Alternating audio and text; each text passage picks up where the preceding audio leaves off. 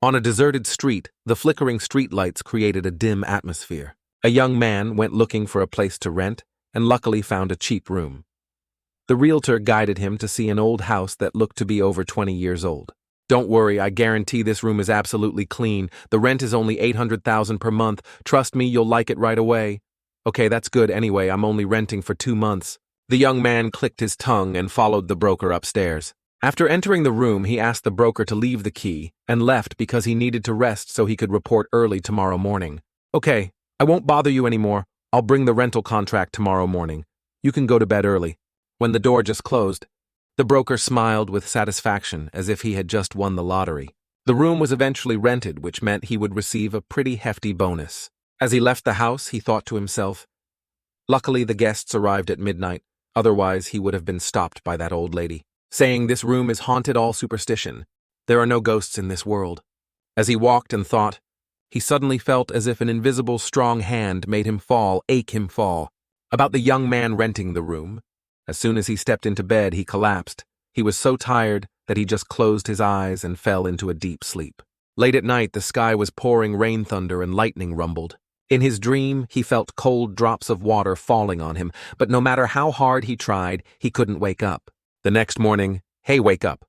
The call rang out, but the young man still didn't move. The broker suddenly felt a painful slap in the face. He opened his eyes. He was faced with the fierce, wrinkled face of an old woman. He panicked, waving his arms and legs wildly, screaming, "Oh, don't come here." When he came to his senses, he realized it was Granny Long, an old woman who lived in this apartment building. He put his hand on his cheek where he had just been hit. He still felt the pain. He was confused, not understanding what had happened last night, and why he was lying at the foot of the stairs. The police officer recorded the incident. Roughly speaking, after taking the client to the room, the broker returned, but for some unknown reason fell down the stairs. "Doesn't this house have surveillance cameras?" While talking to the police, he suddenly shivered. Looking down, he met Granny Long's cold, cutting gaze. She was staring at him. "I told you there's something unclean in that room. Why do you still insist on renting it out? These days, don't be so superstitious. Besides, even if you tell your tenants, they won't care. You're really brave. You killed someone." Granny Long was angry. Her eyes were bloodshot. She shouted straight at him. Cold sweat poured out. He stammered, "What, that person is dead. The guest in the very room rumored to be haunted." At this time, an exorcist named Tanga was also present. However, he could not sense any demonic energy or spiritual power here. Things are getting more complicated. The only way left is to use the golden nether eyes to see into that mysterious room. But even after opening the hexagram, he still did not see any sign of the devil. Still, this intrigued him all the more. Mysteries like this never failed to amaze him. "Wait, that stance you just took, are you Naruto's fan?" He was startled, stunned, as if he had just caught a fly. Looking back, it turned out to be just a little boy with a runny nose. I thought I had been discovered. The little boy happily sucked on the candy and said, "I know a little bit about ninjutsu hand seals." With that, he gestured wildly, spitting everywhere. Looking back, Tanga had disappeared.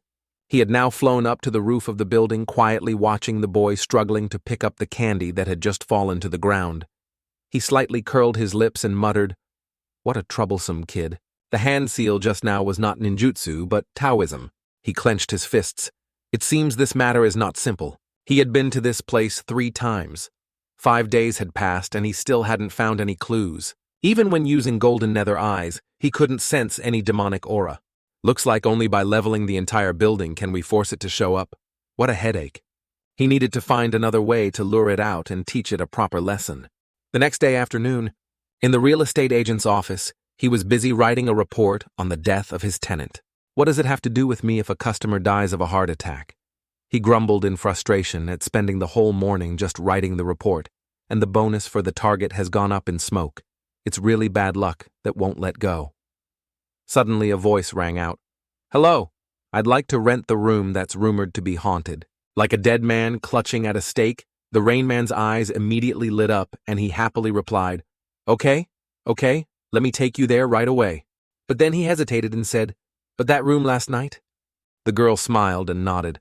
"I've heard of it too, but that's why I want to rent it for live streaming." The guy shook his head in dismay. Young people today really do not care about anything for money, not even their lives. Even so, he still gave her the key and gave her a few safety instructions before leaving. The girl opened the door. She looked around and muttered, "That guy probably died in this room.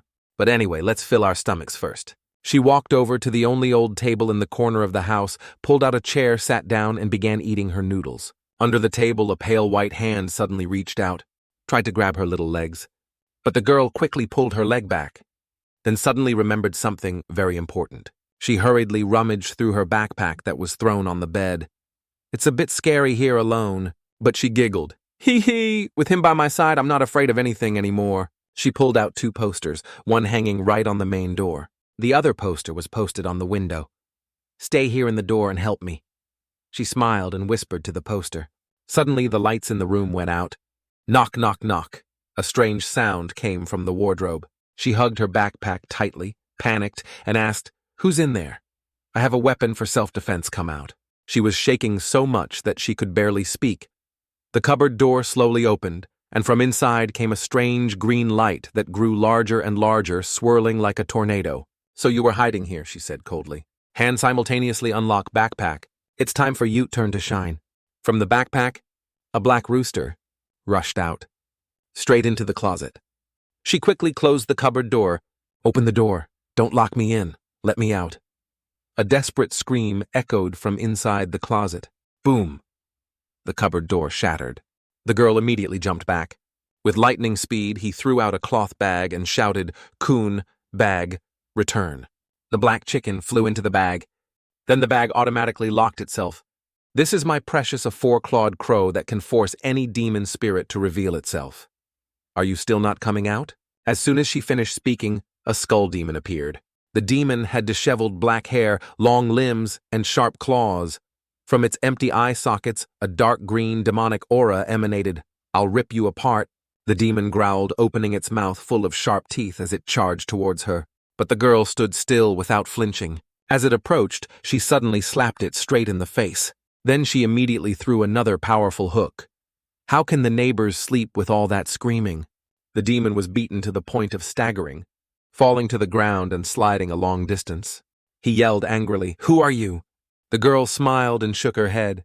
What a childish prank. A low-level spirit like you has no ability to kill, only knows how to scare the weak. That's why you can't see through me through this disguise. With that, she raised her hand and drew a blue circle in the air. Instantly, all her disguise fell away. "Let me introduce myself. I am Tanga, a first-class graduate of the demon-capturing major of Lusang City Demon." He stood tall, his golden eyes flashing with coldness, the corners of his mouth slightly raised with confidence, looking straight at the trembling demon spirit in front of him. "I thought you were the lust spirit that made me cross-dress. What a waste of my acting talent. Golden nether eyes can't detect your stealth ability. Good job. But in terms of strength, just one of my fingers is enough to finish you off. Then you just wait until you see me, and then we'll talk." "Grr, what the hell? Why can't I hide?" "Ha ha! I told you so. The 4-claw crow has the ability to make any evil spirit reveal itself. Don't you believe it? Now there's no way to hide anymore." The spirit panicked and tried to run away. He absolutely could not let Tanga catch him. He must wait for her to come back. But when he touched the poster hanging on the door, he felt something was wrong. A bright golden light burst from the talisman, revealing its true form. "Where can you run to? With just a small talisman, you have to show yourself like this. Looks like you're weaker than I thought." The little devil, after showing up, was scared and hid in the corner of the room. His eyes were filled with tears, looking really pitiful. "Wait, you were so fierce just now. Why are you trembling like this? Now I told you, there is no demon in this world that I cannot capture."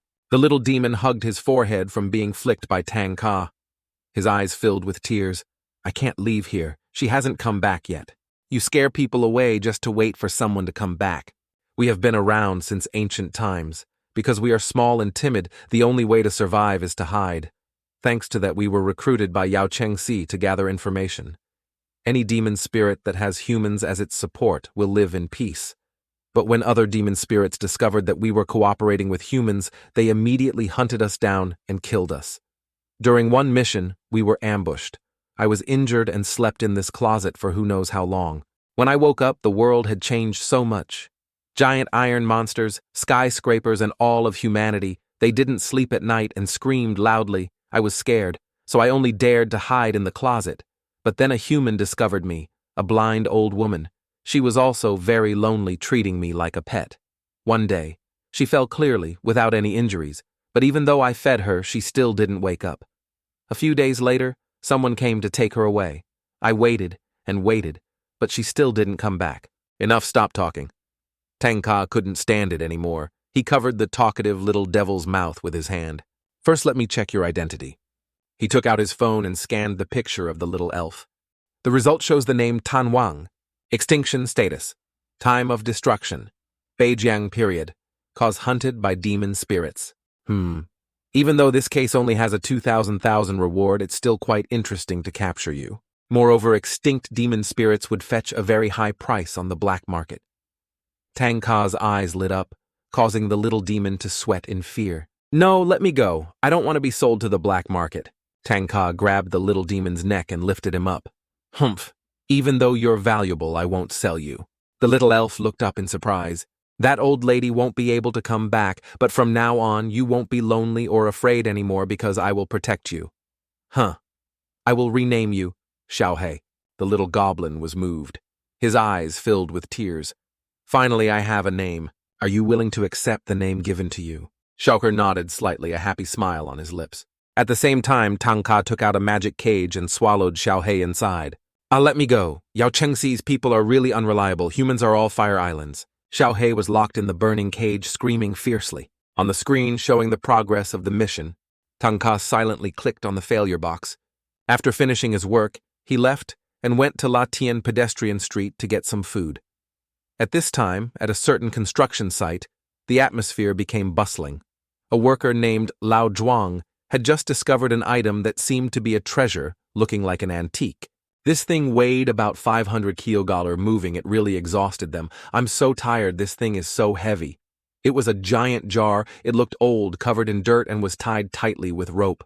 At first glance, it doesn't look like much, but it could be a valuable antique. Just open it and you will know right away.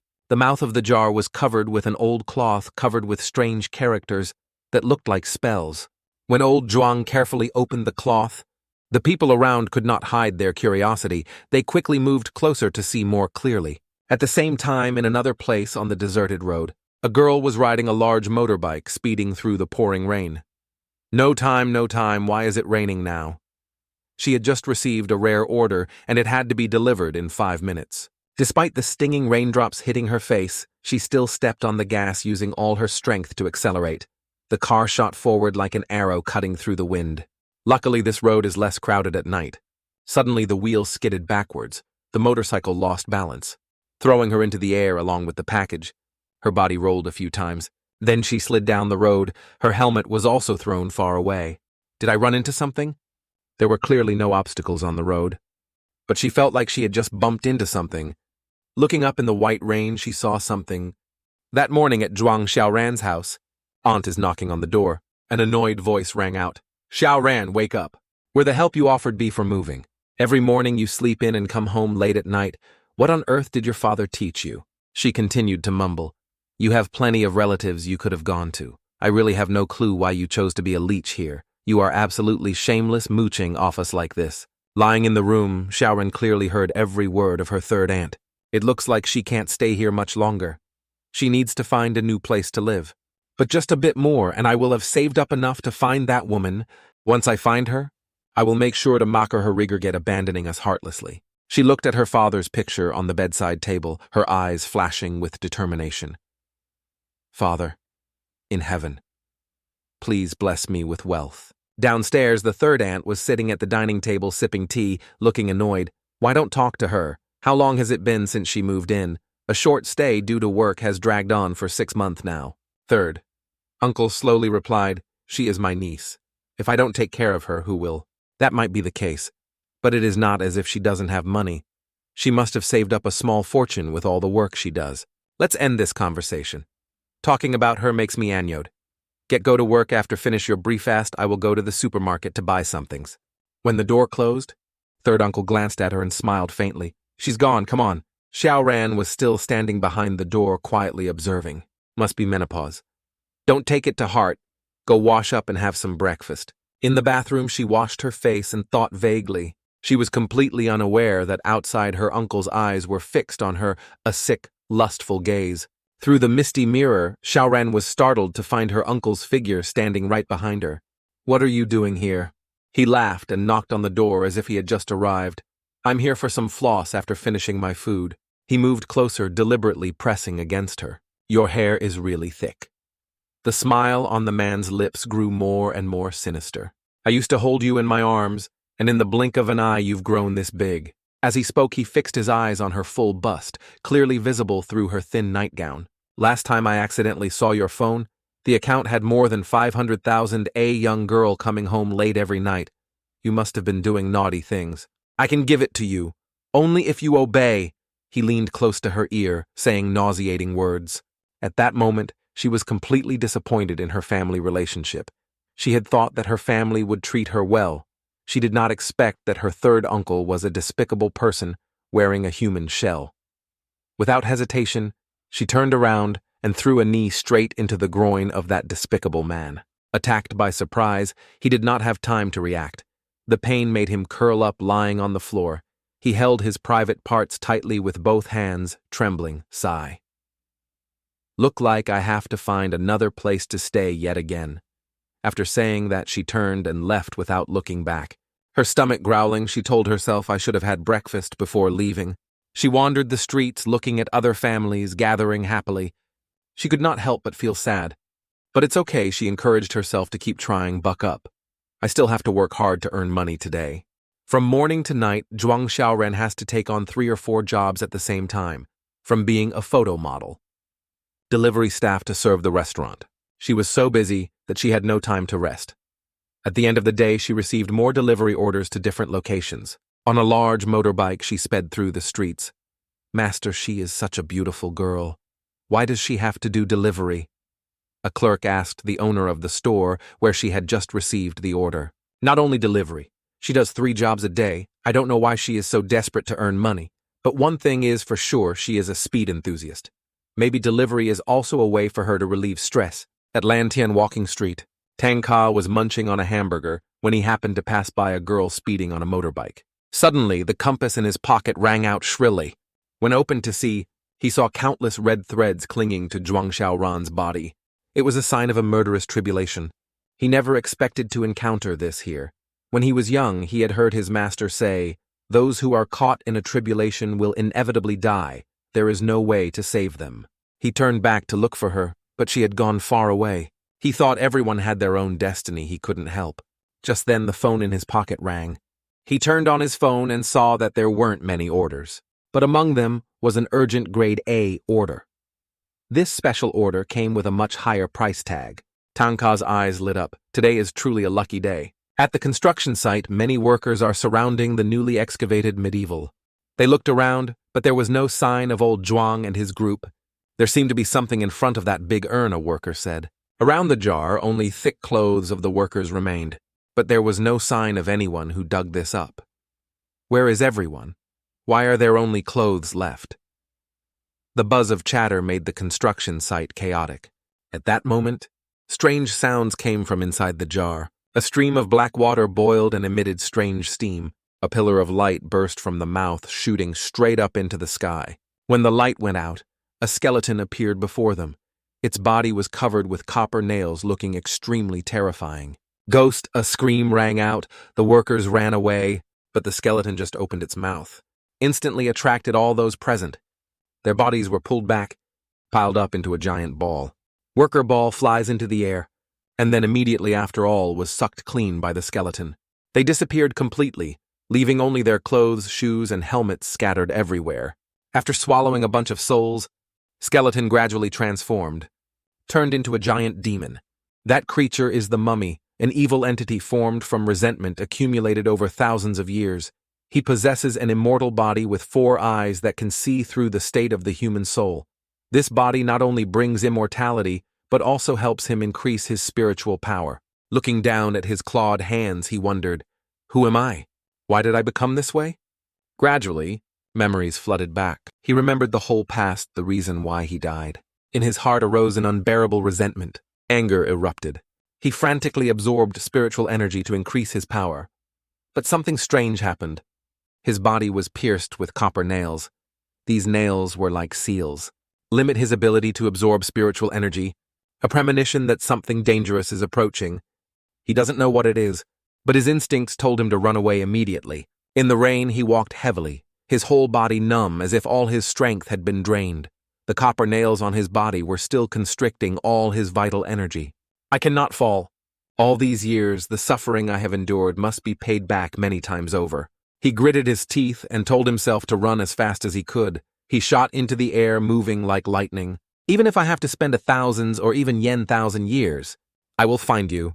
Crossing the road, suddenly a ray of light flashed, heading straight towards him. What is this flash? Is it another person out to catch me? He fell to the ground and quickly turned his head to look back.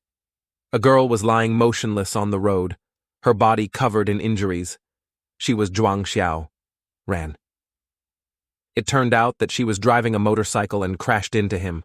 At that moment, he felt an extremely strong aura approaching. That must be the one who wants to kill me. In his current state, he was absolutely no match for that person. He had no other choice. Approaching Xiao Ran, he saw that the girl had opened her eyes, but her gaze was filled with confusion. She seemed to no longer have the strength to resist. Her eyelids gently closed her body, falling into a state of powerlessness. Mummy crawled closer. Little by little, blue threads of air curled through the girl's eyes, nose, and mouth, then permeated every cell in her body. Like parasites, he always slips through the skin, capture her heart and mind. Little by little, he completely invaded Xiao Ran's body.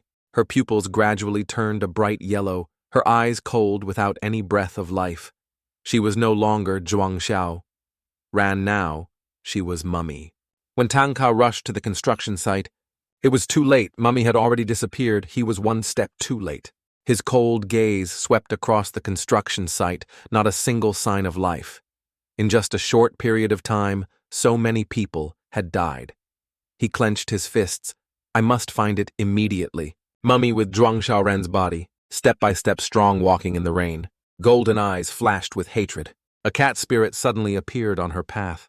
It immediately recognized the soul inside her body as Mummy. Cat spirit widened her eyes secretly, speculating, what luck to bump into a mummy that pops IP every 100 years or so. What's more, she appears to be very weak. What a chance. Sharp claws extended. The giant cat charged straight at Xiao Ran, but she only turned her head back. Her eyes were cold as ice. She gently waved a finger. With just a wave of his hand, the cat was sent flying away. It was shocked to realize that although Mummy's spiritual power was not strong, his fighting strength was too terrifying. Had I known, I would have just continued sucking up to humans. At least then, I would still have food to eat. Mummy stood there, not caring about the defeated cat. She felt that her strength had completely recovered. Thanks to fusing with Xiao Ran's body, the copper nails that were restraining him had also fallen off. Let's test this body out in a place with more people. Her eyes flashed with danger. She immediately rushed towards a crowded place. She bent her knees, preparing to leap. She shot up to the rooftop of a tall building. She looked down. Everything around her seemed to have changed completely. Skyscrapers reach into the sky, and modern people dress more daringly than in the past. She didn't know how long she had been imprisoned in that jar. Eyes filled with resentment, she turned her gaze towards the people below and shouted, "They must be descendants of those bastards. I will make sure your bloodline ends here." As soon as she finished speaking, she opened her mouth. She sucked the spirit of everyone around her. In Yao Chengxi's command room, the sound of an emergency alarm echoed everywhere. The whole region is now under a level red alert for the Hanlong Gui. Yao Chengxi's commander's face was extremely tense. She angrily shouted, "Isn't Tanga in charge of this? Where is that kid?"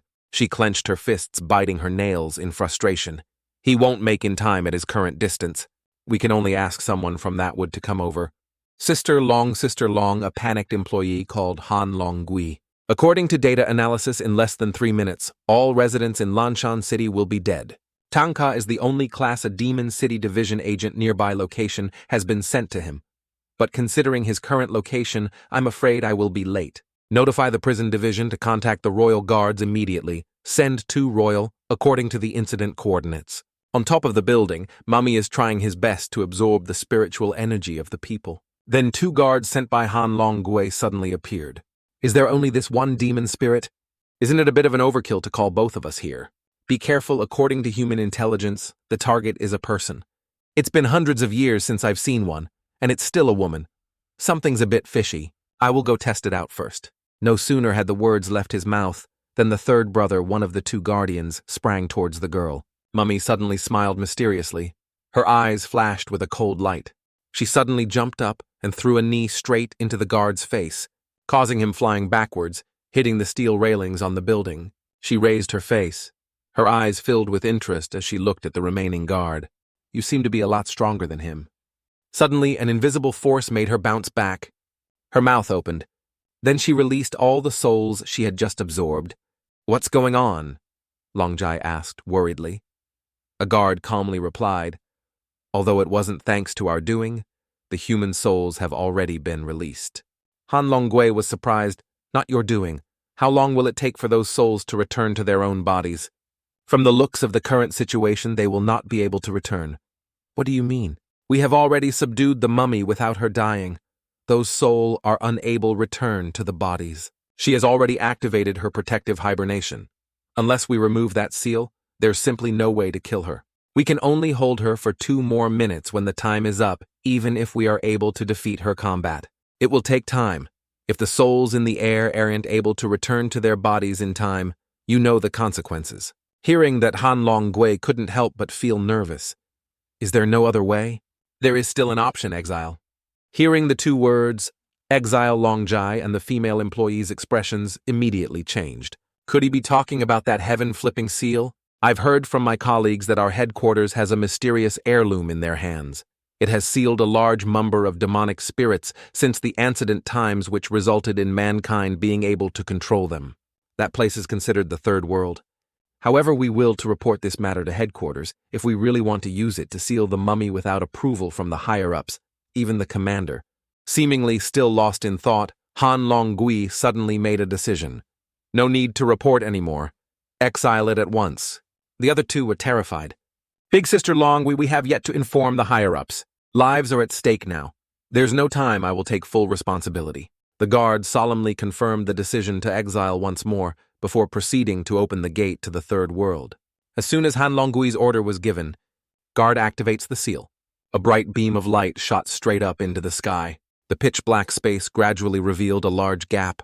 At that very moment, the heavenly seal began to unfold just as Tanga rushed toward the building. He realized that the emergence of the deadly calamity at the construction site matched perfectly with the predetermined coordinates. When the realm of heavenly unfolding was revealed, it immediately sucked Mummy in.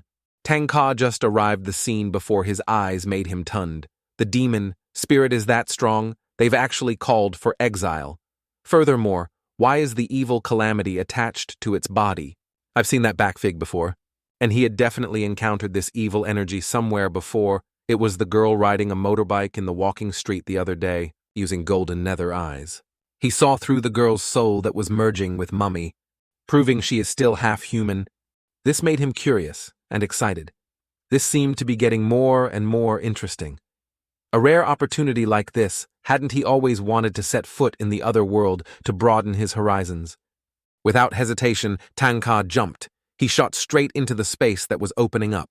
He followed Mummy into the third world. That scene left the guards and Han Longgui stunned. Has that brat gone mad? The gap in the space of the heavens gradually closed. Swallow both Mummy and Tanga. Outside the heaven world, Han Longgui was so angry that she was going crazy. The select technique used by the protectors can only banish demonic spirits. That's a place of no return. Before him, there has been no records of any humans entering there. Gritting her teeth in anger, she continued to growl, even if he's able to come out of there alive. I will make sure to personally butcher him, Longji angrily swung his fist, constantly fuming. In the heavenly world, the elves were slaughtering each other.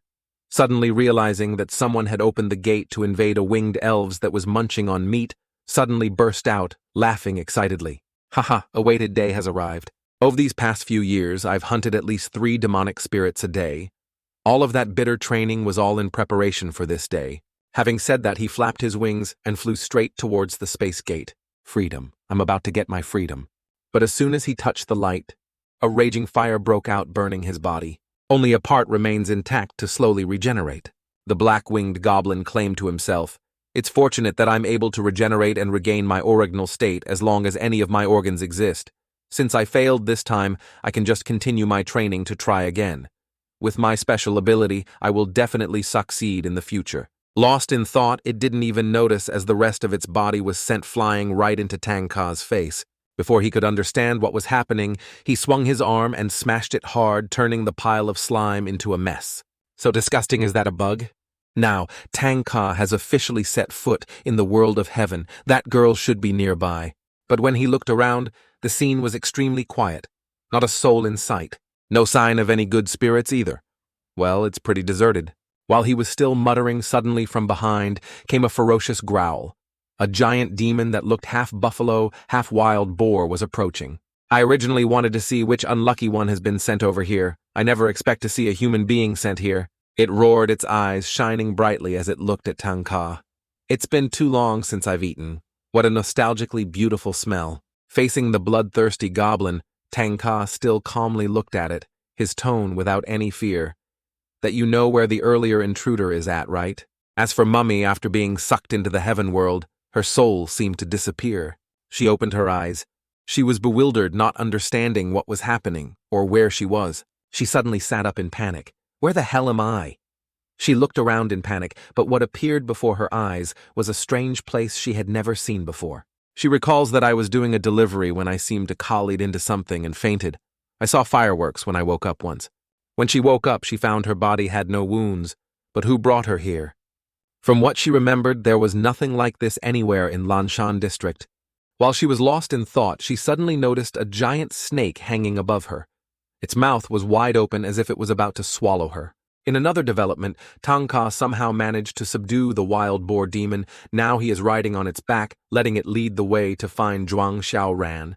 While moving, the monster raised its voice and asked, "I'm saying this from the bottom of my heart, that it's no use. Even if you arrive at that place, it has been a blue moon since a human has appeared in here. It's because of what you've said earlier that even if she is considered a human, there's a possibility that none of her will remain after a horde of demonic spirits has their fill of her." It continued, speaking with a worried look. "That our lives are also at stake?" Tangka just smirked. "If there's a will, there's a way." On Zhuangshanran's side, when she was about to be swallowed by the snake, her body suddenly reacted extremely quickly with a flexible movement. She jumped to the side, causing the snake to lose its grip. It plunged headfirst into the ground. At this moment, she clearly felt that something unusual was happening inside her body since coming here, but she had no idea what it could be. Turning around, she was horrified to see before her a giant, hideous-looking creature. What the hell is this so disgusting? Did it just try to eat me? She thought to herself and then ran away with all her might. But the monster only needed one jump to stop in front of her. There was no way out. She knelt down in fear. Her eyes gradually turned red. Tears welled up uncontrollably. She choked, realizing it had been a long time since she had cried. When she was young, she had a family filled with happiness.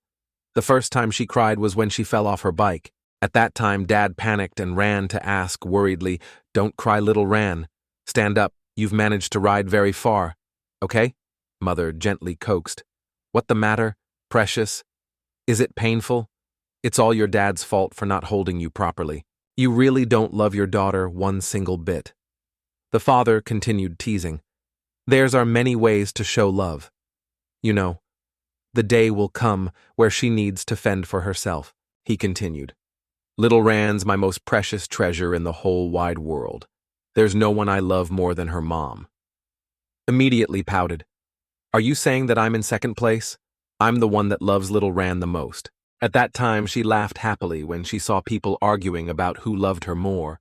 But that happiness was short-lived. Her father was seriously ill. It was the second time she cried in her life. At that time, her mother worked hard to earn money to pay for hospital fees. She was with her father day and night. After 3 years, her father's condition improved. Life for her and her mother gradually became less difficult.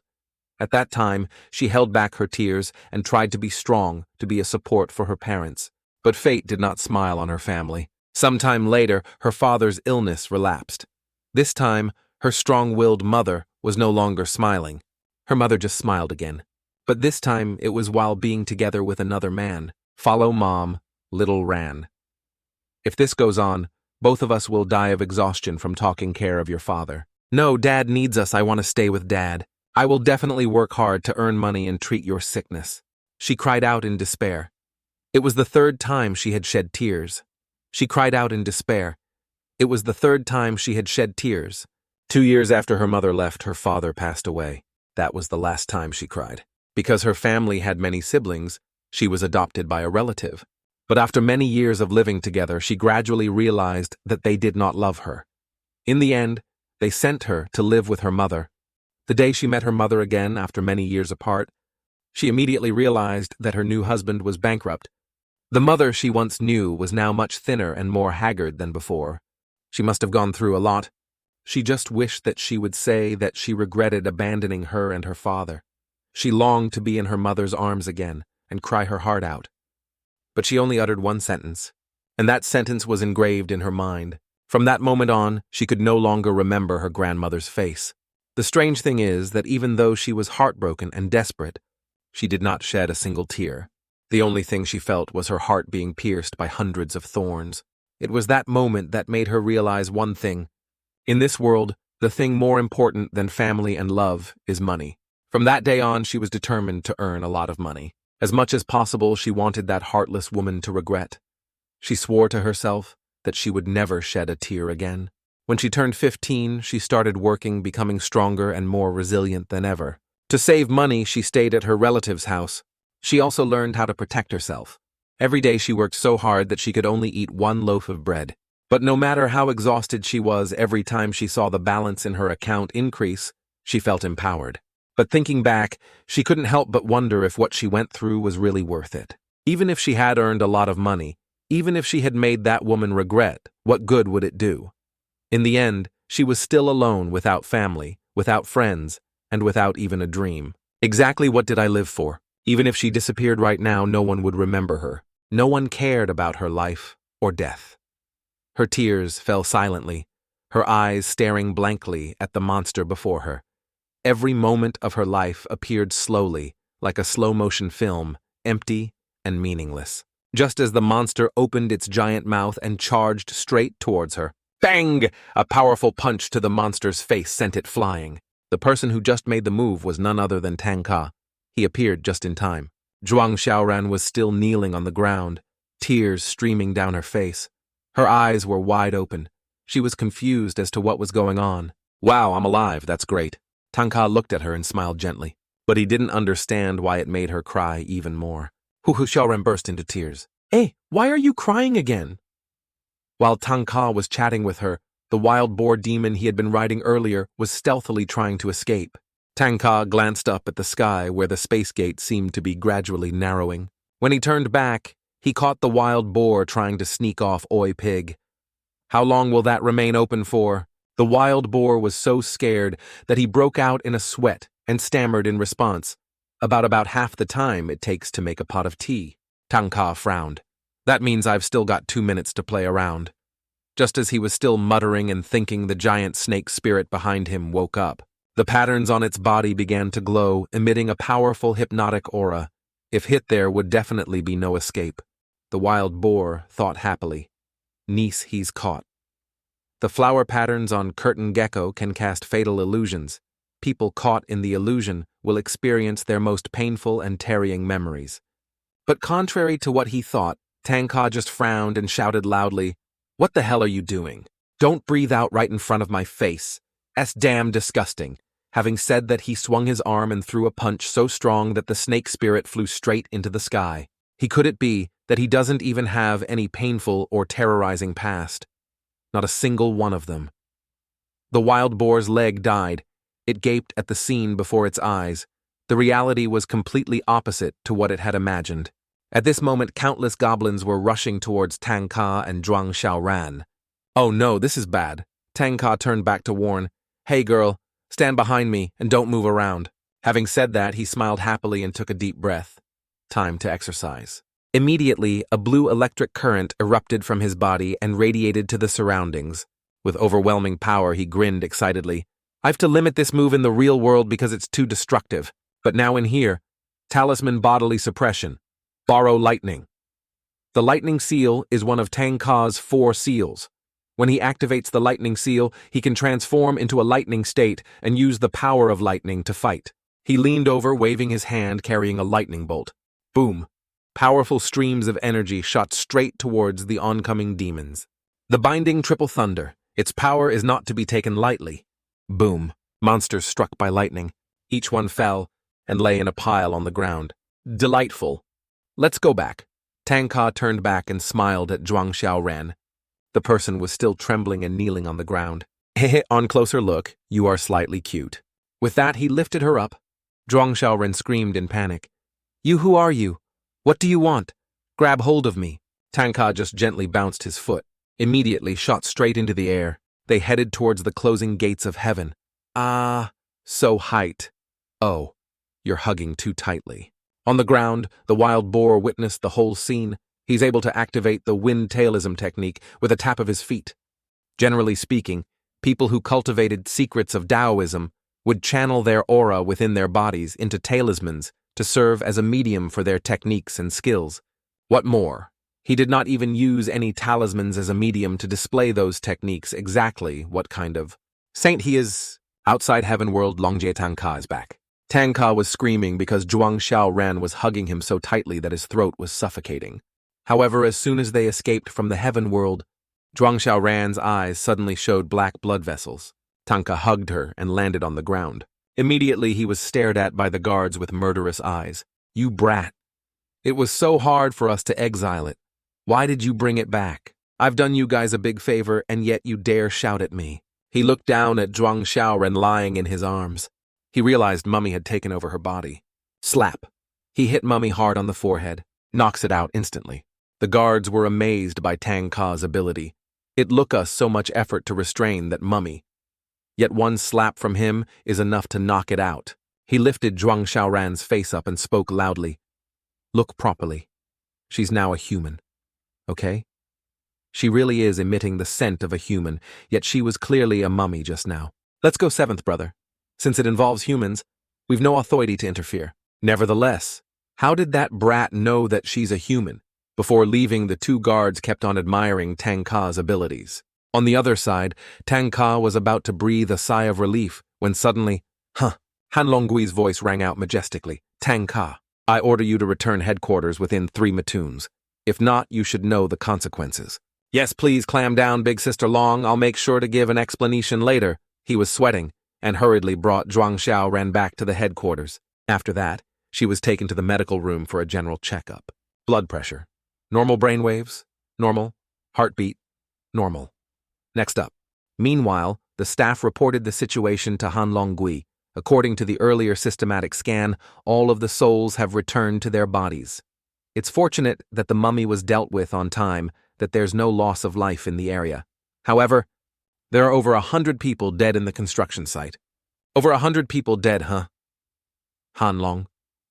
Gui gritted her teeth, her eyes filled with anger. You're the one that accepted this mission, yet why did so many people die? Tanga was yelled at so much that he broke out in a sweat and stammered, Big sis Long, I've really did my best. Han Longui glared at him for a long time, then sighed. Speaking of which, I can't imagine how the situation would turn out if you haven't accepted this mission. However, don't assume that I'll forgive you just like that.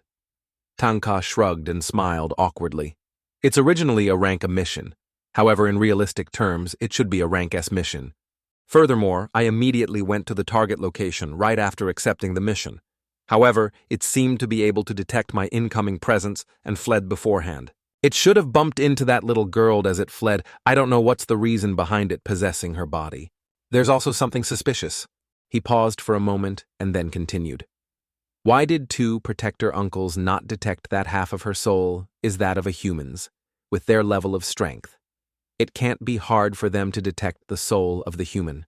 He smiled smugly. It's fortunate that possessed the golden nether eyes. That little girl was that close to being exiled by them. I really am worthy of being the overall champion in mission accomplishment stats. While Tanga was busy praising himself, Long Jai beside him was so angry that his face turned black. At this moment, is she a human or a demon? It's up to them to give the verdict. In the lab, doctors are trying to take Xiao Ran's blood for testing. This is the large gauge needle, and it still isn't able to penetrate through. It's Iwo to me then. Another doctor had to use a specialized drill to get her blood for study. Other than the abnormal brainwave activity which we're waiting for, the statistical analysis, all of her other parameters are within normal human boundaries, blood sample successfully acquired.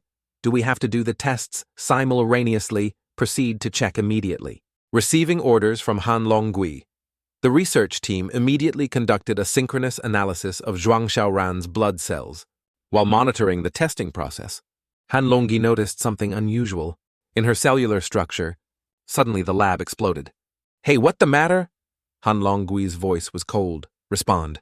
A trembling employee reported, "Subjects, there are abnormal changes present in the subject's blood. I theorize that it's due to having left the subject's body for too long of a time. Immediately stream your visual uplink to me." Yes. The image that appeared before their eyes was a devastated laboratory filled with smoke and dust. So much power, just from a single drop of blood. What's the analysis of her brainwave activity? Give me a moment. The results are out. The majority waves are normal. However, there is some unknown electrical activity mixed, should be the influence of the mummy.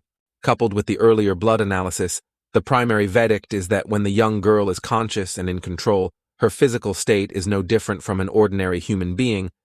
However, if that mummy takes over, her body changes will occur to her body that will transform her into a demon.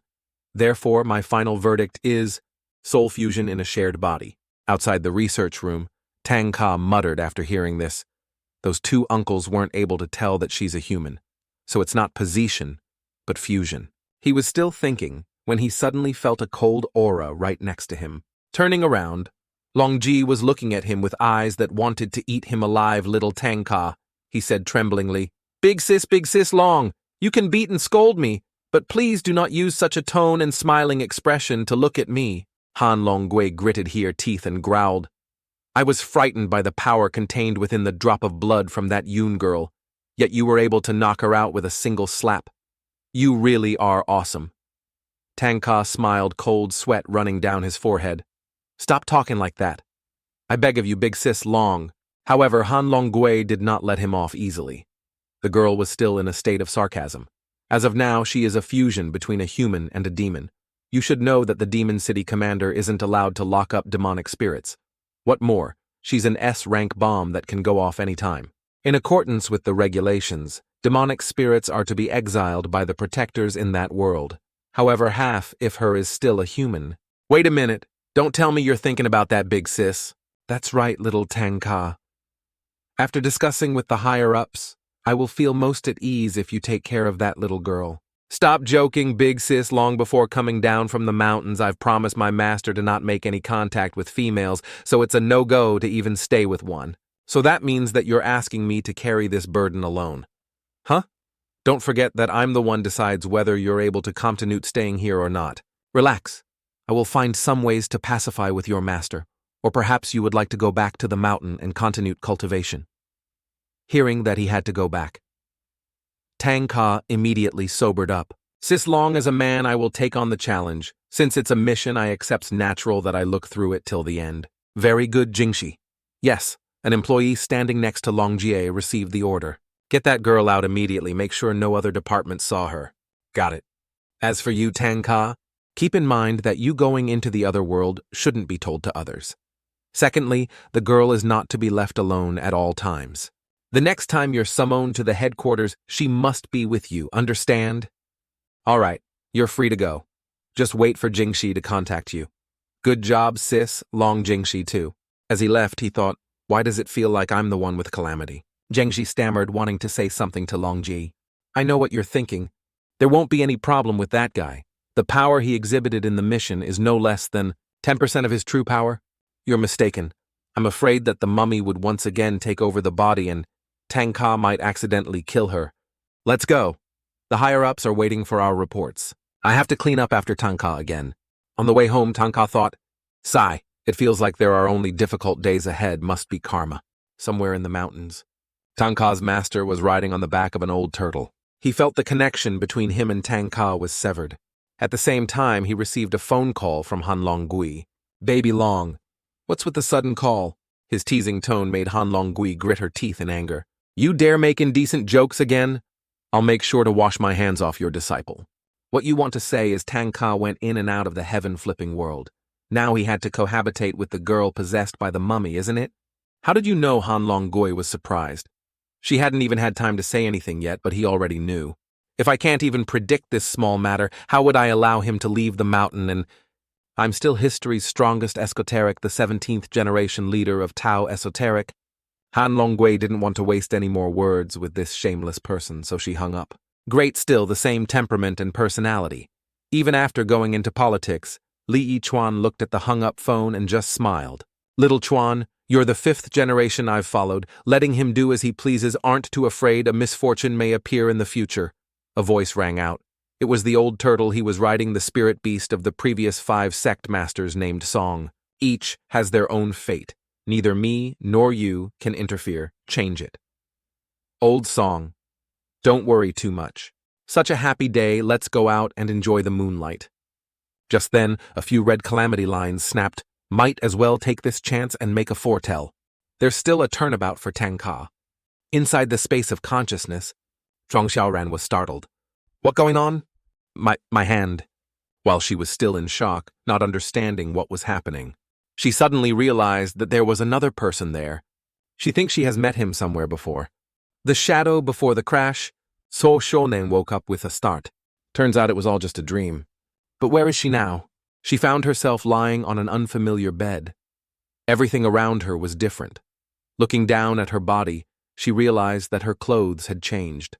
And this windy and cool feeling, could it be? As expected, they have been removed. The thought made her panic. She quickly shrank back, her arms tightly hugging her small body, her face flushed. Trying to calm down, she recalled everything from the beginning.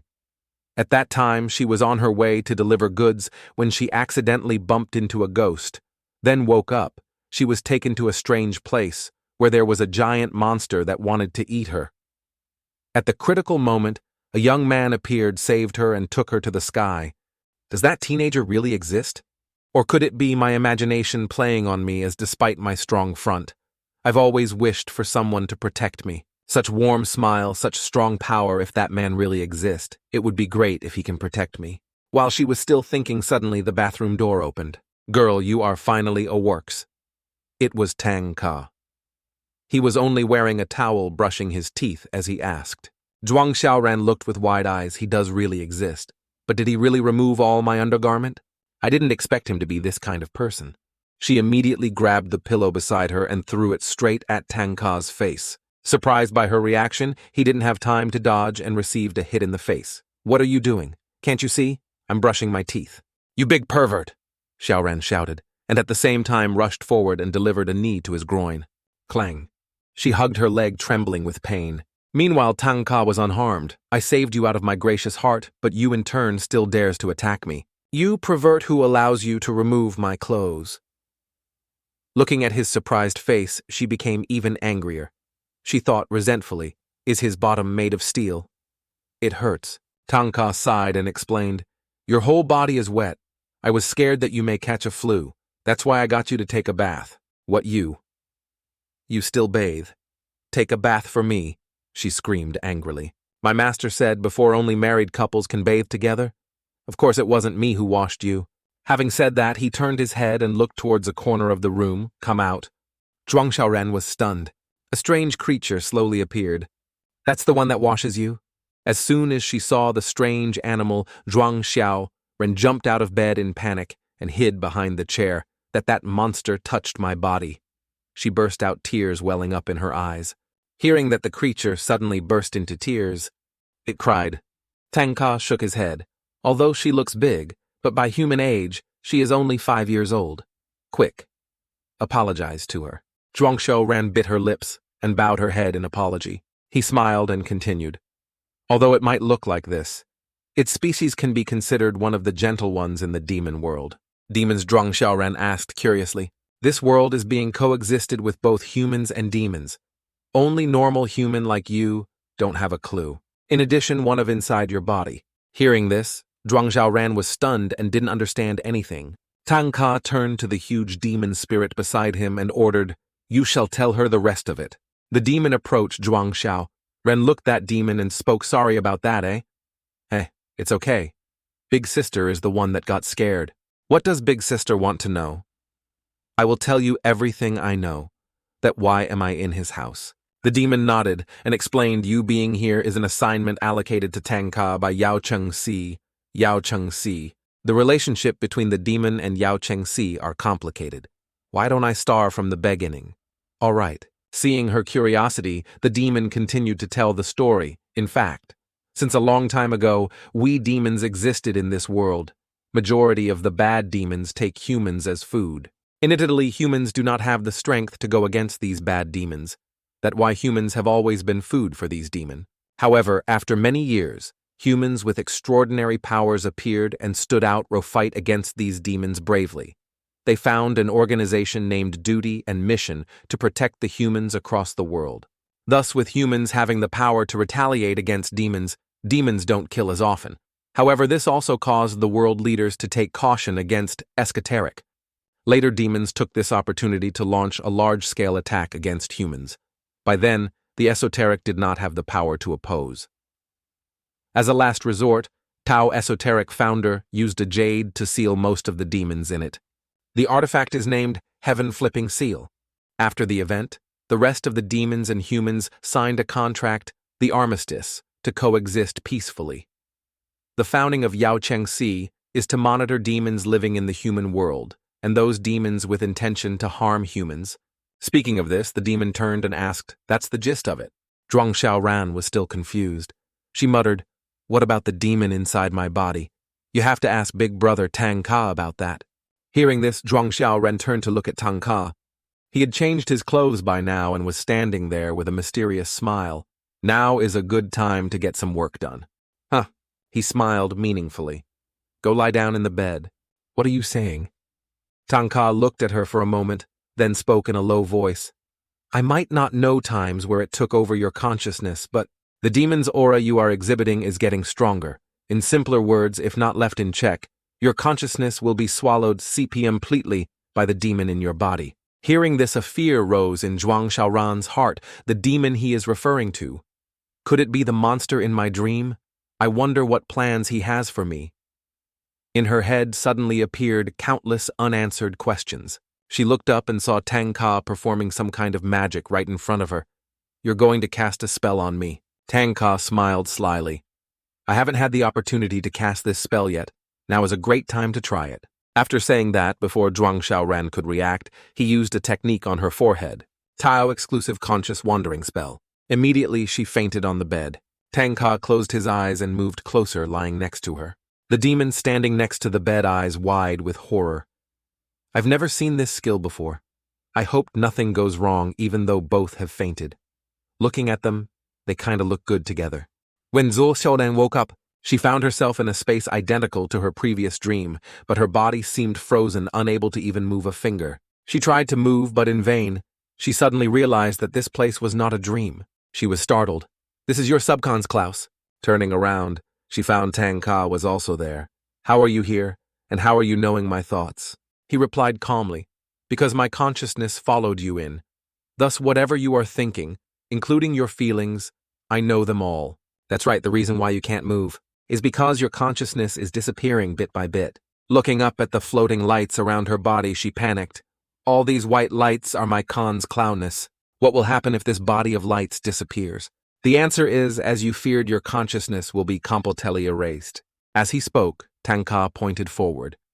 There a mummy was standing not far away, but don't worry, I'll help you destroy it before you disappear.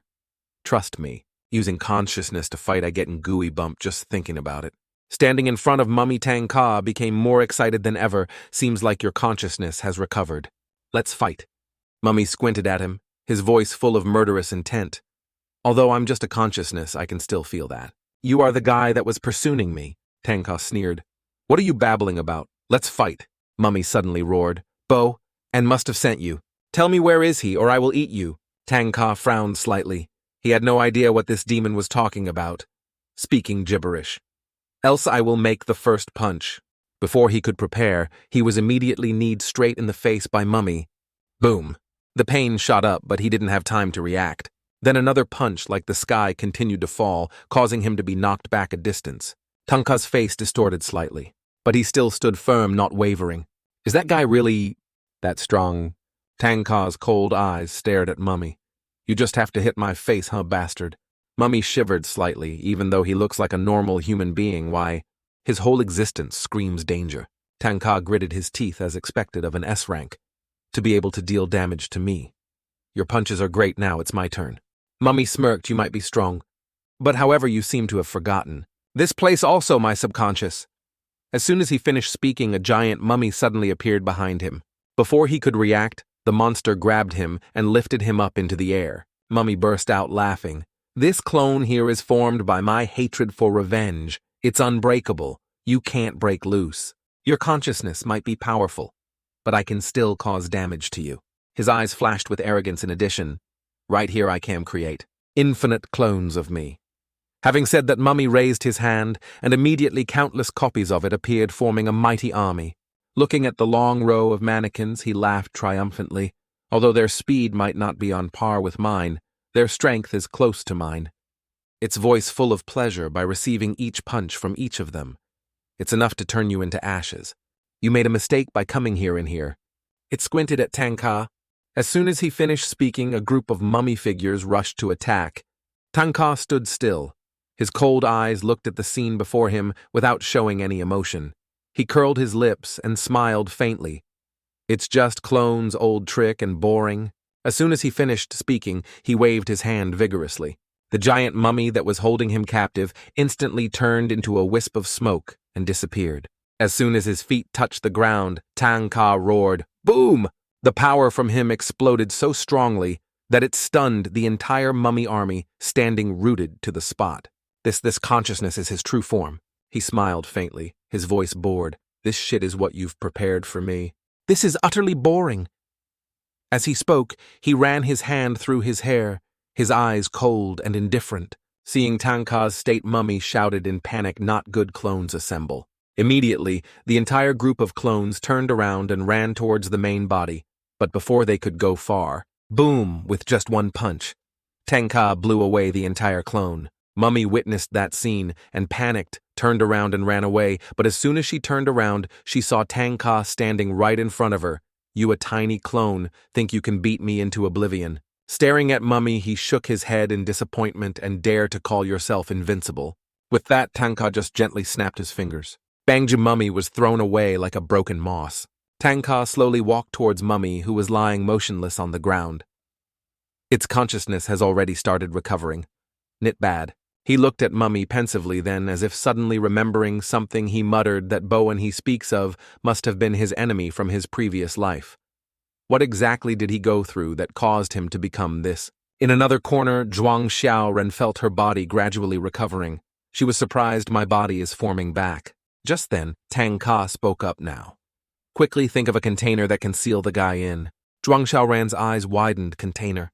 What do you mean?" Tanga calmly replied, "This is your subconscious. Only you can create an item out to seal that guy. Anything is fine. There isn't much time left for me." She was confused. What should I created? Handbag? Necklace ring? Tanga got impatient and yelled, "Hey, I'm not asking you to think of what to buy. Can't you see nearly half of my body is disappearing?" A moment later, she cried out, "This is it." Tanga turned around, but when he saw what she had just thought of, his face immediately darkened. What the what? In front of him was a lipstick. Mummy blinked in confusion. Somewhere in the middle of nowhere, it was raining. My whole body feels icy cold and heavy. There's also an onjing, sharp pain. What's that blood? Is it mine? A ghostly laugh echoed in the darkness. Following that were the sounds of slow footsteps approaching. A phantom figure appeared. "Who is he?" Xiao Ran Huang's scared voice trembling. The other person slowly turned his head, revealing a terrifying demonic face. "Suye Kuao, I'm sorry." Xiao Ran woke up with a start, her heart pounding.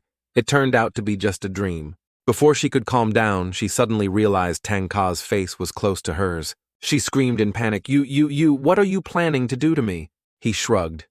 "You have been unconscious and mumbling non-stop. I was only thinking of moving closer to smell if there are any more demonic aura on you." She glared. "If so, can you get off me now? The demon in your body has been temporarily sealed. You can rest well tonight. It's still inside my body. What happened?" It's simpler terms.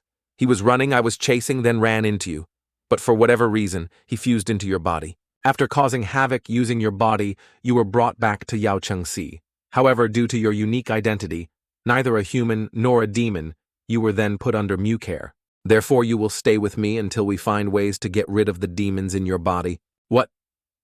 As soon as he heard Tanga announce that he couldn't go anywhere, Xiao Ran immediately became so angry that he wanted to explode. What's the difference between this and being put in imprisonment? Moreover, how can I live in a male stranger's house? Who knows if you're or not? Putting the bathing matter aside, just then your face is so close to my face that you could have kissed me. What if you... She angrily spoke a long string without stopping. Just a moment. What does she mean by kiss? Sister must be talking about male and female kissing on the mouth. An act of affection. The huge monster standing next to him explained, "How do you know that I learnt it from watching the TV drum? Don't watch these strange things, you're still too young." Seeing a person and a demon standing there discussing heatedly Xiao, Ran felt unable to bear it anymore and rolled her eyes in anger. "Are you acting dumb? I really don't understand what you're saying. It's such a disgusting thing to eat each other's saliva by kissing mouth to mouth." Looking at Tangka's stupid face, she suddenly had a thought. Could he be the legendary brainless person? "I'm so tried, let's continue tomorrow. You can sleep here for now." Tanga turned away, clearly not wanting to continue the argument. "Wait a moment, if I insist on going out, what will you do? As a man, I will never beat a woman. If you want to go out, I won't stop you. But let me warn you, if you're not by my side, that guy in your body might reappear again. Only I can guarantee your safety. Also, don't wander off. There are many demons that live here. It's none of my bussiness, if you got a scare. I don't have anywhere to go either. He saved me too. Although he might look sloppy, he is a good person. Is it because I'm too tired? Sleeping here feels..." She gradually fell asleep. While Xiao Ran was sleeping, suddenly there was a rustling sound. Something slowly emerged from within her body, a mummy tail. Why is this happening? She woke up with a start and realized it was morning. Thinking back to everything from yesterday until now, she felt everything was so strange. Even now, I still can't believe what happened yesterday. Do I really have to live with that guy from now on? Also the thing inside my body, what do I do? While lost in thought, she unconsciously raised her head to look out the window. But then she was stunned. What is this? Big sister, what happened? Xiao Ran's shrill scream startled Tanga and the monster awake. Both of them frowned at being awakened so early. But what surprised them more was the scene before their eyes. Xiao Ran was glued to the glass door. I didn't notice this last night. This scenery, this height, the heart of the city. Could it be? Her eyes were shining brightly, like a child seeing miracles for the first time. I must be dreaming. Stand at 3,000 by 150,000 square feet high and located at Lusong City Marina. It's a combination of 4 top-notch, height-quality, luxurious mansions and the highest skyscraper in the world. There are 121 floors at the high of 600 melers and sold at $250,000 per square foot. It hit the world record of being the most expensive skyscraper. Named Arashi Wave Bay Akamumber one here, even the cost of the floor is. Tangka turned to ask, "Are you pro-Erdi agent?" You weren't even that shocked with all those events that happened yesterday behind you, while the monster also stood there bewildered, not understanding what was happening. Such a bright morning and I heard you screaming I thought it was due TP the thing big sister your butt. Xiao Ran heard this and turned her head to look. A real tail suddenly appeared on her body. "Don't you think it looks kinda cool?" "Yeah," she cried out in panic. "What kind of shit is this? Why is it on my butt?" While he was chatting with the monster, Tangka suddenly felt something was wrong. Xiao Ran's tail, it was attacking him. The sharp tail shot straight towards Tangka. He quickly retreated, trying to dodge. But it seems the tail has a soul. Just aim straight at him and attack. Seeing Tangka rushing towards Xiao Ran, the monster didn't know what he was planning. It was just worried that that tail might hurt her. The moment he reached Xiao Ran's face, Tangka suddenly crouched down. Let the tail rush past and stop. Tangka threw a can of water in front of her. The tail immediately cut it in half. Xiao Ran suddenly felt as if she could control this tail. So cool, I want one too. Tangka's eyes lit up as he looked at Xiao Ran with admiration. There is nothing to be fucking excited about. Didn't you say that you have sailed this monster? She angrily rushed at him, not even bothering to explain. Tangka seemed to not care about her anger, turning to speak to the demon. What's the matter with this tail? Hesitant monster. Go ahead, attack her. Want to know how strong that tail could be. Tangka, brother, it is so dangerous. Believe me, remember to use all of you power. The monster immediately rushed to attack Xiao Ran, but her tail blocked all of his attacks. So sorry, little sister. All of my attacks have been blocked by that tail. Coming in front of Xiao Ran, Tangka said, stop now. It's even more awesome than I expected. With the strength of your are even a B-level monster. Just a moment before the tail had just taken the initiative to attack me, I guess you were frightened at that time. Having said that, Tangka suddenly patted Xiao Ran in front of her, startling her. Immediately the tail reacted and rushed to attack him. But Tangka quickly grabbed it. Look, just like this.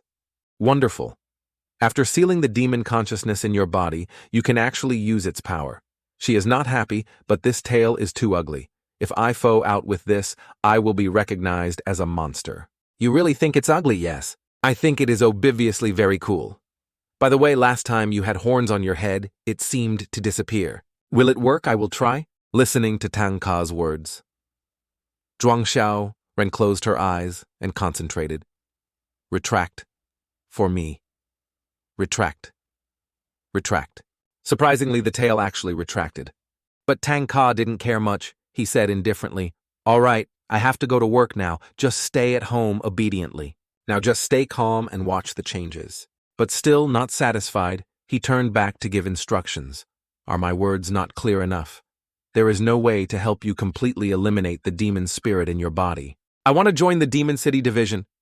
Xiao Ran tried to put on a cute face and looked at Tangka begging, as if it were easy. It would take a long time. He coldly refused. Seeing that acting cute was useless. Xiao Ran was extremely angry. I want to go to heaven. You don't look dumb on people. Suddenly the phone in his pocket vibrated. He reached out to take it out.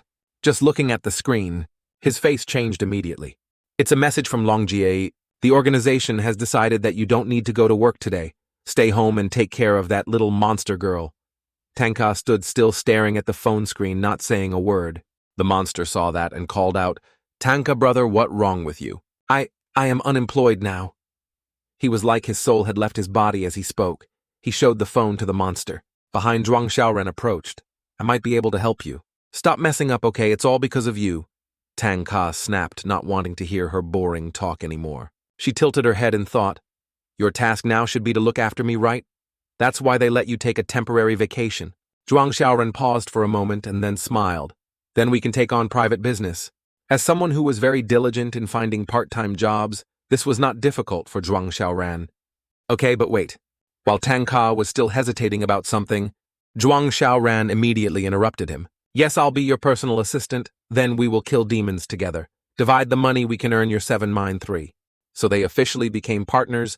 Xiao Ran held out her hand in front of Tang. My name is Zhuang. Xiao Ran, happy cooperation in the coming days. Tangka took her hand and replied, my name is Tangka, hope the day ahead. Just like playing game. I'm the champion in catching spirits of Lusang City. This guy pretended to be mysterious for half a day. Actually, just to praise himself. If you have the ability to find private jobs, a promise to cooperate with you. Finally, he agreed to let her go. She was very happy deal. In a deserted forest, a group of kids are going deeper into an abandoned building. This is suburban reserve. A boy lagged behind, seeming hesitant. I don't think sneaking in this place is a good idea. What are you afraid of? This the way to our secret base? The leading boy brushed aside the other boy's worries. I wouldn't take you here if I didn't see you as a good friend. If you are afraid, then you can go home. I want to go. When the group arrived in front of the abandoned house, the leader boy immediately spoke up. This is our base. Let me tell you the rules. First, you stay here with your eyes closed. We will go inside and hide. After counting to 100, find us all, and you will officially join our crew. The boy nodded. Okay. Then start counting with your eyes closed. 1, 2, 3, 98, 99, 100. I finished counting. I came to find you guys. When he opened his eyes, he found that there was no one around. A little fear arose. I'm about to go in now. But he still tried to muster up the courage to run into the building to look for his friends. At this moment, The kids hiding behind a tree outside burst out laughing. Ha ha ha, such an idiot. If he finds that we are all gone, he will pee his pants because of fear. Is it really okay to leave him here alone? A boy wearing glasses asked. Don't worry, there's only PN way to get out the city from here. He can get out by himself. His father is one of the 4 major consortiums if anything happen. Hey, you're too talkative today. That's right, it's just a joke. What big deal could it be? Another kid sneered. Humph, who told his father's company to dare to fire my father, and he still dares to be friends with me. I don't want to hang out with him anymore. Tomorrow I am going to get on a pack of spicy strips that he definitely peed his pants. Hehehe. Even if he really on his inside, he wouldn't tell us anyway. The group burst out laughing and continued to leave the forest, leaving the boy alone in the abandoned house. In the abandoned building, the boy thought his friends were hiding somewhere, so he kept looking for them. I've searched the entire first floor. They might be hiding on the second floor. This place looks old and scary, yet they treat it as a secret base. The boy used to tell himself, please don't let anyone jump out and scare me. If I'm scared to the point of peeing my pants, they'll definitely laugh at me. Thinking, he tiptoed, using the light from his phone to light the way. Suddenly, in the dim light, he saw the silhouette of a person. Found someone? He thought happily and approached. But the closer he got, the more he felt that there was something strange about that figure. The moment he realized it was the silhouette of a female student, the boy couldn't help but be surprised. Why is there a female student here? The boy was still surprised when he suddenly saw the shadow turn around and coldly say, "Get out of here." Immediately, it rushed straight towards him. Like a scary ghost, terrified, the boy ran away. But when he turned back, the shadow had disappeared. A demon appeared and said, "Come play with me." At Tanga's house, he was sitting boredly playing video games, waiting for Xiao Ran to find a job while complaining. You have been tossing all day, haven't you finished it yet? When on earth can I take private work? Xiao Ran was still clacking away at the keyboard. Then stretch and stand up. Just then the doorbell rang. She turned to look at Tanga, but saw that he had no reaction at all, just sitting there as if this was his home. He doesn't care if someone rings the doorbell. This guy really doesn't treat me as a stranger anymore.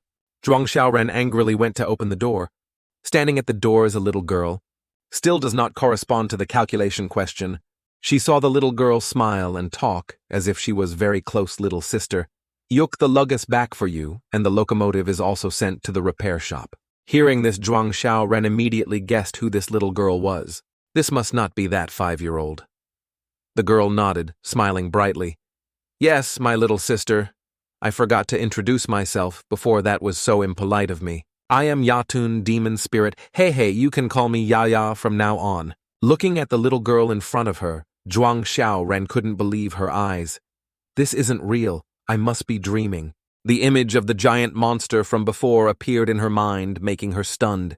But even though she still couldn't accept this fact, Ya was still happy and cheerful. Today was great. I'll be able to live with you from now on. Ya then explained why she had this appearance. So that's how it is. Does that mean I'm just wearing a layer of human skin? Don't worry, it's not as scary as you think. If this were real human skin, I wouldn't dare wear it either. Black ball called spirit capsule, which can wrap the body into a human in one click. This one was picked by Tanga brother. He helped me choose it. Hearing this, Xiao Ran's eyes instantly turned red with anger. She grabbed the pillow beside her and threw it straight at Tanga's head. He was still engrossed in his game. You're too much. How can you still be human after turning a 5-year-old into this? Tanga still didn't understand why she was scolded, but she was already angry. He also shouted back, "What's wrong with you? In someone else's house you're screaming and hitting me. Aren't you ashamed to say that?" Xiao Ran pointed at Yaya, who was still confused, not understanding why these two people were arguing. She's only 5 years old. You chose this form for her and think it's suitable. Tanga crossed his arms and shrugged nonchalantly. I didn't say anything wrong, master. I once said that girls with big breasts are always loved by everyone. Yaya wants humans to like her. That's why I went to the trouble of buying this linlang for her, even though I don't understand what's so great about those 2 pieces of meat. Xiao Ran was speechless at this absurd reasoning. She looked at Tanga with disdain. What a real idiot. She turned to Yaya and told her, humans are not as good as you think. You can be liked by boys outside, but you absolutely must not let them easily touch you. Understand? The girl nodded, but then smiled mischievously. I understand what you mean. If I were a human, I would be at a disadvantage. But I'm a spirit. As long as I can make humans like me, I don't care what I do. I'm just a liar. If humans knew my true appearance, they would definitely find it extremely disgusting, right? Yaya lowered her head, her expression slightly sad. Suddenly, Xiao Ran gently hugged the little girl's sad face. Yaya, you are a kind spirit, a girl who deserves to be cherished and loved. Hearing those gentle words, Yaya could not hold back her emotions and burst into tears. You're exaggerating, I don't deserve your comfort. Silly, I don't blame you. It's just that I look a lot like Tanga. Both have a gentle side to them. In a large and luxurious villa, everyone is busy searching for a missing boy. A butler hurriedly reported the situation to his father. Based on the surveillance system, we have identified 3 children accompanying the young master. However, the abandoned house they mentioned was thoroughly searched, but the young master was still nowhere to be found. What about its phone's location? It's still in that old house, and there's even signs of movement. We even used a thermal sensor to scan, but there's no life inside, not even a mouse. Could it be a demon spirit? The man's face turned pale. He immediately ordered, quickly contact that organization. Pay them high prices to hire the strongest members. I must save my son at all costs. Speaking of this, he could not help but burst into tears, extremely worried about his beloved child. At Tanga's house, Xiao Ran was discussing work. Before, when I had free time, I used to browse through a forum specializing in ghost stories. There were many posts there sharing terrifying experiences of encountering ghosts, some of which were even more thrilling than novels. But now it seems someone really needs our help. Tanga glanced at her, his voice somewhat impatient. You've been busy all day. Have you found a job yet? I have compiled most of the reliable posts. It is late today. I will sift through each case tomorrow. I'm going crazy if I stay at home all the time. Because you said you could get a private job, I agreed to cooperate. But I'm not a patient person. If there's nothing by tomorrow, then our cooperation is over. Tanga frowned, his expression doubtful. I don't understand why you keep wanting to follow me to catch the demon spirit, and even said you want to join Yao Chengxi. Xiao Ran sighed. My current situation doesn't allow me to go out to work and earn money like before. You can't just stay at home and watch over me forever either. If I can make money and you can hunt demon spirits, wouldn't it make sense to cooperate? Even though she said that she actually didn't think that simply the most important thing to her was making money from hunting demon spirits. She looked at Tanga's large room and thought to herself, he was so strong, if she cooperated with him, she would definitely gain and not lose. Tanga looked at her, curled his lips, and smiled coldly. Chasing the demon Lin is very dangerous just for money. You are also risking your life like this. Xiao Ran replied without hesitation in a firm voice. No matter what, I must make money. Tanga shook his head slightly and shrugged. Indeed, my master was right. City girls love money as much as life. She glared at him and angrily shouted, Okay, if there's anything tomorrow, then consider the cooperation a success, but no one is allowed to play tricks. I know I won't argue with you anymore. I'm going to bed first, waiting for good news from you. Hope tomorrow will be no problem. Xiao Ran clenched her fists. Secretly determined, tomorrow I must find a customer. She looked at the family photo placed on the bedside table and whispered, Dad, please, bless me from above. I must seize this opportunity. The next morning, after changing clothes and getting ready, she just opened the door, then found Tanga waiting outside. He crossed his arms, the corners of his lips curled up, his eyes full of teasing. I didn't expect you to have some skills. You've already received an order from me early this morning. They're waiting downstairs. Xiao Ran was stunned, completely clueless about what was going on. She clearly hadn't received any orders yet.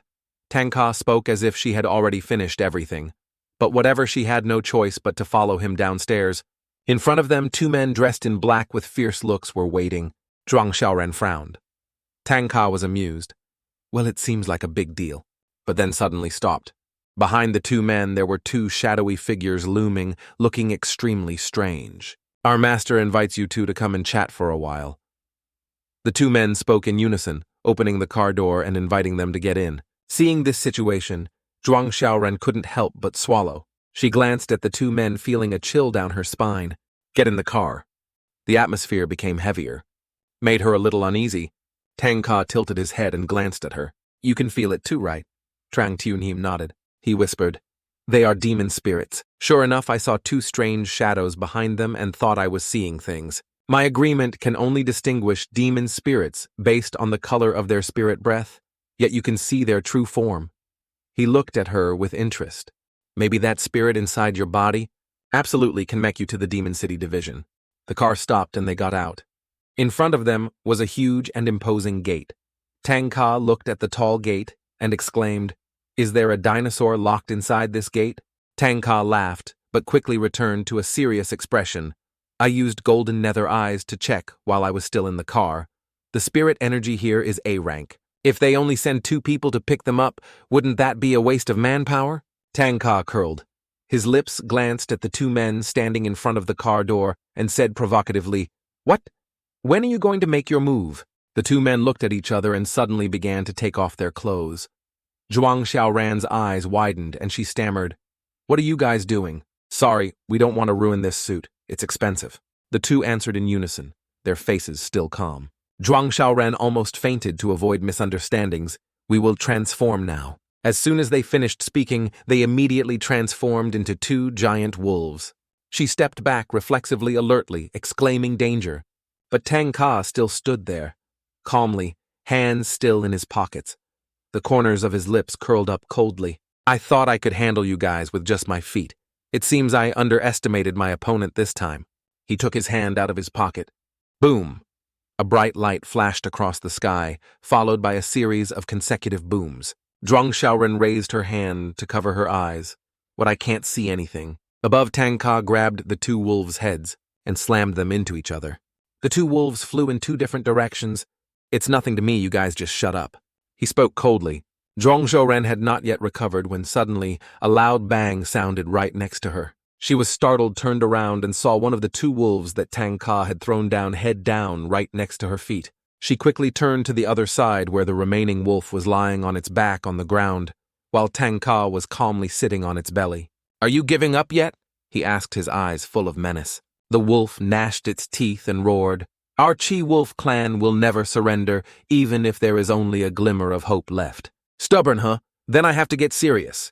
As soon as he finished speaking, he raised his hand, preparing to throw a punch. At that moment, Wolf felt a chill run down his spine. The overwhelming power from this punch seemed like it could level an entire city. It hastily shouted, "I give up." Now it looked no different from a well-behaved puppy wagging its tail in front of Tanga. From afar, Xiao Ran witnessed the entire scene unfold in the blink of an eye. She gaped, unable to believe her eyes. It was over in just 5 seconds. She glanced at the tall wolf guarding the statue, now wagging its tail, vigorously obedient like a puppy. What did I miss? Even he was wagging his tail. Turning around, she saw the wolf that was headfirst on the ground beside her was also wagging its tail wildly. She could only hold back. It spoke. "Big brother has already given up. I'll follow suit. We have long heard that you are very strong. At first we thought that even if we had to fight to the death, we would try to hold you off for 5 minutes. If we could do it, it would be a great honor for our race. But it turns out we were too naive. We couldn't even hold out for 5 seconds. We offer our apologies to you with the most respectful ceremony of the Chi-Wolf clan. We were too reckless." As soon as he finished speaking, the 2 of them knelt down in front of Tanga. "What the hell are you kneeling for?" "Put your clothes on first," Tanga said angrily. The big gate slowly opened. The 2 of them walked inside, talking as they walked. "So, the match is over." "Yeah."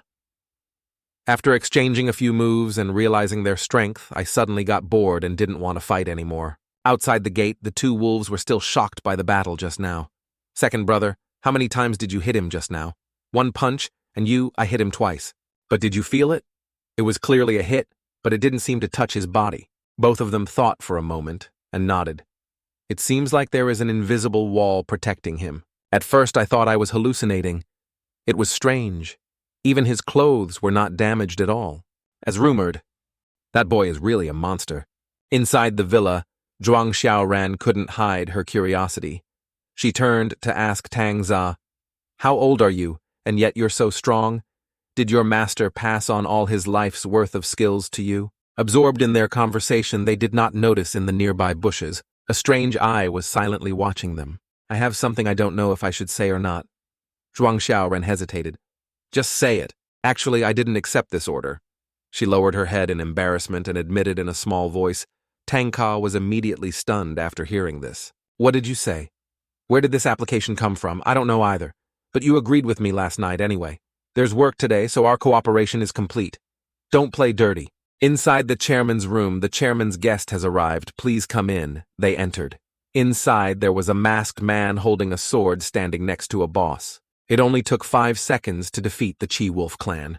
He slowly said, "My sword is also thirsty for blood, can you hear that? Really, your sword can talk. Tell it to say one more thing." Tanga was stunned, thinking it was real. He leaned in to listen to the sword. Xiao Ran stood beside him, speechless. This idiot, doesn't he realize that the other party is provoking him? She thought to herself. The masked man curled his lips. The knife wounds all over those 2 wolves' bodies were caused by me. To defeat them, I only need 2 seconds. As soon as he finished speaking, he swung his sword. Swish. Swish slashed a fly flying by. The fly was immediately cut into many pieces, falling to the ground. He looked at Tanga and smiled coldly. I wonder if my sword is faster or your fist is more powerful. Having said that, he swung his sword straight down. Swish, flying fish in the sun. But before he could slash with a loud bang, he was thrown back, hitting the glass door hard, causing it to shatter. Both the man and the sword were thrown dozens of meters away, falling flat on the ground. At this moment, he thought back in panic. When I attacked, he didn't dodge at all.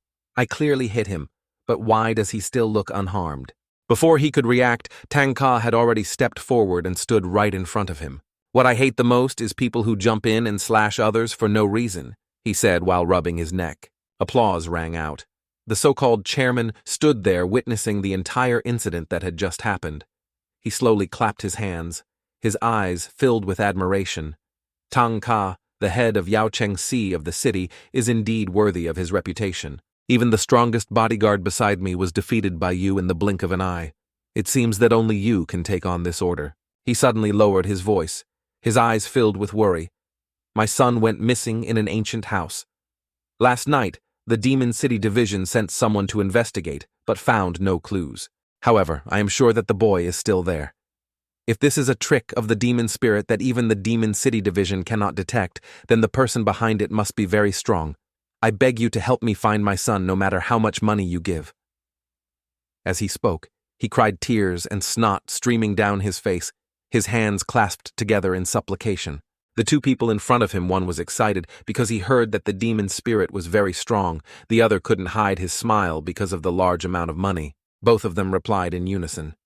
Okay, we accept this order. We will definitely help you find your son. As soon as he finished speaking, all 3 were surprised to see that the missing boy had returned. But something is not normal. Xiao Ran quickly realized that behind the boy there was a ghost clinging tightly. Meanwhile, the boy's eyes were empty, his whole body lifeless. The old chairman panicked and rushed to hug his son. My dear son, what happened to you? The boy was like a vegetable. He cried and shook his son. Wake up, son. Tanga glanced at Xiao Ran curiously. You seem very surprised. What did you see? Xiao Ran said sternly. There is a soul clinging to the boy's body. It seems to be suffering extreme pain. Hearing this, Tanga burst out laughing, raising his hand to rub his chin in delight. That's good. Such a strong spirit, yet you let yourself see before me. The old chairman was panicked. Could it be that my son has been possessed by an evil spirit? Please save him. Tanga frowned and said in a low voice, The boy has 3 souls, but is missing 7 spirits. People often call this condition soul loss. If the 7 spirits are not found before midnight tonight, the boy will die. Hearing that the old chairman collapsed, hugged Tanga's legs tightly, and cried, His mother passed away early. I only have him left. In a hidden corner, someone was sitting on a chair, calmly taking a puff of cigarette-sipping tea. He looked into the distance and muttered, One bean has gone bad. He squinted his eyes and smiled faintly. You can squeeze my beans out. Maybe you're a fellow disciple of Motion Sect. It seems we'll meet soon. He smirked, leisurely, turning the pages of the book in his hand. At the old chairman's villa, a low voice rang out. It's true. Chu Ziyin spoke softly. We are only allowed to reveal ourselves to those who are strong enough as mercenaries. Do you know how dangerous it is to reveal our identities? He suddenly smiled faintly. But my saber says that you deserve to know my true face. Saying that, he took off his mask, his eyes sharp. I am the swordsman Chu Ziyin. Before he could finish his introduction, he looked up and saw that Xiao Ran and Tanga had already left. He frowned slightly and stood still for a long time. He angrily roared, "At least turn around and look at my true face once before leaving." However, neither of them bothered to look back and just left. The monk that the brat just mentioned is also from the secret guild. If someone like him could awaken his spirit, he would be no different from those people with superpowers that are often mentioned in games. Tanga thought indifferently and suddenly turned to the girl beside him. "Everyone has a spirit. As long as you don't cause me any more trouble, I'll teach you how to awaken it when we get back."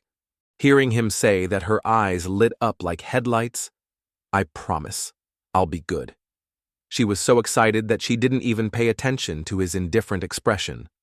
Tanga, on the other hand, was still thinking about the black bean incident just now. If it really is someone from the immortal sect who did such a humiliating thing to the sect, I must teach him a lesson.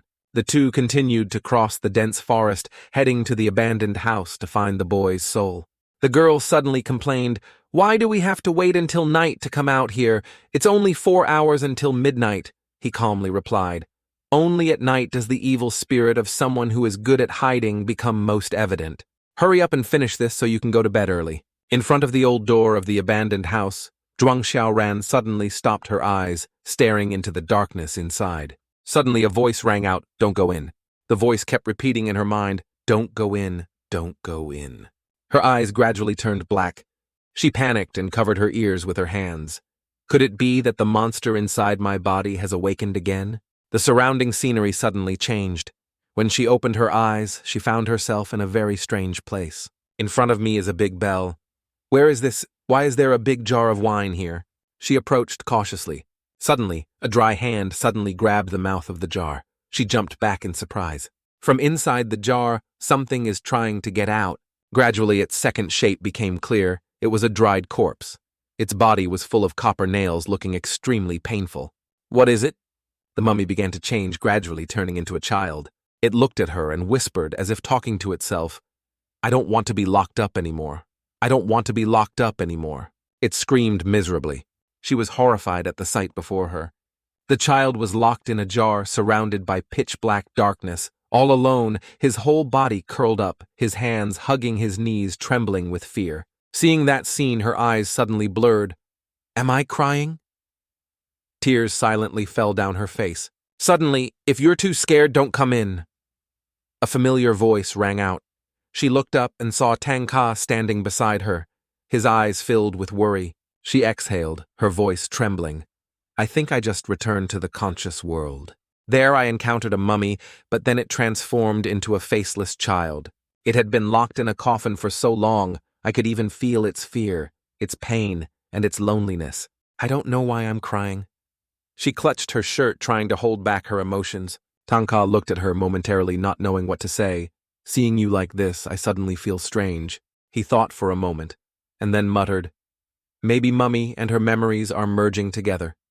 It's normal for those memories to resurface from time to time," he said as he turned and walked inside the abandoned house. "Wait," she said hastily. "It also told me absolutely not to go in there." Tanga turned to look at her. "Do you see anything else?" She hesitated and shook her head. "No. But I don't know if it was because I was influenced by it or not, but just standing in front of this big gate made me feel strangely uneasy." He frowned, suddenly, remembering something. When chasing Mummy, before, why did it always know the way to escape? It turns out that in addition to having a better sense of agreement than me, it also possesses super-sensitive senses. Without even looking back, he just shrugged and said simply, "With me here, what are you afraid of? If you're in danger, just stand behind me." His casual words made her smile. Amidst the cold night, a ray of warmth crept into her heart. Although he was a bit arrogant, narcissistic, and a bit narrow-minded, his somewhat blunt words made her feel at ease. She happily ran after him into the building. "Wait for me. It's dark. I'm scared. Can you slow down? I'm really scared." "No, I won't wait. I really want to fight." Suddenly a strange sound rang out. Xiao Ran felt something unusual right under her feet. In just a moment, a cold airstream came from behind. It was as if someone was silently watching her from the shadows. Not only that, the surrounding atmosphere also suddenly changed. Tanga, come out here with me for a moment. Hearing her call, Tanga immediately turned back. They both looked down and found that they were floating in midair. What's going on? I was clearly standing on the ground just now, she stuttered, not believing her eyes. Maybe we were sucked into another dimension. Turning to look at Tanga, she saw that he was preparing to act. I will use my power to destroy this place. He used the talisman to perform a series of moves. The evil thunder and lightning. The three thunders cannot be separated. Swish, swish, swish. Thunder and lightning struck one after another, but there was no response. It didn't work. He frowned. Interesting. Seeing Tanga's somewhat troubled expression, she thought to herself, it seems his pride is hurt. It's strange, all your attacks were neutralized, but how did that kid get back? Go quickly find the one who created this space, catch him, and everything will be clear. As soon as he finished speaking, Tanga angrily walked deep into the old house. The deeper we went, the more strange the space became. Not a single trace of spiritual energy or evil spirit existed. It seemed they were up against someone extremely skilled at sneak attacks. Suddenly, a demonic hand emerged from under the floor following them. Do you feel anything? Tanga asked. No. So if we don't find it, won't we be able to escape from here? While talking to Tanga, she didn't realize that the monstrous hand and long, creepy tongue had approached her face. That wet tongue suddenly licked her cheek. Ah! She was startled and screamed. What are you yelling about? Tanga snapped. Just then another hand suddenly rushed to attack him. Reflexively, Tanga quickly grabbed it. He turned back to look. But when he saw what was in front of him, he shouted immediately, What the hell is this? A deep voice echoed from the stairs. Ha ha! It's been a long time since I've touched a woman who's still as attractive as ever. From the wall, a demon gradually appeared. It said in a mocking voice, Leave that woman behind, perhaps I will give you a way to live. Tanga jerked his chin towards her. Back off. The entity he commands is 5 times more powerful than the mummy manifests within you. Having said that, he turned his wrist, his lips curled up with interest. Looks like this trip was not wasted. I finally met a worthy opponent. The demon stretched its neck and arms approaching the road. Seeing how calm you are, you must be someone sent by the demon city. Don't be long-winded, I'm in a hurry. Hurry up and attack. Haha, don't be hasty. It's been a long time since I had such interesting prey.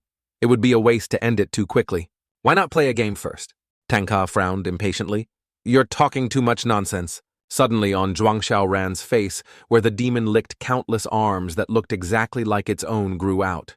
Those arms immediately reached out, wrapped tightly around Tanga. Don't try to resist in vain if you destroy this arm. The woman will also be injured and may even bleed to death. Are you okay? Do you feel anything unusual in your body? He turned back to ask her. No, I don't feel anything strange. But you. Before she could finish her sentence, Tanga interrupted. If you don't see anything unusual, then take care of yourself first. While she was still thinking, the strange tentacles tightened around Tanga. The pain became more and more intense, but he couldn't use his strength to destroy them. Ah! He screamed in pain and fainted. Seeing Tanga writhing in pain, she could only scream his name. Ha ha ha! The monster laughed loudly. That woman is injured. I was just joking. If I had that ability, I would have attacked you long ago. Indeed, people are always controlled by emotions. Haha, forgot to tell you. As my tentacles wrap around it, its power will grow stronger and stronger. He must be in a lot of pain right now, right? Soon he won't be able to move anymore. Hearing the goblin's words, Xiao Ran clenched her fists. She grabbed the arms growing on her face. All the disgusting tentacles were instantly torn off. Her face immediately returned to normal. Seeing that scene, the monster was so scared that it broke out in sweat. Did she turn into a monster? Xiao Ran clenched her fists, threw a strong punch straight to the demon's face. The demon was sent flying backwards and slammed into the wall. She was full of spirit. She stepped forward, standing in front of Tanga. It's okay. Before he wakes up, I'll use my mummy's power to protect him. The monster was enraged by her attack and roared, I will not forgive you. I want to see how long you can last. Looking at the demon in front of him, Xiao Ran thought to herself, if I have decided to become the Demon City Division, then when faced with danger, I cannot forever hide behind Tanga. My body has changed. I am no longer a normal human, but a person with the ability to fight. But the demon spirit's aura was 5 times stronger than the mummy in my body. If we were to confront it head-on, I would definitely not be a match. The only thing I could do was hold it off, persevere until Tanga woke up. Then we have a chance to win. Hundreds of demon spirit arms rushed towards her at the same time. I can do it, certainly I can do it. Suddenly she stopped. Wait, why hasn't my tail appeared yet? Doesn't it always automatically protect me when in danger? She raised her arms to hug her body, preparing to receive the attack. A strong wind blew. She raised her head in surprise to see that all of the demon's arms had been broken. Good job, Tanga's voice rang out from behind. How long has he been standing there? But having a girl protect me isn't my style. You're awake. She was glad. Just that little bit of strength can make me faint, he smirked. I was just pretending. You dare to trick me. Ha ha ha. Don't you want to become a pervert? Consider this a little test for you. But every time I'm in danger, my tail will automatically appear to protect me. Why didn't it appear this time? Seeing her bewildered expression, Tanga smiled and explained, Just now, when those disgusting hands grew on your face, I asked you if you felt anything strange. When you answered no, I immediately guessed that this demon spirit was not as strong as it appeared, yet it could still release fake demonic aura, creating a sense of danger. This kind of trick was just a trick deliberately exaggerated to scare others. It must be just a lowly spirit. Having said that, Tanga lightly bounced his feet. Somersaulting in the air, he appeared right in front of the demon spirit. His face then looked like a real devil. Do you want to know what a true spirit is? He looked straight at the motionless demon spirit, terrified. The one he thought was just a normal kid. In the blink of an eye, the pressure from him was so strong that it made me suffocate. I didn't expect that there would be someone with such a powerful spirit foot among humans. This is bad, I feel nauseous. The demon fell to the ground. It struggled for a long time, and it turned out to be just an old man guarding the door. I intended to ask for some information, but ended up scaring it to the point of fainting. With that, he hung the demon spirit on the wall, tying it tightly like a bow. What are you doing? He looks like he's about to die. Doing this, even if it wakes up, it won't be able to escape. Come on, if it's the gatekeeper. The owner of this place must be nearby. Rustle, what to do next. Let her hang around for a while. She'll be by my side forever anyway. Another demon spirit replied while chewing. She called out to Tanga, but there was no response. She had indeed been separated. This place has a strange architecture. With so many rooms, is there some special purpose? What was the reason for that monster trying to separate the two of them? As she walked and thought, a dark shadow passed over her head. But when she looked up, there was nothing. Hallucination. But she clearly felt someone was watching her. Ha ha ha ha. Suddenly there was laughter from ahead. Two children were playing and running past. There are children here. Hey, wait! She called out and ran closer. The two children suddenly went straight through a door and disappeared. Soul, she stuttered. She didn't expect there to be ghosts of children in this place. She panicked and covered her mouth with her hand, but then suddenly remembered, wait, aren't they looking for the young master's 7 souls? Maybe there's an important clue behind that door. She immediately pushed the door open and entered. Inside the room on the table there was a strange vase. What is this? She bent down to look inside. This is... Panicked, she backed away and fell to the ground. Why is there a dead dog in here? It's disgusting. A strange smell hit her nose, making her alert. She turned her head. This smell is... She looked towards the bed in the middle of the room. It seemed to be covered in dried blood. At the same time, on Tanga's side, he was still searching for her Xiao Ran. He walked while calling out loudly. I really don't know where to run. How many more wandering demons are there in this place? Dark room with eerie tones. There was a strange dark stain on the mattress. Is that what a person looks like? Is that the form of a human being? She covered her mouth with her hand, trying to calm herself down. Even though it was only a fleeting smell, she could tell it was blood. Not only could she see the souls of the dead, she could also see traces of blood that had dried long ago. On the wall, there was an old family photo, probably of the owner of the room, the man, his wife, and daughter. But why is the photo so tattered? Could the shadow on the bed be their daughter?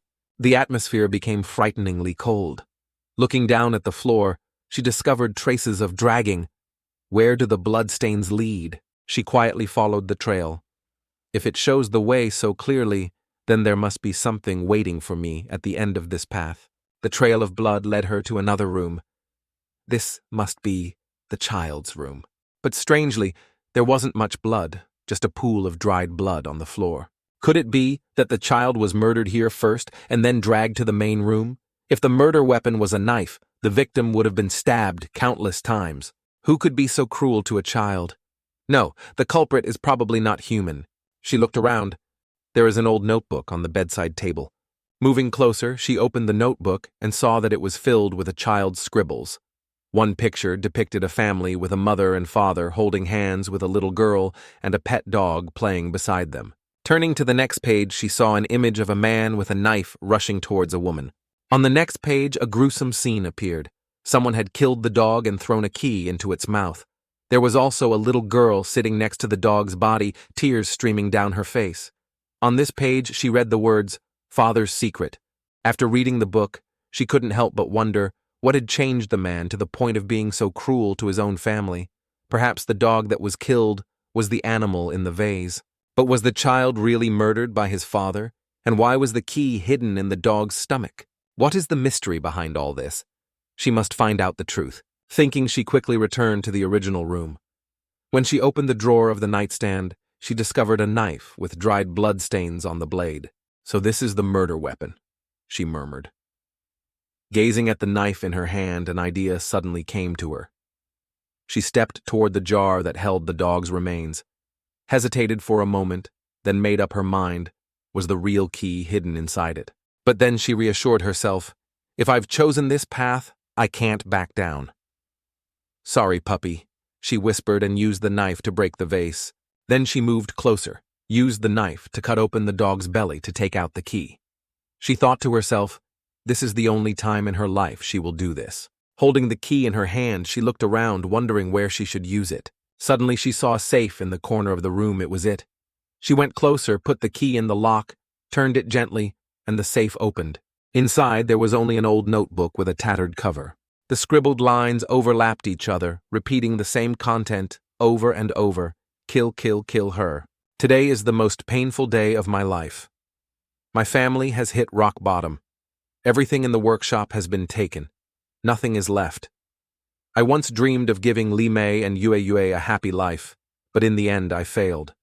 To me, the two of them are angels, and yet I'm so useless, I couldn't even provide them with a decent life. She paused at that line, taking a deep breath to steady herself. As a man, I feel like a complete failure. The only right thing I've ever done in my life was meeting her. She gave me a beautiful, smart daughter. Today, when I looked into her eyes, I realized how blind I've been all these years, so focused on work that I neglected them both. I only knew how to chase money. Never once stopped to ask what she truly wanted. Only she can help me find myself again. I truly love her, Li Mei. Today I made the decision to move my family to the suburbs of the city. There we found an old manor. The three of us will live together. More important than anything else, I will use the last of our savings to fulfill her dream, opening a free private school. She said life out there would be much more peaceful. Just being able to see the lovely children every day will make Yue Yue happier as well. She stopped, her heart filled with confusion. Impossible. This couldn't be true. Li Mei wasn't that kind of person. The ending of the diary was full of confusion. She stared blankly at the lines, a feeling of unease rising in her heart. That letter couldn't be real.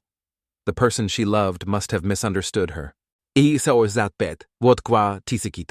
At last I've ended them both, mother and child. I can only hope the talisman the old shaman at the foot of the mountain gave me will work as promised. I burned her corpse to ash, then drained the blood from that bastard child, soaking it into dried branches inscribed with sealing spells. This way, even if they become ghosts or demons, they will never find each other again. The soul of that illegitimate child will be forever sealed within this old manor. Now I can finally leave in peace. Reading this, Xiao Ran was so shocked that she covered her mouth with her hand. Nausea surged. When she dissected the dog's corpse, she didn't feel that way. But now, thinking about what happened in this room, she could only feel her stomach churning. The owner of this place was really crazy. Not even sparing his own wife and children, was he so cruel? Suddenly, the wardrobe door in the corner of the room opened unexpectedly. A cold air crept through the space, making her spine shiver. A strange feeling came over her. She slowly walked towards the closet. Inside, it could be the father's evil spirit or the child's soul. But no matter what, she had a bad feeling. If that strange shadow hadn't appeared yet, it was very possible that this was something she could deal with. It was very possible that this demon had created this strange space. What's inside exactly? There was only one way to find out.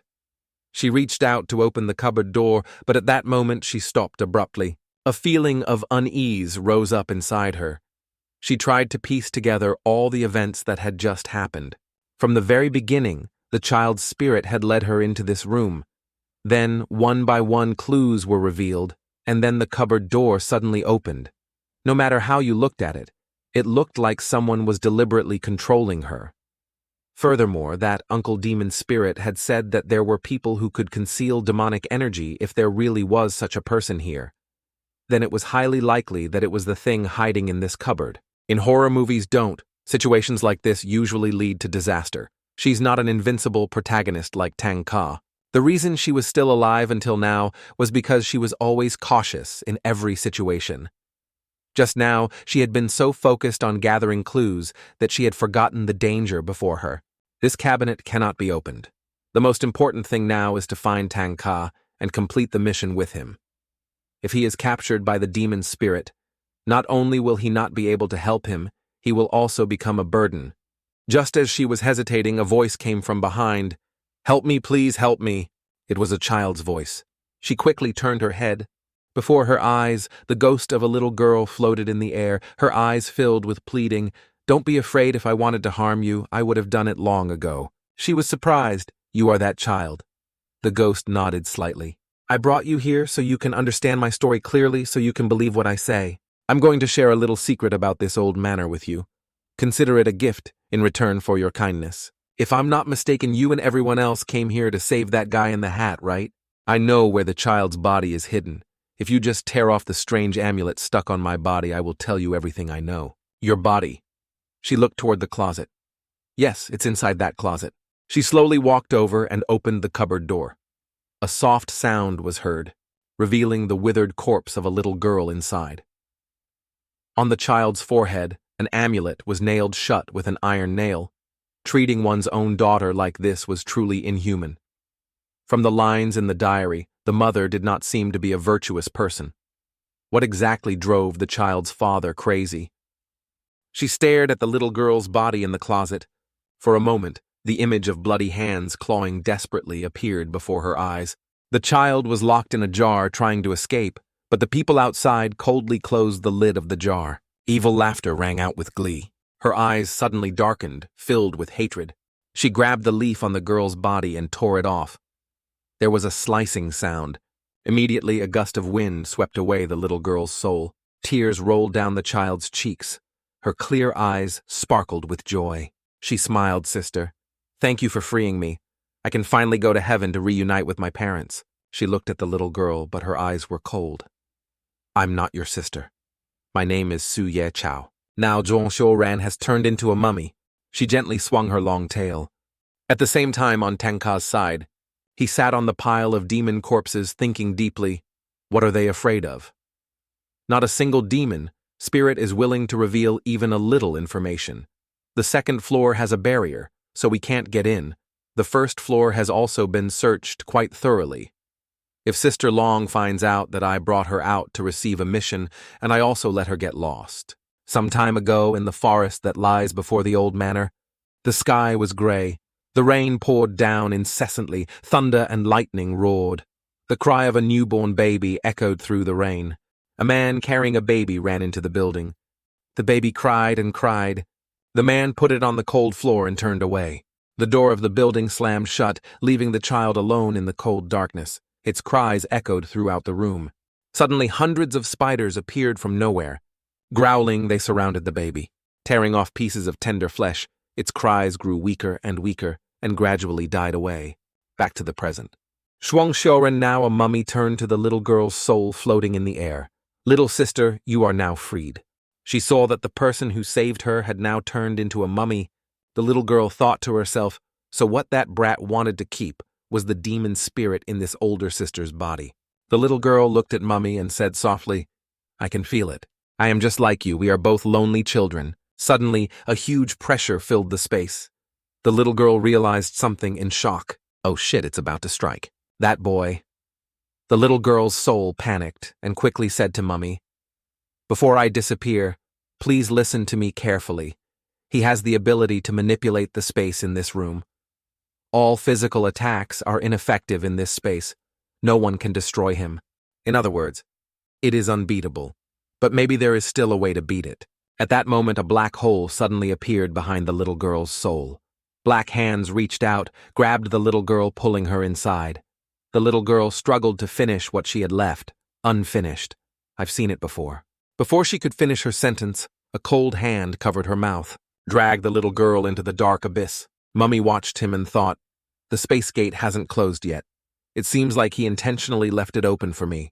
Thinking so, she immediately rushed inside. Inside that mysterious space, she saw a strange figure. "Is it you who wants to lock me up?" Mummy spoke up. The strange creature sneered, his tone arrogant. "Even if Sister's soul is destroyed, it doesn't matter. As long as I swallow you, we will be together forever. But from now on, you will have to replace her to be my friend." Only then did Mummy realize that the one who had devoured the little girl's soul was a giant rat with the face of a newborn baby. She was furious, her eyes flashing with coldness. "Let her go now, or I will blow you up." The little mouse pouted his eyes, emotionless. "What I hate the most is being threatened by others. If you keep being so stubborn, I'll have to swallow you." "Let's try it," Mummy growled, immediately rushing forward. But before she could attack, the little mouse raised its small but clawed hand. A creepy sound rang out. Mummy's legs were bent behind her back. The intense pain made her fall to her knees, screaming miserably. "Ah, are you in pain?" The little mouse clasped his hands together, looking sympathetic. "I'm truly sorry, but if you don't listen, I have no other choice. If you don't want to stay here and play with me, then I'll have to break your legs." It sighed and continued. "I originally left some spirits here hoping they could befriend me, but they weren't any fun. They can only help us collect the necessary things from the human world. You know, the only one who came here yesterday wearing a hat is the one who is most like me, lonely and lost. I thought we could live happily together. But he said he wanted to go back and begged me to let him go. I had no choice but to eat half of his soul." He curled his lips, his eyes flashing with evil. "Anyone who enters my space, no matter how well they hide, I can see through their true nature. Mummy, I've heard that eating your flesh will help me increase my strength.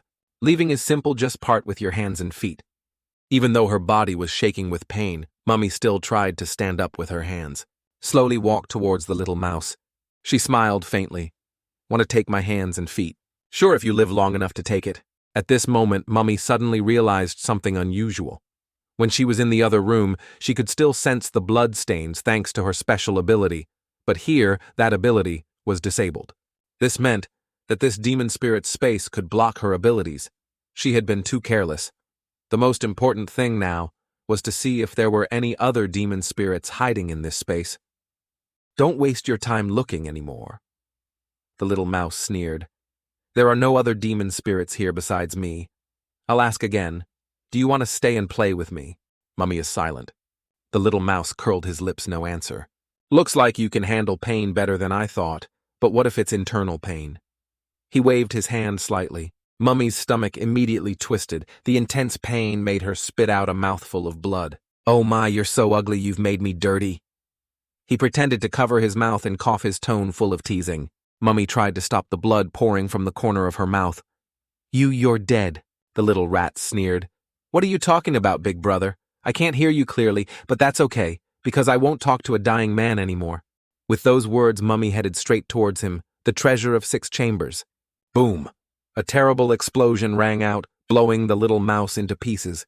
From within his body, 2 souls slowly drifting away. One is the soul of a little girl, and the other is the soul of a young master. Those souls have been devoured. Normally they should have disappeared long ago, but why can I still feel their existence? The surrounding space seemed to have disappeared, but this entire room was still within the barrier. Even if I kill him, I still can't escape this confinement. "Brother," the little girl's soul spoke weakly. "I have seen his true form before. It was a pitch-black monster. It became this form because it swallowed about a newborn baby and countless live mice. If we can find the remains of that child, perhaps we can completely destroy this little rat. The remains are on the 3rd floor. Whoosh! The little girl's soul had not yet finished speaking when it was caught by the little mouse. Why does everyone want to leave me? No one can leave this place.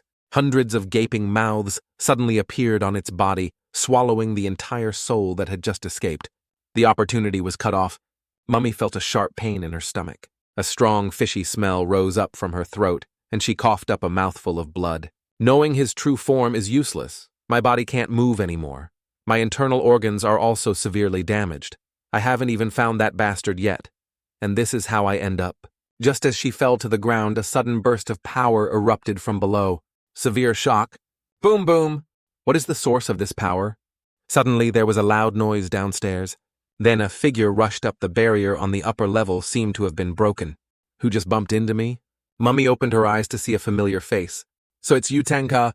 When he realized that Xiao Ran had been transformed into this form, he was instantly furious. Who did this to you? It's me. A clear voice rang out. The little mouse who appeared behind Tanga sneered. If you've come all the way here, then I will break your arms and legs, crush your internal organs. He waved his hand and grabbed Tanga. Bang, bang, bang. The sounds continued to ring out, but Tanga still stood still without any damage. How is that possible? The little mouse was surprised. Tanga turned his head, his eyes blazing with anger. You're the one who turned her into this. With that, he raised his hand. Thunder roared and lightning cracked through the sky. Hundreds of bolts of lightning shot straight at the little mouse, swallowing it. He screamed in pain, his body convulsing violently, the electric current squeezing and piercing him. Don't let it move. Keep burning continuously for 5 minutes. Now it's your turn. Tanga turned to look at Mummy. Your consciousness has been sealed. This isn't something that can be fixed in a short time. Tell me now, what did you do? Now is not the time to discuss that. Mummy gasped, trying to raise her voice. That demon spirit is something that cannot be killed. If you want to escape this place, you must find its true form. It is best to leave quickly in this space. It is invincible. Do you think I will believe the curse? Tanga curled his lips. There is no such thing as absolute invincibility in this world, and if there is, that person can only be me. Mummy angrily yelled. Quit the act and just do as I say. Once that demon spirit's body recovers, even for a second, it will definitely run away. At that time, it will use spatial magic to isolate us. By then, no matter how strong you are, you won't be able to do anything to it. The barrier hasn't been rebuilt yet. Go listen. I got it, Tanga nodded. He activated the golden nether eyes technique. He looked everywhere. Suddenly he noticed something above. He immediately flew straight to the 3rd floor. At this moment, Xiao Ran suddenly heard a voice in her mind. Thank you, big sister. She was stunned. Mommy, you call me big sister. On the 3rd floor, Tanga saw a small skeleton. The remains of a newborn baby. Is this its true form? He lowered his eyes and sighed softly. Rest in peace. A flash of light appeared, and the skeleton was destroyed. Below, the body of the little rat gradually disappeared. I was too careless. It thought that Tanga was just an ordinary Taoist priest. I thought my intuition was wrong. But it turned out that as soon as they set foot in this place, I realized that inside the girl's body was a mummy. However, he was completely unaware of him. What is he anyway? Is it because his spiritual energy is too strong that I can't sense it? After the little mouse disappeared, the spirit of a newborn baby suddenly appeared. This baby is not dead yet. Both Tanga and Zhuang, Xiao Ran stared at the little soul in amazement. Boo-hoo! The child burst into tears, then suddenly opened his mouth. He released the souls of the little girl and the young master. If you have escaped from the body of that wide-mouthed demon, then quickly leave. The humor of meeting my mother will definitely not disappear. The child's soul sobbed. Ever since my body was taken over, my consciousness has always existed. It's just a pity that I can't control the monster's body. It used my soul and the bodies of the living rats to transform into a monstrous creature. I was trapped inside, unable to escape. Now I am finally free. I want to see my mother, and after I see her, I will return my brother's soul to you all. Standing beside him, the boy Tanga said in a low voice, Human souls are very different. I advise you to transcend. If you use other people's souls to exchange it, proves that you don't trust us. Even if we agree in just a few hours, that soul will disappear. In that short period of time, how can we find your mother? Furthermore, we are not sure whether she is alive or dead. I don't care. I just want to see my mother. The child screamed, his cries getting louder and louder.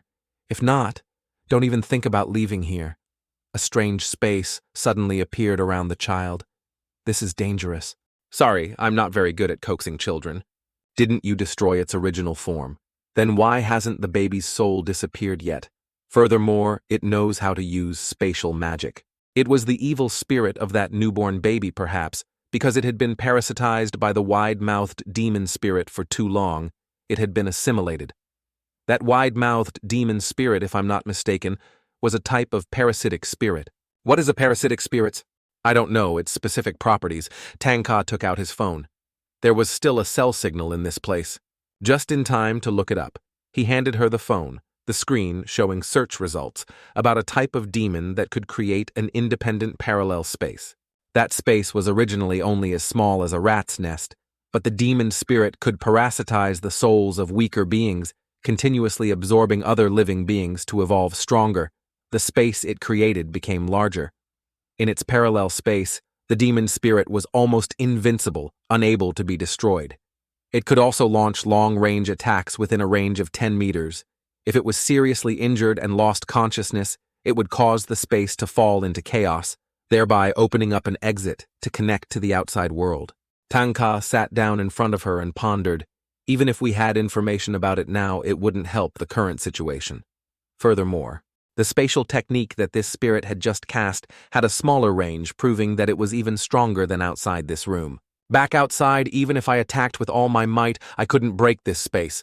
If we don't meet its demands, will we be trapped here forever? He smiled reassuringly at her. Don't panic. There's a solution to everything. Besides, when I attacked from the outside, I didn't even use my full strength. Huh. Why is that? Because if I use all my strength in this space, I'm afraid you'll be in danger. That means in this first order I can't help you at all, and even become a burden, she mused, looking sad. If you think about it, you're the one who helped me. You lured the parasite out and you even caused this space to collapse. Furthermore, even if you weren't there, I wouldn't be able to use my full strength. If I'm careless, I might destroy that young master's 7 souls. My thunder art consists of a total of 7 stages. You've already seen the first thunder and the third thunder. Since this technique is mainly designed for large-scale destruction, I made a promise to my master before leaving the mountain, never to use anything beyond the first stage while within the city. Given the current situation, I still can't use it, but I can try a purely physical attack instead. The metal severing technique. Let me broaden your horizons a bit. No one aside from my master has ever seen this move before. Whoosh, whoosh, whoosh. He clasped his hands together, his entire body emitting a powerful golden aura. He advanced towards the boy's soul, causing the little girl to turn around and look at the newborn baby. Let them go, little brother. You've seen how formidable Big Brother is causing trouble. Like this is useless. Sister, I know you are as pitiful as me, but at least you had your father and mother by your side.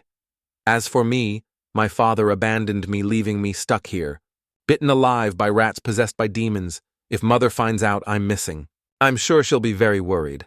I believe she's still waiting for me to come back. So whoever gets in my way, I will kill that person. As he spoke, the boy's eyes flashed with fierce, murderous intent.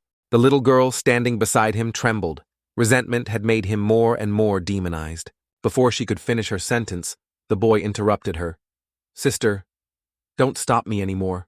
You can't understand how I feel right now. You only have a good father, but I have no one. After taking over that monster's consciousness, I realized that my sister's father was not evil at all. The little girl was stunned. What did he say? Because the person that monster parasitized first was my sister's father. The girl was completely stunned when she heard that it was brought here by my father. After parasitizing him, it gradually made my father become paranoid, suspicious, and then started killing everyone. Its goal was to turn this room into a place of death, where no one would dare to enter, and then take this place as its own territory. At that time, because my father's mind was that of an adult, he could not completely control it, so he forced him to commit suicide. Then it chose me. Because babies have incomplete minds, when it parasitized me, it gradually made me develop consciousness. But unfortunately, I was completely controlled by it. After hearing that, the little girl suddenly hugged the boy tightly. Thank you for telling me the truth. I knew father didn't become like this for no reason. It turns out everything has a reason. You have helped me untie the knot in my heart that has been tied for so long. As for your mother." The little girl suddenly paused, her eyes pensive. "I know about her, but I can't tell you." She reminisced about the past. After being murdered by her father, she didn't know how long she had been drifting. When she woke up, she found herself as a spirit. At that moment, she was extremely scared. She tried to escape, but some mysterious power had sealed this space. No matter what she did, she couldn't leave. Then she found her own body with a strange talisman stuck to it. Although she was extremely frightened, she still wanted to remove it. Her instincts told her that this talisman had something to do with her being trapped here. But when she tried to touch it, she found that she couldn't make contact with it. Indeed, the talisman was what had trapped her. Gradually, she realized one thing besides a little bit of consciousness. She no longer had any emotions, no more fear, no more tears. She even gradually forgot who she was. At that time, besides loneliness in her heart, arose another emotion that grew stronger and stronger. Resentment as her mind filled with murderous intent. A sudden sound caught her attention. It was the cry of a baby. At first, she thought she was hallucinating, but then she heard arguing outside. Although she couldn't hear the specific content, what she witnessed was extremely horrifying. "Do you want to hide this matter to the end? Are you threatening me not to report it to the authorities?" A woman with a face full of anger loudly questioned the man opposite. "Hurry up and turn yourself in. Doing such an immoral thing will bring retribution sooner or later. Are you crazy?" I said, "This is the old man's family's business. It has nothing to do with me. I found the fake letter you wrote to the madam when you went to the temple. I have lived with her since I was young. What is her personality? Like I know it best. You want to separate the relationship between the old master and the madam. There must be a plot. The old man had no relatives at all. You set your sights on this mansion. Now that they are all dead, do you think you can easily take it over?"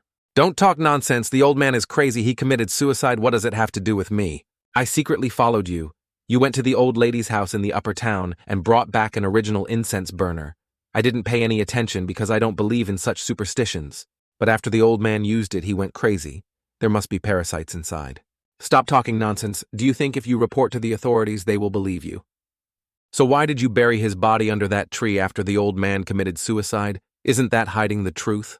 The angry woman turned and walked away.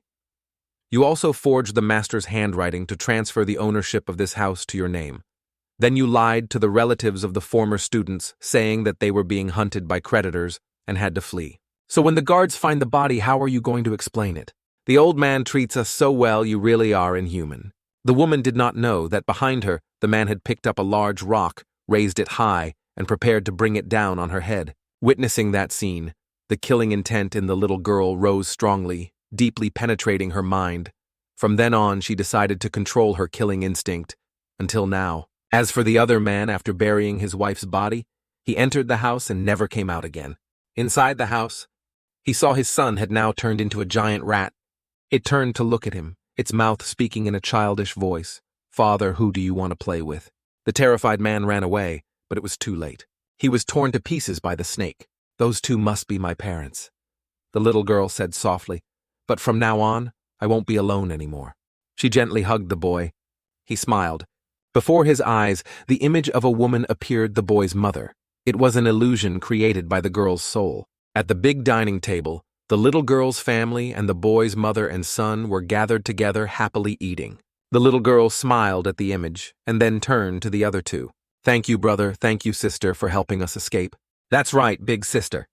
The little girl looked towards Xiao Ran. "Please send my thanks to the big brother in your body on my behalf. He could feel my loneliness and suffering over the years. That's why he wanted to destroy me completely. Again, I sincerely thank you both." The girl took the boy's hand and the crowd disappeared. "Hopefully somewhere up there we can meet again, those we miss." When the souls of the two children completely disappeared, the barrier surrounding the ancient house also disintegrated. Tanga took out a magic treasure and collected the young master's 7 souls. Finished, he turned to look at Xiao Ran. "It seems like a lot of things happened that I don't know about. The matter is very complicated. There are some things that even I don't understand. What exactly happened?" "Stop talking. Does your body still hurt?" "It doesn't hurt that much. I just can't stand up." He bent down and picked her up. "What are you doing? You're suddenly hugging someone." Do you want me to leave you alone? She ignored him and turned to ask, if there were vengeful spirits in this world, then reincarnation must also exist, right? Those two children had disappeared. Had they gone to the underworld? Would they ever see their deceased relatives again? Although there are spirits in this world, there are no gods. As far as I know, there is no such thing as reincarnation or the underworld. Oh, I have one more question, speak. Why were you so angry when you saw me injured? Does this even need to be asked? I promised to protect you well, but I let you become like this. I can't even protect a little sister. If this gets out, how will I lose face? She blushed and thought I thought he was angry because he felt sorry for me. Returning to the old chairman's villa, Tanga said, "The boy's 7 souls have been returned to their original places. He should be able to regain his sanity after sleeping for a day. Thank you very much. I will transfer the money to your account in a moment. As for that little girl, is it okay if she just bandages it up like that? She fought desperately against the demon spirit like that. It breaks my heart to see her like that. I told you, she just fell carelessly." He snapped at the old chairman, then turned and said, "Find me a car. We have to go home." "Wait, I have another mission. I wonder if you two want to accept it." The old chairman called them back, took out the black beans he had given them before, and placed them on the table. "Help me investigate the background of this thing. On the way back here, I heard about the situation at the old house. Does the owner of this black bean have anything to do with your son's disappearance?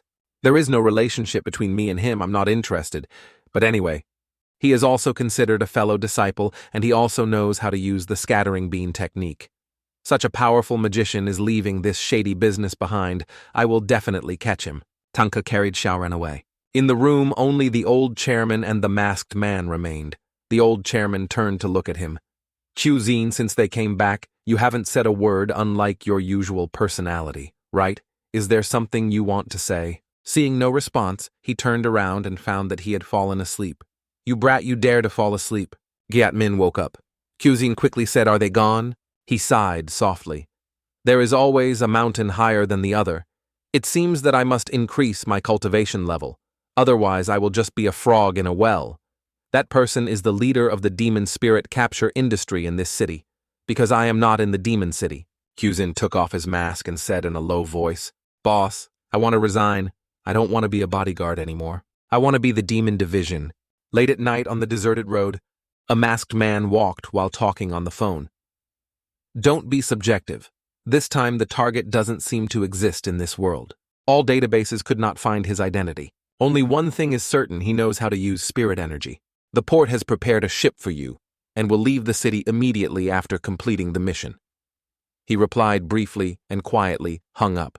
Years ago, in order to battle demon spirits, humans began studying the Fangxian sorcerers and created millions of secret techniques. As time flowed on, these individuals gradually established their own sections within the hidden society, known as the secret orders. Each developed unique and powerful techniques of their own. Among them, 5 orders rose to the highest prominence: the Dao, secret order; the Wu, secret order; the Shang, secret order; the Jing, secret order; and the Mo, secret order. Among them, the Dao secret order was the most powerful and unique, as it was divided into 2 distinct branches, the Maoshan sect and the Fangxian sect. The Maoshan sect specializes in close quarters combat, making use of ritual tools and talismans as support. What sets them apart is their ability to channel spiritual energy known as mana, to cultivate elemental forces such as wind, lightning, flame, and metal, greatly enhancing their combat power. In contrast, the Fangxian sect focuses on astrology, divination, self-cultivation, and alchemy. Their path demands profound knowledge and wisdom, and as such, they rarely take part in direct confrontations with the Yao spirits. For reasons unknown, the Fangxian sect gradually withdrew from spirit exercising missions and instead began to involve themselves in politics, serving as strategists and advisors to successive kings. Through this shift, they came to wield immense power and prestige within the realm. However, this golden age did not last. The first large-scale war between humans and the demon spirits, known as the Battle of Track Lock Gate, erupted with devastating force. The secret orders at the time were unable to stem the flood of Yao spirits surging through the lands, laying siege to cities and strongholds. In humanity's darkest hour, the entire Fangxian sect was forced to take the field.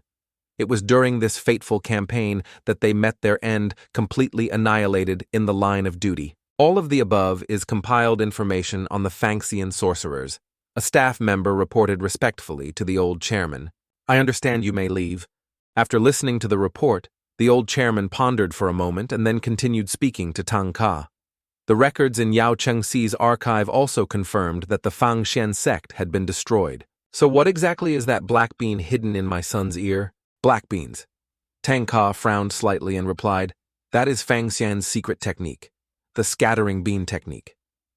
It can turn plants into spirit bodies. Only sorcerers with extremely high cultivation can practice this type of magic. In particular, this is a secret technique that is never passed on to the outside world.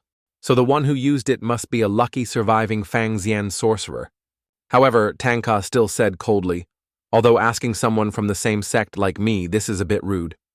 But I still want to know, can you reveal how to use this black bean?" The old chairman pondered for a moment, then slowly replied, "Black beans are used for spying. In other words, the other party is monitoring us. As for his purpose, I think it is definitely related to business." In another room, a man was sitting with his legs crossed on the table. The cigar in his hand still burning, he gently exhaled a puff of smoke, slowly saying, he finally decided to make a move. A man nearby furrowed his brow and said seriously, "Old master, this time our opponent is a strategist from the Quanhe Corporation. Definitely no ordinary foe, but is the assassin they've hired really capable enough?" The other man smirked coldly. "No need to worry, he's ranked #1 on the assassin leaderboard in the industry. Just a counselor. Do you think he can't complete the mission without anyone knowing? Don't forget he once single-handedly confronted hundreds of people, completely destroying a terrorist organization with just a single bullet. Moreover, the crime scene did not leave any traces." Having said that, he pressed the cigar down into the ashtray, his eyes cold. "If I kill that lady, I want to see how the Quanhe group can fight me in the future." The night sky was quiet. The bright moonlight shone down on the empty street. A masked man stood silently on the roof, his eyes indifferently looking into the distance. "This is my 112th order. I have never failed until now." For an assassin, the most important factor in completing a mission successfully is intelligence. This time, information about the target was almost zero, but that only excites me more. With that, he raised his gun and pulled the trigger. A bullet shot into the air. Pulls a bright blue wire connected to the gun. The bullet shattered into many small pieces. Dash in different directions. The man followed their flight trajectory, the corners of his lips curling up meaningfully.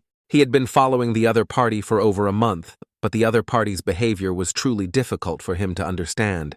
The other man was like an unsolved puzzle. Apart from the route from home to the Quanhe group, he didn't seem to have any extra social connections. Not only that, his hobbies were also extremely rare. Apart from reading, he didn't care about anything else. He didn't even use modern electronic devices, not even a phone. The most surprising thing is that he only sleeps for 1 hour a day. My intuition tells me that he seemed to have discovered my existence. This insecurity made me break my own principles for the first time, despite the lack of complete intelligence, but I still decided to do it tonight. The killer stood on the rooftop of a high-rise building, aimed the gun at the opposite building. Bang! The bullet tore through the air and flew away. The bullet was aimed straight at the blonde man who was sitting leisurely reading a book at a large table holding a pipe in his hand. He just glanced at the incoming bullet. He smirked. A thin wisp of cigarette smoke he blew out touched the bullet. The bullet instantly disappeared without a trace. The assassin was stunned. Cold sweat broke out on his forehead. His bullet had disappeared. The man remained in the same position, one hand holding the pipe, the other hand slowly raised to wave at him, the corner of his lips slightly curved up. Sure enough, he had known of my presence beforehand. The assassin suddenly felt something was watching him. Swish. From inside his sleeve, he pulled out another gun. He turned his head quickly. The image that appeared before his eyes made him stunned. Hundreds of dark red insects are floating in midair. What the hell are these things? I didn't notice them when I came up here. Have they been lurking in the shadows all along? With such a large number, they must not be simply watching us, but if they intended to attack, they should have done so long ago. While we do not know the enemy's intentions, we should take advantage first. Thinking so, he immediately raised his gun and opened fire at the strange creatures. However, their size is too small, and the frequency of their wings flapping is high, which means their speed of movement is extremely fast. If we only rely on normal bullets to attack, the possibility of hitting them is almost zero. We must first limit their movement. 3 bullets were fired, forming a ballistic net that enveloped the strange creatures. But their speed is faster than bullets. The red insect suddenly rushed towards him, caught the assassin off guard. He fell straight off the balcony. However, he quickly realized that the wounds these insects left behind were only superficial scratches. They didn't intend to take my life. Is this some kind of joke? He gritted his teeth, his eyes filled with anger. From above, the blond man exhaled a thin puff of smoke and spoke softly. Sorry for injuring you like this. Go home and rest for a few days. By the way, please send a word to your boss. If he dare to bother me again, I really will come go see him myself. With that, the red insects blinked and disappeared, leaving behind a red bean that fell in front of the assassin. He immediately fired the bullet shot out, creating a rope helping him swing back to the rooftop. Now he had some important information in his hands. The other person could make the bullet turn into dust in the blink of an eye. It was unclear what method he used to know exactly when he would strike, but it was clear. He had a complete grasp of his plan of attack. Not to mention, he could turn a red bean into a creature that could move extremely fast and had a certain attack power. Today is April 23rd, the most shameful day of my life. Sooner or later, I will reclaim all the humiliation I suffered today. The assassin stared at the one who had caused him such a humiliating defeat, his eyes flashing with murderous intent. As for the blond man holding the pipe after finishing off the assassin, he raised his finger and calculated something, muttering, There shouldn't be anything to worry about this month, right? April 25th is coming soon. Will something good happen, or will I meet a noble person? He smiled. They walked leisurely back home. Just as he reached the door, Tanga kicked the door lightly and called out, Yaya, open the door. Inside the house, there was a sound of giggling. Ha ha! Stop joking around. I'm ticklish. Immediately after, another voice rang out. All right, I have to go open the door. Xiao Ran, who was being held in Tanga's arms at the moment, asked curiously, Who is Yaya talking to? As soon as the door opened, Yaya immediately happily shouted, You're back. At the same time, a little elf was being held in Manhwa's arms. As soon as he saw Tanga, he jumped onto his face and hugged him tightly. Master, you're back. Xiao, let me go. Tanga frowned and snapped at it. It doesn't like being in that room, and it's really looking forward to seeing you. Looking at Xiao Ran, Yaya realized that she had injuries and asked worriedly, Sister, how are your limbs? Xiao Ran smiled reassuringly. It's okay, they're completely healed. Suddenly remembering something, she asked curiously, How many demon spirits are there in this house? Yaya tilted her head in thought and then replied, Probably more than 100. Xiao Ran was surprised after hearing that. She didn't expect that there would be so many evil spirits in this house. Her eyes suddenly turned to a corner of the room, where a space pink hole just appeared. What is that? Following Xiao Ran's gaze, Yaya calmly replied, That is a teleportation door connecting to another world. Just then, a calm voice rang out. Mr. Yi Yan Wu has arrived. Xiao Ran's eyes widened in surprise. Another world is everyone's guest who wants to come here. Yaya turned back to look at Tanga, who was leisurely playing a game, and continued, To Tanga, he is a guest, but to us he is the king. The little demon in Yaya's arms was startled, clinging tightly to Tanga, her voice trembling. Wow, I feel like something very scary is coming. Don't mess around.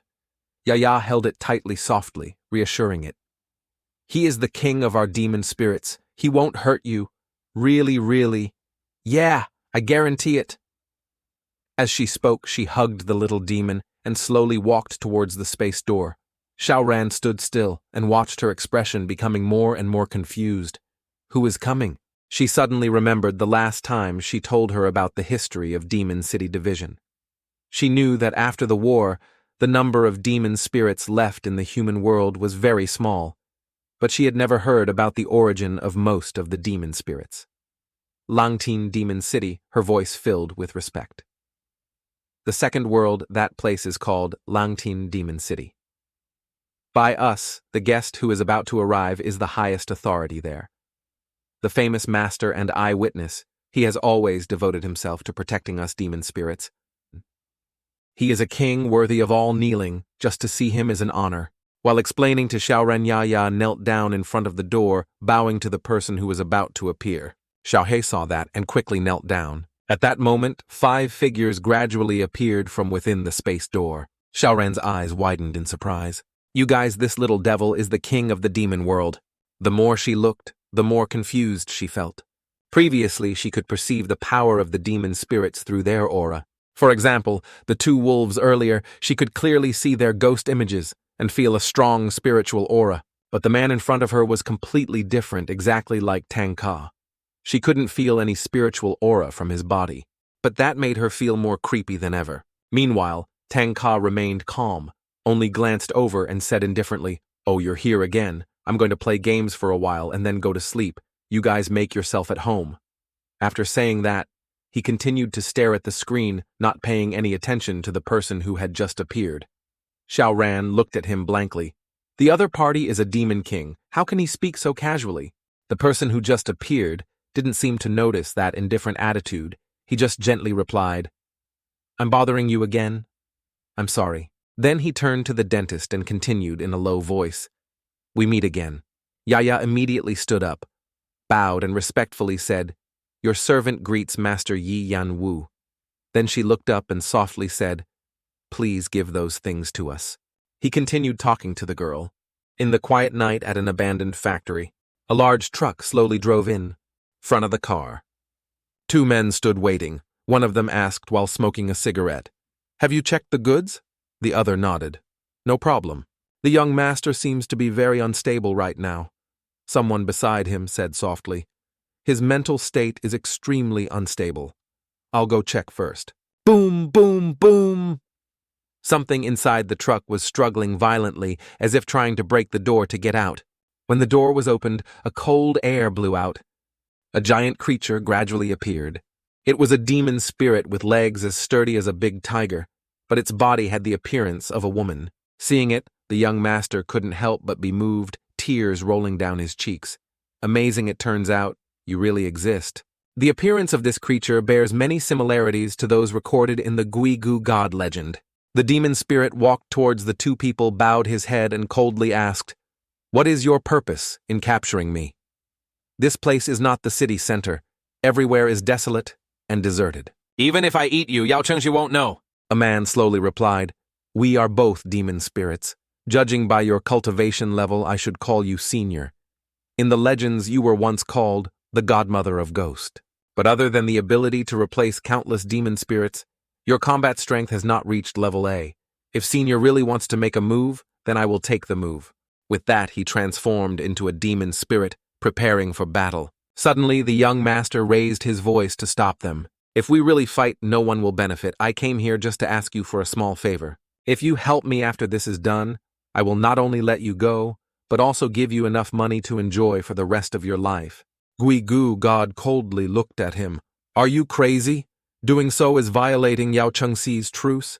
If I help you, not only will I be banished to Langting Demon City, but you will also have to bear their wrath."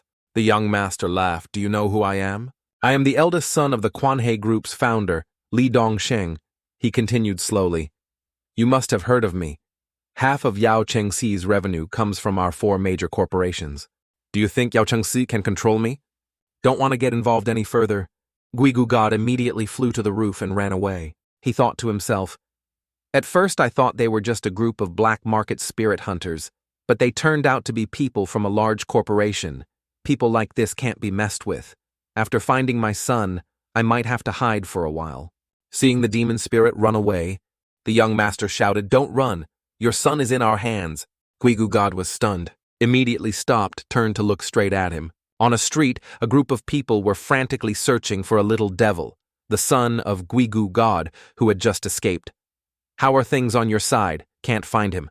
That brat ran too fast. Keep looking. If the young master finds out that we lost him, he will definitely be furious." Waiting for them to go far away, the little devil sneaked away. But not far. He stumbled and sat down on the ground. The image of strangers breaking into his house flashed through his mind. At that time, his mother tried to protect him and push him away, but in the end he was still kidnapped. He felt so useless. Little Devil suddenly remembered Yao Chengxi, the place his mother had mentioned as a place that could protect demon spirits like him. But could he really trust that place? What should he do now? Who could come to save his mother? He burst into tears, his eyes and nose running. At Tangka's house, Yaya brought a box and gave it to the Demon King. "What do you need here?" Yaya then brought the white box in front of Master Yi Yanwu. Xiao Ran thought to herself, so they came to pick up something. If the other party was the city lord, then this box must be something extremely important to them. She wondered if it's a powerful magic weapon or a precious treasure. Taking the box from his hand, Yi Yanwu and the others walked upstairs. They chatted as they walked. "We lost again this time," one person complained and then turned to blame. "Fourth brother, when we fight in a group, if you still don't rush forward to block my attacks, I'll tear you to pieces." Fourth brother was sobbing. "I also wanted to rush forward, but those guys were too scary." Everyone laughed. "It's okay. I'm here. I'll support you with all my might." Third brother, "Don't bully fourth brother anymore. Just fight. According to my command, we'll definitely win." Suddenly remembering something, he turned to look at Tangka. "That's right. Little Tangka, Zhou Lang, is also here with me. He is helping to handle some matters in Yao Chengxi. Why don't you come over and say hello?" Hearing that name, Tangka shivered and goosebumps appeared. He turned to the Demon King. "Forget it, I'm currently banned by Sister Long." "Really?" After Master Yi Yanwu and his companions entered the room, Xiao Ran dared to speak. She asked in confusion, "Hey, they came here just to form a gaming group. Is the Demon King that free?" Master Yi Yanwu is very busy, but this trip can be considered a short vacation. Vacation? But why go to Tangka's house? Because he has a very close relationship with Tangka's master. Moreover, Master Yi Yanwu also likes him very much. But you have never been to the second floor, right? Do other demon spirits live there too? There were 3 rooms upstairs. One was a normal bedroom for Master Yi Yanwu when he came. The other 2 rooms, one was the residence of the demon spirit, the other was Brother Tang's training room. Can this place hold more than 100 demon spirits? Seeing her confusion, Yaya explained, "The space inside is a separate world created by Zhu Lang, the person that Master Yi Yanwu just mentioned for Brother Tang." Yaya exclaimed, "Oh my gosh, I really want to meet Mr. Zhu Lang. I heard he's very handsome. He is not only Tangka's friend, but also possesses the strongest spatial magic among the demon spirits. The parallel world of Langting. Demon City was built by him. Who is he? The sect master of Zihuai City. Langting, Demon City. Sect master? Do you mean like a provincial governor? That's about it?" Xiao Ran was stunned. "Wait, he can create a parallel space. Then how big is Langting Demon City?" "That space has an area equivalent to the human world." Xiao Ran suddenly felt dizzy and almost fainted. Yaya panicked and supported her. "Are you okay?" "The amount of information in the past 2 days was too much. My brain was about to overload." Yao Chengxi was already surprising enough. I didn't expect there were 2 other worlds that were even more terrifying. The story ended here. Tangka stopped playing the game. He stood up and walked towards Xiao Ran, saying in a low voice, "I will tell you something very important. This is the most basic knowledge if you want to become a part of Yao Chengxi." At Yao Chengxi headquarters, Lusang City branch, Han Longgui was standing in front of a large screen, her expression tense. When she saw someone approaching, she turned around and asked, "Are you here?" The person who just arrived was the ZY City Street Master of Langtin Demon City, Zhu Lang. "Any instructions, Commander?" He smiled and looked at Han Longgui. She said, "Recently, the number of large-scale deaths in cities has been increasing. If we don't find a solution quickly, I'm afraid that the people will soon discover your existence. Therefore, we need your help within 10 days to create a special spirit prop." She paused for a moment, and then continued. "There is one more thing we have to wait until the head of the secret sect, Li Yichuan, comes here to explain more clearly." Mr. Li had to leave the mountain. It seemed like something big was about to happen. Elsewhere, on top of an airplane hovering in the sky, Li Yichuan lay on his turtle's back, eyes looking up, looking at the sky and sighing. I say old song, hitching a ride like this is a bit of a pain, but it's also a bit too much. Li Yichuan slightly curled his lips. This time, the demon city summoned us. Something important must have happened, right? Who knows? It's been a long time since I've seen Xiao Long. I'll take this opportunity to go see her. Don't you want to see Tanga? Little Tanga, that brat will soon come up the mountain to meet us somewhere else. A young elf boy had just escaped from his captors. He clenched his fists and said to himself, humans cannot be trusted anymore. It was because my mother was too trusting that she was taken away as a spirit with an identity like ours. Even if our lives were threatened, we could not resist humans. The boy bit his lips tightly. A flash of hatred flashed in his eyes. Yao Chengxi made this contract. Do they really care about the life and death of people like me? Right now, the only person who can save Mother is me. The boy struggled to stand up, his heart filled with determination. If Mother is in trouble, I will definitely destroy them all. Because of anger, his body began to change, gradually showing signs of a demon spirit. Just then, Jingxi came back from shopping and unexpectedly met the boy. She looked up and around. She quickly realized there was a camera nearby. Without thinking, she quickly threw the bag, dragged the boy into a small alley. Follow me quickly. If the camera records this appearance, you're dead. The boy struggled, trying to pull his hand out of Jingxi's hand. Who are you? Jingxi glared and shouted. Didn't your parents tell you? This city has hundreds of thousands of cameras installed by Yao Chengxi. Even if you are a spirit-type demon, the system can still detect you. Once identified as a demon spirit, you will be banished to Langting Demon City immediately. The boy was surprised. You are also a demon spirit. Luckily, I just got off work and met you. Just then, a group of people appeared and saw them. The boy stepped back, ready to fight. They are Yao Chengxi's people. Hearing that, the boy's eyes became alert. If you are Yao Chengxi's people, then don't pretend to want to help me. I don't need it. Jingxi frowned. You're misunderstanding something about Yao Chengxi. Quickly take me to meet your parents. The boy gritted his teeth, his voice filled with indignation. I only have one relative, my mother, but she was taken away by you humans. What, your mother was taken away by humans? Jingxi immediately became serious. Quickly tell me the time and place. I will report to headquarters immediately. Hearing the two words report, the boy shouted in panic. Stop pretending to be a good person. You're just looking for an excuse to send someone to arrest me. His eyes flashed with anger. I will not be foolish enough to trust humans like my mother did. Don't think that just because you are Yao Chengxi's man, I will be afraid of you. Do you think I'm human? Jingxi looked straight into the boy's eyes, her voice calm. Don't judge me by my appearance. I'm a demon spirit. The boy still maintained his guard. Jingxi let out a soft sigh and then said seriously, I won't call anyone here. If you don't trust Yao Chengxi, then trust me. She placed her hand on her chest, her eyes determined. I, Jingxi, in the name of Commander Yao Chengxi's secretary, swear that I will definitely help you save your mother. Let's go to your house first. Wait, why are you helping me? The boy was surprised when she said she would help him save his mother. Turning back, Jingxi softly said to him, I don't know why you misunderstood Yao Chengxi, but I still have to tell you, our existence is not just to maintain peace between humans and demons, but the most important thing is to protect you guys. Look into her eyes.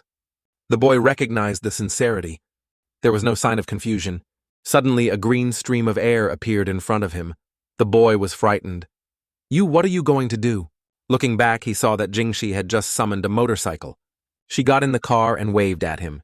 Get in the car. He stammered. Where did you get this car? The two got in the car and drove quickly towards his house. On the way, Jingxi asked, Why do you hate Yao Chengxi?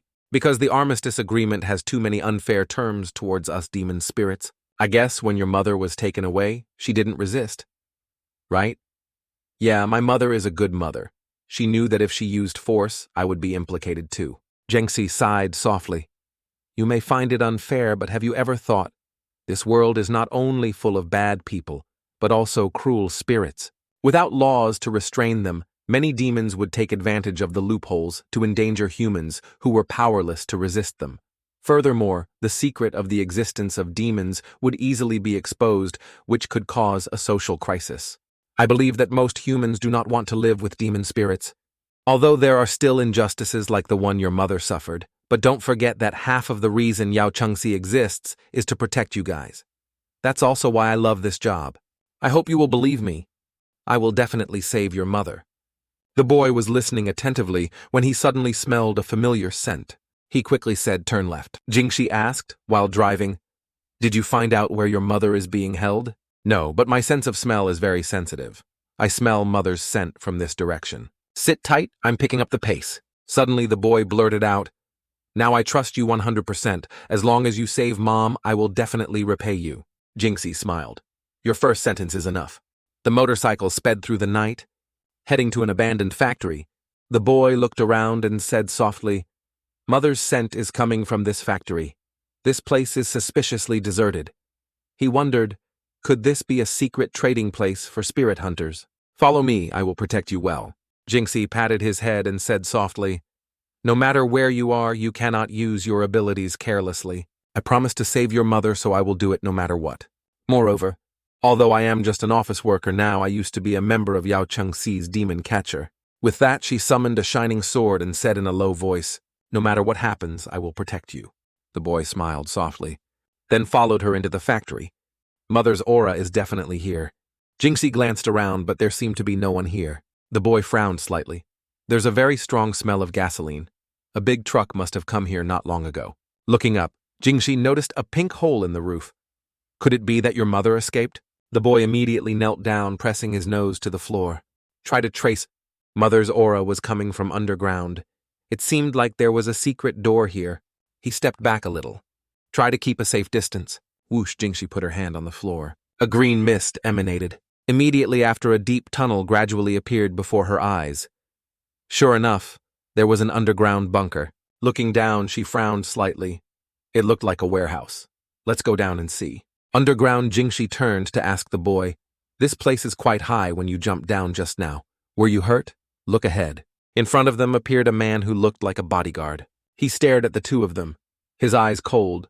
"I didn't expect you to find me so quickly." Jinxo said firmly, "I am Yao Chengxi's man. I hope you will cooperate in returning this child's mother. Otherwise, I will arrest you for capturing a demon spirit."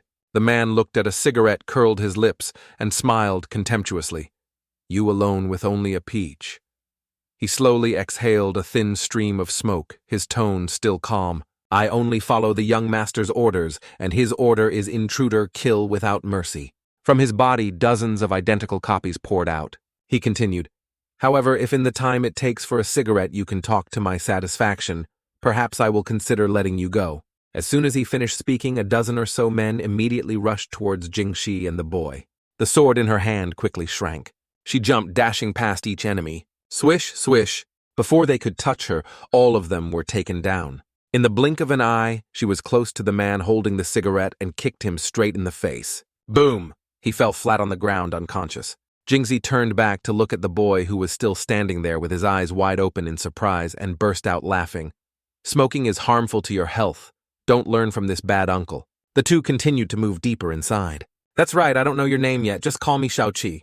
They came to a large room. Xiaoqi took a deep breath and recognized his mother's aura coming from there. "You move closer to me. If there are guards outside, there must be guards inside too." Suddenly there was a loud whoosh. A demon appeared, quickly hugged Xiaoqi and rushed away. Jinxie's arm suddenly extended, grabbed Xiaoqi and pulled him back. The demon spirit lost his hostage and turned around in a low voice. "I just received news that this brat escaped. I didn't expect him to come here on his own." He glanced at Jinxie, his eyes filled with suspicion. How could a human being stretch his arm like that? "It was surprising," Jinxie coldly replied. "In the name of Yao Chengxi, I advise you to surrender and hand over the mother of this child." The demon spirit's lips curled. "No matter who you are, before the young master completes the experiment, you are not allowed to leave here." With that, he rushed forward and launched an attack. Jinxie swung his sword to block, but the blade could not penetrate his body.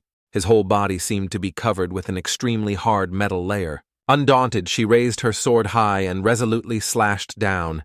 The shining blade slashed straight at him. The demon spirit quickly retreated. He frowned and thought she attacked too quickly. As soon as she touched the ground, she counterattacked immediately. This speed was completely beyond that of a normal person. He observed Jinxie, his eyes flashing with sharpness. She used her spirit breath to create blade energy, clearly able to attack me while I was in the air. But she deliberately waited until I hit the ground. Humph. Don't want to be looked down upon. That's not fun at all. Jinxie raised his saber and spoke proudly. "This saber of mine is called Hei Yuan Wei and is forged from Wujin meteorite. No matter what kind of armor your body is covered in, it is not worth mentioning before it. Her eyes were cold. I don't want to take your life. It's best to surrender.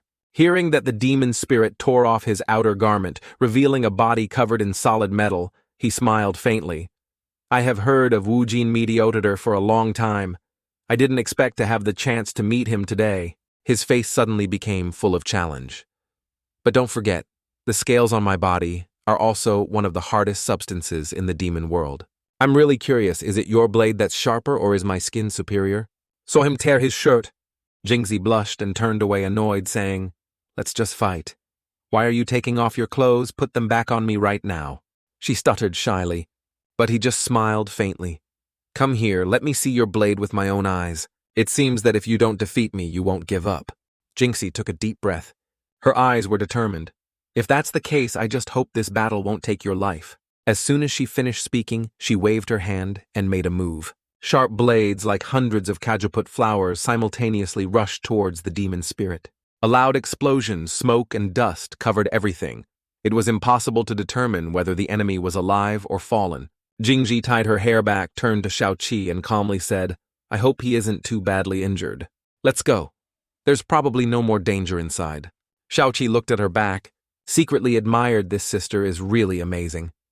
From the beginning, she was able to summon the motorbike, open the entrance to the underground tunnel, and not only is she good at fighting, she can also make her arms enlarge or extend like weapons. What is her strength anyway? Just thinking about that, suddenly his eyes went dark. Xiaoqi staggered and fell to the ground. Jingxi startled and exclaimed, Xiaoqi, what's wrong with you? The demon spirit laughed coldly. He was poisoned. He stood there completely unharmed by the attack just now. He continued to mock, I don't know if your blade is sharp or not, but your death spirit blade energy is useless against me. Impossible. Jingxi was surprised. Suddenly she felt dizzy everything before her eyes became blurry. The demon spirit sneered. Looks like you've been poisoned too. At first it's just dizziness. Gradually your limbs will become limp, your chest will feel pressured, and then your whole body will become completely paralyzed. When my poison enters your body, you won't be able to feel anything. Jingxi was stunned. He was right. Her whole body was gradually losing strength. Actually, the moment I hugged that brat, I secretly injected the poison into you guys. Despicable. Jingxi gritted her teeth. The demon spirit shrugged his tone indifferent. This type of poison is the mildest, slowest acting and won't take your lives. As long as you don't make a fuss, wait until the young master finishes the experiment. I will inject another poison to help you forget everything that happened tonight. As he spoke, he raised his hand to prepare to inject a blue solution into her head. Suddenly, boom.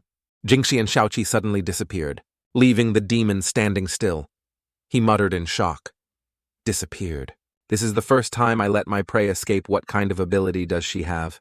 Right under his feet, Jingxi and Xiaoqi had shrunk to the size of tiny ants. Jingxi hugged Xiaoqi tightly, trying to run out as fast as he could, worried in his heart. This is bad. My consciousness is getting more and more hazy. I must get there before I completely pass out. Only he can immediately save this child's mother. At Tanga's house, Xiao Ran was still confused, not understanding what he was talking about. What is the basic no lege? He slowly replied, his eyes thoughtful. Your performance at the old house wasn't bad. If it weren't for you, we wouldn't have been able to complete the mission so quickly. Furthermore, the person residing in your body can see things that even I can't detect. Xiao Ran frowned, listening silently. He continued, For example, that Taoist, if it weren't for you, I wouldn't have known that there was a magician named Fang Xian in this world. However, I had sealed that Taoist's consciousness, yet he escaped tonight. It seems that he won't be easy to deal with. He smiled faintly, but it doesn't matter. As long as you're by my side, you'll always be safe. Having said that, he sat down next to her, his voice low. It seems that the matter of that mummy must be considered long-term. If you want to become a member of Yaochengxi, you must understand these basics. For example, the racial classification of spirits. They are divided into 4 main types: spirits, goblin monsters, and gods, respectively. Most spirits are creatures created from the obsessions or resentments of humans after death. These creatures are usually invisible to the naked eye and can only be active at night or in the dark. Goblin are creatures formed from plants or non-living entities that absorb the spirit energy of other creatures over long periods of time. Unlike spirits, goblin can move freely throughout the day and night. Monsters are creatures of animal origin that cultivate their own spirit to evolve into their current form. Like goblins, they can also move without being limited by time. Finally, gods are creatures that existed before humans. They possess enormous destructive power and can move freely day and night. So there are many types of demon spirits. She asked him curiously. That's right. So what exactly is a spirit? Did you say I have one too? He calmly explained, everything in this world has a spirit. You can think of it as a form of mystical energy in humans.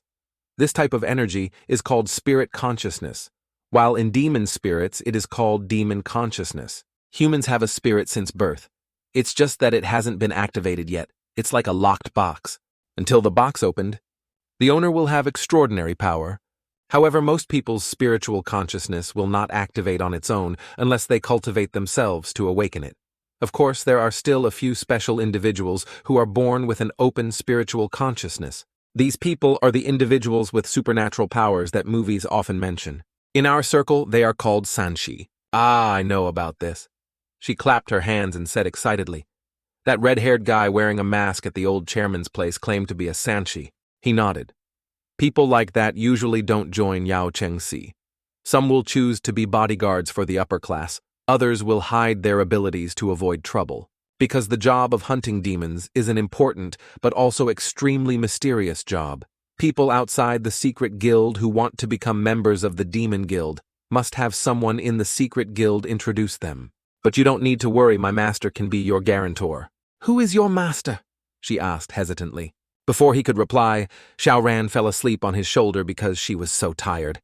Click, click! Hearing the sound of a camera being taken, he turned around and saw the girl happily taking a few pictures with her phone. Hey kid, what are you taking pictures of? Heh, what a perfect match. We'll go upstairs first. After saying that, the little girl hurriedly ran away. Looking at Xiao Ran sleeping soundly on his shoulder, he suddenly had a strange feeling, like when he saw her crying at the old house tonight. Strange, what is this feeling? He asked himself. No wonder my master doesn't let me interact with girls. Why is my heart beating so fast? As soon as that thought flashed through his mind, he was startled and gently pushed her away to let her lie down on the sofa. No way could it be that I'm also gassed. He corrected his thoughts. No. His body was originally very healthy, thanks to cultivating internal elixirs. Just as he was thinking, he was startled by the doorbell ringing. It was so late, who else would come? When opening the door, he saw Jingxi standing there. She only had time to call his name before collapsing. Hey, what's wrong? His eyes quickly scanned the hallway, found a boy lying motionless there, the side of the abandoned factory. A demon was reporting to his young master about tonight's situation. Young master, the intruder is Yao Chengxi's person. Moreover, she escaped. This place cannot be stayed any longer. I've contacted the second experimental facility. We should leave immediately. Inside the laboratory, a demon spirit, the mother of the boy Xiaoqi, is locked in a large test tube connected to another test tube, where a young girl is imprisoned. On the computer screen, the data analysis signal suddenly displayed a line of text. The data collection process was complete. Ha ha ha, the young master laughed happily. Tears rolling down face, he knelt before the laboratory, voice full of excitement. Lu Yuan, I finally found a way to help you come back to life. 2 days later, April 25th at Tanga's house, Xiao Ran looked at him worriedly. She's been in a coma for 2 days. Do you really not need to take her to the hospital? He calmly replied. Her pulse is completely normal. She's just unconscious. There's nothing to worry about. But if she's someone from the demon Chengxi, logically speaking, we should have informed your organization? He glanced at Xiao Ran and sighed. Comrade, you're really stupid. If she chose to come here, it must be because there's something that can't be known by the demon Chengxi. Just then, Jingxi opened her eyes. She finally woke up. After calming down, she recounted the whole incident that happened to her and the boy Xiaoqi. So that's how it is, he mused. But it's been 2 days since this happened. The kidnapper must have escaped Jingxi. You're too reckless, aren't you? You didn't tell Sister Long, but rushed in there alone. She explained softly. At that time, Xiaoqi still did not trust Yao Chengxi, so I promised him that I would rescue his mother. Moreover, the situation was very urgent at that time. I will definitely help you with your matter, but to find out where the boy's mother is being held, I'm afraid it will take quite a while. Xiaoqi suddenly spoke up. My senses are very sharp, you can try it. After he finished speaking, he ran out to the balcony and took a deep breath. You can find your mother. Just by smell. Tanga was skeptical. It's possible. It was thanks to this kid that we were able to find that base before. At this moment, Xiao Qi's mother demon was tied to a laboratory table. Her body was attached to countless tubes connected to strange devices. From her body, a blue smoke slowly spread through the ventilation slots, quietly diffusing into the outside space. On this side, Xiao Qi suddenly smelled a familiar scent. His eyes lit up. He happily shouted, "Found it!" In the laboratory, the young master stood in front of the test tube containing a girl named Lu Yuan. He glanced at the lab table where the demon spirit was being held captive and said coldly, "How's the progress?" A mechanical voice rang out from the control device, "Brain jealousy data transmission. 30%, low pregnancy rate, pregnant person is safe." He frowned. "Increase the speed. Brain jealousy data transmission. 65%, high pregnancy rate. Pregnant person is in danger." He gritted his teeth, his eyes flashing with madness. Continue. Brain jealousy, data, transmission, 100%, successful pregnancy. Rate, 99.9%, survival rate of pregnant person is extremely low. Switch to full power, execute immediately. The demon spirit who had been following him closely spoke up.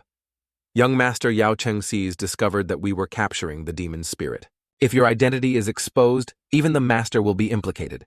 The young master narrowed his eyes, his voice cold as ice. You've talked too much today. Even if I have to fight against Yao Chengxi, even if I have to hunt down millions of more demon spirits, I must save Lu Yuan. The demon spirit was silent for a moment, then muttered softly, "Emotions between men and women are truly elusive." He reminisced about the past. 2 years ago, when he and his young master were walking down a deserted street, they came across 2 thugs harassing a girl. One of them grabbed her hair, pressed her against the wall, his voice full of threats. "If you don't pay, I'll sell you to a nightclub." He licked his lips, his eyes filled with evil intent. It would be a waste not to use such a delicious body to make money. I really don't understand. Your father is so sick he should just die, knowing that there is no cure. Why do you still borrow money? While he was speaking, he suddenly realized that there were 2 men standing in the distance, observing. "You bastard, what are you looking at? You want to meddle in other people's business." The thug still held the girl's hair tightly, glaring at the young master. The young master raised his hands and said to them, "Don't misunderstand. I pass by this place every day. Just keep going. We love to see other people's faces when they beg or seek help. Today is a lucky day to have the opportunity to witness a scene like this." He looked down at the girl and asked with a smirk, "What's with this expression? From beginning to end, there hasn't been any change. Are you mentally retarded? Turns out he's just a curious passerby." The thug sneered. "Don't think that just because I have bodyguards following me, I won't dare to attack."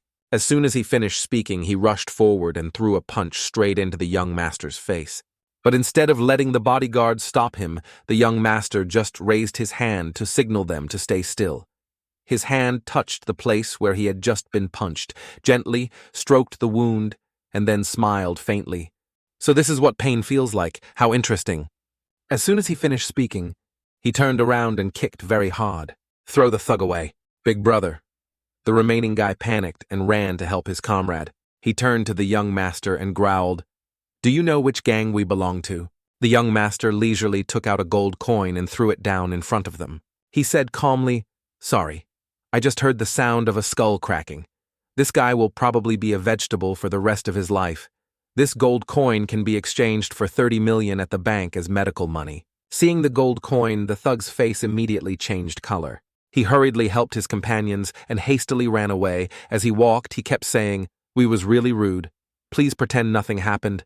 This girl's debt is also cleared. She is yours now." The young master didn't care much.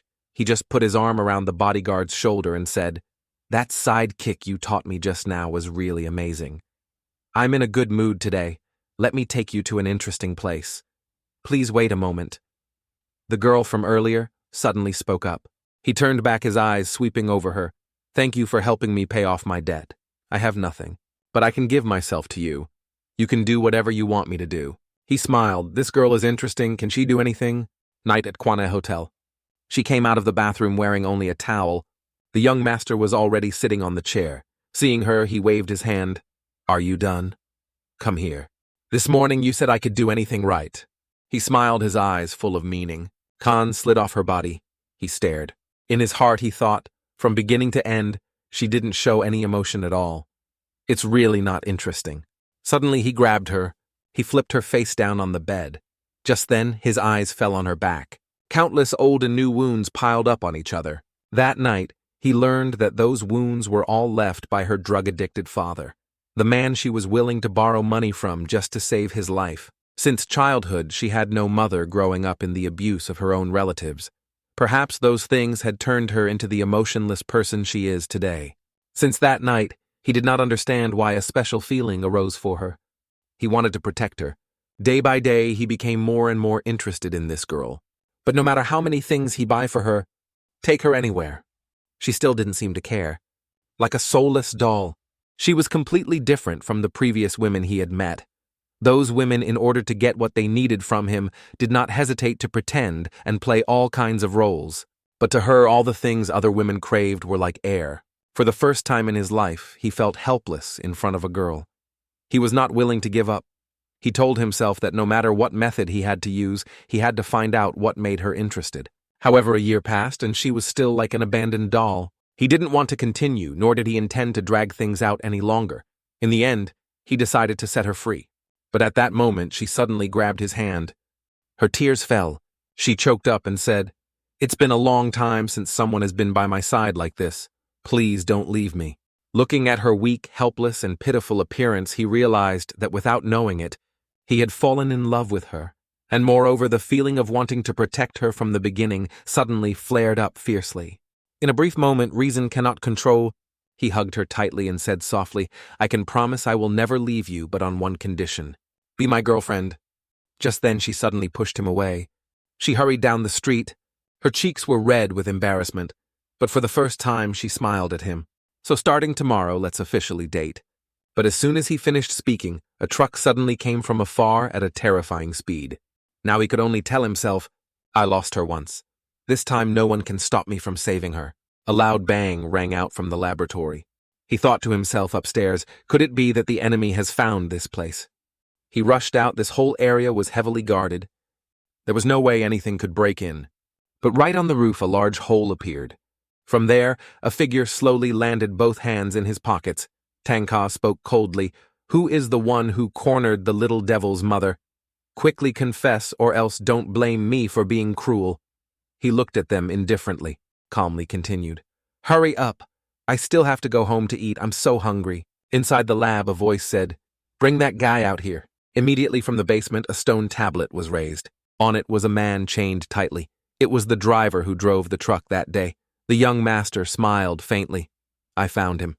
But unfortunately, he refused to admit his guilt and stubbornly refused to leave. He looked straight at the driver, his eyes cold. "You have a chance to live on. However, to do that, someone needs to donate fresh blood to help stabilize your body. Cherish this opportunity." On the other side, the demon spirit looked down his eyes, meeting the pregnant woman with a full belly, Xiaoqi's mother. Tanga smiled slightly, his eyes slightly cold. Just as he was thinking, the demon spirit suddenly rushed over, intending to attack from behind. But when its poisonous needles touched him, they immediately broke into pieces. He turned back coldly and swung his hand down, delivering a thunderous slap like a blow from the heavens. Made him face down. "Do you want to die so soon?" The demon spirit who had just been defeated secretly trembled in his heart. "I'm a level A demon spirit, yet I was beaten to this extent by a teenager." Tanga stomped on its face, his voice cold. "You were the one who kidnapped the little devil's mother, weren't you?" Suddenly, from the mouth of the demon spirit, a stream of green air rushed out, spreading throughout the space. Tanga frowned and covered his nose. "What's this smell? Haven't you brushed your teeth in a while?" The demon spirit smirked, spewing out more poisonous gas, causing the surrounding space to be covered in a thick layer of bones. He thought to himself, "I originally didn't intend to use this move, but I didn't expect this guy to be so strong that he had to use it. Just let the toxic gas come into contact with the skin, the body will immediately swell up and be unable to move. Once the toxin enters the body, the internal organs will feel like they are being burned and melted little by little. If the poison is not removed in time, even gods will find it difficult to save their lives. The demon was gloating, waiting until he lost all ability to fight. I will lock him up here. But slurp, the toxic gas is gradually being sucked away. Tanga still stood tall, his expression completely unaffected. He curled his lips into a smile, looking straight at the demon spirit. If you want to fight, then fight properly. Don't play these tricks anymore. I also practice internal alchemy a little bit, but you are like this. Suddenly he stopped, his expression changed slightly. A feeling of discomfort flared up in his stomach. Puff! He let out a puff of air. Just as he wiped his mouth, Tanga stared at the demon spirit and said, "Hey, you dare to poison me. If you want to hit me, then hit me fair and square. You gave me this stomach ache. If you don't have any paper, I'll wipe your face." The demon spirit was stunned, not expecting that his poison would not affect Tanga at all. He was sure that the violent attack would knock out his opponent, but the person in front of him only suffered a slight stomachache. Seeing how effortlessly he neutralized the poison art, the demon spirit quickly realized that his opponent might be from the Taoist Select set, order and organization not to be underestimated. He could hesitate no longer. It was time to go all out. Immediately, two snake heads stretched out from his back. Their mouths opened wide and spat out a series of poisonous needles, rushing straight towards Tanga. But the unexpected happened. Before the poison needle could touch Tanga, all vanished into thin air, leaving behind a shrill metallic sound. The needles could pierce through armored vehicles, yet they could do nothing to him. The demon spirit was stunned, unable to believe his eyes. In the laboratory, the young master realized that the situation was not good. Immediately took out the phone to call someone. "There is some trouble here. Come here and help me solve it. The sooner the better." The person who received the call was the person who was assassinated, but luckily escaped death. He replied in a calm voice, "Understood, I'll be there soon."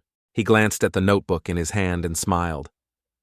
Today is April 25th. It seems to be a lucky day. I wonder what interesting things will happen tonight. At the same time, the alarm system in the laboratory rang loudly. Warning: vital signs of a pregnant woman in critical condition. Tanga glanced coldly and said, "It seems you are also an intermediate A level. If I don't take it seriously, it seems a bit impolite." His hand clenched the slippers he was wearing, rushed straight towards the demon spirit. Seeing this, the other party sneered. "You intend to use your slippers as a weapon. Don't underestimate me." But the moment the sandal touched the spirit's head, a loud bang rang out and its entire head was buried deep into the ground, like being hit by a meteorite. Tanga stood up straight, one hand holding a slipper, the other hand clenched into a fist, coldly. Said, "Using a slipper is not a superfluous thing to you. If I used it to stick gold glue on my fist, I'm afraid you would have died." Immediately, the laboratory door was kicked open by Tanga. He glanced around and growled, "Who kidnapped your mother? Come out here." But as soon as his eyes stopped at a corner of the room, he frowned slightly. This is trouble. Outside the building, the man who had just received orders from the young master leisurely rode his bike over, looked up at the lab and muttered, "Looks like I'm a little late. I hope the young master is okay. I'm really looking forward to something exciting happening here." At Tanga's house, dinner was ready. Everyone was gathered around the dining table. "Wow, there are so many dishes today. Did you really make these dishes?" Yaya and Jingxi looked at the dining table excitedly, unable to hide their admiration. Xiao Ran scratched her head and laughed. "Because I used to stay at my relative's house. I'm used to doing housework, it's not a big deal. If everyone makes a lot of dishes, everyone will know. It's so delicious I can eat 20 bowls of rice tonight," Yaya said while chewing her mouth full of rice. Jingxi suddenly realized that Xiao Qi didn't touch her chopsticks, so she worriedly asked Xiao Qi, "Why aren't you eating?" The boy lowered his head, his expression gloomy. "Can that brother really save my mother? It seems like there are a lot of people over there. I'm scared." The three girls laughed and replied in unison, "No problem." Seeing that the boy was still not reassured, Yaya explained further, Yao Chengxi's spirit. Capturers are divided into 4 ranks, ranked from strong to weak, Jia Yi Bing Ding. Each rank is divided into 3 sub-ranks. The Jia level is divided into 3 ranks, upper Jia, middle Jia, and lower Jia. In the entire Tang Chao continent, there are only 10 demons who have reached the armor level, of which 3 possess upper armor. To defeat a demon spirit of this level, At least 5 Yaochengsi armor level would need to work together. However, an individual with a high armor level could completely fight it on equal footing. Among the 3 upper-class demons, Tanga is the strongest and also tops the 8 spirits rankings. In other words, he is the most formidable person, at least in this world. I think there is no demon spirit that can defeat him. Hearing Yaya's words, Xiaoqi's face brightened up. That's great, so he's really that strong. Then surely my mother will return soon. Seeing the boy happy again, Xiao Ran still couldn't hide her worry. She thought to herself, Tanga is very strong, but he is too easily provoked. Because of his overwhelming strength, he often does not pay attention to thinking carefully when acting, hoping that this time everything will go smoothly and he can bring the child's mother back safely. But why do I still feel so insecure?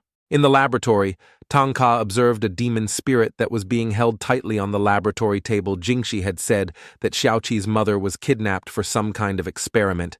But at this moment, there was only one demon spirit lying on the table in the room, looking like it was being resuscitated. But its vitality was extremely weak. A little further away, a human man was pinned to a stone tablet, his soul drained. On the floor, the body of a demon spirit lay motionless. Tanga stepped forward, his eyes stopping on the young master who was kneeling. He was still holding a gun in his hand. Tanga coldly said, "Tell me what happened here. Could that demon spirit be the mother of the child you kidnapped?" Seeing the young master's tear-stained face, Tanga couldn't help but wonder, is this guy mentally ill? A few minutes ago in the laboratory, the demon spirit's stomach on the table suddenly burst open. Hundreds of tiny creatures in the form of demons poured out, covering the ground. A mechanical voice rang out from the system. The pregnancy experiment is 99% successful. The azure body shows signs of life, but the brain is still unconscious. The remaining 1% has consciousness and a complete brain. The experimental body is extremely dangerous. Should we treat it? The young master immediately ordered treatment. Meanwhile, among hundreds of newborn demons, suddenly one stirred slightly and slowly crawled up. Seeing that the young master happily exclaimed Lu Wen, but just a second later he realized something was wrong. The creature before him was a man. The demon spirit turned his head, his eyes cold as he looked at the young master. His lips curled into a smile. "I didn't expect you to be such a lovesick person." It moved closer to the man driving the car, who was dazzled on the stone tablet. His eyes lit up. "Honey, why are you here? You drove into me. It must be you, right?" With that, it reached out and touched the man, sucking out his soul in the blink of an eye. Licking the tip of his finger lightly, the demon spirit curled his lips in delight. "This is a soul. It's really amazing.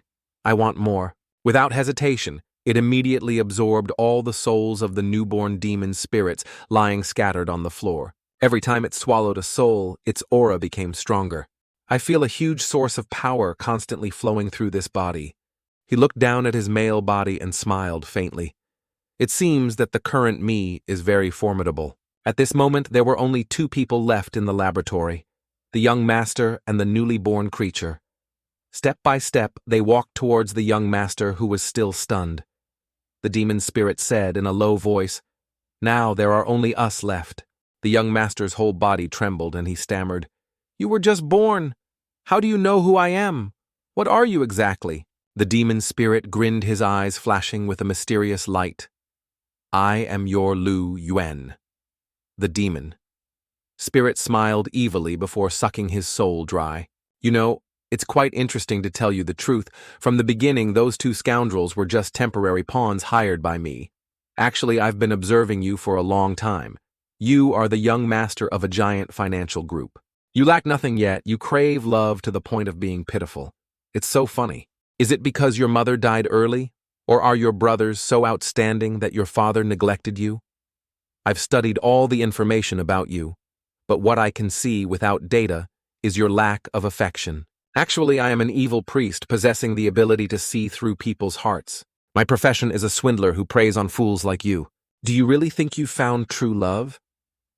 The man behind me thought so too, and then I tricked him into driving straight to his death. With a casual, arrogant, and reckless personality like yours, it's really too easy for me to manipulate. Now you understand everything, right? You can die clearly. Suddenly, another voice rang out in the demon's head.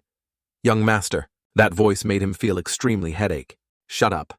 The young master growled, tightened his grip on the gun, and without hesitation pulled the trigger. The bullet went straight through the demon's heart, causing it to fall to the ground. Under the flickering light in the laboratory, its body gradually transformed into a girl, Lu Yuan. She weakly called out, young master, see the girl in front? His body suddenly trembled, a feeling of extreme pain surged up, making him unable to stand. He held his head and cried, no, it can't be. All of this is just magic. Obviously, what we killed was just a monster. Lu Wan whispered weakly, young master, I don't have much time left. Listen to me. She gave a pale smile, her eyes seemed to see through everything. I have two personalities. She appeared at first to protect me. Memories of the past. In Lu Yuan's shabby house as a child, the little girl lay shivering on the cold floor. In front of her was a grumpy man.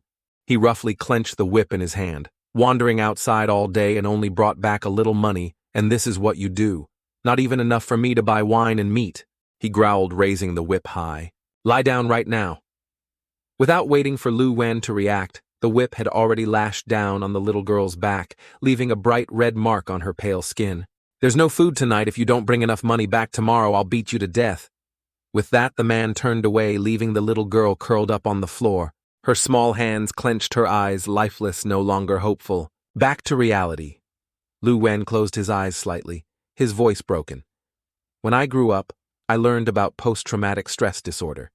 It's a self-defense mechanism of the brain, when a person has suffered too much for too long. When there is no escape, the mind creates another personality to bear the pain in place of the subject. A tear falls down. She appeared like that. When I woke up, I realized that I had left my father a long time ago. My life was different, 100 times happier, but I also gradually discovered her existence. She doesn't just want to protect me, but also want to help you become strong. No one can bully you anymore. She said she would make me the richest woman in the world. But what I didn't expect was how she chose to do it. She didn't accumulate wealth through honest labor, but by deceiving those who were in love. With her mind-reading ability, she could easily make anyone fall in love with her. Every time she deceived someone, she would change her identity and create a new life. Her personality was too strong. What about me? I was nothing more than a puppet being manipulated. I hated being touched. I hated who I was. But I couldn't fight her. It was then that I truly realized that there were demons in this world, but no gods to save me. I thought that if death could free me from this pain, then maybe dying wasn't the worst thing to do. Your presence made me believe that God really exists. No matter what your purpose was, you were the only one who didn't touch me. Moreover, you were willing to stay by my side forever. You are really a good man. I really want to tell you the truth. But I couldn't escape her bondage. The words I wanted to say were on the tip of my tongue, but I couldn't say them. That day when you first held me in your arms, what I felt was not resistance, but warmth. Perhaps her strength made me feel the resistance in your heart. What you were looking for was exactly what I longed for. My feelings for you were probably sympathy. I didn't know what love was. But at that moment, the only thought in my mind was that a man with a wounded heart like you had become the hero who saved me. Young master, all the goodwill you have for me is all due to her ability to manipulate. She knows clearly how strong your desire to conquer is.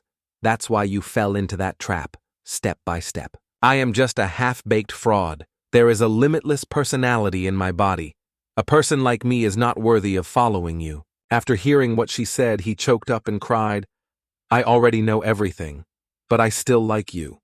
Could that be her ability too? She laughed in pain. It seems gods really do exist. Before she could finish her sentence, she was exhausted. He knelt before her, crying. Suddenly, a voice rang out from behind. Look at the wound on the demon spirit's body on the ground. It's such a big wound. It must have been caused by the special bullet from the gun in your hand. He looked up at the person who had just spoken. Who are you?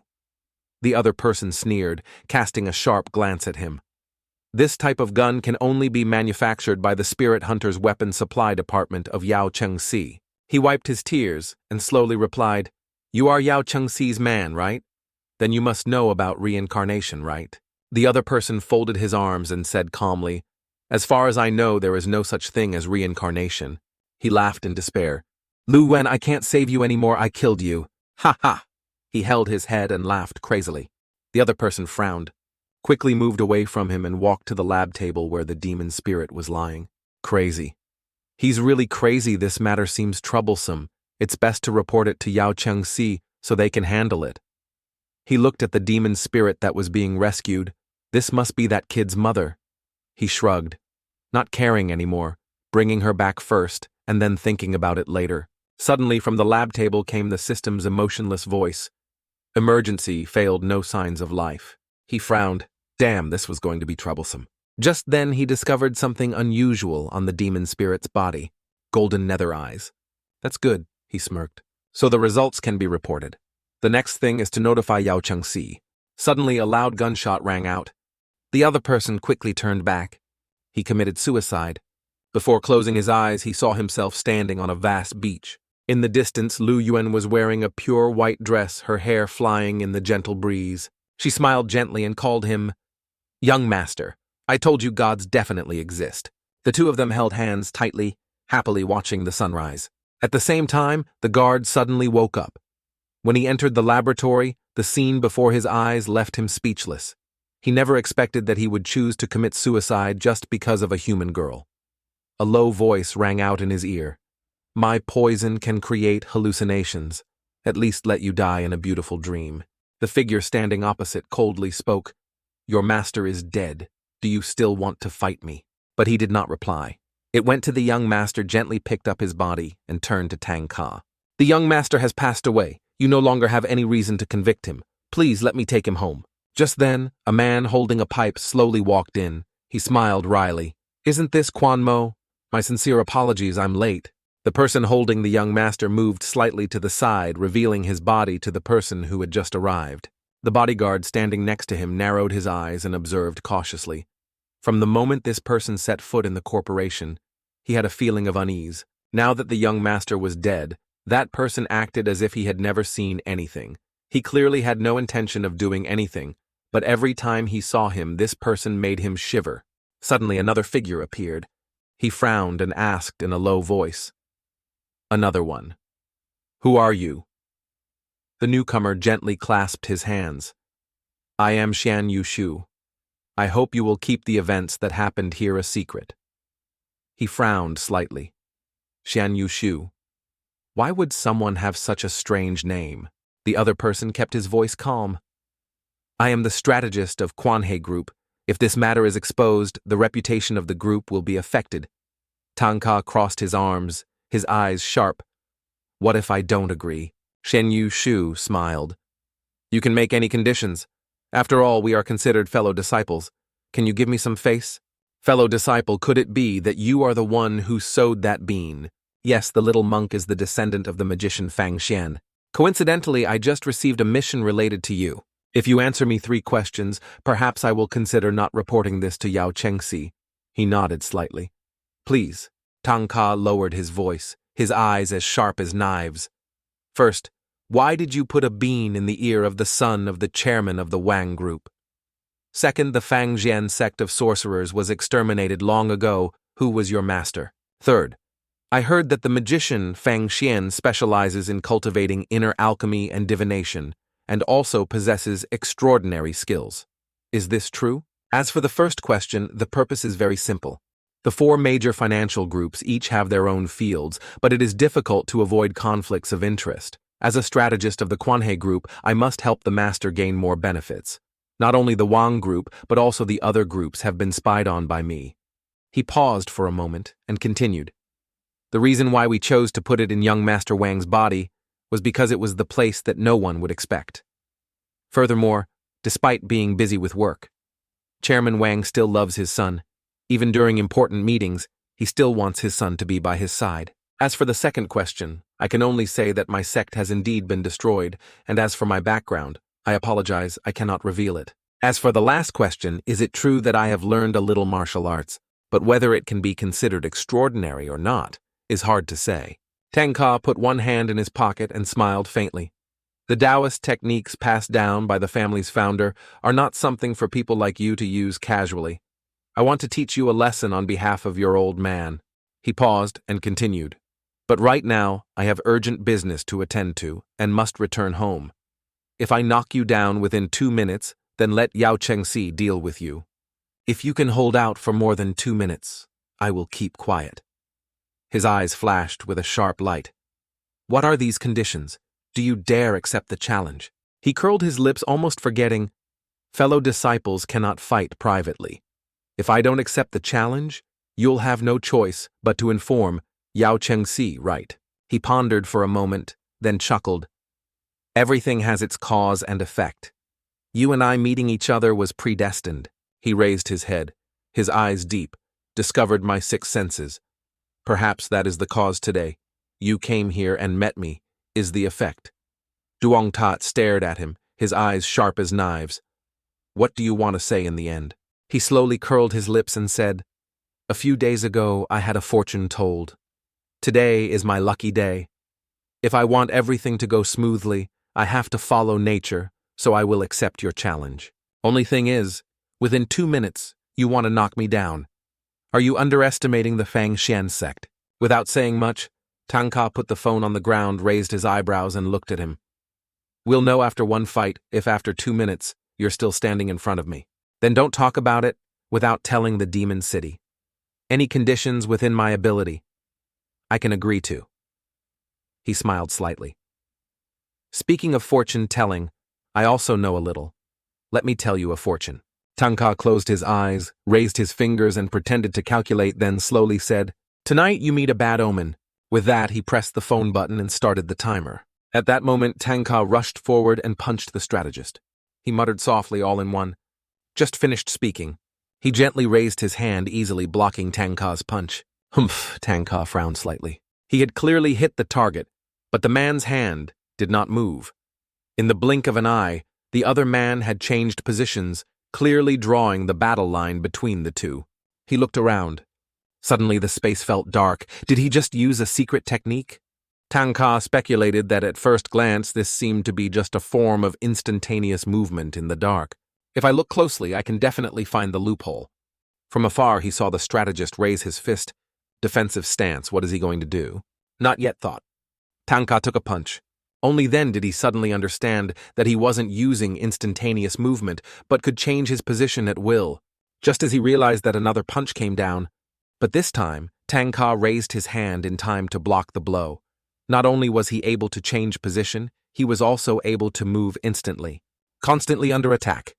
Tanga was pushed back. The strategist stepped forward and calmly said, You were punched and kicked by me, but you still stood firm. Is that thing on you a golden incarnation? I didn't expect you to have reached this level at such a young age. It seems I have underestimated you.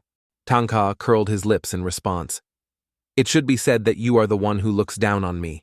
With that, he jumped up and activated the accessory technique, Evil Thunder Body Binding. The strategist was slightly stunned. This young man knows how to use 2 types of seal incarnation at the same time. He pondered. If a person from the secret sect can master a type of talisman technique before the age of 30, he is considered a genius, but he doesn't even need a talisman as an intermediary. He can directly perform the lightning talisman technique with his own body. His gaze became serious. Just what level of cultivation has this young man reached? Looking at Tanga's body covered in lightning law, he suddenly realized, in this state, how should I approach him? Tanga looked at him and smiled faintly. Mao Shen's system really does not lack talents. I really want to tell your fortune. The lady smiled faintly. Her voice lowered. Don't waste your words. He narrowed his eyes slightly, his voice cold. Don't you realize that your fortune-telling is completely inaccurate, and you even said that today is my most unlucky day? If it weren't for me, withdrawing my hand, you would have lost the battle long ago. With just your little ability to escape, you still want to defeat me. Hearing that Tanga was slightly startled, he's right. Even though he can't directly attack me, as long as he uses his abilities, he can still stall for 2 minutes. If this continues, I will definitely lose. Thinking for a moment, he gritted his teeth. There's no other way, let's just do this. Hopefully it won't cause too much trouble. He immediately used his energy to perform the triple-pronged peak split. The strategist still stood with his hands clasped behind his back, his eyes calm as he softly said, I'm really surprised. He squinted at Tanga. The lightning technique has such powerful destructive power, you know how to use it too. But are you sure you can hit us?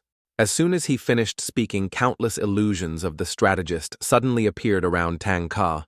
He slightly curled his lips, his eyes full of challenge. Do you think I would use magic haphazardly without any calculation? He waved his hand.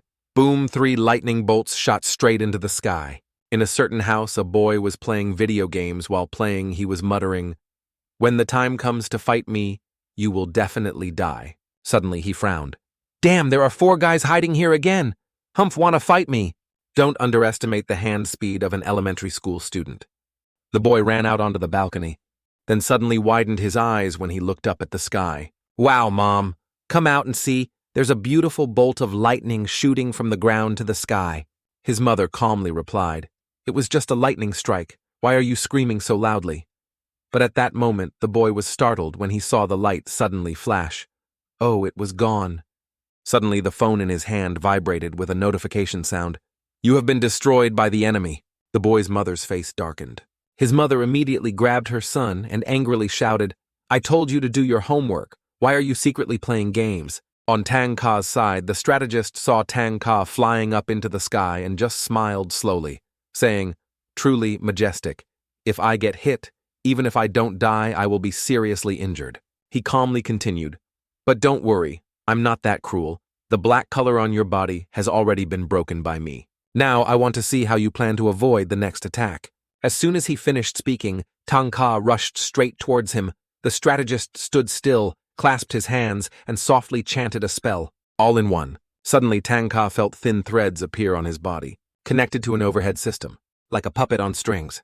"No matter what magic you use, I have golden incarnation protecting me anyway. Let's see what you can do to me." Thinking so, Tangka continuously made moves. But strangely, despite his superior speed, the strategist still dodged everything. "Impossible. I'm clearly faster than him. Why didn't I hit him?" His eyes became sharp. "It must have something to do with the magic above my head." The strategist smiled faintly. "Watch closely as Tangka rushes over. He's about to use a technique, although he really wanted to know what move Tangka would make. He still remained cautious. Suddenly, the strategist brought the flute to his lips and blew out a misty stream of smoke, which quickly enveloped Tangka. Looking up, he was startled. He was right on top of my head. "Huh? So this is just a trick to escape." Tangka gritted his teeth in anger. "If you don't run, then hide. If you have the guts, then face me head on." The strategist replied with a sarcastically smiling smile, "I wouldn't dare." His answer made Tangka blush with anger. The strategist suddenly threw out a bean. "Shoot straight at Tangka." Without hesitation, he raised his hand to cover his mouth and shouted, "Thunderbolt, the first stage." The bean was bounced back. But at that moment, Tangka suddenly froze. He realized something. That was the bean scattering technique just now. He quickly understood. This cunning guy definitely knew that attack couldn't do anything to me. He deliberately used it to force me to change the direction of the spell. But how could he be sure that I would thunderbolt the first stage? The strategist curled his lips and said calmly, "Thunderbolt, the first stage. If you really unleash it, it will be very troublesome." He calmly explained, "Your strategy is probably like this. Take advantage of the blockade properties of the first thunder, expand the range to the maximum. Once I fall into it, you will gradually shrink the encirclement, forcing me to confront it head-on." Tangka gritted his teeth, his eyes flashing with suspicion. "You knew I would use lightning, so does that mean the magic on my head can predict my actions?" But immediately he laughed coldly. "But you cannot guess the trajectory of magic." He shouted thunderbolt the second the 2 thunders clash. 2 bolts of lightning suddenly transformed into 2 giant dragons that shot straight down from above the strategist's head. The strategist did not have time to react. At that moment, Tangka took advantage of the opening and rushed forward to launch a fatal attack. "I caught you!" A thunderous sound rang out. But contrary to expectations, the strategist was unharmed, but Tangka was cut on the face by him. A small and incompetent person, he can only practice one type of golden seal technique in my entire life. Even though I can break your thunder easily, but in terms of strength still cannot surpass you. Tangka's magic does not require a medium, and the magic he is using relies on the glove. Looking down, he realized that blood was already seeping from the wound. Unexpectedly, Tangka reached out to touch the cut on his face that the strategist had just created. The suspect is a fellow disciple. I've gone easy on him, but now it is not necessary anymore. The strategist looked at Tangka with a doubtful expression. Then he suddenly startled. It seemed he had just awakened a monster. He originally thought that the 3 thunders was the limit of Tangka's power. but he didn't expect him to be able to use the 4 thunder shadows. Thunder rumbled. The terrifying pressure from Tanga shot out, causing the strategist to be blown away. This guy is so young, but his cultivation has reached this level. Unbelievable. He told himself while Tanga's blood had not yet dried he should do some fortune-telling. He raised his bloody finger and muttered, "Bloody monster." This is the exclusive secret technique of the Fangshan sect in the secret sect. Just by tasting the opponent's blood, one can calculate their past and future fate. After finishing the fortune-telling, he couldn't help but smile. This fate turns out to be my benefactor. At that moment, Tanga rushed over. He immediately predicted that Tanga would attack from the right. But wait, the left side has it too. The same was true of the rear. In the blink of an eye, the 3 directions of attack changed simultaneously. Oh no, it's 6 directions now. In his lightning form, Tanga's speed was so fast that even if he predicted the move, he wouldn't be able to react in time. The strategist was knocked into the air by Tanga, then immediately struck by lightning and fell to the ground. He lay there breathing weakly, his eyes bewildered. This terrifying power combined with his fate, could it be that my lifelong wish has hope? Without hesitation, Tanga rushed down and unleashed another powerful palm strike, pushing him deep into the ground. After the final attack, Tanga stood up and gently touched his head. The magic on top of his head has disappeared. Maybe he's lost consciousness too. Looking around, Tanga breathed a sigh of relief. Luckily, this was an area outside the city. If his master found out, he would definitely be finished. He shook his head and muttered this time he had used a bit too much force. Even so, he still had the golden seal protecting him, so his life probably wouldn't be in danger. At that moment, the strategist stood up. Tanga raised his eyebrows and looked at him, then burst out laughing. "You are the first one to make me bleed." He stared at his opponent, his lips slightly curled. "I originally thought that the Fangshan sect was only full of strategists. Meeting you today really shows some ability," he said in a low voice. "I only blame myself for being too careless. I didn't expect me to be able to use the Golden Incarnation spell." The Golden Incarnation spell was extremely difficult to break, but the tactic Tanga had just used was able to penetrate this layer of protection. "The Golden Incarnation you just used has drained all your spirit energy, right? You're quite good." He nodded, his tone somewhat mocking, "But protecting your head and spine isn't enough. Otherwise, if you die, I'll be in big trouble." Despite being heavily injured, the strategist still tried to stand firm. Tanga frowned and shouted, "Your spirit energy is depleted. Don't move around carelessly." Even though he protected his head and back, the impact was enough to seriously damage his internal organs. The strategist did not reply, only coughed and spat out a mouthful of blood. However, he still tried to stand straight. "Why is he so stubborn the more I advise him?" Tanga muttered in frustration. "Big brother, if you die here, I will be chased back to the mountains by my master." He looked at his opponent, gritted his teeth, and continued, "Don't act like a fool. If you lose your job, you can find it again, but risking your life for the boss, don't you think it's not worth it?" Even though Tanga tried to persuade him, the strategist still didn't waver. He struggled to stand up, his eyes determined. "What happened here is no longer important to me." He looked straight at Tanga and slowly said, "I risk my life for you." There was a silence. 2 minutes passed. The strategist's lips curled slightly, his tone calm. "You lost." The phone rang amid the rubble. "I almost forgot about this." He walked towards the alley, his voice calm. "You said that if I could still stand after 2 minutes, you would agree to help me with anything within your ability." He paused for a moment, then continued, "About this matter you just informed Yao Chengxi, I only have one request. Let me be your teammate. Don't come so close." Tanga frowned and loudly protested, "You're really weird. Just now you didn't even let me inform Yao Chengxi, and now you say it's okay and you want to join my team? Have you been beaten to the point of confusion?" "I'm very sober right now," he calmly replied. "There's a team in Yao Chengxi that specializes in hunting demon spirits. I can assist you. Furthermore, all the commission will be yours."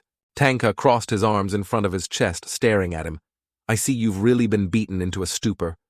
Isn't a strategist supposed to work for a reward? Now you're telling me to help hunt demon spirits without taking a single penny. Moreover, you are not Yao Chengxi's man. How can you accept the mission with me?" He just smiled lightly. "It's fine. I'm the last descendant of the Fangshan sect after all, so joining Yao Chengxi shouldn't be a problem." Besides, the 3 yearly selection is coming soon.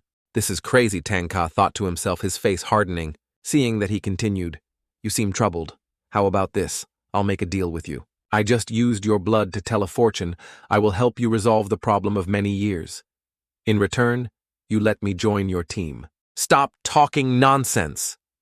Tanga interrupted, his voice cold. Who would believe you? Even if I didn't inform the demon city with the fierce battle just now, the headquarters will soon find out. Instead of worrying about me, you should think of a way to help your boss deal with this. Don't you believe in the divination ability of the Fang Shen sect? His eyes flashed with a sharp light. You're about 20 years old this year. You just came to Lusang City 2 years ago. Before that, you lived in Kunwei, more than 200 kilometers away. If I'm not mistaken, before he turned 18, he always lived in Mount Fenzhou. Not only that, recently a girl came to live with him. That person was facing a terrible fate, but thanks to you it was resolved. Tanga was stunned. A flash of surprise flashed in his eyes. He also guessed this. Indeed, Fang Xian's divination is as terrifying as his master said. Over the years, he had never wondered why he could master 2 types of tactics, and even reach such a high cultivation level. He smirked. And your true identity too. Tanga was silent, his eyes flashing with hesitation. The strategist suddenly clutched his chest, coughed, and then vomited a mouthful of blood. He leaned on Tanga's shoulder and smiled weakly. I'm fine. I just need to rest for a few days and I'll fully recover. Leaning close to Tanga's ear, he whispered something. After hearing that, Tanga's expression immediately changed. What a coincidence, he laughed. I live right above you. Having said that, he fainted. Tanga was silent for a moment, then carried him on his shoulder and returned home. His words just now kept echoing in his head. Could everything he said be true? When the 2 people's shadows gradually disappeared, suddenly, 2 dark figures appeared in the corner. I told you that human is unreasonably strong. The remaining shadow nodded. That's why the Lord told us to keep a close eye on him. As expected of the #1 Yao Chengxi, a man of the upper class. With this strength alone, even if all of our elite personnel charged together, they still wouldn't be able to defeat him. Hearing this, the one-eyed demon broke out in cold sweat. As he ran, he panicked and shouted, If that's the case, then what are we waiting for? Let's retreat quickly. If he finds out, there's only death. Wait a minute. Another guy suddenly spoke up. There is still a breath of air. Ngai luk jo tu doi jat bat ngotoi jan leolen mot kai juoi saun hu kuvuch shung kwan kua mot kon bach bach. Immediately after a requester appeared, it turned out that it was the base's favorite girl named Lu Yuan. Just now, Dan was fatally shot by the young master, and yet she was still able to revive. Just escaped from underground, he laughed excitedly. I didn't expect I would possess the ability to revive. Moreover, it seems that my strength has increased significantly. He raised his hand to look at his body. His eyes filled with interest, dying and then being reborn. It seems that this is truly a blessing in disguise. Lu Wan's weak and useless personality has probably also completely disappeared. I really have to thank that young master. I was only Lu Yuan's secondary personality before, but after being reincarnated, I regained control.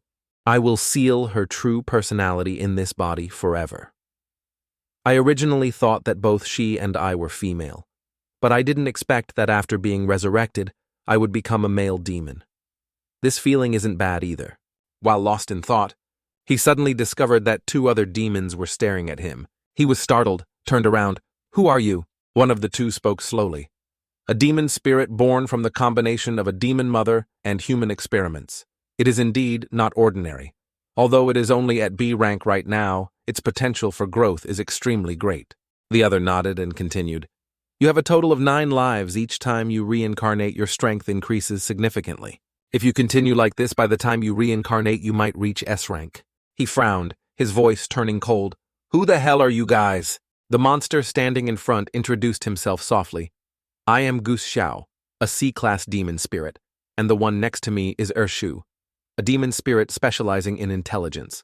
The one-eyed demon added, My ability is observation. I can see all living things within 100 miles.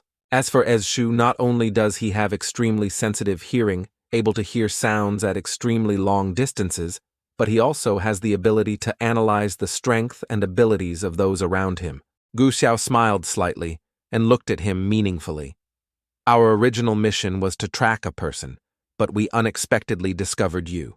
Just in time, our organization needs someone like you, Gu Xiao added in a low voice. I said so much to gain your trust. Having just reincarnated as a demon spirit, you must also need a place to rely on, right? He laughed coldly.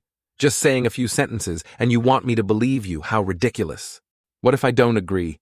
If you already know of our existence, and even have some information about our abilities, then you have no choice but to either join us or become our prisoner. Shu coldly declared. He looked at them for a moment, and then suddenly burst out laughing. I'm dead. If what you say is true, then a B-level person, and a C-level person like you are just scouts in the organization. Still dreaming of defeating me? Just in time, I also want to test my current strength. As soon as he finished speaking, before he could make a move, Shu had already rushed over. In the blink of an eye, a sharp sword slashed up, cutting off his head. Shu stood there, his voice calm as ice. Just a small scout killing you is not difficult. The severed head flew far away, rolling on the ground. But just a few seconds later, his body was reborn. This time, the speed of regeneration was even faster than before. Shu crossed his arms in front of his chest, his eyes sharp as he looked at him. If you agree to join our organization, I will reattach your head, but if you continue to resist, I will throw your head into the sea. Hearing this, he was silent for a moment and then muttered, I understand. With that, he stood up. He reattached his head with his own hands and then turned and walked away. Shu looked on with a calm voice. When you recover, I will take you to see our Lord. Only if you pass his test will you be qualified to join. Gao Shu cautiously reminded, be careful. The one-eyed demon spirit suddenly charged forward, its muscular body blocking the way, blocking the attack from the revived demon spirit. Shu turned his head, his eyes cold. I will take you to meet our Lord. But it seems that is no longer necessary. However, before he could counterattack, he was strangled. He was lifted into the air. At his feet, the one-eyed demon was also defeated. Their 2 scouts had died twice, so their boss must be much more formidable. The demon spirit laughed coldly, his voice full of provocation. Quickly tell me, according to your demon rank, how many times has my strength increased? Shu stuttered in response. Ha ha ha, there's also an S rank above that. If that's the case, wouldn't I be considered a real demon now? He smirked, his eyes shining with interest. I've decided to join you, but at least tell me the name of your boss, right? Our Lord's name is Boan. Boan doesn't sound like a monster's name at all. At Tangka's house, when he saw him return, Xiao Ran happily ran over and asked Tangka, You're back. What happened to your face? Without replying, he just quietly turned to call out to the little fox. Xiao-Qi, come here. His voice dropped. Sorry, when I found your mother, she was already gone. Xiao-Qi was stunned, his eyes red. But don't be sad, Tangka continued. I found this in her body. He held out an egg, the light from the golden incarnation engulfing it. She knows the art of reincarnation. Luckily, I discovered it in time. When this thing breaks the shell, you have to protect her well. Taking the egg, Xiao-Qi burst into tears. This is the breath of mother. Thank you, big brother. I will definitely protect my mother. Tangka turned around to leave. Xiao Ran hurriedly called out, Let me reheat some rice for you. No need, I'm not hungry. I'm going to sleep. His voice was cold. His appearance was tired. He walked into the room alone, leaving behind a heavy atmosphere. Xiao Ran looked at his back worriedly, thinking, This is the first time I've seen him so serious. What the hell happened? Before she could think further, Jingxi came to her side and gently comforted Xiao-Qi. Don't worry, I will send an application to the headquarters to adopt you. Don't cry anymore. We will take good care of your mother. That night, returning to his room, Tangka locked the door. He stood at the door, his mind reeling from the strategist's words. Master he. At the same time, the strategist came home and took a bath. He knelt before the altar, lit incense, and bowed respectfully. Master, today your disciple has met a noble person. This person's fate bears the signs of an emperor. If I help him, I can definitely fulfill your lifelong wish. On Tangka's side, he was tossing and turning on the bed, one hand on forehead, eyes closed, thinking. Then suddenly he jumped up, scratching his head in frustration. Damn it, how could Master lie to me? But then he paused. But that guy has no reason to lie to me. If what he said was true, then why did my master hide my identity? After a while, he took a deep breath. Instead of sitting here confused tomorrow, I'll go find the person upstairs and ask for clarification. Thinking so, he lay down on the bed, closed his eyes, and fell asleep. In his dream, his memories returned to his childhood days. On the mountain beside the clear lake, his master was fishing. At that time, little Tangka was just a child. He ran and called out, "Master, master." Li Yichuan turned his head slightly, frowning.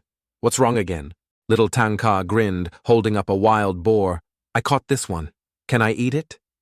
Yichuan looked at the animal and calmly ordered, "Release it back into the forest now." "What's wrong? Isn't it delicious?" Yichuan sighed, his voice calm. "If I eat it, what will happen to its children?" Little Tanga bowed his head in thought. Then he sat down next to his master and suddenly asked, "So my parents are also in the mountains?" Yichuan smiled slightly, his eyes filled with thought.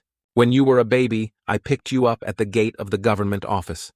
Perhaps your parents had some unspeakable suffering, that is why they sent you here. So have you ever looked for them?"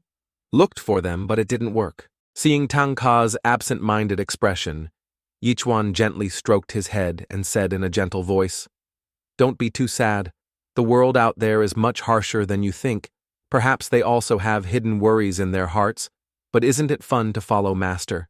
He suddenly forgot his sadness and turned to his master brightly. "If my parents sent me to you, then aren't you my father? Silly boy, I raised you, of course I am your father. Then from now on I will call you father. Don't talk nonsense, still call me master." In the command room of the Demon City, after listening to Han Longgui's explanation, the ninth master calmly replied, "I have a clear understanding of the situation of this project and will definitely do my best to complete it, even if it means having to work hard.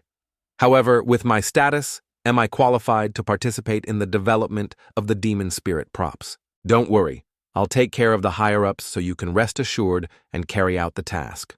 "Understood. In terms of space magic in the demon spirit world, I'm afraid she's still the best." "You're exaggerating. Later, please stop by the famous place that specializes in exploiting demon spirit props. I have long wanted to see them once." Han Longgui continued, "If you can lend a hand, they will definitely be very happy. This project is called Spirit Realm."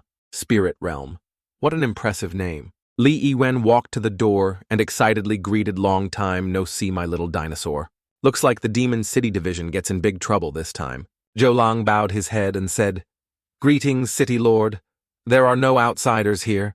No need to be polite, but without order, society will be in chaos." He waved his hand towards Han Longgui. "Little dinosaur, do you remember me?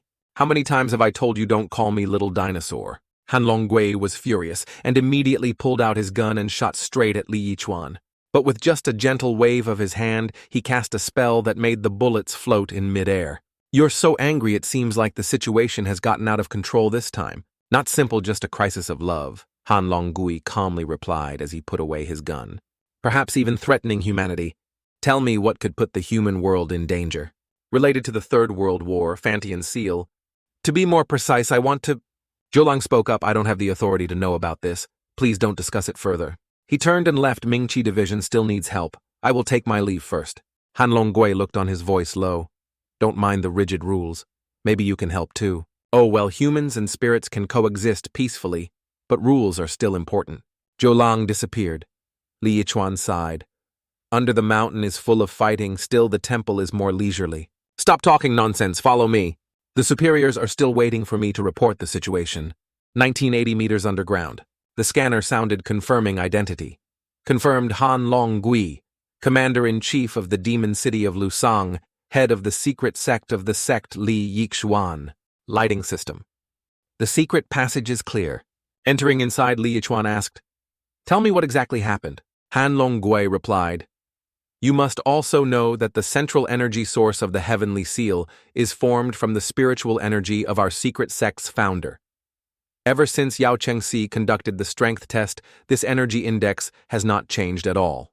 But on the third day, Tanga entered the Fantian world. The energy index dropped to 0.1%, but immediately returned to its original state. Only I have the authority to check Fantian world, so my superiors sent me to call you here." After listening, Li Yichuan pondered. This is really strange. The founder's secret method is eternal. No matter how much time passes, the spiritual energy inside cannot change. But this has nothing to do with little Tanga. Fantian seals are used to seal demon spirits and can only block them from the inside out. Like little Tanga, he was identified as a human. Furthermore, his physical body was also human at that time, so he was able to escape. An ultimate magical artifact like the Fatian seal would not easily change just because someone invaded it. If we want to find out the cause, the only way is to observe the entity, he instructed. Just stay still and don't wander around. Even though you're human, the powerful spiritual energy of the Fantian seal can still have an effect. Stand before Fantian seal. Li Yichuan began to perform the cultivation method.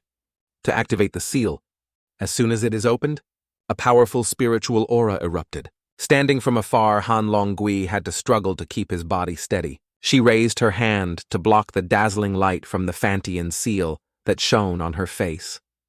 This spiritual aura was terrifying. Even from such a distance, it still made it difficult for her to breathe. This was the first time she had seen the legendary Fantian seal with her own eyes. Li Yichuan slowly approached.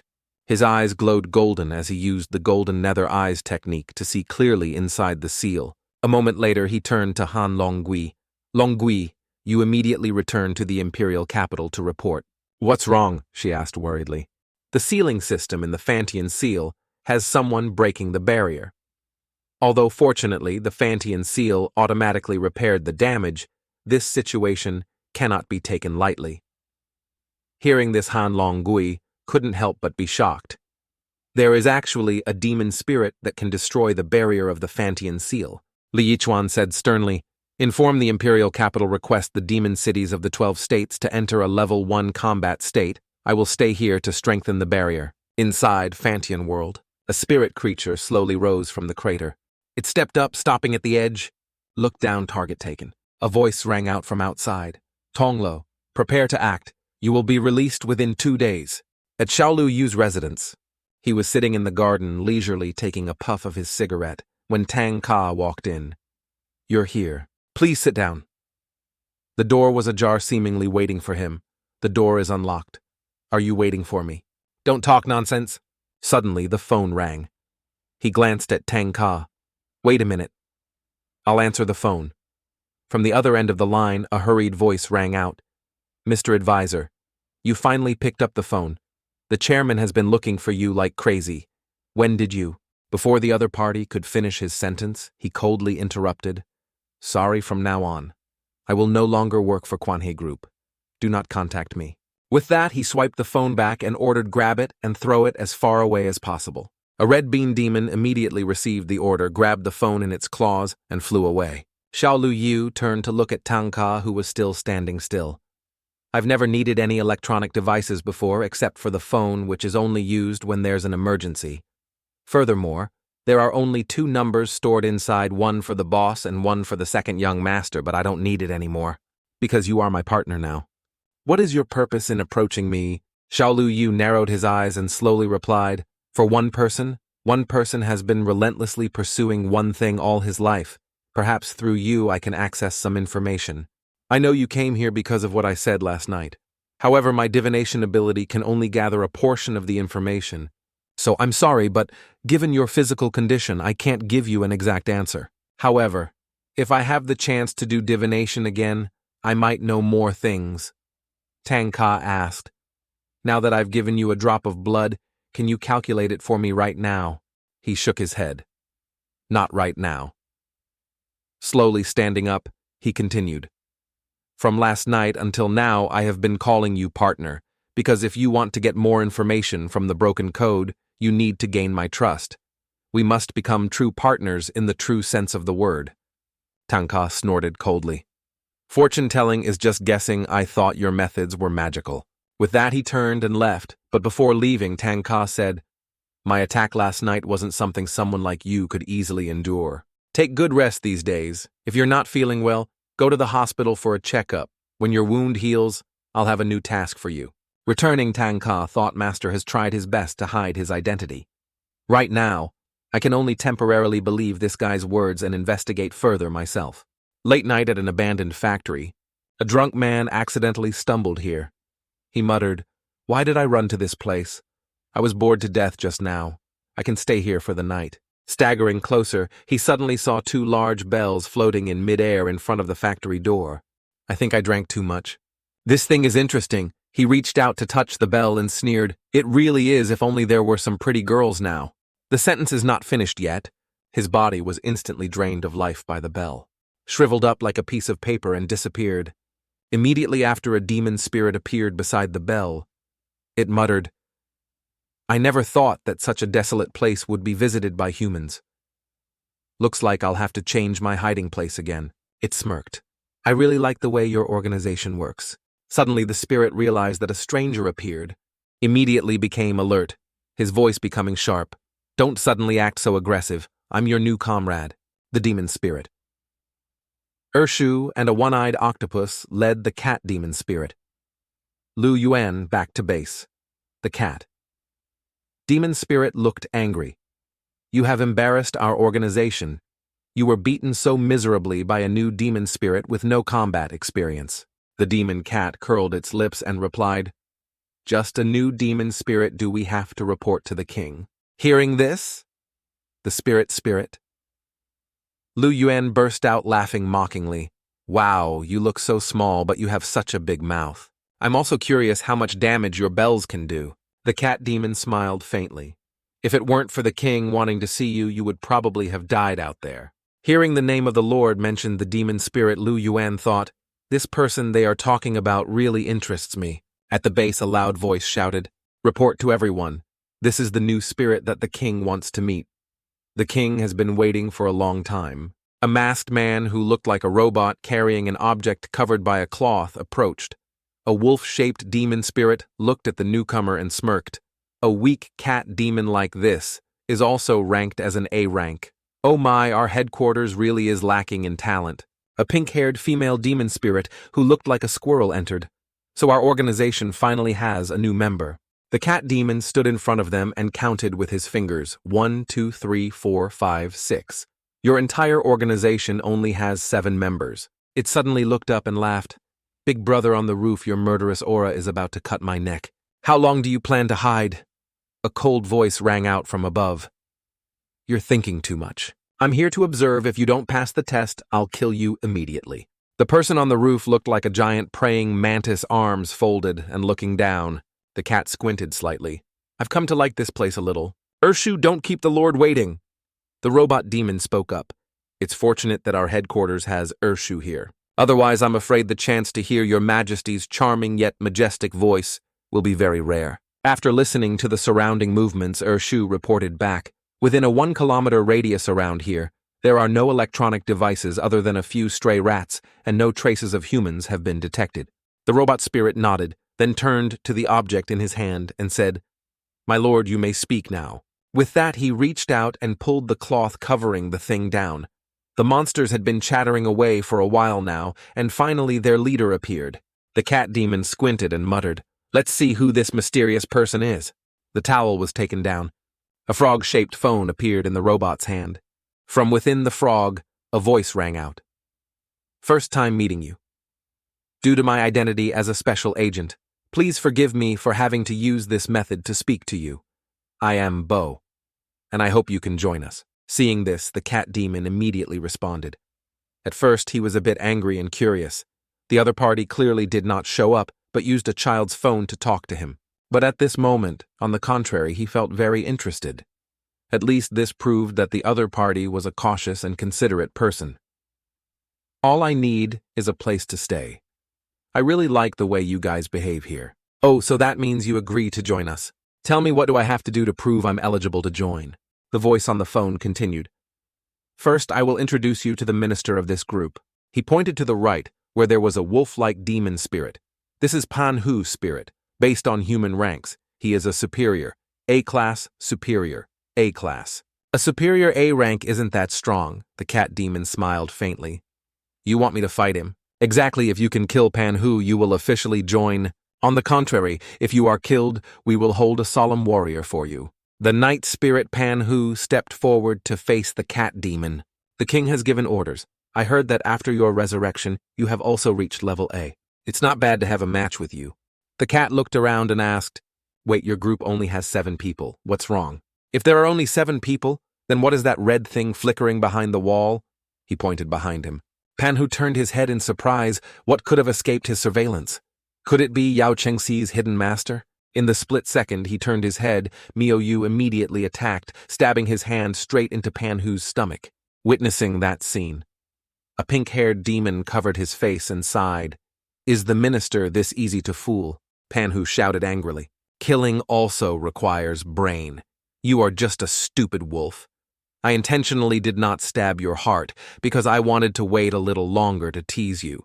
The spirit cat had not yet enjoyed its victory when it suddenly realized his hand was trapped in Panhu's body. Panhu growled, "Kill! You overestimate yourself. Only when we are equal in strength can we fight. You are not worthy to fight me, but reluctantly, I can consider you a snack." The pink-haired demon spirit outside covered her face and muttered, "If the minister touches me, I'll be corroded immediately. I was hoping for a new teammate. What a pity." Realizing the danger, the cat demon gritted its teeth and cut off its corroded arm, quickly retreating. Panhu rushed forward and sneered, "Cut off your own hand to protect yourself. Do you think you can escape? Turn into white bones and make food for me." He grabbed the cat's leg. And in the blink of an eye, that leg was also corroded to the bone. At this moment, the cat demon was really scared. He originally thought that as A-level he could win. He didn't expect that A-level also had a division, and he was only a lower A-level while his opponent was a merchant. Is the gap between these two levels that big? Panhu was like a Tyrannosaurus Rex, and he was just a kitten trembling in fear. In that moment, his mind was completely blank. Facing Panhu and his mighty aura, the only word that echoed in his mind was run. "You have 9 lives, right?" Panhu smiled evilly. "Then I will make you and me die right here." He roared, ready to tear his opponent apart. Although he lacked combat experience when faced with the boundary of life and death, his instincts began to rise. He cut off his corroded leg and said to Panhu, "Just now, because I was overwhelmed by your aura, I forgot something. I just got new superpowers last night. Just think about it. You can't touch me at all." With that, his body turned into liquid. "Quickly back away." Panhu rushed forward. He curled his lips and smiled faintly. Naive, just relying on this trick to escape. If you want to run, then the battle is over. "No, minister, it's my job now." The grasshopper demon stood on the roof, his hand gripping the sword tightly, speaking. "Who said I wanted to run away? Now this game is just about to start." The cat demon revealed its true form, its eyes flashing with a sharp light. Why didn't I realize this sooner? The first time I was killed and revived, when I just emerged from the void, I had the ability to liquefy. The second time I had my head cut off by a mouse ear in my despair, I just wanted to reattach my head, so I had the ability to super recover. Then when I fought with the mouse ears and big eyes, I died again. In the moment of resurrection, I wondered how to improve my fighting ability, and then my body could transform into any kind of weapon. I didn't expect the liquefied state to remain the same. Urshu was surprised. "Really, this ability is too overpowered." The pink-haired demon looked up and sighed. Urshu thought to himself with a thoughtful expression. "At first, I thought this ability would make him the key combatant of the second team. But I was too simplistic in my assessment. This guy is too cunning and warlike. If I keep him by my side, I'm afraid it will be a big disaster." According to what he said, every time he is reborn, as long as his wish is not too far-fetched, he can choose a superpower for himself. Moreover, he can also use strong opponents to train. He curled his lips and smiled coldly. "It's really interesting, but why do you need to say more? This has nothing to do with our war." "Related." The demon cat smiled faintly. His eyes filled with excitement. "Don't you feel that if we add this, our battle will be more interesting?" As soon as he finished speaking, he transformed his arm into a sharp drill. "This is the hardened weapon you spoke of, but relying on this alone to fight you is not enough. Even with my current strength, I am not your opponent. But guess what superpower I will have when I am resurrected next time?" He laughed then without hesitation. "Use that drill to stab him straight in the head." "This crazy guy!" The werewolf roared angrily. "He's too arrogant. Am I seeing things? Did he commit suicide?" Beside him, the spirit with the big bell shouted, "Minister, stop talking about martial virtue. Let's eat him before he revives." The werewolf frowned slightly, replying in a calm tone, "Such despicable actions are not my style." As soon as it came back to life, the cat demon immediately turned into liquid and rushed straight towards the werewolf. Saw the demon cat coming. The werewolf smirked and said, "You know very well that if I touch you, you will be swallowed. I don't need to guess what your new ability is. It's like mine, but not exactly the same." His body gradually grew larger. Waves of powerful aura emanated from him, and then he transformed into a giant wolf-little devil. "I will show you what real difference is. Come here." With that, the two immediately rushed at each other, their bodies rolling around. turned into two giant spheres, one white, one red, colliding violently. Create strong air currents that spread around. The situation is extremely tense right now. Both of them possessed the ability to absorb and were trying to swallow each other. Because of this, their spiritual energies constantly clashed, forming a giant ball of energy. This fierce antagonism makes everything chaotic. No one can clearly distinguish who has the upper hand. Master Minister? The spirit with the big bell cried out worriedly, but a calm voice rang out. You mischievous devil, you think too much. Minister Panhu is my confidant. Do you think I can bear to watch him die here? Just wait a little longer. He was once a tyrant standing above 10,000 people. Your Majesty, please give the order. If you wish tonight, he definitely cannot survive. Two energy balls collided violently, digging deep into the ground.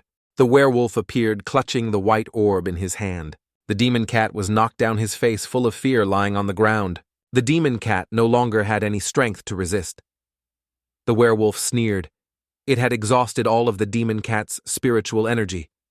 Unless it was revived once more, it would be difficult for it to continue fighting in a short period of time. Master looked at the cat demon thoughtfully, and then calmly said, Sorry, I've already let you be an experiment once. Panhu heard this and replied, You are too harsh. He turned to the cat demon, his eyes cold.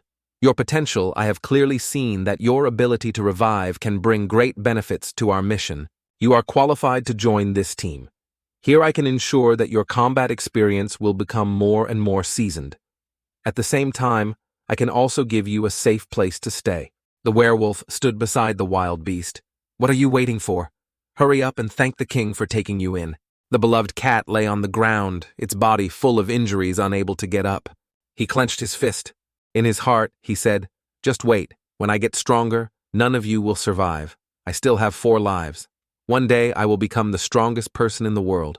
At Tanga's house, he walked closer to Xiao Ran and Yaya and saw that they were both playing games. He looked at Xiao Ran and asked softly, Is your wound better now? I can take on missions. Let's put the mission aside for now. There's something more important right now. What's the matter? Don't you want to be Yao Cheng-se? Get some rest tonight. I'll teach you how to use your spirit tomorrow. Really? Xiao Ran's eyes widened in surprise. You're really lucky. Tanga has never taken the initiative to teach anyone before. Yaya said happily. Have I ever lied to you? Tanga smirked. Then he turned and left. I'm going to sleep. You two should go to sleep early after playing. On the way back to his room, he thought to himself, Last night caused such a big commotion. If Master and Longjai find out, it will definitely be very bad. It's best to temporarily avoid them for a while. If Xiao Ran can become Yao Cheng-se, I will be less worried. I just hope that no strong demon spirits appear in the next few days.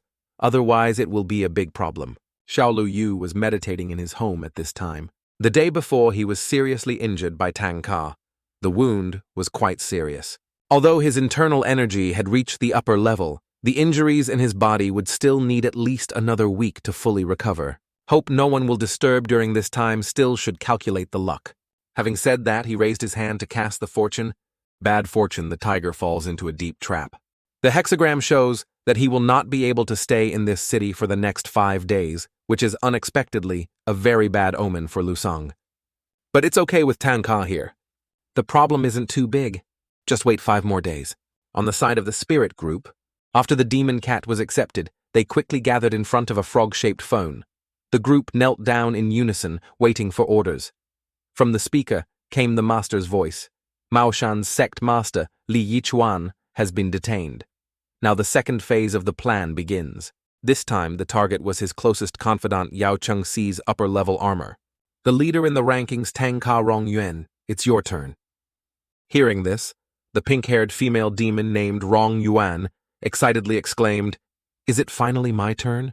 A beam of light shot out from the frog's mouth, turned into a strangely patterned sphere. The demon cat stared at the object, curiously asking, What is this thing? Rongyuan smiled, lightly, took the ball, and put it in his mouth to swallow. I will use my life to ensure its safety. Very good, take him to the designated target point.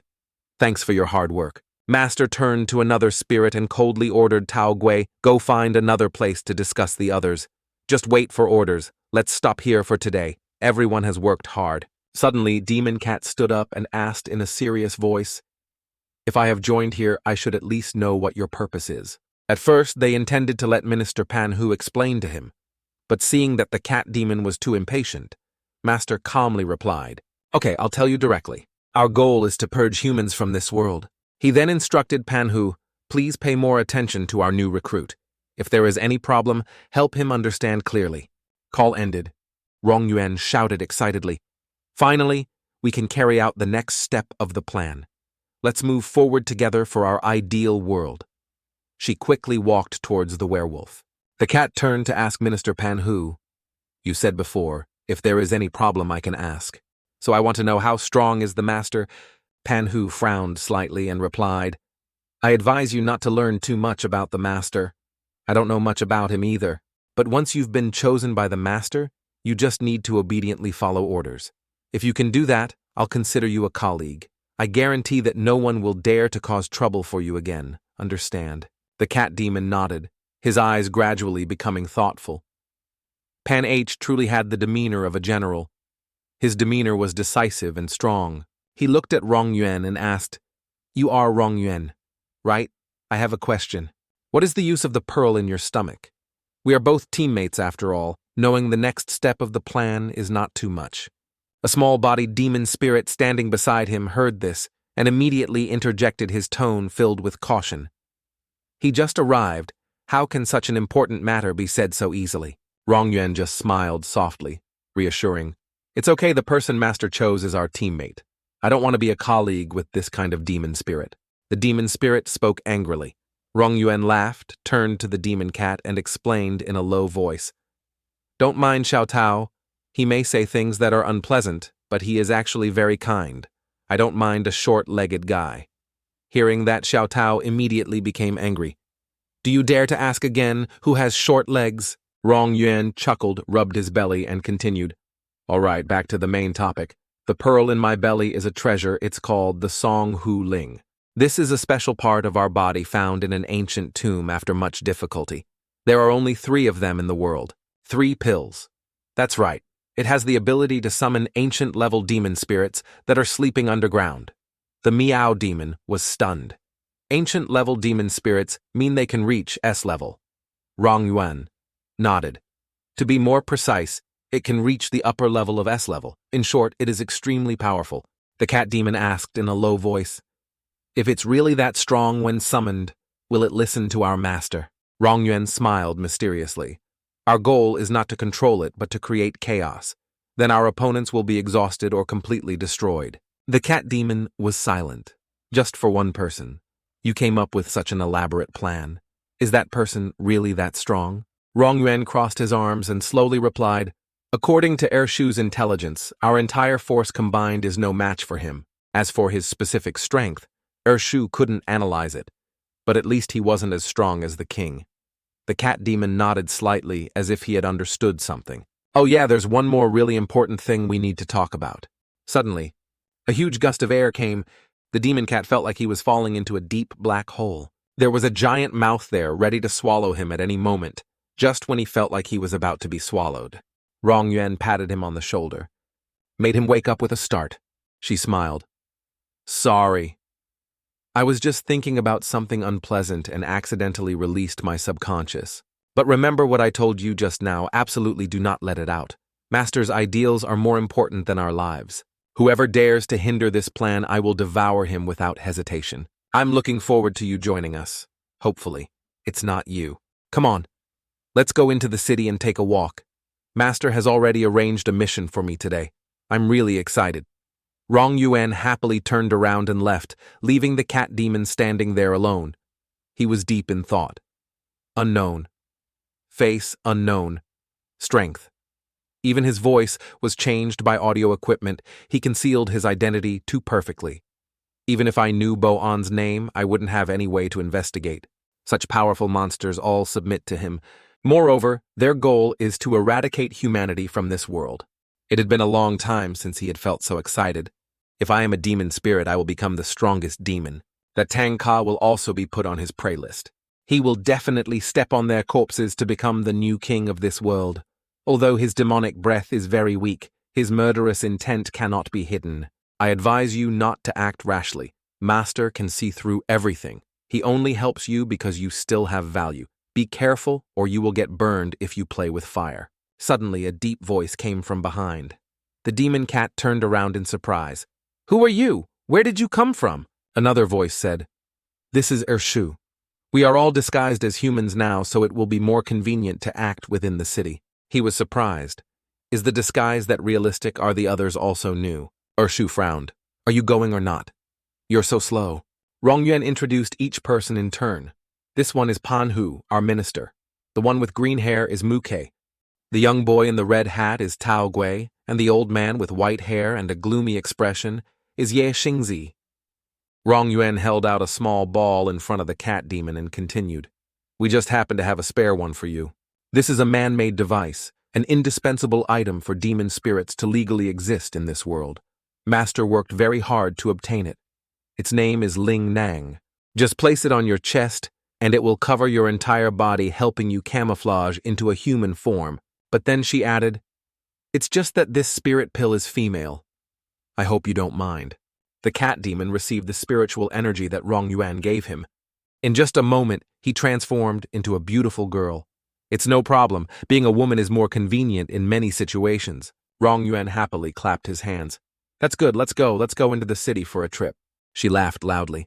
Today I must have a full barbecue meal. Currently the department has a total of 8 demon spirits.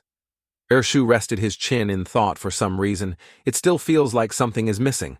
In a hidden corner above a large cargo crate, a one-eyed demon suddenly awoke. He asked sleepily, How long have I been unconscious? Where is everyone? Has the master finished the meeting already? He sighed sadly. The strongest person in the world has been forgotten like this. What are you still doing here?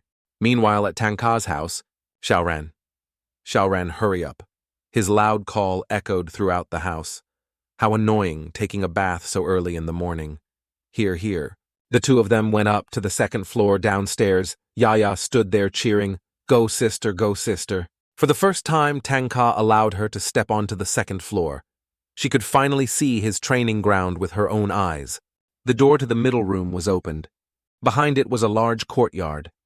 Come in, he said. Xiao Ran hesitated, but then she was startled when she saw him disappear behind the door. She cautiously reached out to touch it.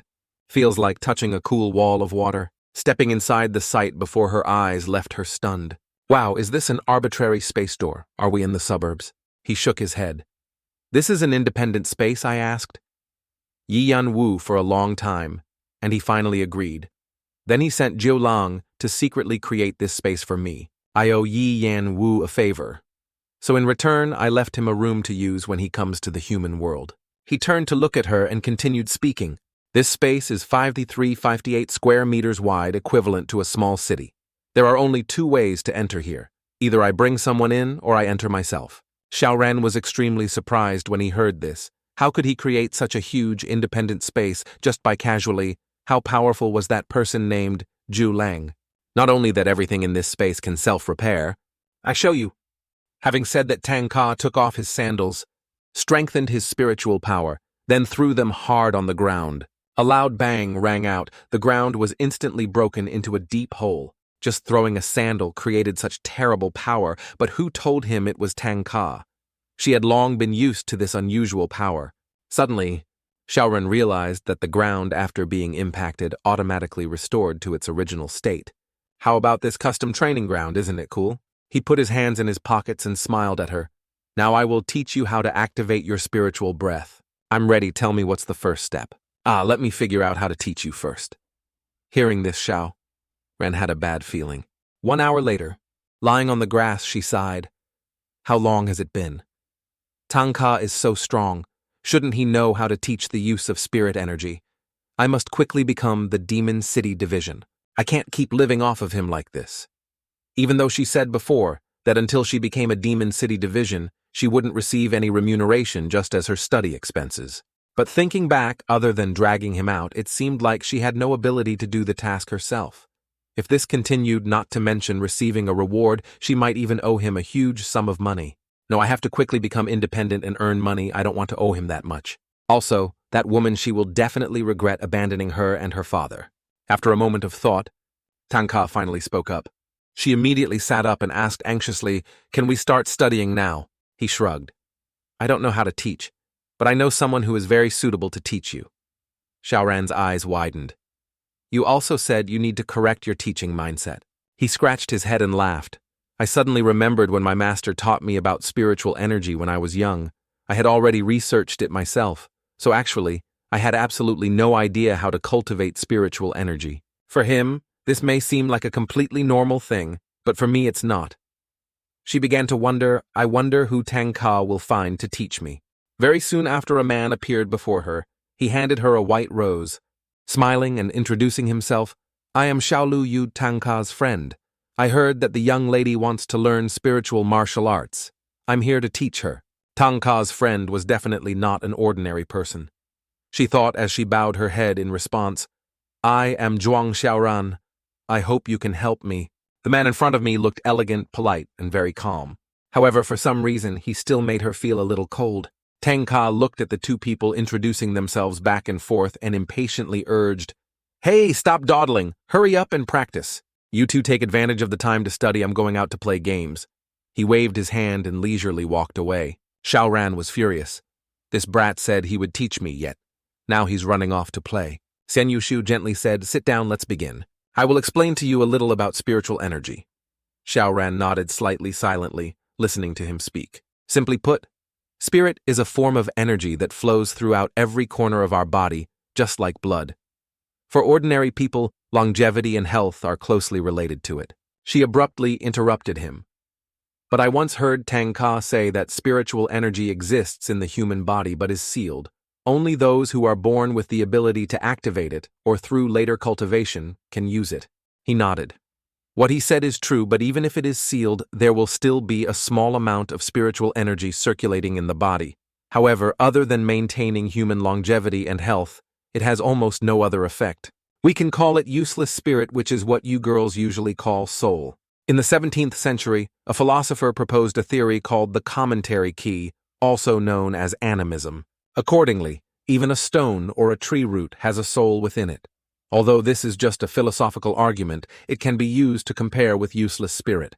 He reached out to Xiao Ran. "Miss, can you give me that flower? Oh, here." Xiao Ran placed the flower in his hand. He immediately absorbed all the spirit energy inside it. The originally fresh petals suddenly wilted. Take this flower, for example. When it was in the ground, it could grow for a very long time. But when I drained all its useless spirit energy, it immediately withered. He looked at Xiao Ran and smiled. "Miss is indeed very smart." She understood after only hearing it once. "You are praised." Xiao Ran scratched her head in embarrassment. "You are too kind." Before guiding her to activate her useful spirit aura, he explained, "There are 4 stages to cultivating spirit aura. Fan qilianzhe. Fan is a useful spiritual stimulant. Qi is the stage of controlling spiritual energy, serving the practice of cultivation. Lian cultivation process help develop personal ability. Ju is the final step, where ability reaches a much higher level of training and upgrading." He continued, "We'll start from the fan stage. There's a way to help you activate your spirit breath faster. That is, I will transfer part of my spirit into your body," he said, and walked over to sit behind Xiao Ran. Because the density of spiritual breath in each person is different, the useless spiritual energy in your body will automatically reject my spiritual breath. Close your eyes and focus on eliminating all distracting thoughts. Don't think about anything else, so you can easily feel the flow of spiritual energy inside you. Hearing him say that, Xiao Ran suddenly felt a little worried. Why does it feel like those martial arts movies that teach internal energy? Can it really be trusted? Placing his hand on her back, he continued, "Remember, you must clear away all distracting thoughts and feel the flow of spiritual energy." "Okay, I will try my best." As soon as he transmitted a bit of spiritual energy into her body, a sudden burst of power erupted from within Xiao Ran. "Push him back." She turned her head in surprise. "Ah, why are you being thrown away?" He looked at her, his eyes filled with doubt. "If I'm not mistaken, that was a demon's breath just now. But she's clearly human. Why does her body contain such a strong demon's breath?" Although his injuries had not yet fully healed, the girl's demonic aura was enough to suppress him. This person is not simple. Xiao Ran ran over in panic and asked worriedly, "Why are you vomiting blood? Did I hurt you?" He waved his hand. Miss Zhuang is thinking too much. This is just an old injury. A few days ago, I fought with Tanga. That brat didn't know how to use his strength and injured me. It has nothing to do with you. Then he pondered for a moment, then slowly said, Actually, I have something to ask. Do you know why there is demon energy in your body? Xiao Ran was slightly stunned. Didn't that lazy guy Tanga explain the situation to him? After a moment of hesitation, she decided to tell Xian Yushu everything. After listening to Xiao Ran, he pondered, Mummy, I've heard of it before, that's an S-class demon spirit, right? She nodded. That's right. And this also proves that there is a connection between you and Tanga, which can be called a karmic bond. She smiled shyly, and he quietly observed her. So she has a mummy hidden in her body. If she learns how to use her spirit energy, she might be able to borrow mummy's power. This would be truly amazing. If she had that power, Tanga would definitely be able to become the ruler of the other world. After thinking for a while, he slowly said, Miss Zhuang, consider yourself to have met with misfortune, but received a blessing. You are currently in a human spirit symbiosis body, so grasping the spirit's aura will be much simpler for you than for ordinary people. She was surprised. Really? So how long does it take for a normal person to practice spiritual breath? He explained, No one can practice on their own without the guidance of a master, and one must have extremely high natural talent. Otherwise, no matter how hard you try, it will take at least 3 years to achieve success. Xiao Ran was stunned. Then if I am a human spirit symbiosis body, then...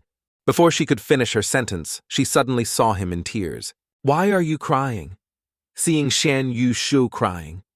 She worriedly took out a handkerchief to wipe his tears. He sighed softly and slowly said, Miss Zhuang has the 2 demon spirit awareness in her body. Xiao Ran's eyes widened in surprise. 2 demon spirit awareness. That's right, you only sealed part of Mummy's consciousness. But the child's original consciousness remains. Hearing this, Xiao Ran immediately thought of the child in the jar.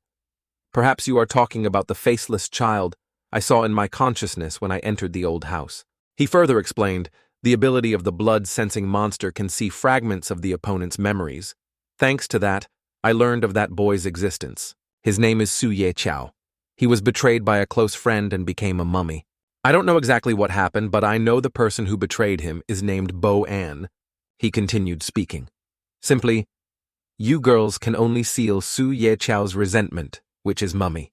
His original awareness was separated by an accident. While at the old house, he was probably possessed by some force that possessed her body. Then he bowed his head slightly, his tone somewhat apologetic. I'm truly sorry, it was my fault just now. The Baghua's ability allows me to sense the other party's emotions, causing me to shed tears unconsciously. Xiao Ran suddenly worried. Then wouldn't my body be occupied by him again? He reassured Miss Zhuang doesn't need to worry too much. If he wanted to take over your body, he would have done it long ago. In my opinion, his current state is hiding in her consciousness, not wanting to reveal himself. I don't know the specific reason. Hearing him say that, Xiao Ran pondered and then came up with a hypothesis. Perhaps he had witnessed Tangka's power and was afraid of being destroyed or sealed again. He looked at her and smiled lightly. Miss Zhuang, don't worry too much. Everyone has their own destiny. The outcome between you and him will sooner or later have an answer. He paused for a moment and then continued slowly. This time I saw many different things during my divination. The deeper I delved into the other party's memories, the more I could only see fragments. But even so, I see more. He looked straight at her, his voice low. For example, Miss Zhuang was born into a happy family, but then her father fell seriously ill. When he fell, your mother could not bear the burden and followed a rich man who abandoned you. Xiao Ran was stunned, his hands clenched tightly. He continued. A few years later, her father passed away. She was left alone. Although she had many relatives, no one was willing to take care of her. All of them coldly turned their backs. In the end, she was sent back to the mother who had abandoned her. Hearing this, Xiao Ran was so angry that she lost control. Her hands trembled slightly. She went into mummy mode, screaming at him, "Shut up!" Seeing her like this, Xian Yushu did not show any signs of worry. Instead, she smiled. Miss Zhuang, please forgive me. Everything I said was to help you absorb it faster. Xiao Ran gradually calmed down. Only then did she realize she had transformed into a mummy form. He looked at her and slowly continued. It seems that I was not wrong. Now Miss Zhuang can borrow mummy's power and still maintain consciousness. Indeed, the power of the mummy comes from resentment. Now the lesson truly begins. Elsewhere, the demon spirit Rong Yuan was standing in front of an aquarium. Pensive eyes followed the schools of fish gliding in the water. Minister Pan Hu approaches. Yashingzi said softly. Yashingzi just received a secret report from Master ordering you to take action tonight. He turned around and continued. Don't stay here too long. We'll wait for you at the gate. Rong Yuan silently looked at the fish surface, as if to send a message to the fish inside. Wait a little longer. Turning back to Xiao Ran when she heard Xian Yu's show mention starting to study, she immediately asked, I'm going to have to study in this mummy state, yes. Just now I intentionally provoked you into becoming a mummy.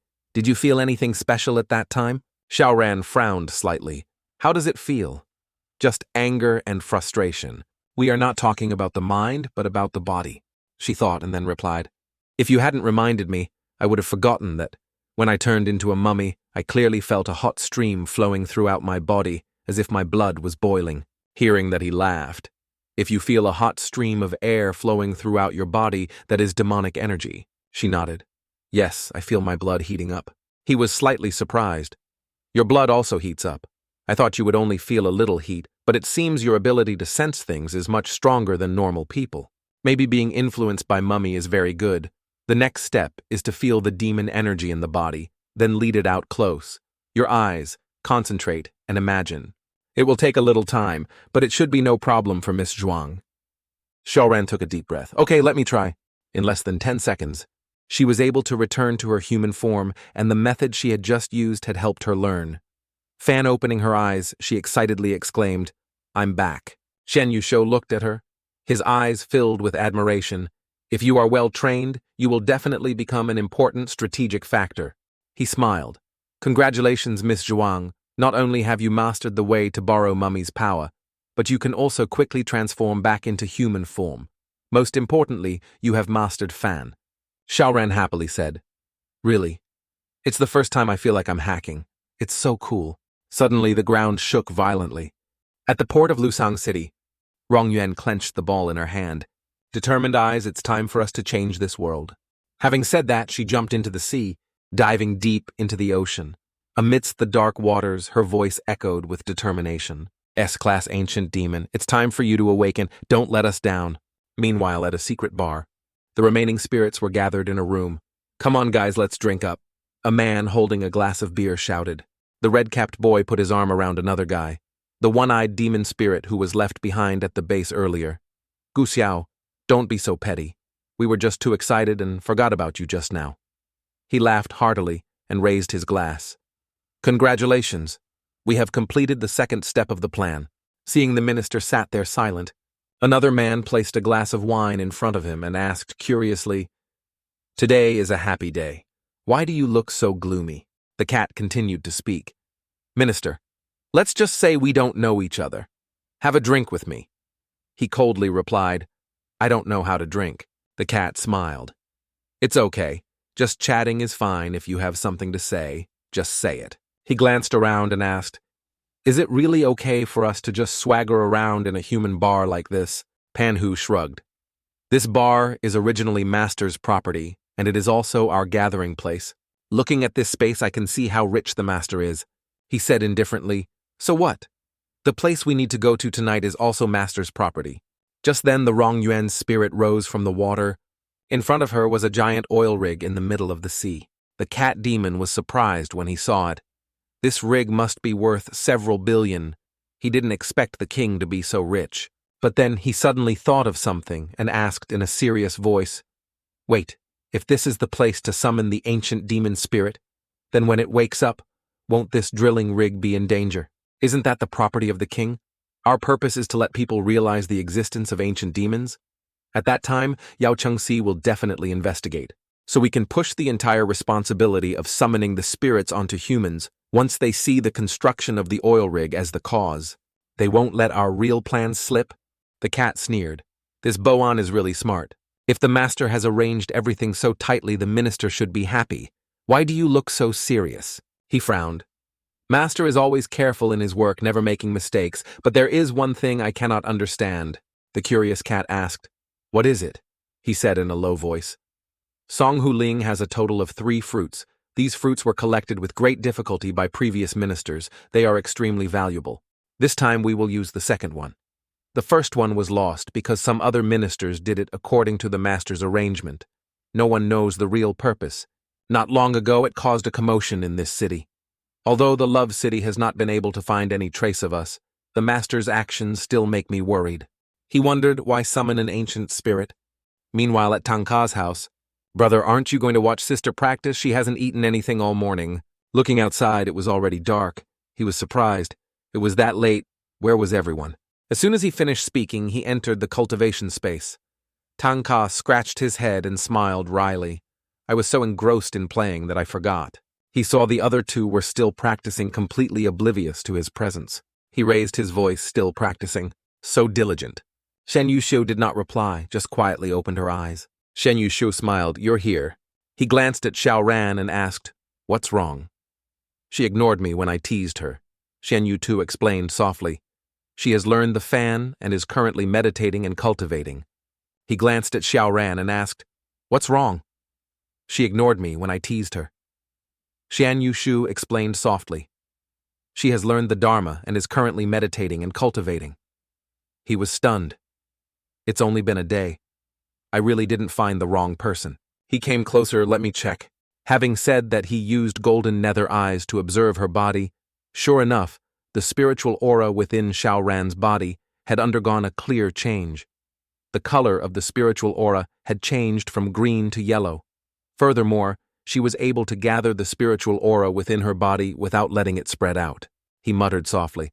I once heard my master say that even a genius would need several years to master this, Shen Yushu explained.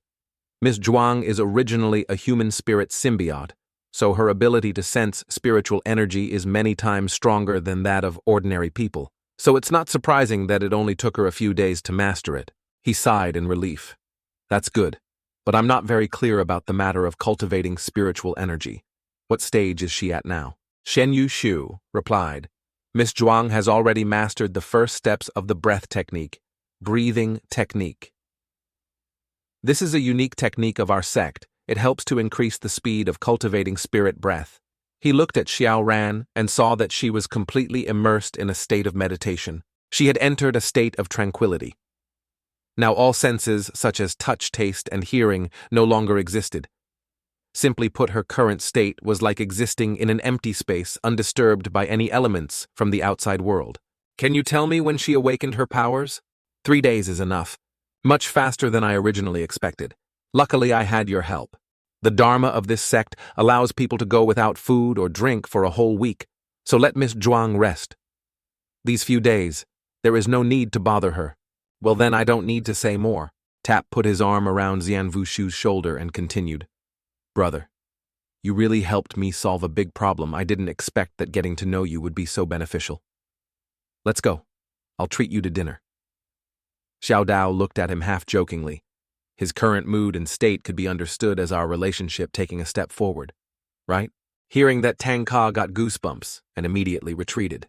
If you want to improve our relationship, stop saying such creepy things. 3 days later, in the training space, Tanga asked Shen Yushu with concern, Is your method really okay? Why isn't she awake yet? Could it be that she's gone crazy? Don't be so impatient. At this moment, Xiao Ran opened her eyes. Tanga happily shouted awake. Seeing the 2 people standing in front of her, Xiao Ran asked in confusion, When did you come? Is it dinner time already? What dinner? You haven't eaten anything for 3 days. Xiao Ran was startled. What I thought, I was just meditating for a while. So have I learned, Lian? Can't confirm yet, need to check a bit to know. Miss Zhuang, you can try releasing all your spiritual energy. The answer will naturally reveal itself. Okay, let me try. Xiao Ran closed her eyes, gradually releasing her spiritual energy. Whoa, she is imitating Fan. What power will awaken in the end? There is some anticipation. Tanga looked at her with eyes full of excitement. This aura can be felt. Perhaps the ability she awakens will be very strong. Although Miss Zhuang's talent is only average, the power of the innate spirit. Spirit depends on the spirit. Power. In other words, her spirit power is very outstanding. Being evaluated by Shen Yushu. Like this, Tanga was even more expectant. After releasing the spirit, Xiao Ran still felt nothing. She turned to the two and asked, "What's wrong? What happened? Quickly test to see what abilities you have." "So, does that mean I have awakened, Lian? But why don't I feel any changes in my body?" "That's right. Miss Zhuang has awakened Lian. Usually once awakened, one's instincts will know how to use them. But I don't see anything." "Let me try." "Hurry, hurry," Tanga urged eagerly. Xiao Ran closed her eyes. She raised her hand, but no matter how hard she tried, nothing changed. Frustrated, she collapsed. "Why does it feel like I'm being teased?" Tanga was even angrier than her. "Are you teasing us? Stop joking. Show us quickly." "But I really don't feel any ability. Is my talent so bad that I have no ability?" Shen Yushu pondered. "As long as Lian is awakened, whether strong or weak, there will still be power. Miss Zhuang's telepathy is very strong. There's no way you can't use it. The only possibility is that you need a time catalyst. Looks like Miss Zhuang is hungry. Why don't we go eat first, and then we'll talk about it later? I'm really impatient." Tanga sighed. In the evening, Shen Yushu asked Tanga, "How is Miss Zhuang? She still hasn't felt anything." She kept blaming herself for being so incompetent, so she went to take a bath. But then Tanga turned to Shen Yushu seriously, saying, "Thank you anyway. No need to be polite as teammates. This is what I should do. Although we have not known each other for long, I think you are really not bad. However, being a strategist for the Quana group is not quite like your style, right? Looks like you're not as greedy as Xiao Ran, huh? Is everything you do for that person? Who is that person? What is it that you've been pursuing? Sorry, but I can't tell you right now. When you trust me completely, you'll know. It's okay if you don't say anything, as long as the person you're looking for isn't evil." As he turned away, Tanga said to him, "I agreed to help you with this matter. I don't like owing anyone anyway." In the bathroom, Xiao Ran Ya and Xiao Hei are bathing together. Seeing that Xiao Ran looked unhappy, Ya comforted her. "Sister, don't worry too much. Your ability will definitely appear. Maybe I have to become even stronger. I don't want to be a burden in future missions." Xiao Hei hugged her and said softly, "Your perception is very sharp. I can feel that you are very strong." She suddenly lifted Xiao Hei up high, happily shouting, "Silly boy, maybe you've already felt something in my body." Suddenly Xiao Ran felt dizzy. A shrill scream came from the bathroom. Tanga and Shen Yushu immediately rushed over. "What's wrong? What's wrong? Has she awakened her ability?" Ya hugged Xiao Hei tightly, anxiously ran out and said to Tanga, "Brother, Tanga, something's wrong. She just disappeared. Just now she was playing with Xiao Hei, then suddenly disappeared without a trace. Could this be her new ability?" "I'm not sure either," but Ya stammered. "She's not dressed yet. I used golden nether eyes, but I didn't feel any sign of spirit at all. It completely disappeared." Tanga pondered for a moment and suddenly understood. I know Xiao Ran must have awakened the ability to teleport. While taking a bath, she accidentally activated her ability and was teleported to another place. "Wow, this ability is really cool," Tanga said with certainty. "But it's just a guess. Xiao Dao has a different opinion. The possibility of Miss Huang awakening. Her spatial ability is very low, because when a person awakens, they will feel the attributes of the ability themselves. Miss Zhuang is bathing. There is no way she would suddenly want to go to a strange place unless she is the willful type like Tanga." Hearing this, Tanga suddenly felt guilty. "What do you mean by that? Do you mean I'm the type of person who can run around naked?" He was annoyed. "Tell me, where is she?" Shen Yushu shrugged. "I'm afraid only Miss Zhuang can answer this question." Tanga held his head and sighed. "If Sister Long knew that I lost Xiao Ran, she would definitely kill me." While everyone was still worried about where Xiao Ran had gone, she suddenly appeared in the bathroom. "I'm here," she said weakly. Sister Ya called out, but saw Xiao Ran stagger and then collapse. Tanga quickly rushed forward to catch her. When she woke up, Xiao Ran found herself lying on the bed. Around her were worried eyes, finally awake. "The ability you awakened seems to be similar to Xiao Hei's, which is hiding. It's good that you're okay." Ya breathed a sigh of relief. "Hiding is hiding. Why did you hide from us, making us so worried?" Tanga complained. Ignoring Tanga's reproach, Xiao Ran said brightly, "I have the ability. It seems like the stealth ability isn't too bad. I hate these kinds of evasion skills the most." Tanga grumbled. Shen Yushu suddenly spoke up, breaking the atmosphere. "I think Miss Zhuang's ability isn't simply stealth. Everyone turned to ask, "Can you tell us in detail about the process of feeling your ability?" "Yes, yes, tell me." Again. Xiao looked at everyone with a bit of guilt. "Sorry, Ya. I didn't mean to tease you. It's okay, it's good that you're okay." Xiao Ran nodded slightly and began to tell.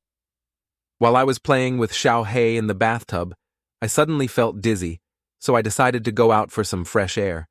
As soon as I got a towel, I fainted. When I woke up, I was surprised to find that I had become transparent. I tried to return to the original state, but there was no way to do it. However, I felt like the spirit energy in my body was gradually depleting, so I tried to control it. Thanks to that, I was able to recover a little bit, even if it was only in a faint state.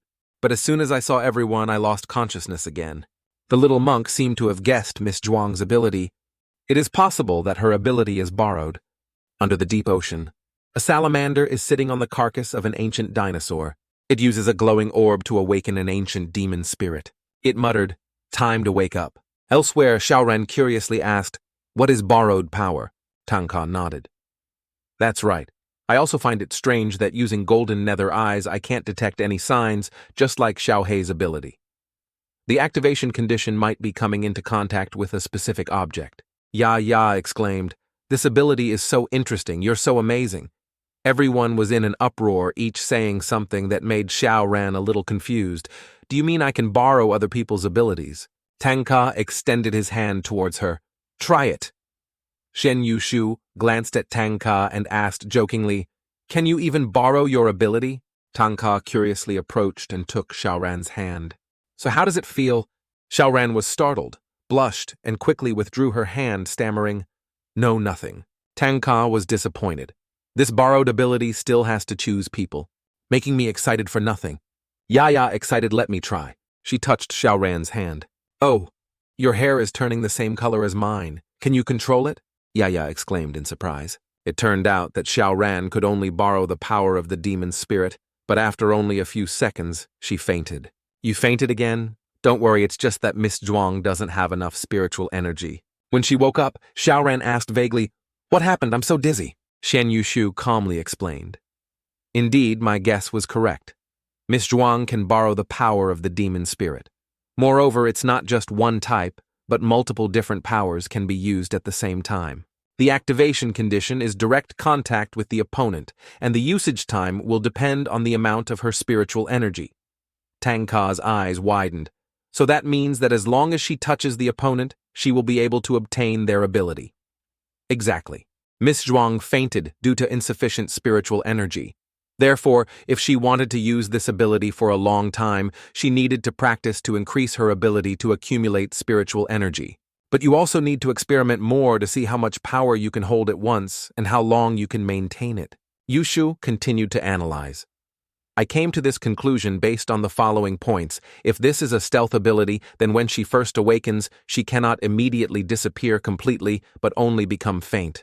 Newly awakened people need time to practice to master the ability.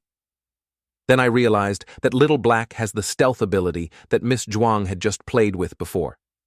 This made me suspect that her ability was borrowed.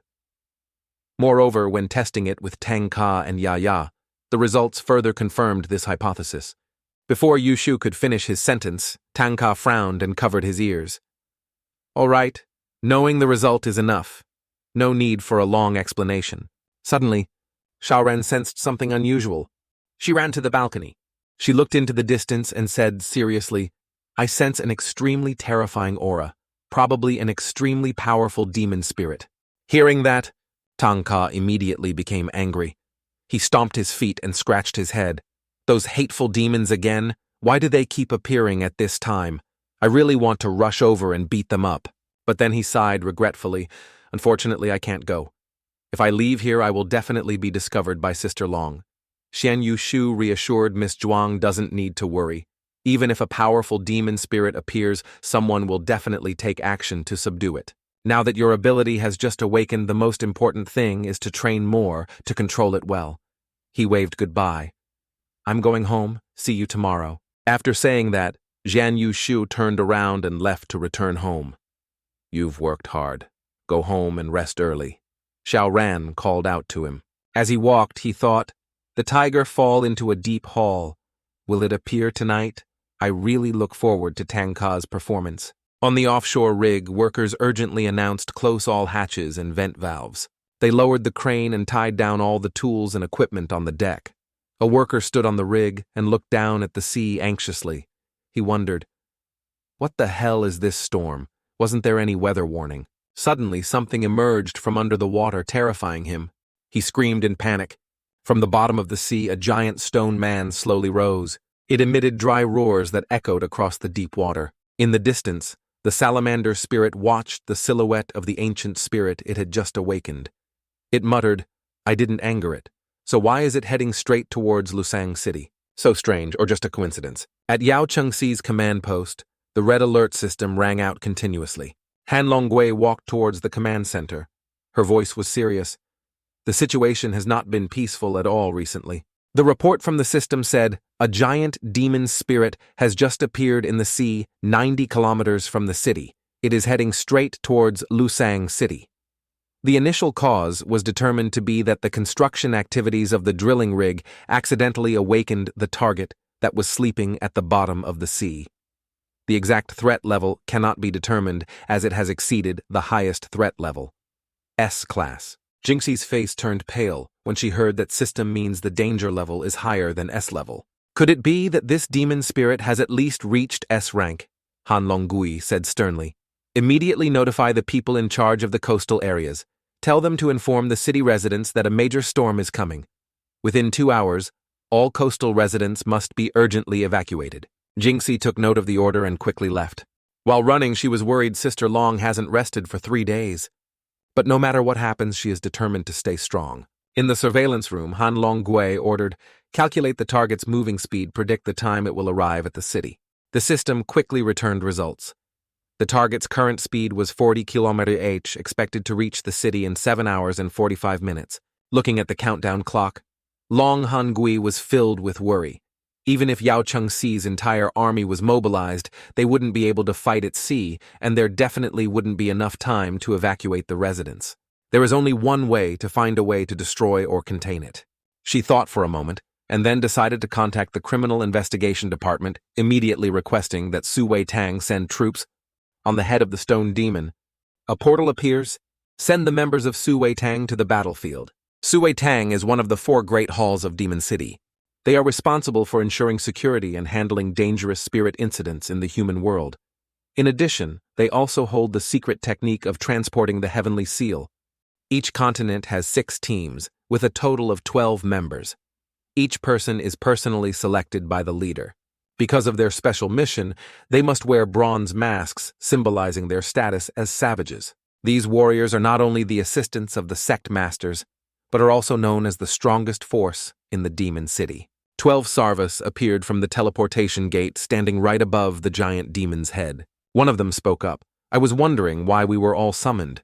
It turns out that this thing is so huge it must be an ancient demon spirit that has been dormant for millennia. One guard spoke up. Should we test its strength first? Another shook his head. No. If we anger it, things will become more difficult to deal with. Ninth brother tried to approach him and behave properly. The person called Ninth Brother is named Suzy. He flew closer to the spirit. He spoke calmly. I don't know who woke you up, but please return to where you belong. I promise that from now on, no one will bother you again. However, the demon spirit did not react at all. Keep moving forward. Souza frowned. It seems this is an unconscious demon spirit. If so, then I've offended you. As soon as he finished speaking, he raised his shield to block the demon spirit's advance. A huge force came, causing the sea surface to shake violently. Notice someone blocking the way. The stone spirit immediately raised its fist and swung it down. Boom. Souza was knocked away.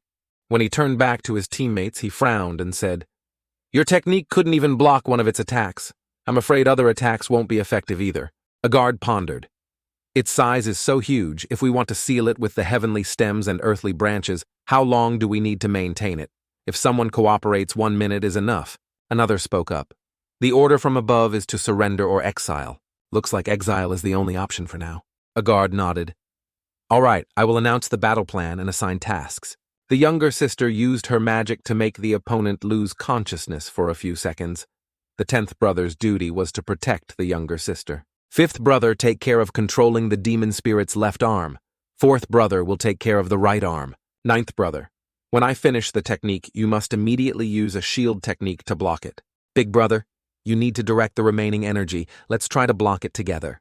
Sister Ming, 6th brother, 8th brother, 12th brother. You guys help the 7th brother use the 12 earth fires to create the final blockade. The 3 layers of blockade must be set up simultaneously. As long as we can imprison it for a minute, we can complete the exile. As soon as the order was received, all the guards acted simultaneously according to their assigned positions. Fight with ancient demons. The little sister flew straight towards the demon spirit. She began to cast magic. An illusory scene appears. The ancient demon stopped slightly when he saw the little sister in front of him. But in the blink of an eye, it swung its arm to grab her. 7th sister coldly said, "Your filthy hands are not worthy to touch me." Immediately, she waved her hand, created a rope of excess strength tightly wrapped around the demon spirit's arm, preventing it from attacking. Sugong recklessly exerted his strength, increasing the suppression. He frowned. Its force is too strong, but maybe little sister is about to complete the 7th technique. Realizing her arm was being controlled, the demon spirit immediately waved its other hand, preparing to counterattack. 4 brothers. The 4 guards immediately flew up, swung the sword straight into the demon spirit's remaining arm. From his sword, a giant ancient tree suddenly grew. Grab the opponent's arm and dig it deep into the seabed. Don't tie it at all. 7th sister shouted. 5th brother, 4th brother, you guys, hang on a little bit longer. Just a little more time and we'll put it to sleep. Suddenly, a powerful stream of demonic energy shot out from the demon's mouth. 10th brother rushed straight towards that 7th sister, blocking her gathering strength to tightly wrap around that demonic aura. Little sister, don't be afraid, your 10th brother is here. He looked down at the demon spirit and smiled faintly. You don't take the main road, but you like to wander around the world to show off. Stop pretending. His voice dropped, his eyes cold. If my little sister loses even a single hair, I will kill you. This stone man's attack is too slow, just wait for death. Another guard urged little sister, hurry up, quickly, finish your cry for help. As soon as the little sister heard this, she immediately shouted, 10th brother, quickly save me. Good. The 10th brother swung his sword and cut off the demon spirit's attack. Thank you for your hard work, 10th brother? 10th brother calmly replied. The technique went smoothly. It should be able to put it to sleep in about 10 seconds. No, little sister is the one who has to work the hardest. The demon spirit gradually closed its eyes. Fall asleep?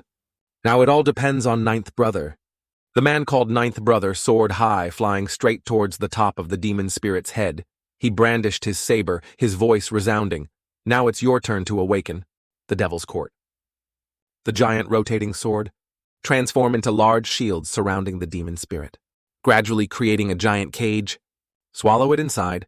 From afar, Han Longgui observed the entire situation through a drone approaching the scene. She asked impatiently, how long until the reconnaissance machine arrives?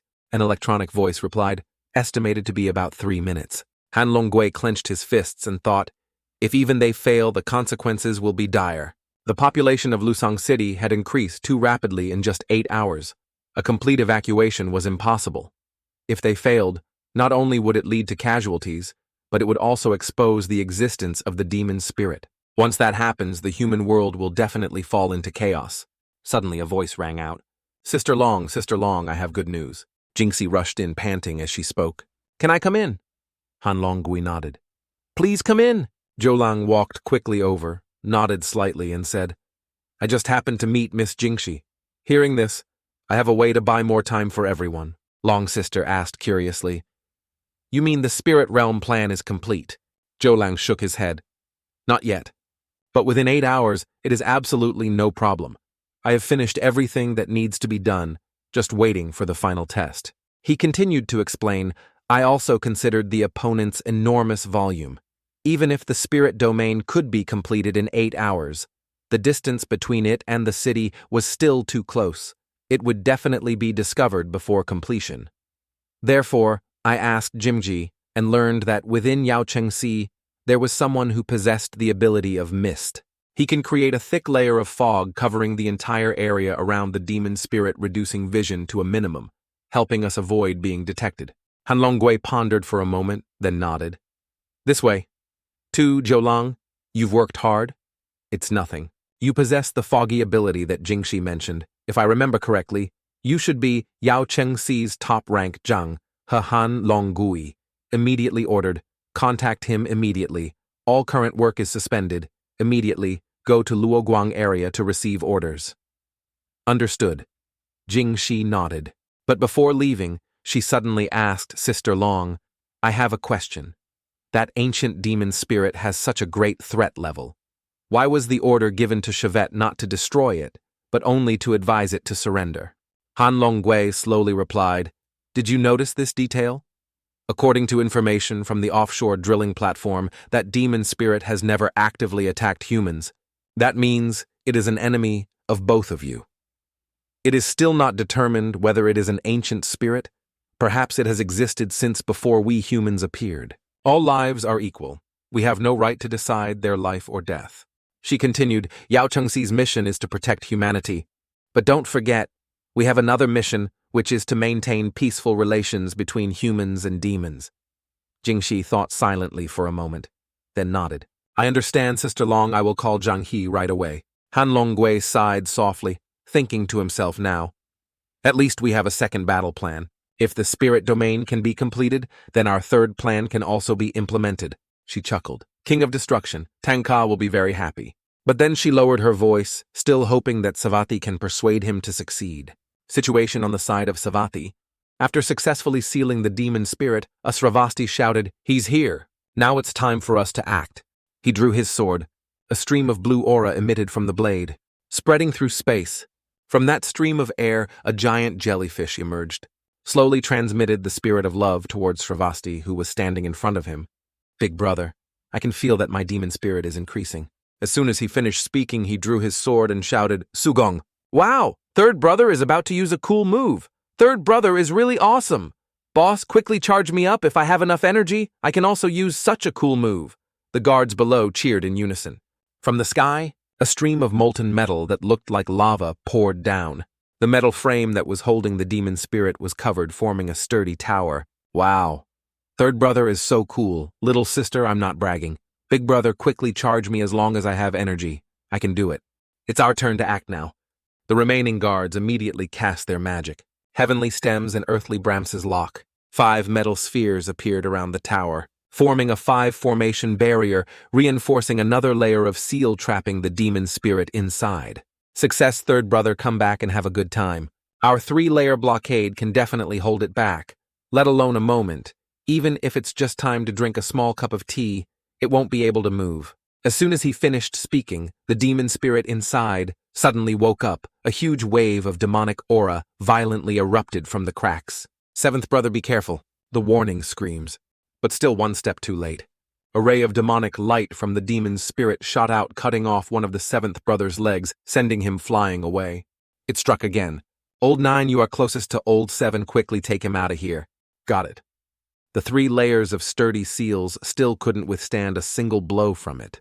It seemed like this mission had failed. The demon spirit easily broke the barrier but did not continue to attack Savatthi, but it calmly headed towards the city. What is it aiming for? Looking in the direction it was going, a guard spoke sternly. Everyone gathered, 1 or 2 guards, and immediately joined forces. Old 7, hang in there. Old 6 will heal you. Don't worry, I've stopped the bleeding. You won't die. Old 6, a fool with great magical talent, immediately drew his sword and created a magical healing force.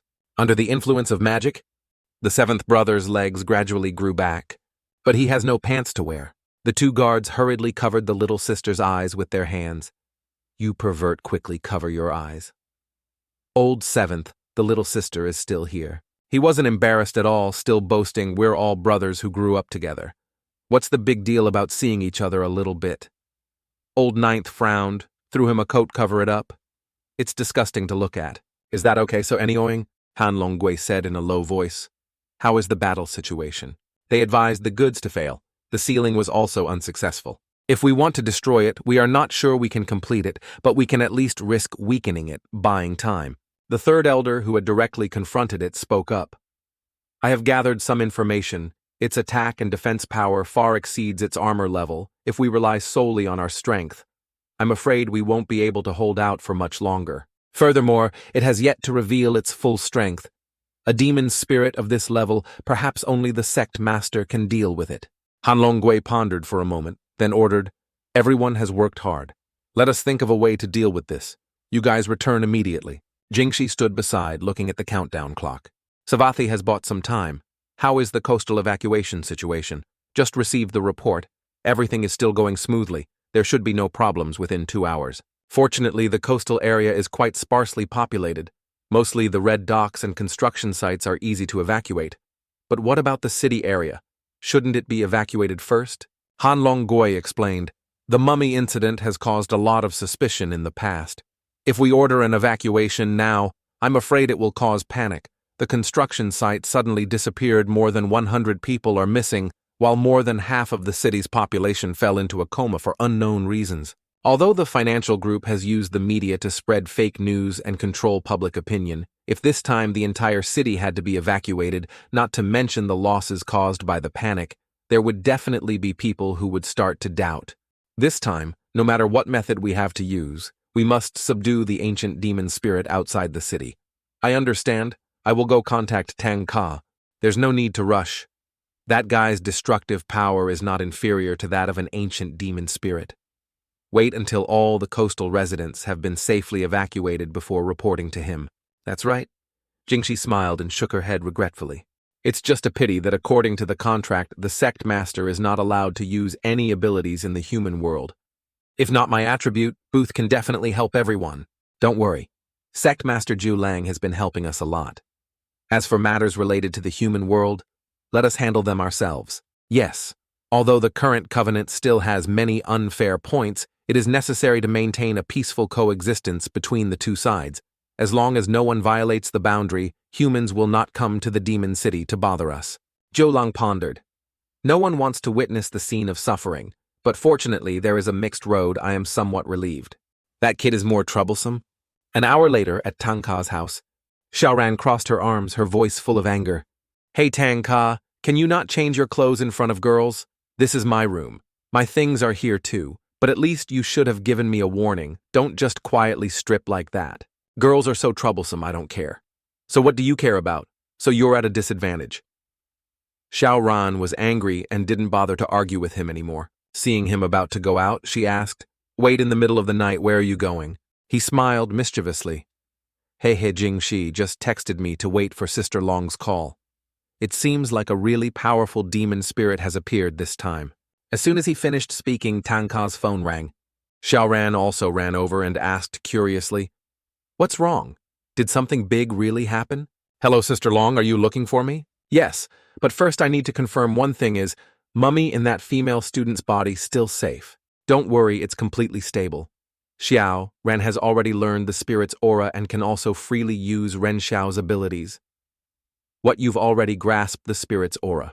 Han Longgui was surprised. "Her matter cannot be taken lightly, I know, but don't worry, I guarantee she is completely safe. I also understand very well that if I accept the mission, the mummy in Xiao Ran's body will be in danger. Last time, because of this, more than half of the residents of Lusang City almost lost their lives, so I absolutely wouldn't dare joke with Sister Long." Hearing this, Xiao Ran suddenly fell silent. Although she was not the one who directly caused the incident, many lives had been threatened because of her existence. In Yao Chengxi, she had always been considered a potential danger. Seeing her sad expression, Tangka suddenly had an idea and said to Han Long, "Gui, wait, Sister Long, I can join this mission, but on one condition. Please let Xiao Ran compete in this year's Continental Championship." Hearing this, Han Longgui pondered for a moment and then replied, "All right, I will report to my superiors. This matter probably won't be too difficult, but we have to wait until after the mission is over. You should bring her to the headquarters high-level meeting to decide later." "I understand, as long as Sister Long guarantees that everything will be fine." After that, Tangka resolutely hung up. Tangka looked at her and said seriously, "It's done. I have to go meet that guy." She asked worriedly, "What happened? Why do you have to bring this up again?" "Master, I once taught you that you must keep your word and keep your promise. I have agreed to something with you, and I do not intend to take this opportunity to back out. Otherwise, Sister Long will be in a very difficult position in the future." Listen to these words. She suddenly felt reassured. This guy may be a bit silly, but it's his sincerity and consistency in words and actions that make others feel trustworthy. On the side of the ancient demon, it had crossed the sea and was advancing towards the mainland. Just discovered the appearance of Tanga. It immediately took the initiative to attack. Deliver the fatal blow. Dare to use your big move on me. Then I won't be polite anymore. Tanga laughed and immediately counterattacked. He threw a powerful punch, causing the demon spirit to be knocked back. Wait, Sister Long said it was a very strong ancient demon spirit. Why does it look so weak? Lost all interest. Just then, Han Longgui's voice rang out. Tangka. He immediately broke out in a sweat. Didn't I tell you to wait for my command when you get to the scene? But it attacked first, and I just reacted naturally. It was not me who initiated the attack at all. Han Longgui had a headache looking at the scene before him. But because of you, the ecosystem here has been severely affected after the evacuated people return. How are you going to explain this? She growled angrily. Suddenly, a warning sound came from the intercom. Crystal falling. Tangka scratched his head and smiled wryly. Now I regret calling you. Look down below. He saw the demon spirit slowly sitting up.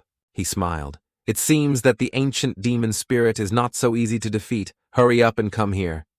Suddenly, an emergency signal rang out from the loudspeaker. Data update. Target speed is increasing. Current prediction, 300 km/h. If it keeps this speed, it will reach the city in 43 minutes. Han Longgui immediately ordered Zhang He deploy the fog screen now. She then quickly contacted the famous person. How is the progress of the spiritual domain if it is not completed within 30 minutes? We can only let Tangka take action. But if that's the case, the existence of the demon spirit can no longer be hidden. Hearing this, Zhu Lang fell into deep thought. Suddenly thought of something. He immediately ran away quickly. I have a way. Give me 10 minutes, I will be right back. Sister Long immediately shouted, hurry up and chase after him. We absolutely cannot let Sect Master Zhu Lang do something so shameless. If Sect Master uses his abilities in the human world, heavenly punishment will immediately come down. I know Jingxi did not hesitate any further and immediately chased after him. Han Longgui stood there. Longhear worried if Zhu Lang really uses space magic to deal with this ancient demon spirit, heavenly punishment will definitely come down. Heavenly punishment is the second protection mechanism established by the ancestor of the Taoist secret Guangchengzi to protect the human world. At that time, he had two great mounts. One was the Tengjia, a creature that could swallow everything, and the other was the Hai Guo, a creature that could see through everything from afar. The sea fruit has transformed into a heavenly punishment pearl, continuing to protect the human world.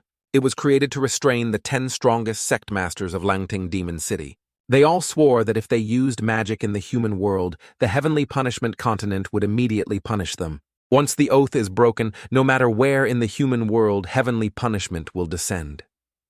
Furthermore, the injuries caused by heavenly punishment are only aimed at the sect master. No one can avoid it. Jingxi chased after Zhou Lang closely and asked loudly, Sect Master, where are you going? Zhou Lang did not turn back, only softly replied, Sorry, Miss Jingxi. I don't have time to explain to you now. A thought suddenly flashed through Jingxi's mind. Could it be that his destination is... Right then, Zhu Lang had already arrived at the door of Ming Qixi's mansion. He quickly called out Xiao Mei open the door. The door immediately opened. A little girl rushed out. Jumping into Zhu Lang's arms, she happily shouted, Lord Zhu Lang, my master, and I have shortened the time to complete the spirit realm by half. Quickly praise me. Zhu Lang hugged the little girl, his eyes filled with affection. Xiao Mei turned to wave at Jingxi's sister. Jingxi is here too. Hello, Xiao Mei. Jingxi smiled slightly, but there were still countless worries in her heart that could not be answered. The sect master looked at Xiao Mei and nodded slightly. You did well, but the situation has changed. Zhou Ling said, Our original plan was to maintain the spirit realm for more than an hour, but this time, Tangka is on a mission. Xiao Mei confidently replied, If Lord Zhou Lang is here, then he must have a way. Let's take a chance. The little girl turned to Xiao Ge. The situation is extremely critical. We must speed up tenfold. Jingxi bowed to the elders. Zhou Ling said our original plan was to maintain the spirit realm for more than an hour, but this time Tangka is on a mission. So try adjusting the duration down to 5 minutes so Tangka can easily subdue the target. An elder wondered, But Lord Zhou Lang, the spirit realm is very unstable right now. We are not sure we can control it. Xiao Ge spoke up worriedly. You should be fine with it. But Zhou Lang reassured him, don't worry. I don't use spiritual power. I can still complete this. But I'm not good at human science, so I need your help. He continued, I will monitor the changes in the spiritual energy. You just need to adjust the quantity. If the energy is stable, modify the time parameter.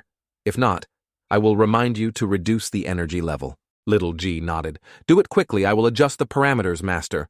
Please check the stability. As soon as he finished speaking, an elder suddenly nodded off and fell asleep. Xiao Mei shook him gently. Master, wake up. Your old illness is coming back. Zhou Lang smiled. It's okay. Just wait a moment, Jingxi explained. You're all over 105 years old. This is understandable. After a while of operation, Xiao Mei announced, energy operation is stable. All indicators are normal. Zhou Lang confirmed. Very good, the time has been prepared. One of the elders also nodded. All right, let's begin. Jingxi looked at Zhou Lang worriedly. Master, what if it's not finished in 20 minutes? Zhou Lang said in a low voice. If it can't be completed within that time, I will deal with the ancient demon myself. My sacrifice alone can save the lives of countless people. Even if I am punished by heaven, it is worth it. Zhang He received a call from Jing Li. He asked Jingxi, can we start?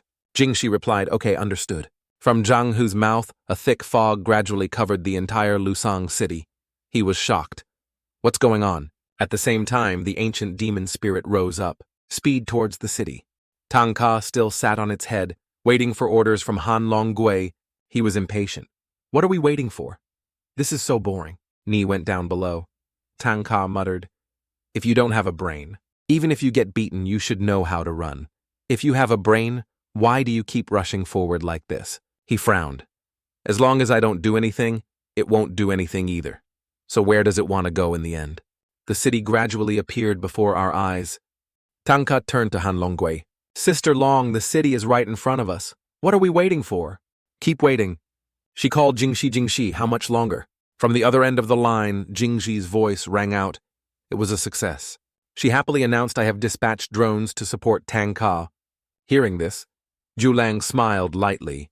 Jingxi hesitantly asked, then why didn't you tell me in advance? Zhou Lang explained, because this operation is extremely dangerous. Just one small mistake, the entire Yaochengxi headquarters will be damaged. Jingxi nodded. It's true that Master Zhou Lang has always been calm. If something really happens, do you have a plan to deal with it? Zhou Lang was determined if there was an unexpected situation, I would use spatial magic to transfer the energy so no one would get hurt. Zhou Lang smiled in response.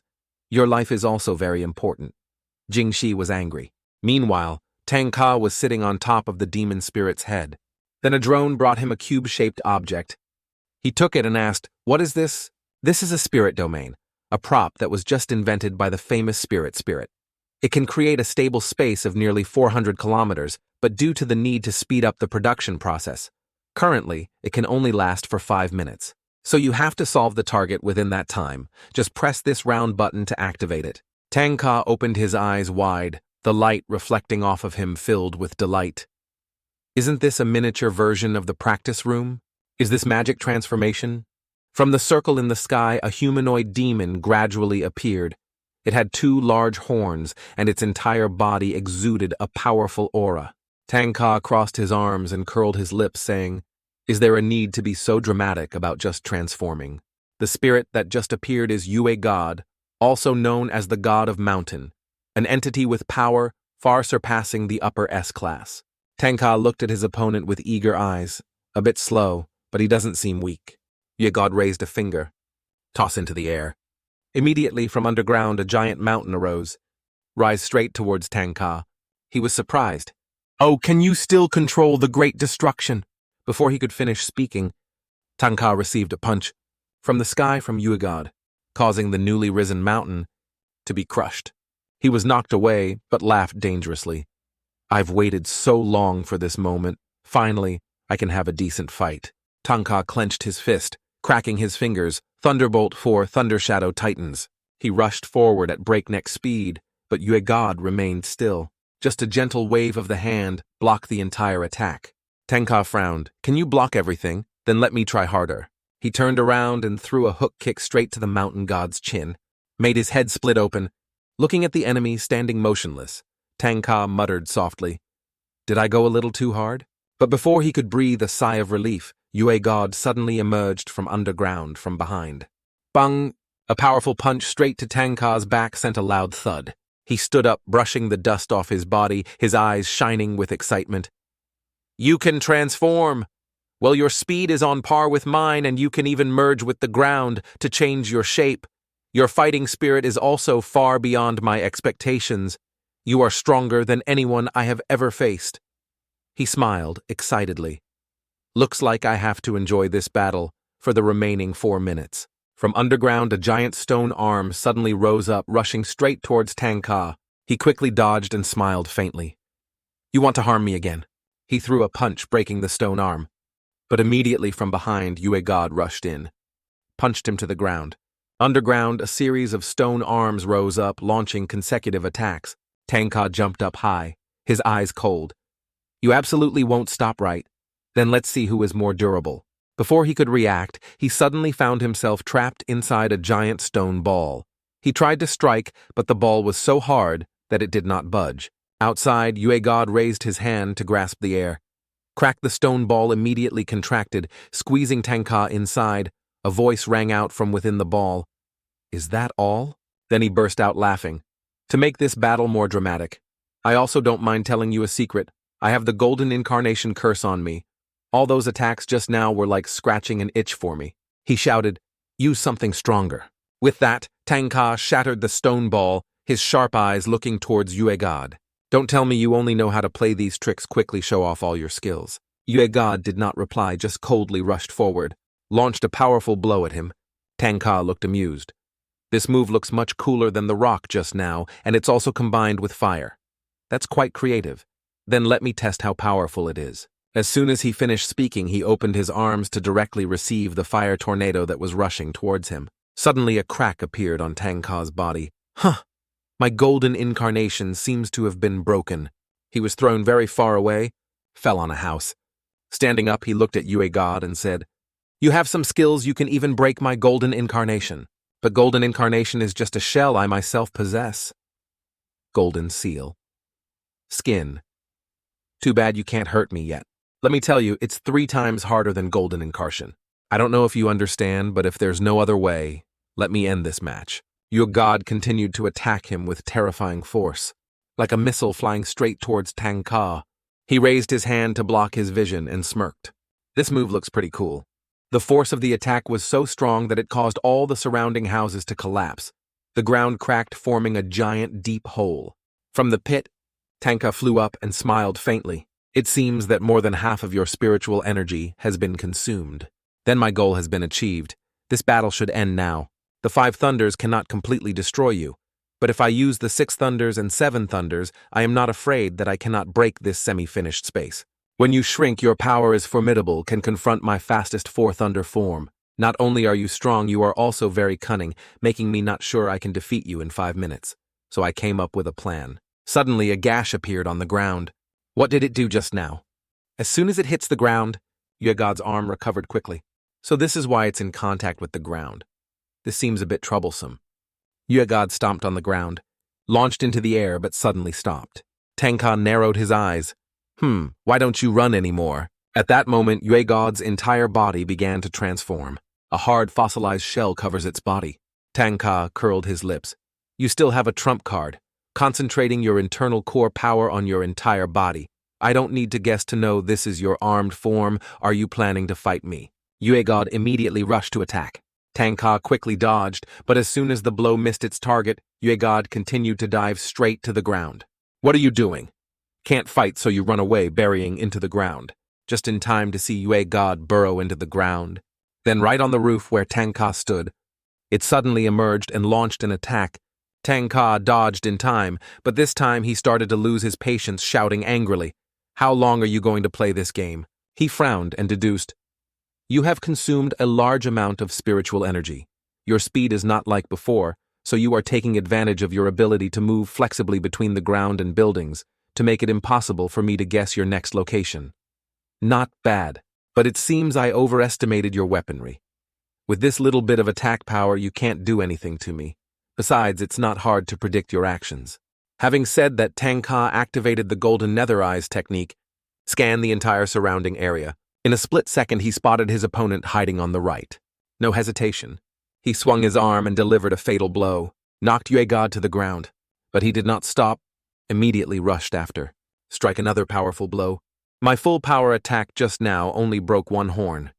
I didn't expect you to be able to block it with your fist. It seems your weapon form is quite sturdy, but I don't have time to play with you any longer. Tanga clasped his hands together and said in a low voice. His arms sat enlarged, becoming gigantic, then rushed straight towards Yuegod with terrifying power. For the first time since coming down the mountain, Tanga felt so refreshed, but he also understood that there was not much time left. The next move would decide life and death. Tanga Yuegod's giant arm launched a series of consecutive attacks that left it unable to fight back. Outside the realm, Han Longgui spoke. The time limit of the spirit domain is almost up. Quickly. Search for Tanga's location. At that moment, Tanga looked towards Yuegod, smiling coldly. Looks like you only have one last breath left. You must have used up all your remaining demonic energy to stay alive. Now even if you touch the ground, you won't be able to absorb demonic energy to restore your body. Seeing Yuegod almost exhausted, almost unable to resist, but still trying to crawl away, Tanga could not help but be surprised. Even though your body is so ruined, you still want to go to the city. What are you going there for? At this time, the reconnaissance plane had determined Tanga's position and sent out a message. Detected a suspicious character. Tanga, his hair color also changed. Where did you get that armor? Why did his hair change color? And that guy over there? Is he an ancient demon spirit? If it really is the ancient demon spirit, then now is the opportunity to make a move. While he is still weak, we need to monitor him closely, and at the same time, wait for me to contact the guards to send him to the heaven-flipping world. Seeing that Tanga did not react, Sister Long called out, Hey Tanga, did you hear that? If not, then just let the guards come here. Tanga replied, Just let her come over. Then he stepped closer to you. God, now, he is completely unable to fight back. This is a good opportunity for us to clarify something important. Having said that, Tanga sat down in front of Yuegod, reached out to his forehead and performed a magical solo travel technique. His consciousness penetrated straight into Yuegod's mental space. I want to see what exactly is hidden within your consciousness. Tell me what your purpose is in this city. Seeing his body intact, Yuegod looked extremely surprised. Tanga calmly continued. No need to be surprised.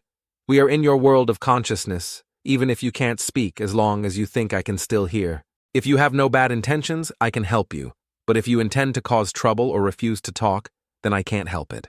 In just a moment you will be banished to another world, never to return. In the subconscious of Yuegod, Tanga witnesses the distant past. Since ancient times, a group of people have wandered everywhere in search of a suitable land for survival. On the arduous journey, they crossed high mountains, great rivers, and endured countless hardships to find the promised land. One day, a miracle happened. In the middle of the desert, they discovered a lush green oasis. Not only was there an abundant source of water, this place was also filled with fruit trees and animals. It was truly an ideal paradise for people. They quickly built houses and settled here. Gradually, they realized a strange truth. The closer they got to the high mountain in the center of the oasis, the greener the trees and the sweeter the fruits. Then a mystical event happened. One night, that great mountain emitted a red glow. The people believe that the oasis's prosperity is due to the supreme protection of this mountain, and they worshipped it as a musical god. From then on, they held sacrificial rituals. It is unclear whether it is due to human beliefs or the natural transformation of the mountain. But over time, it gets smaller and smaller, until one night the sky resounded with a thunderous sound. The ground shook violently, causing people to panic and run away. Amidst the chaos, the tribal leader suddenly remembered Yuegod. He immediately led the villagers towards that direction to ask for protection. But when they got there, they were horrified to discover something unimaginable. Yuegod has disappeared. In its place was a creature with humanoid appearance. Seeing this scene, the entire village knelt down and respectfully called him Yuegod. Yuegod just transformed into human form and collapsed to the ground. He didn't know how to walk, but as he watched humans running back and forth, he noticed how they used their legs. So he followed suit. So he went on and on. go on until accidentally leaving the green continent. Before him now was a vast desert. Looking back, he was shocked to realize that the energy source from the continent was gradually weakening. If he leaves too long, soon that place will also turn into a desert. Perhaps his instincts urged him to stay on the continent to protect it. After returning, it continued to be worshipped by humans as a god. When it was born, it had no emotions or desires, so it was always curious about everything around it. It began to imitate humans in eating and drinking, but then found out he had no mouth. Moreover, it does not need to eat. It tried to imitate human sleeping habits, but eventually realized it didn't need sleep either. It then moves on to observing and imitating the behavior of animals. After a period of contact with all species on the continent, he fell into deep thought. Whether it is human, animal, or plant, there are so many things that it cannot explain. So it started to calm down to feel this oasis. Gradually, it realized that the oasis was like a part of its body. No matter what happened, it felt that humans hunted animals and animals ate each other. Plants not only absorb water from the ground, but also absorb long decomposed animal carcasses in the soil. All operate according to the law of birth, aging, sickness, and death. Since understanding what loneliness is, Yue God began to realize that all the creatures around him had their own kind, only he was alone. Finally, it decided to gather some of its demonic energy in its tail, create a new life that humans call God. Even though he doesn't have the same emotions and desires as humans when he meets his own kind, Yue, God still feels lonely. Seeing God cannot stand still. It instinctively went to help. It was at that moment that a special bond began to form between them. In the following days, Sun Than taught Than how to walk and imparted to him knowledge about the world. Take it to experience the life of all things on the oasis. When God gradually became aware of this world, Yue God finally taught it how to use demonic power to protect the oasis. It was on that day that God made Yue God understand the thing called affection, and so together they lived hundreds of years of peace. However, the beautiful dream could not last forever. Due to climate change, desertification became more and more serious. Gradually affecting the oasis, the rivers and streams dried up, the trees withered, and all species on the oasis could no longer survive. In order to protect this land, Yue God released almost all of his demonic power. Thanks to that, the dry trees can become green again. But only for a short time, because this place no longer has a water source. Realizing that God felt Yue God's extreme pain, and at the same time, remember the creatures they have protected over the years. Then it made a decision. Without using words, Yue God could still feel the separation from God. It rushed to stop it, but it was too late. Yue God released all the demon power in his body. A strong stream of demonic energy rushed straight up into the sky, turned into thick black clouds. Immediately after, a heavy rain fell for 3 days and 3 nights. Thanks to this magical rain, not only the trees on the oasis were revived once again, but the water source also returned, helping this land overcome the great drought. Unfortunately, Yue God had to spend tens of thousands of years cultivating before he could transform into a human form. As for the god, it was just a part of the demonic energy from its tail that transformed when it released all of its demonic energy, which meant that the god had sacrificed himself. But it had no regrets because in the end, it had protected the oasis. The land that Yue God always considered his life. Furthermore, before it left, it still had Yue God by its side. In Yue God's perception, death is just an inevitable law of nature. It has long been accustomed to the loss of living beings on this oasis, but when he witnessed the god slowly turning to stone, he felt strangely heartbroken. Even though God had not truly disappeared, even though there was still a glimmer of demonic energy in its body at this moment, Yue God understood what emotions were for the first time. The pain tore through its heart as if a giant beast had crawled out of its body, taking everything away, making it unable to breathe. When God turned into stone again, it felt lonely again. And at this moment, at last, it grasped the truth of love, a pure thing that did not care about profit. Just like the way it protected the oasis for so many years, not expecting anything in return, just silently waiting to cover, considering this place as its life. Even though I know that there is still a trace of evil in God. But Yue God knew clearly that it would never be able to return to its original form. But to continue to protect this land, and at the same time maintaining the existence of God, it chose to sacrifice its body, enveloping the god, both transformed into Old Mountain, becoming a shield to protect the oasis. The people on the oasis erected a stele. Keep their story. Over time, descendants invented writing to commemorate them. People engraved on a stone tablet at the foot of the mountain the words, Mount Yue God. But then, with the rapid development of human civilization, Yue God and God were gradually forgotten. Until one day people discovered rare minerals at Mount Yue God. They mined them on a large scale, without knowing that Yue God's core was treated like a discarded stone and accidentally thrown into the sea. After listening to the story of Yue God, Tanga held his head and sighed. So you have no idea why you woke up. Your real goal isn't the city, but to find your kind. Right. Wait, this oasis still has a mountain. If he remembered correctly, there was a large mountain in the eastern suburbs of the city. In other words, your goal was the eastern suburbs of the city, so passing through the city was only part of your journey. If Yue God could talk, he would have explained it clearly from the beginning, and he wouldn't have used such force. With such a fast speed, you could have flown there directly, but you didn't shrink your form. Surely it is to retain the evil spirit, right? Tanga sighed, finally confirming that Yue God really had no ill intentions. He lowered his head, his tone somewhat apologetic.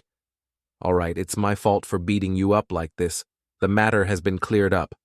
There's no use saying anything now.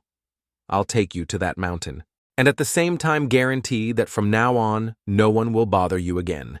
While Tanga was thinking, the drone outside kept sending out signals calling him back. He suddenly fainted. So what is he going to do? Tanga helped Yue God stand up, turned to Han Longgui and said, its target is not the city. Waiting for the other party to respond, he jumped into the air and turned to Yue God. Try your best. I'll take you there. Watching Tanga take Yue God away, Han Longgui hurriedly asked Tanga, where are you going? Sister Long, it's about to collapse. There's no time to explain, I said as I walked. In short, its real goal isn't the city, but to find its own kind. It just happened to pass through the city with absolutely no intention of harming humans. Then you quickly report the situation now. 5 minutes later, after recounting the whole incident, Tanga concluded, that's how it is. After listening, Han Longgui thought silently for a moment before slowly speaking. From this perspective, many suspicious points can be reasonably explained. No wonder it did not attack the workers on the rig, nor did it fight back when attacked. Tanga quickly continued, I'll go there first if there really is a similar species in the eastern suburbs. We can lift the guard, hoping this ancient demon can reunite with its kind. It is really too pitiful. Meanwhile, Jingxi returned, and suddenly saw Julang burst into tears. A creature willing to give up its freedom just to protect its other half, accepting to fall into an even deeper sleep. And as soon as it wakes up, the first thing it does is still to look for its companion. How pure is that feeling? It's not easy. Jingxi wiped her tears and choked up Julang. Seeing your master like this, I can't hold back my tears either. Let's pray together that he can reunite with his friend. They will definitely meet again. Tanga takes Yue God to where he discovered the mountain, but the scene before his eyes shocked him. A large mountain range has been exploited. Han Longgui frowned and said worriedly, that's right, I just remembered. This mountain was previously discovered to have rare minerals, so the Quanhei group bought it and started mining it. But after a while, the amount of minerals gradually depleted, causing the workers to abandon this place. If an ancient demon saw this scene, would it be angry and want to take revenge on humans? Yue God stood on the top of the mountain. Tanga looked at it and said, this place was once exploited, but you can sense whether your kind still exists. Yue God silently pointed forward. There a body of God is lying quietly, but in that body love has completely disappeared. God slowly stood up, then crumbled into dust. Oh no, there really was nothing left. The scene before their eyes made Han Longgui and Jingxi exclaim at the same time, one worried, the other heartbroken. Seeing his fellow man turn to dust, Yue God also decided to use his last bit of demonic energy to transform into a ball of light, merging into the mountain. Yue God's body that was being supported by Tanga also gradually disappeared. Tanga looked at this scene. In his heart arose indescribable emotions. What is the relationship between them? Is it family love, friendship, or pure love? He looked towards the ball of light and suddenly thought, it's not planning to grow back to take revenge on humans? Is it? Han Longgui asked worriedly. Don't worry, that's not the case. Even though its body has turned to dust, its demonic aura still exists within the mountain. I think it has long since merged with this land. Tanga looked at the sphere left by Yue God and quietly said, "You are a worthy opponent. I hope that from now on, no one will bother you again." Suddenly the ground shook. The exploited mountain peaks are gradually recovering, grow back into two mountains like the original breath. Inside the mountains, the god sat quietly hugging his legs alone in the darkness.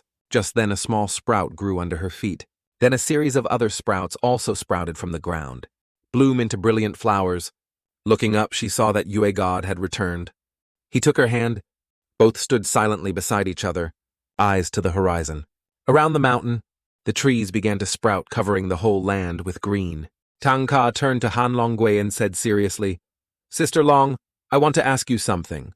I want to buy this land back. Use all the money you have. If it's not enough, you can deduct it from your mission fee. Surround this place, turn it into a nature reserve, and don't let humans encroach anymore. Okay?" Han Longgui smiled and nodded. "You don't need to worry. I also have this plan. We haven't finished investigating the matter of Quanhe Group, arbitrarily using the demon spirit for experiments. Yet, tell them to hand over this land to establish a conservation area.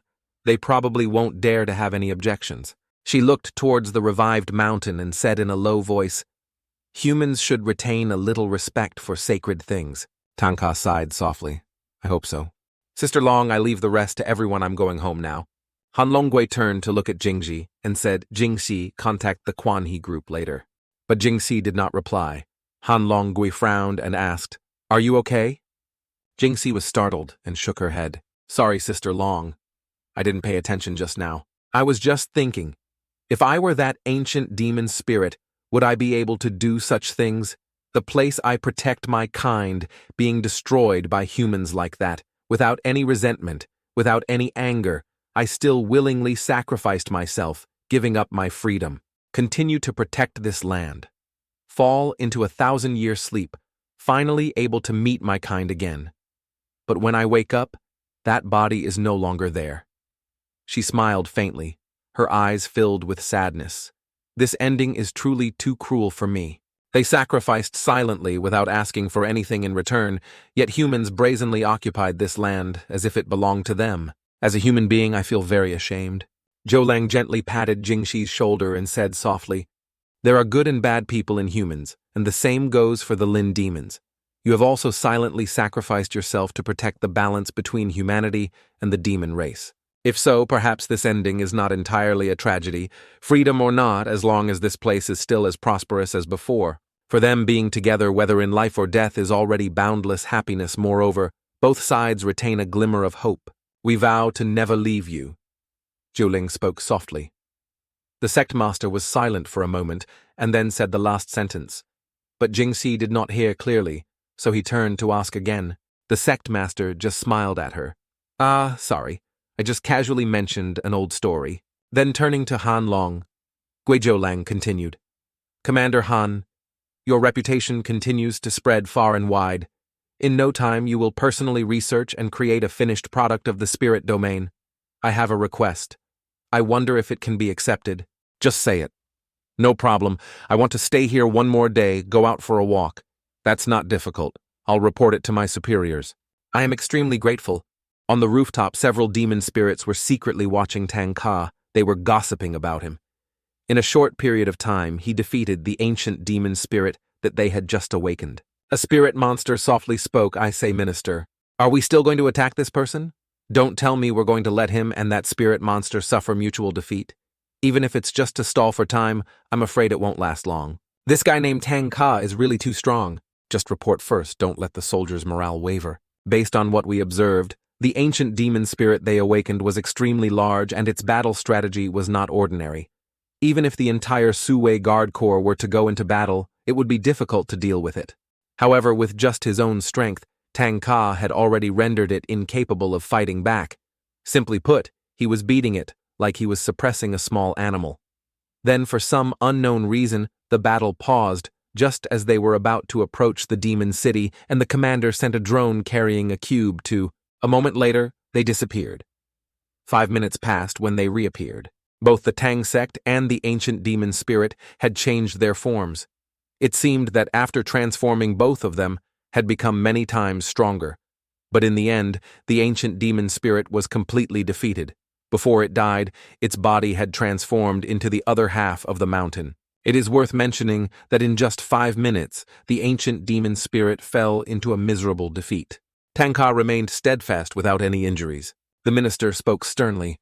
Order a report to the allied forces and implement Plan B immediately. On a crowded street, the Julang sect leader was walking alone quietly.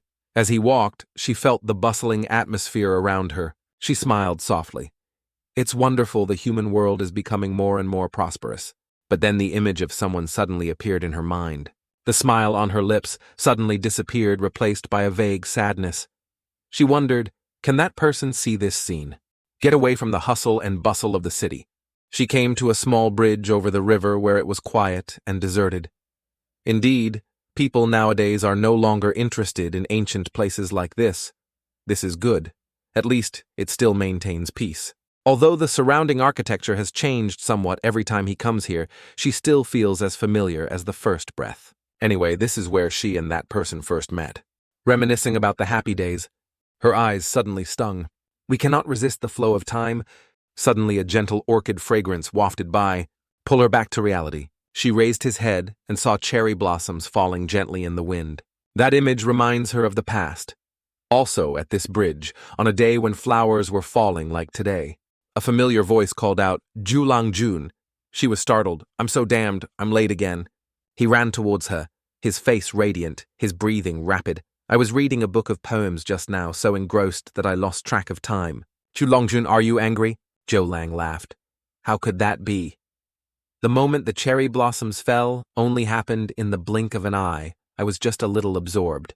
If you had come a little later, you would not have seen the flowers fall. It's okay, even though it's late, it's still beautiful. She smiled gently and said, Don't say such embarrassing words in front of so many people, Zhou Langjun.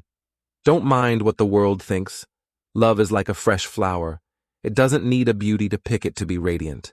He turned back to face her and said excitedly, That's right today. I read a very special poem. I want to read it to you. She asked curiously, What kind of poem is it that is so exaggerated? He began to read solemnly, With you.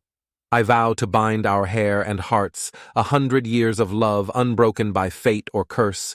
Though rivers may run dry, mountains erode though winter awakens, and snow falls in summer, only when heaven and earth become one shall I part from you.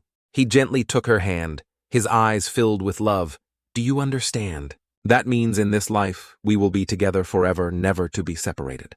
Having said that, he turned and walked away, smiling confidently. If not, wait for me. See you at the same place tonight. She blushed happily, watching his figure gradually disappear. However, the fallen flowers will bloom again, but only she is standing here waiting, and where is he now? In the Fantian world, a demon spirit stood alone quietly, his eyes distant. A subordinate came forward to report, General, he has arrived. The other person nodded and replied, Got it.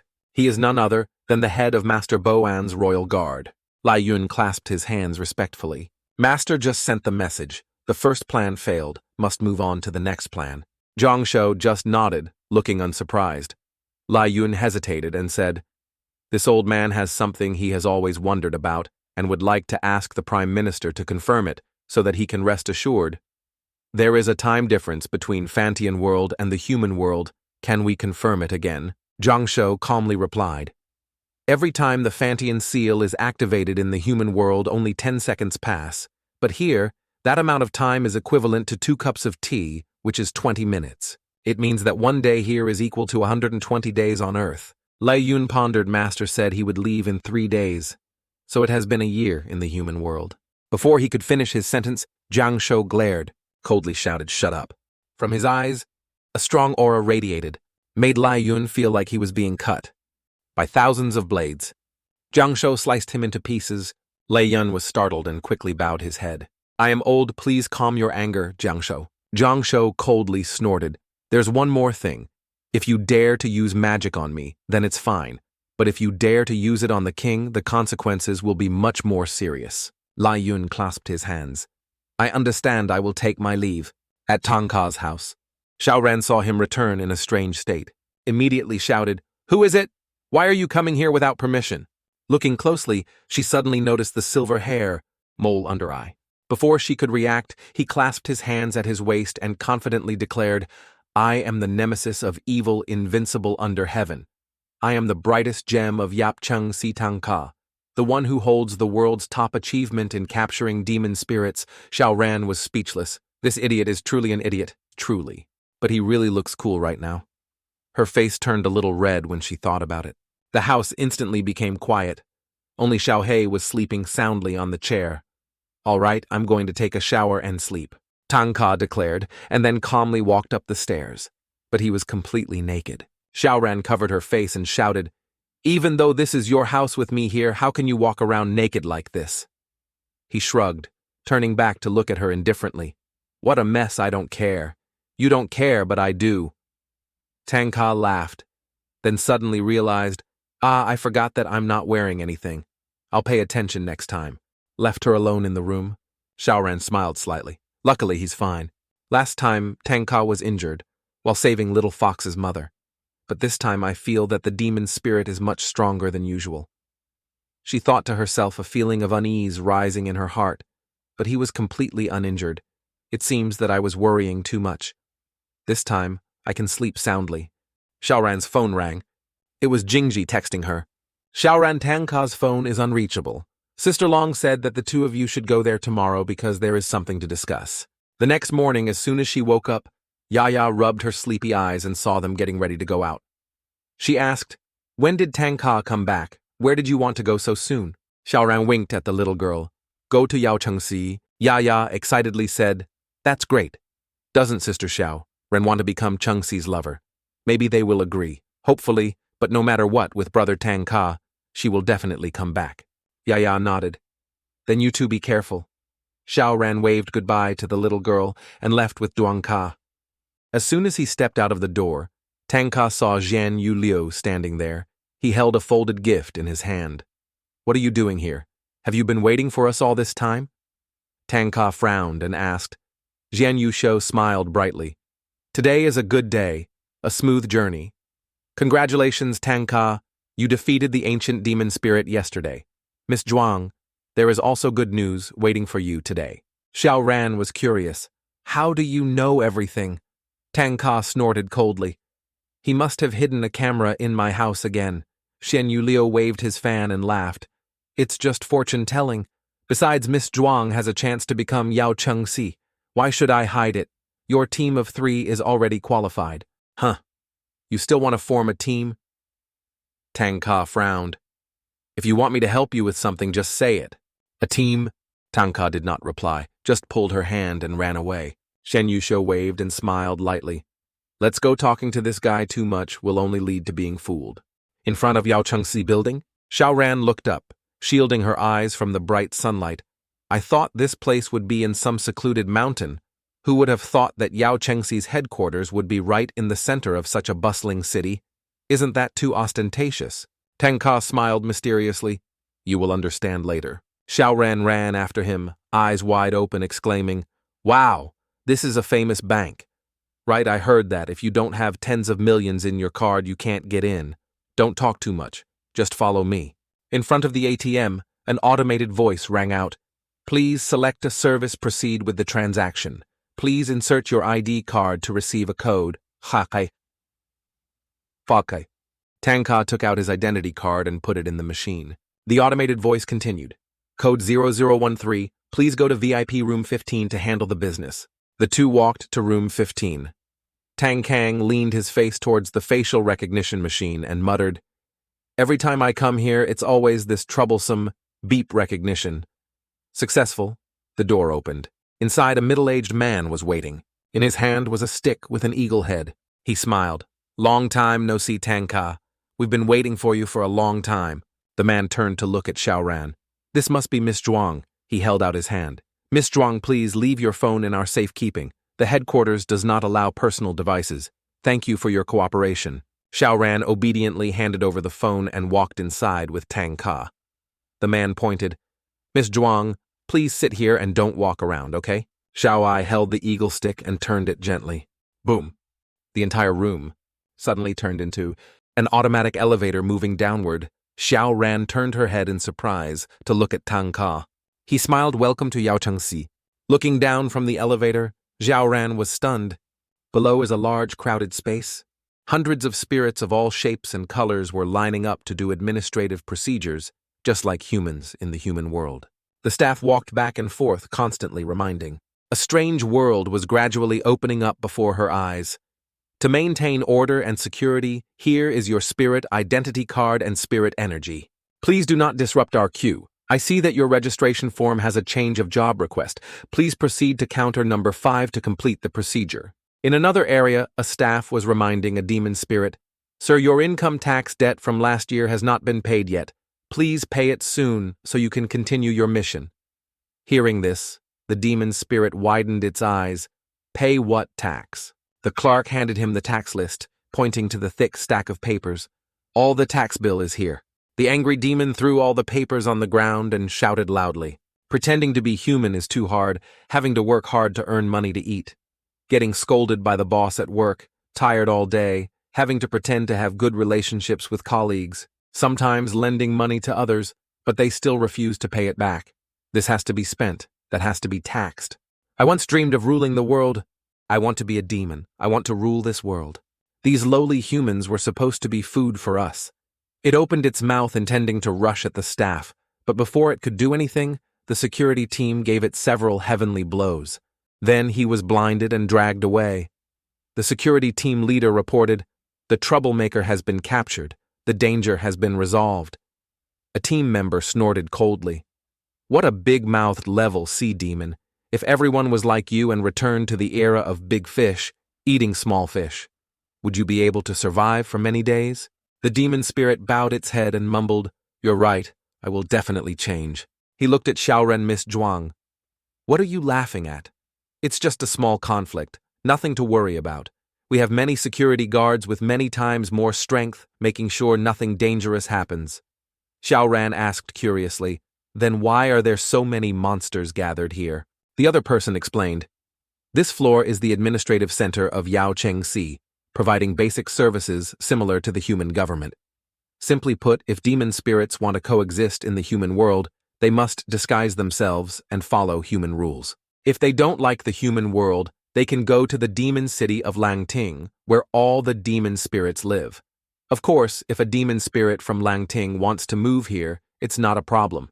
As long as they don't commit any crimes or have a criminal record, they can apply for a legal identity card in the demon city. All of these are clearly defined in the shared memory between the two species, to ensure that humans and spirits can coexist peacefully. That era of mutual slaughter neither side wants to repeat. At this moment, the elevator alarm rang. "We've arrived, go straight down the corridor and you'll reach the commander's office." Xiao Ran ran after Tanga, turned back and waved goodbye to Xiao Ai. "Thank you for showing me the way." Xiao Ai stood still in the elevator, looking at the girl's figure in front of her. Thinking strangely, I completely don't feel any spirit aura on her body. Indeed, the body technique that can create a spirit is truly special. If she can pass this challenge and become a judge for the upcoming competition, I'm really looking forward to her performance in the final round of the championship this time. Xiao Ran excitedly said to Tanga, "I didn't expect Yao Chengxi to be so interesting." Tangza laughed. "That's all." Arriving at the command room, Tanga scratched his head and smiled at Han Long, Gui's sister Long. "I brought Tion Hiem here. If there's anything, please give me instructions." Seeing his 180-degree change in attitude, Tion Hiem couldn't help but feel confused. Why does a person who always acts arrogant and fearless like him seem to be afraid of Sister Long? Han Longgui said, "Seriously, Xiao Ran, due to Youth and Tu's negligence, you were exiled to Fantian world. Next, I will personally open Jianshan's door. I called you two here because there are two important matters to discuss." Tanga nodded. "Yes, Sister Long. The first is about the Fatian seal." "How long have you two been in there? Just give a rough estimate," Xiao Ran pondered. "I'm not sure about this either because I had already fainted at that time." She turned to look at Tangka. "What about you?" Tangkan shrugged. "About 10 minutes. Han Longgui was stunned when she heard that. Her face suddenly changed. She asked doubtfully, 10 minutes, are you sure?" "Definitely." "Anyway, I wasn't stuck there to play. I was stuck there to save Xiao." Ran inside. Even that pig-headed guy said the closing time of Fantian seal usually only lasts about 10 minutes. This is completely different from the information they have. Before that, Han Longgui pondered, then remembered when she was young. She had asked Li Yichuan about this. At that time, he was fishing by the lake. She ran over and shouted, "You are the head of the Maoshan sect, yet you are secretly sitting here fishing. What kind of decency is that get up?" "The commander told me to ask you this." He turned back and smiled teasingly. "Isn't this little milk dragon? Long time no see. Do you miss your teacher?" She immediately rushed forward, raised her foot and kicked him, shouting loudly, "I repeat, don't call me little milk dragon." He smiled lightly, calmly said, "You're still as naughty as ever. I'm really happy." As soon as he finished speaking, he stretched and stood up, but Han Longgui's kick missed, and she flew straight into the middle of the lake. Just as her feet were about to touch the water, the master waved his hand and gently lifted her up. "You should change your temper, otherwise sooner or later you will offend many people in Yao Chengxi." "Oh, you're this tall already. I remember when I first came up to the mountain you were only as tall as my knees. Back then, I loved holding you up high like this." Hearing him say that, Han Longgui angrily grabbed his head and kneed him straight in the face. "I'm not a kid anymore." However, the blow did not hurt him at all, but instead, she hurt her own leg. He looked at her, hugging her knees painfully, sitting on the ground, and sighed, "Even the fact that I have the golden incarnation have you forgotten? It seems we have been apart for too long. The lively girl who always followed me around. Now she is just a memory." Anger flared up. Han Longgui pulled out his gun and gritted his teeth. "If you dare say another indecent word," seeing her furious, Lidish Shuyen did not joke anymore. "Let's get to the main point. The big boss came here this time to check on the number of people coming out of Maoshan this year, right? Hasn't Yao Chengxi been managing the outside world very well these past years?" he asked her. "It's because of the security that we have to be more vigilant." In fact, she came here this time to tell him something else. "I know what you want to ask. It must be about Fantian Seal, right? After all, in recent years, Yao Chengxi has exiled quite a few criminals. It is understandable that people would threaten others. If they did not do so, the evil spirits in the dark would definitely not be obedient. But if they relied too much on Fantian Seal, the higher-ups in Yao Chengxi would sooner or later feel uneasy. What we can reveal is that for a spirit, one day in it is equivalent to 120 days in the human world. I'm not sure about other things. If they want to study Fantian Seal further, it's best to give it up because it's the strongest treasure left by the master." He stood up, turned around, and left, leaving a sentence, "Go home if you have time. Go up the mountain to visit me. I hope the next time we meet it won't be because of work." Han Longgi mumbled thoughtfully, "Disciple does not understand. If the Grandmaster is really that powerful, why doesn't he directly destroy the evil spirits that harm humans, but instead traps them in the Fantian Seal?" Li Yichuan smiled softly. "Have you ever wondered? All living beings in this world are good or evil. Why should it be up to humans to decide? The Grandmaster's every decision was reasoned, and his divination skills were unparalleled. If immortals truly exist, then he is surely among them." Back to reality. Han Longgui still stood still and silent. Tanga called Sister Long. "What's wrong?" "Nothing, just wanted to confirm." So the time spent by humans in the Fantian Seal is completely opposite to that of demon spirits. Could this be the Grandmaster's arrangement? What is his purpose in the end? After all, the Fantian Seal was created to trap demon spirits. From the moment I charged into it, I knew there would definitely be a way to escape. Even though it's a bit risky when someone is locked in there, you can't just stand by and watch, right?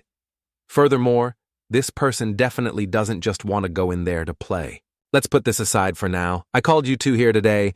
You probably already guessed it without needing to be told, right? I can give you the qualification to participate in the Continental Championship. After all, you once promised to ensure the safety of the people in front of you. I trust you. Furthermore, I also asked your master's opinion. He agreed to nominate Xiao Ran with sect. Master Maoshan's guarantee the higher-ups won't be able to have any opinions.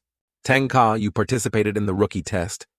There is a missing person case that suits her very well. Right now, the mission is to bring that person back safely to headquarters. Xiao Ran said with a determined expression, "I will do my best to complete the mission." Han Longgui continued, "The target of this mission is the former leader of Yao Chengxi, the previous generation of Dao Qi." After hearing that, Xiao Ran was stunned. She broke out in a cold sweat and stammered, "Sister Long, did I hear wrong? You said the mission's target is the head of Yao Chengxi. Isn't he as powerful as Tanga? If he escapes on his own, how can I bring him back to headquarters? Can't we just report the cause of disappearance? Han Longguai explained. He disappeared from a nursing home, and it seems he left on his own, based on the scene. He was previously confirmed dead, but no one found his body. Don't worry. Although he used to be a selfish leader, he is now just an old man with temporary amnesia. Hearing what Sister Long said, Xiao Ran still felt a bit uneasy in her heart. She thought to herself, is he really running away based on what I've seen in movies? Aren't these old men all extremely scary? Han Longguai continued to instruct. There is one more important thing. The mission is for 3 days, during which time you are not allowed to go home. You will have to solve the problem of food and accommodation yourself. Don't ask anyone for help, even demons. For information on the target, you can ask Jingxi. If any of the conditions are violated, the mission will be considered a failure. Xiao Ran received the order understood. Okay, now you go back the same way. Xiao I will pick you up. Tanga, stay. I have something to tell you. After leaving Yao Chengxi's headquarters, Xiao Ran thought as she walked. Sister Long may look fierce, but she is a straightforward listener and a solid worker. Maybe she didn't mean to make things difficult for me. Very good, this time I must complete the mission. But what's the first step? That's right. I should ask for intelligence from Can Hai. 2 days ago, at the nursing home where Wang Daoqi was being treated, in the dining room, Wang Daoqi was using a spoon to scoop rice. But as soon as he brought the food to his mouth, he dropped it on the table again. Mr. Wang, perhaps we should feed you. A nurse approached and asked with a smile, do you remember me? I'm Xiao Dian. This is your favorite dish. I don't want to eat rice anymore. I want to eat grapes. The nurse put the plate of grapes on the table, still smiling. You can eat grapes after you finish eating. She picked up the bowl of rice and was about to feed him. Come on, eat. After you're done, you can eat grapes. I want to eat each other right now. Suddenly, Wang Daoqi slammed his hand on the table and angrily shouted. Having said that, he threw the bowl of rice from the nurse's hand. Then he stood up and left the table. The nurse called out in panic, Mr. Wang, where are you going? He mumbled in response. I'm tired, I want to sleep. Okay, let me help you back to your room. On the way back to the break room, Mr. Wang turned to the nurse and asked, Who are you? Why haven't I seen you before? The nurse smiled and replied, I'm Xiao Dian. Seeing him getting more and more emaciated, she couldn't help but worry, thinking to herself, it seems like Mr. Wang's dementia is getting worse. Unexpectedly, a person who was once Yao Chengxi's greatest strategist now fell into this situation. He devoted his whole life to humanity. Obviously a hero, but God is so unfair. As two people passed by another room, suddenly Mr. Wang heard gunshots coming from the TV inside. He paused, his face showing pain. Mr. Wang, why did you stop? The nurse asked worriedly. Suddenly, Mr. Wang suddenly collapsed and passed out on the spot. Mr. Wang, the nurse called in panic. He was rushed to the emergency room. When he woke up, he opened his eyes and looked at the ceiling. He wondered, where is this looking around? He muttered, stars. No, this is a hospital. Confusion was evident on his face. Who am I?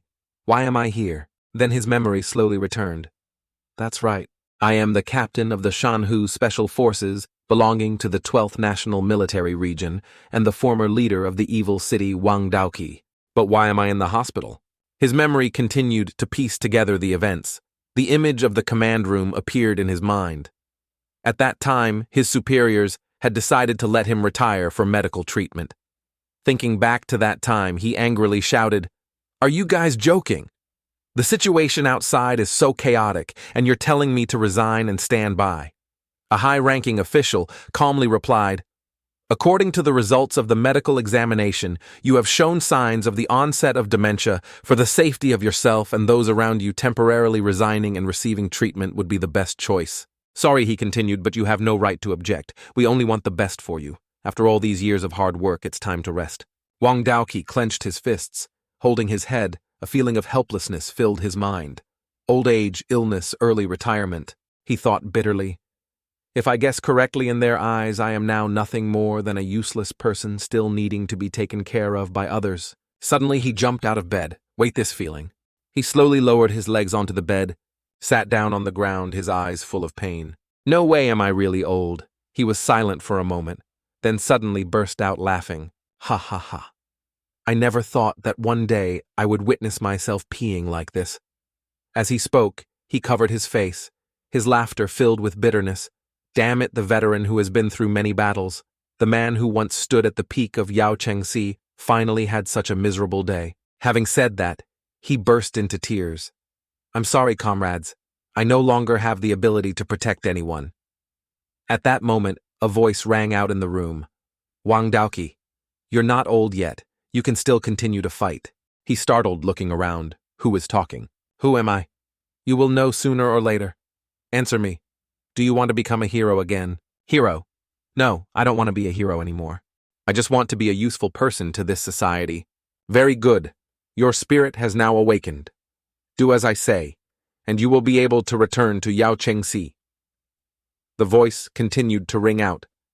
This is Yao Chengxi's internal nursing home. There must be many guards around. If you want to leave here the fastest way without using force, there is only one way. Play dead. Wang Daoqi raised his eyebrows, thought for a moment, and then replied, Okay, I understand. The mysterious voice continued. The morgue is heavily guarded, but it is located near Back Mountain, so there is almost no guard here. Wang Daoqi pondered for a moment, and then firmly said, I don't know who you are, but even though I'm an old man now, at least my mind is still clear, and my spirit has also awakened. If there's anything unusual, we'll continue talking when I get out. Good. So you know what to do next. Wang Daoqi's eyes flashed with determination. He began to use his spiritual energy to initiate his plan to fake his death. He controlled the metal to absorb into his body, forming many layers to cover his internal organs. Thanks to that, even the heart rate monitor could not detect any signs of life. The blood in his body was also dispersed through the blood vessels, creating a perfect state of feigning death. Wang Daoqi took a deep breath, preparing to enter the most important life and death drama of his life. Noticing the pulse here, he immediately used the metal to block the blood vessels. With this method, there would be no mistakes. He then proceeded to manipulate the monitoring device, causing the alarm to sound repeatedly. Cardiac arrest signal. Outside, a nurse hurriedly called out, Room 23. Mr. Wang has no vital signs. Quickly notify the doctor to prepare for emergency treatment. In the emergency room, the monitor screen showed a straight line and all vital signs disappeared. Mr. Wang had the ability to control electronic devices. Even traditional methods of checking the baby's pulse or listening to the baby's heartbeat failed to detect any signs of life. Hold on, a doctor called out loudly while performing CPR. The head doctor paused, his eyes filled with regret. Forget it, Director Zhang, you've done your best. Mr. Wang is no more. Another doctor bowed his head and sighed. He's over 90 years old, at least he can go in peace. All the doctors took off their hats, and masks bowed their heads in memory a heroic life had ended. I hope in heaven he finds peace. His body was then taken to a cold storage room, a room called the morgue. When the door closed, the doctors left talking as they walked. I heard he has no relatives, how pitiful, yes. But surely Yao Chengxi will hold a very solemn warrior. The next day, Xiao Ran entered the morgue and checked again. Is Mr. Wang Daoqi's body still here? She turned to ask a doctor who was with her. Yes, he was placed here all night long, but this morning Yao Chengxi's men came and found the body gone. What? She frowned. They had previously carefully checked the traces at the scene, and initially it was confirmed that Wang Daoqi had not actually died, but had left the place on his own. However, no one knew why he did so. After all, the security system here was extremely strict, but he had still easily disabled it. All the surveillance equipment last night had been jammed. The doctor shook his head. I advise you not to try to find more clues from this place. Mr. Wang was a famous war god when he was young. Even though he is old, his counter-reconnaissance ability is still extremely excellent.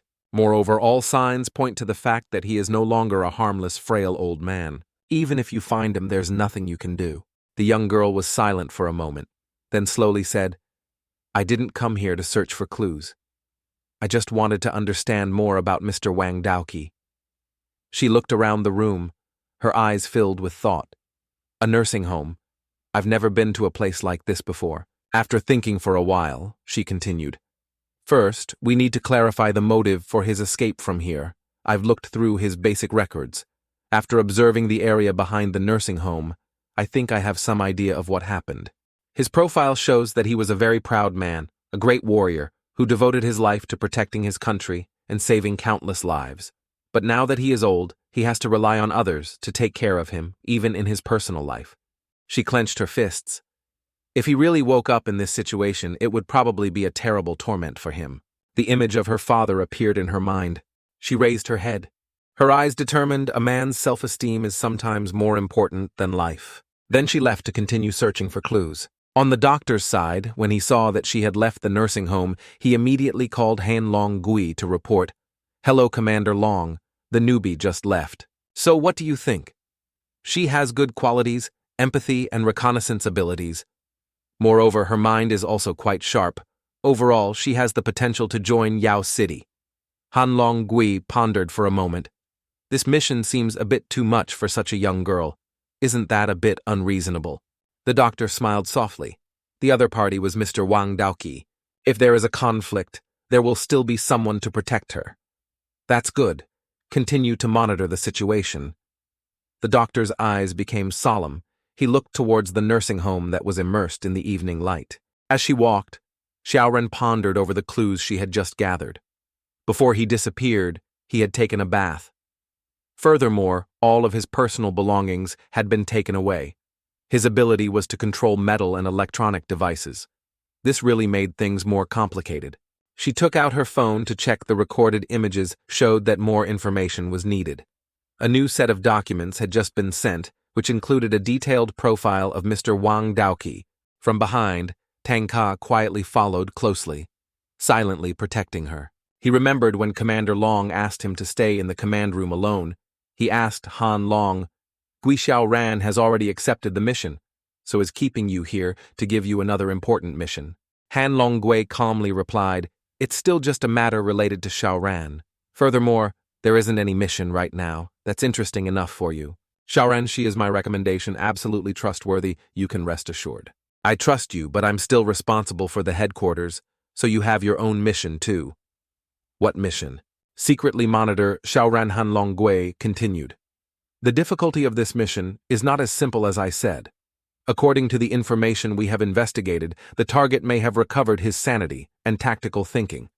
With Mr. Wang's personality, even if Xiao Ran found him, if she wanted to bring him back to headquarters, the only way would be to use force to force him. If a fight breaks out, will she be able to control the mummy's power well? If so, it proves that she is no longer a threat. No matter what method is used, as long as Mr. Wang is brought back, her mission is complete. But if she is in danger, you can step in to help. However, once he makes a move, Xiao Ran will forever lose her eligibility to participate in the upcoming entrance exam. The headquarters was already strongly against her participation. I could only seize this opportunity for her. Whether she succeeds or fails, it all depends on her." In the personal belongings storage area, after taking a bath, Mr. Wang Daoqi put on his familiar clothes again. He walked strongly and said to himself, "I will destroy 100 troublemaking demons so that they will understand what it means to have a sword that has not worn out yet." At an abandoned factory, 2 demons are nibbling on human flesh. Wang Daoqi stepped forward, his voice deep and resounding. "You guys live in the dark. Do you still like to hide in dark places like this?" Before the demon could regain his composure, he stabbed the demon with a knife, head separated from neck. The remaining one panicked and backed away, his voice trembling. "Who are you?" He smiled faintly, Wang Daoqi of Yao Chengxi. As soon as he finished speaking, in the blink of an eye, hundreds of iron bars rushed from all directions, piercing through the demon spirit suspended in the air. Looking back at the scene before his eyes, he sighed softly. "I'm really old, just a little exercise, and I'm already tired." But the old form has not diminished. Suddenly a voice from above made him startled and raise his head. A dirty-looking boy, his clothes torn at the bottom, wearing a long cloak that reached down to his feet, was smiling brightly at him. He narrowed his eyes and said in a low voice, "Where did this kid come from? Could he be a demon spirit?" The boy shook his head and replied, "I'm not a demon. I'm just a child who admires you." Wang Daoqi was slightly surprised. "You can read my mind and you can even speak without opening your mouth. Are you the one who called me out?" The boy nodded in confirmation. "I didn't expect the one cheering me on to be a kid." The boy happily jumped down, intending to hug him, but unexpectedly hit his face on the iron plate he had just summoned. It fell to the ground, holding its head and sobbing. Seeing that scene, he said in a low voice, "Kid, your background is unclear. Who exactly are you? What is your purpose in approaching me? Also, are you mute? Don't use this method to talk anymore. The boy looked up at him with teary eyes. I told you I'm just a normal kid who admires heroes. Humph, is this kid really mute, or is he just teasing me? Angry, he summoned iron plates tightly wrapped around the boy, then turned and left. I have infused my spirit inside. It will automatically open in an hour. I don't have time to joke with you. I don't have parents, the boy said after him. Then go wherever you want. Don't follow me around. As soon as he finished speaking, he turned around and was startled to see the boy still happily following him. How did you escape? What kind of ability do you have? The boy smiled mysteriously. I want to be your assistant. Before I disappear, I want to experience the feeling of being a hero once. After defeating the evil with you, I will leave. Are you paranoid? The old man frowned. The boy just laughed. The old man was so upset that he had to clench his fists to control himself. Suddenly he felt something. He quickly stopped the child. Don't go any further. Right ahead, a demon spirit carrying a person on its shoulders. When it detected two people appearing behind it, his eyes flashed with alertness. His two accomplices were killed. Not bad. Even stink bugs know how to gather together. The demon screamed, rushed straight towards him. He stood still, conjuring a knife in his hand. His eyes were cold. Come here and see. I want to see what you're capable of. Suddenly Wang Daoqi was stunned. He stood there and muttered, Who am I? Why am I so hungry I want to eat? Saw the demon spirit rushing towards him. He panicked and fell to the ground. He shouted, Monster, don't eat me. The demon quickly grabbed him and lifted him up. In the moment, it was about to swallow him. The boy's voice rang out, Wake up, Wang Daoqi. His eyes immediately regained their clarity, looking at the demon spirit before him angrily. You are the first monster that dared to make me so miserable. A powerful spiritual aura erupted from his body. The demon spirit panicked and turned to run away. Why weren't you stronger earlier? It's too late to run now. The old man coldly raised his hand and said, Golden Crow Prison. The demon spirit was immediately trapped in a metal sphere. It struggled madly, but the old man just smiled faintly. You want to escape from inside. I advise you to save your strength. The iron made of Golden Crow is stronger than steel, unless you are an S-class demon spirit. He pulled out a metal wire, picked up the woman who was kidnapped by the demon. Take her to the nearest hospital and you. He glanced at the boy. No matter what abilities you have, you should obediently wait outside. I'm not kidding with this move. I knew it. I knew it, the boy said excitedly. He turned the metal ball into a small object vibrating at high frequency, creating sound waves to attack the enemy. Golden Crow suppresses evil. The demon spirit was instantly crushed. The surrounding rocks and soil were also blown away. Looking at the scene before his eyes, he sighed. I wanted to test my current strength, but I'm really old. If it were before, this move would have turned the surrounding area into mud. The boy jumped out of the rubble and ran to him, his eyes shining. Hero, that last kill move was so cool. I didn't expect to see this technique with my own eyes. It's amazing. The old man glanced at the boy. You can follow, but don't talk too much. I hate noisy people the most.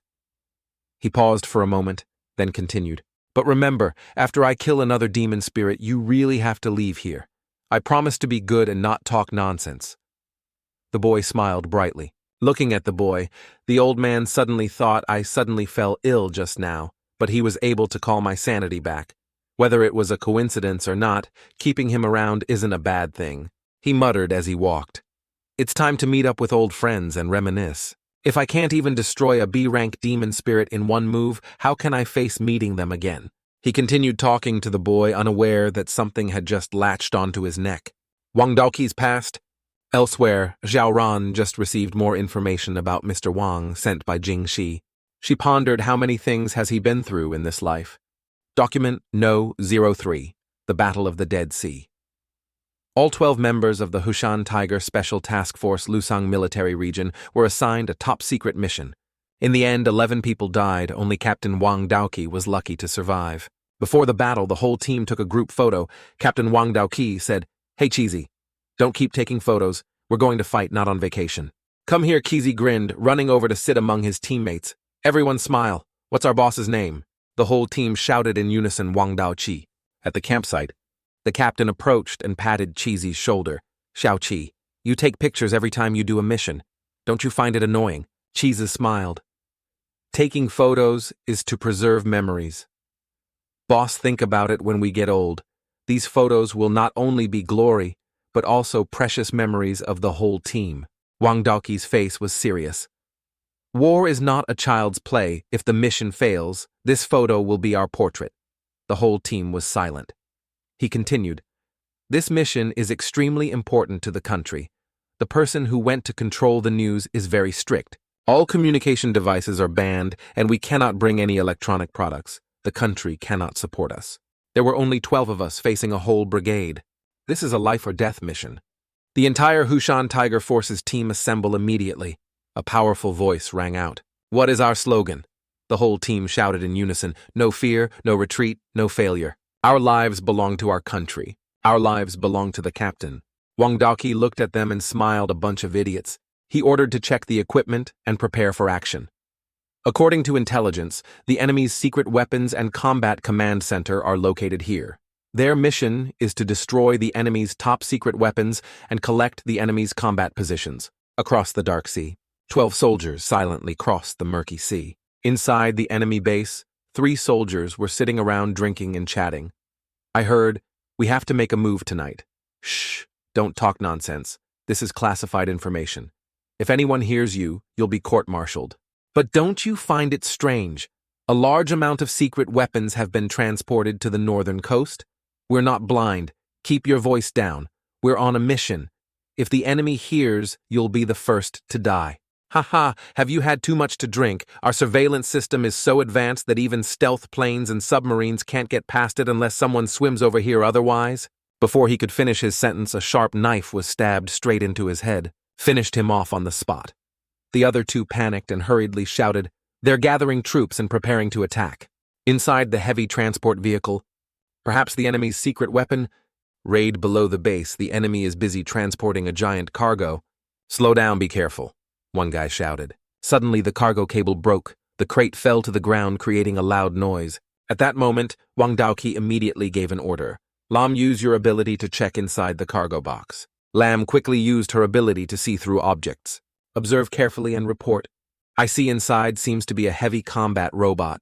On the arm says NP, Future 0001. The shape of the other transport vehicles is similar. There seems to be about 10 of these machines." Wang Daoqi looked worried. According to previous reports, it would take the enemy at least a decade to successfully research this weapon. However, they were unexpectedly able to deploy it on the battlefield so quickly. The entire body of these machines is made of high-density alloy, strong enough to withstand even heavy artillery. Their armor can hold tens of thousands of armor-piercing bullets, not to mention being equipped with a missile system. If there really were 10 of these machines, our coastal military base would definitely not be able to withstand them. Once the coastal defense line was breached, the consequences would be unimaginable. Is it possible that all the country's efforts over the years are about to go down the drain? On the enemy side, the commander walked closer to the crate that had just fallen to the ground and angrily shouted, "What kind of business do you useless people have? Do you know how much the stuff inside is worth? I just want to punch you in the head." The soldier in charge bowed his head, his voice trembling. "I'm sorry, Sergeant, I will definitely be more careful next time." Suddenly, a man appeared from behind the sergeant. He exuded a chilling air of danger. The sergeant immediately turned back, his voice stuttering. "General, it was my mistake. I was checking the damage to the robot. I am willing to take any punishment." The general in front of him had half of his face severely damaged, but he only smiled faintly. "It's okay, that thing isn't that valuable. It's fine as long as you're fine." His voice was low but powerful. Then he turned to the group of soldiers. His attitude somewhat softened. "The mission had been extremely urgent these past few days. You guys have worked hard. Go back and rest first, only with good health. Can you complete the mission well?" The subordinates bowed their heads in unison. "Yes, General," just turned away and left. The sergeant was shot straight in the back, fell down immediately. He was able to rest earlier than expected. The rest were stunned, cold sweat pouring out. The general spoke coldly. "Next, mission, don't make any more mistakes." Even the other sergeant, who had yet to recover, immediately replied, his voice trembling. "Yes, General." He nodded slightly, his voice low. "Good, in an hour, the reinforcement fleet will arrive. Keep your spirits up." With that, he turned around and looked towards the barracks, thinking to himself, "I don't know why I feel so uneasy tonight." On the other side, Wang Daoqi's team was monitoring the situation. He turned to Lam and asked, "Are you sure that guy is Fei Lu?" Lam nodded firmly. "There's no mistake. Even if he turns to ashes, I'll still recognize him. I didn't expect that crazy guy to be here too. Could it be that there's a traitor in the intelligence team?" Wang Daoqi replied thoughtfully, "That madman is extremely cunning. I think even the enemy doesn't know of his presence. If they knew, they would definitely have killed the security guards not so casually." His voice lowered.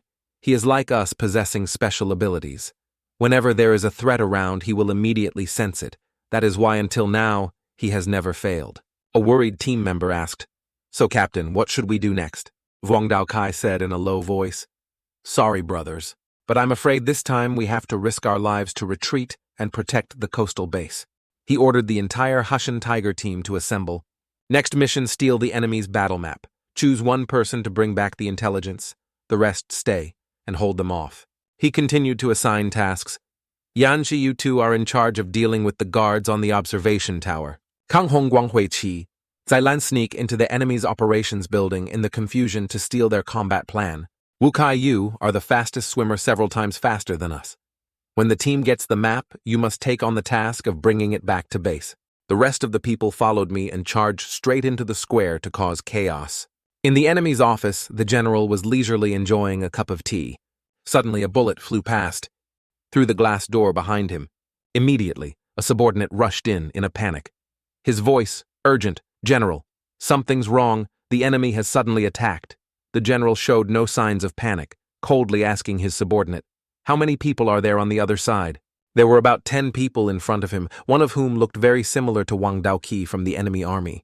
"Oh right, what about our battle plan map? I'll order it destroyed immediately." "Wait, if they're after military intelligence, then let them take it.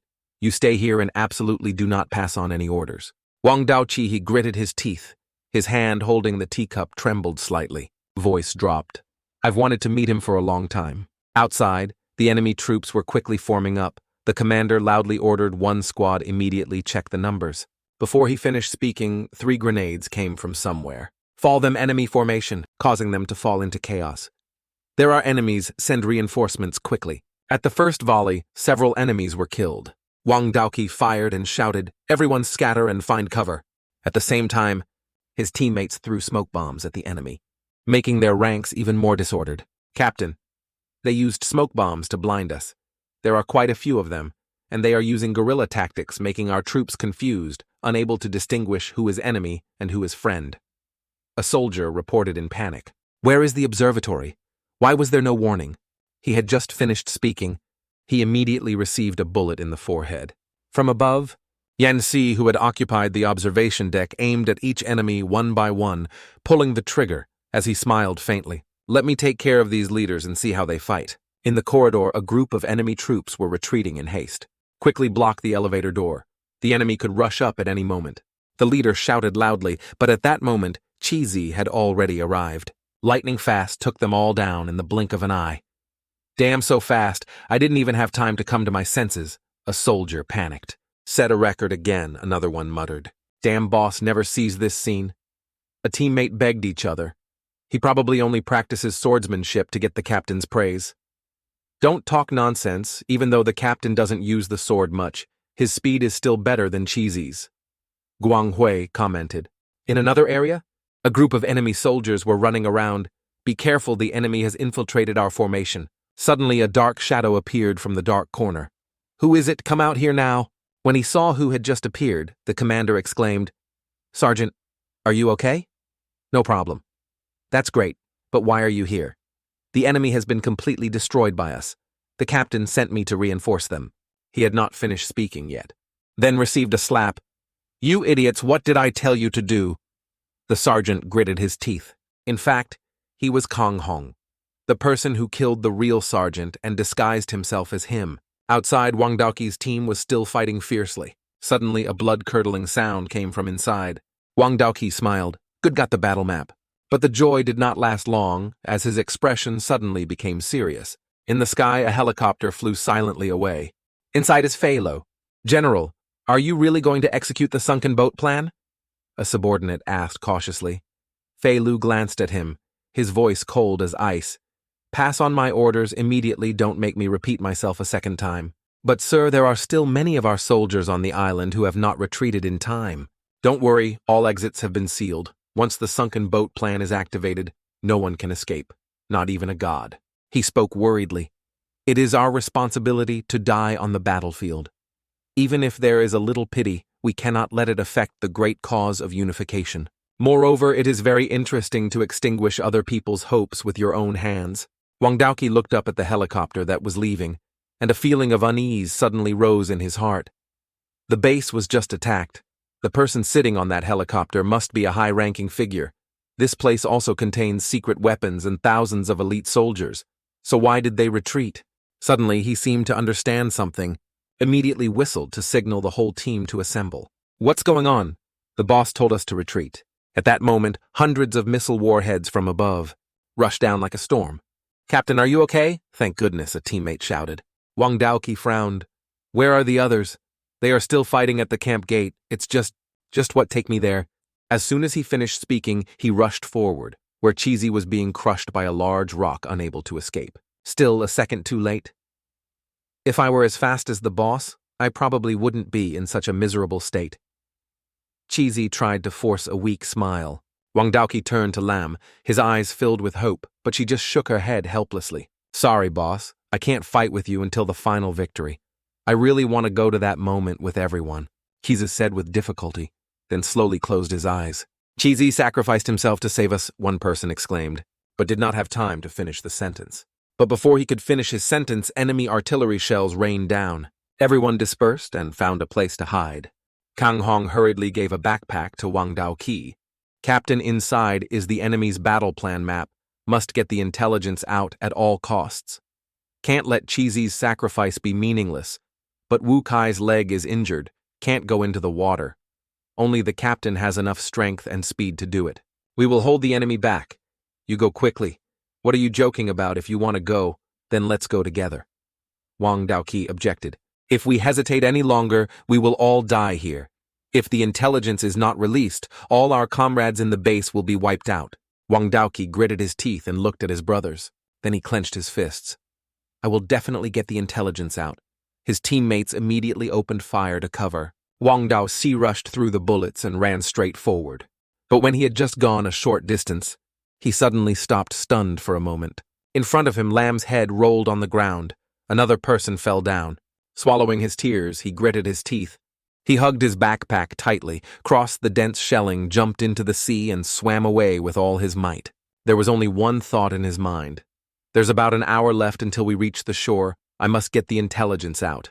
Wait for me, brothers. We will definitely win this battle. But then the sea suddenly became rough. A submarine suddenly emerged from the bottom of the sea, right in front of him.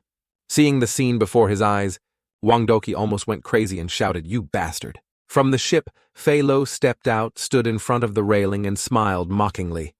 Captain Wang, you haven't seen all the storms yet. Why are you so agitated this time? Wang Daoqi gritted his teeth, his eyes filled with anger. Look how well I treated you. I found all your teammates for you. Fei Lu waved his hand and pointed behind him.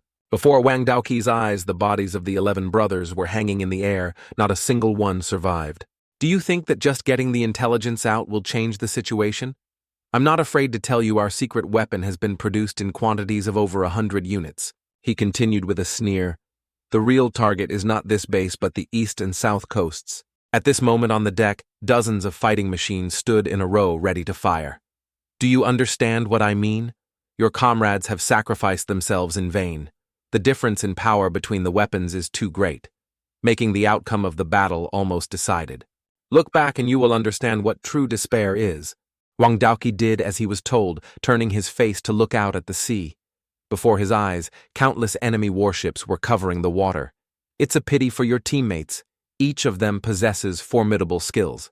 If I were to use them, it would be like a tiger growing wings, but at least they still have some value. Bring them back to headquarters for anatomical research. Who knows, we might get some unexpected gains. In Wang Daoqi's mind, the image of the 12 brothers who were full of enthusiasm before setting out on a mission suddenly appeared. Now, he was the only one left.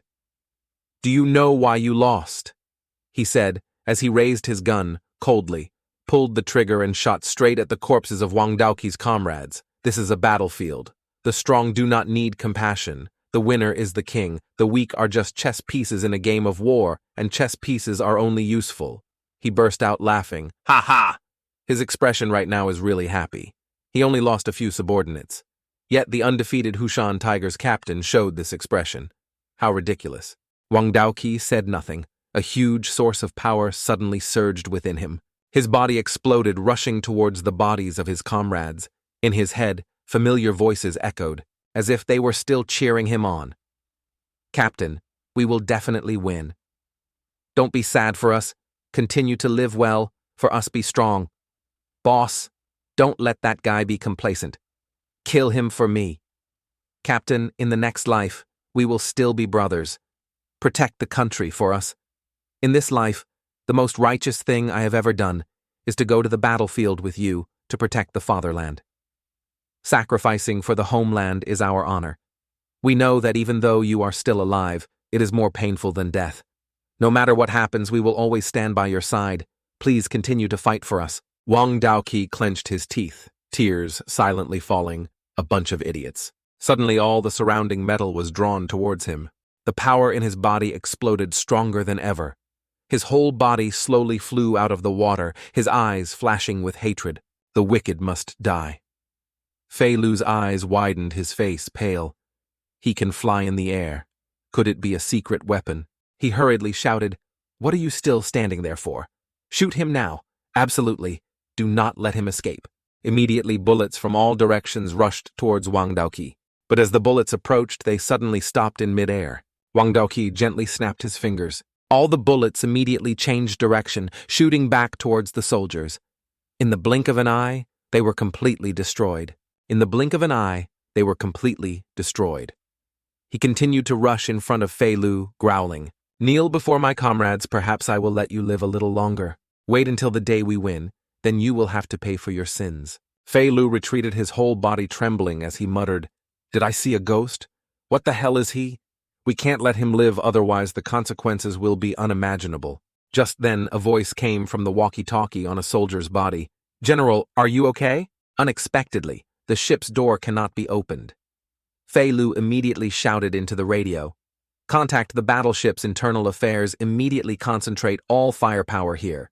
However, the communication signal was interrupted again. The battleship team responded quickly. But there was only silence in response on the other side. The entire battleship system was also in chaos. "This is the combat command center." The warship team heard clearly and responded immediately. "The captain still cannot contact headquarters. How is this possible? Who activated the ballistic missile system?" The commander shouted, "Didn't we manipulate the system? Why did it suddenly lose control? What is the target of attack? Our own?" As soon as the missile was fired, the entire battleship burst into flames in the sky and sea. "Your fleet has been completely destroyed by me. If you kneel now, perhaps there is still time." The enemy stared in surprise. Is there such power in this world? But no matter how strong you are, you cannot save the world alone. We will meet again in hell. He shouted loudly, "Long live the wit empire." As soon as Fei Lu finished speaking, a series of iron bars from all directions wrapped tightly around him, forced him to kneel on the ground. He tried to struggle, but in vain. His whole body was completely controlled. There was no other way. He had no choice but to continuously kowtow to the souls of Wang Daoqi's comrades. Wang Daoqi bowed his head, silently, looked at the bodies of his comrades, and brought them back for burial. The dawn is broken, but there are people who will forever remain in the darkness. However, the light they brought will be remembered by posterity. After watching the documentary about him, Xiao Ran couldn't hold back her tears. "Mr. Wang, I will definitely find you. You must not have any problems." Suddenly, her phone vibrated. A new announcement has appeared. An abandoned chemical factory in the southern suburbs of Lusang exploded. No casualties have been reported yet. Experts are conducting a preliminary investigation. Human causes have been ruled out, and the cause of the explosion is suspected to be a chemical explosion. The investigation is still ongoing. Xiao Ran stared at her phone screen. Mr. Wang had just gone missing, and then an explosion had occurred in an abandoned factory. It couldn't be a coincidence. I had to go there and check. Standing in front of the chemical factory gate, she saw many firefighters working urgently. She thought about how to blend in. She closed her eyes and concentrated a special aura emanating around her. There was indeed a spiritual aura here, very weak but extremely powerful. Could it be that Mr. Wang was still in there? But the problem is that it is not easy for an ordinary person like her to enter this area. I have to find a way to get past the firemen. She continued thinking. This workshop is so big. That's right. Mummy has the ability to sense spiritual energy and locate it. If I borrow that power, I can find clues. Thinking is doing. She closed her eyes and used her spirit to activate Mummy's ability. When she opened her eyes, she smiled slightly. It worked. Looking around, she noticed 2 lingering spiritual auras in the air. If the yellow spirit mark is Mr. Wang's, then who does the remaining thread belong to? The other side. Wang Daoqi led a young boy to the cemetery to visit his fallen comrades, standing in front of the poster. He said in a low voice, "I'm sorry, brothers. I haven't visited you all these years. I didn't expect that illness would follow me when I got old." He looked up at the sky, his eyes filled with determination. "But I just tried. I can still fight. The power that everyone has given me. I will use it to the fullest as long as there is anyone who dares to threaten this country, even if it is a god or a demon. I will destroy them all." He sighed softly. "It probably won't be long before I come to see everyone." The boy standing next to him shook his head. "The men who fought by your side were heroes, but I believe they would not have wanted you to choose this way of sacrificing yourself to end your life." Wang Daoqi was silent, turning his head to stare at the boy. Suddenly a person appeared silently standing in front of him. The man was wearing a black cloak and a hood. "People from Yao City," he said coldly. "You'd better get out of the way. I'm not in a good mood right now." The man in black did not reply, just silently removed his hood. Seeing his face, Wang Daoqi was shocked. Unconsciously exclaimed Chizi. "No way, Chizi is dead. I must be crazy. It must be just an illusion." As the person called out Captain, he immediately rushed to swing the sword to attack. Sharp blade slashes straight down, made him collapse on the spot. He angrily shouted, "You bastard, who are you? How dare you impersonate Cheesy?" The other person slowly stood up. Throw away the cloak.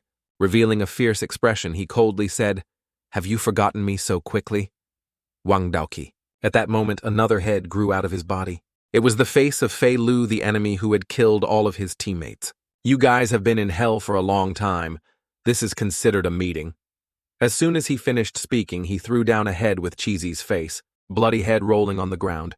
Seeing that horrifying scene, he remembered the smiling appearance of Cheesy, who always called him boss. His anger flared up violently. No more hesitation. He rushed into the attack. The giant metal fists he created simultaneously collapsed, but he still stood still with a mocking smile. This attack was too weak. He quickly dodged all the iron punches. But at that moment, he was shocked to realize that there were countless metal threads wrapped tightly around his body, so tight that he could not move. Wang Daoqi rushed forward and kicked him straight in the head. "That's still too easy for you." His blood splattered everywhere. He continued to strike without stopping. In the distance, Xiao Ran was driving over. She looked up at the sky and saw Mr. Wang fighting with someone. Wang Daoqi used all his strength to hit Fei Lu so hard that his body was deformed. He was lying flat on the ground, but terrifyingly. "He's not dead yet," he smirked, inheriting all the power of his comrades, and this is all. He gritted his teeth and shouted angrily, "You have no right to mention them." Having said that, he gathered a large amount of spiritual energy. He delivered the fatal blow. Even though he was defeated, Fei Lu's laughter still echoed in the air. "You are the one who deserves to die. You are the one who deserves to die." Wang Daoqi locked him in a metal circle. High-frequency vibration. He thought he could definitely kill him this time, but to be safe, it was best to wait until he recovered his strength and then deal the finishing blow. But what he didn't expect was for Fei Lu to appear right behind him. He slowly approached, his tone full of sinisterness. "In war, the victor is the one who is righteous. You and I are the same. Our hands are covered in blood. The death of your comrade has nothing to do with me." In a situation where he knew nothing about the enemy's strength, he still stubbornly attacked, causing his teammates to die unjustly, while he himself survived until today. "So the one who deserves to die is you, Wang Daoqi, and now I am immortal." His anger made him lose control. He used his golden fist armor to continuously hit him. Why do those who deserve to live die while a bastard like you still exists?" At this time, Xiao Ran was almost there. She saw that the war seemed to be over, but she didn't understand what Mr. Wang was planning to do. Unable to drive in, she had to run. After beating Fei Lo to the point of being buried deep in the ground, Wang Daoqi was exhausted. He thought breathlessly, I didn't expect him to still be alive, and he hasn't aged at all. He must be possessed by a demon. Suddenly he hugged his chest, coughed up a mouthful of blood. Using too much spiritual energy makes this old body unable to hold on any longer. But from underground, a familiar voice rang out again. Wang Daoqi, you are the one who deserves to die. He angrily rushed towards him and roared, I don't care if you are immortal or not. As long as I still have a breath, I will fight you to the end. However, before he could get there, his body lost strength, and he collapsed to the ground. Don't try in vain. I know your body has reached its limit. Just admit it, Wang Daoqi. You are old now, you can't even protect yourself. Shut up, you bastard. He struggled to stand up, muttering, I can still fight, I can still protect anyone. Really? Look back at what's inside the sphere. That's my second gift to you. I'm sure you'll enjoy it. He slowly turned his head. Before him, above a demon's head, were his 11 former teammates. They were writhing in pain. They called out in unison, Captain. He knelt down, his eyes filled with pain and bewilderment. Wang Daoqi, even though those people were fake, the shame he felt towards them was real. Now he can't even stand. He's just a burden to others. Admit it. You're old. Accept it. You're the one who killed your comrades. Fei Lo's laughter echoed in his ears endlessly. Stand up, Wang Daoqi. Rather than dying by my hands, it's better for you to die by your comrades' hands. That would be the most suitable ending for you. Wang Daoqi was like a lost soul.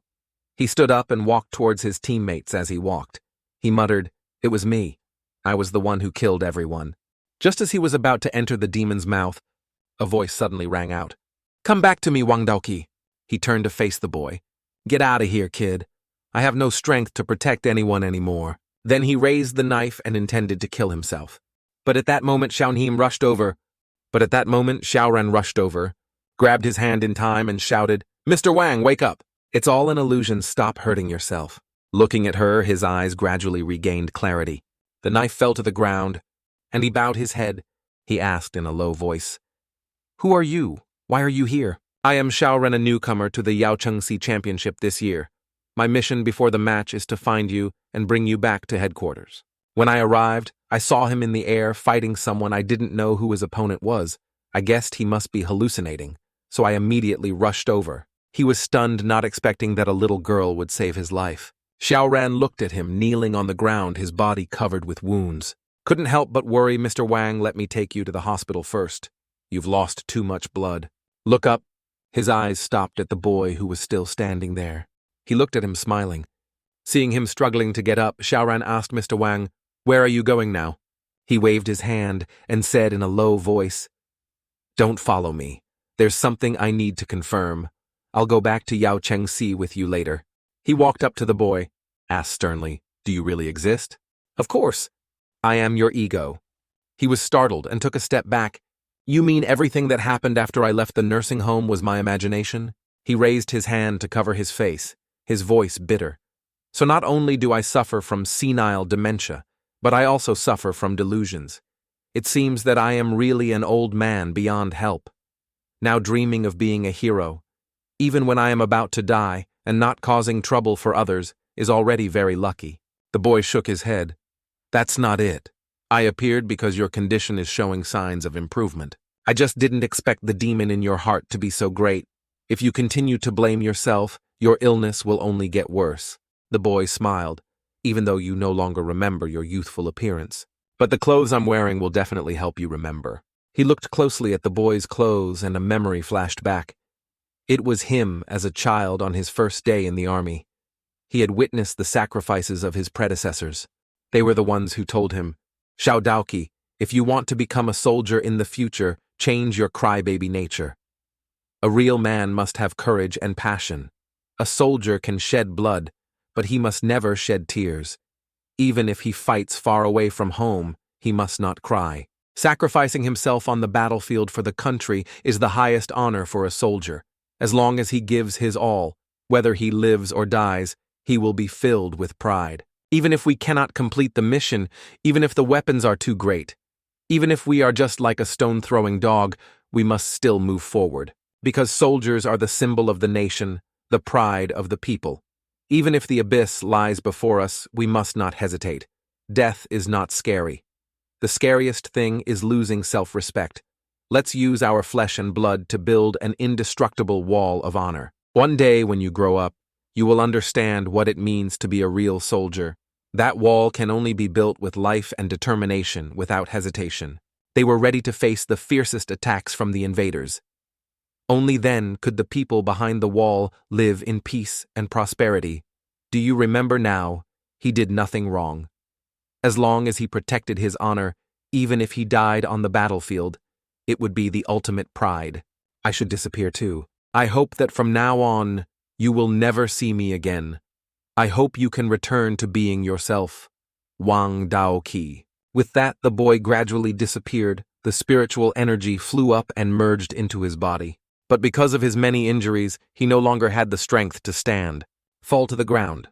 Even if my condition improves, even if I find myself again, what good will it do? I am about to die now. My strength is fading. My body is weakening, Mr. Wang. What use is there now? Xiao Ran panicked and rushed towards him. Mr. Wang, don't come here. I can stand up by myself. He tried to get up, his voice dropping. I don't know your background, but letting a young girl like you come find me in Yaochengxi. You really treat me like an ordinary person. He curled his lips and smiled faintly. You must have read my information before accepting the mission. You must have been worried when you learned that this old man was once Yaochengxi's #1.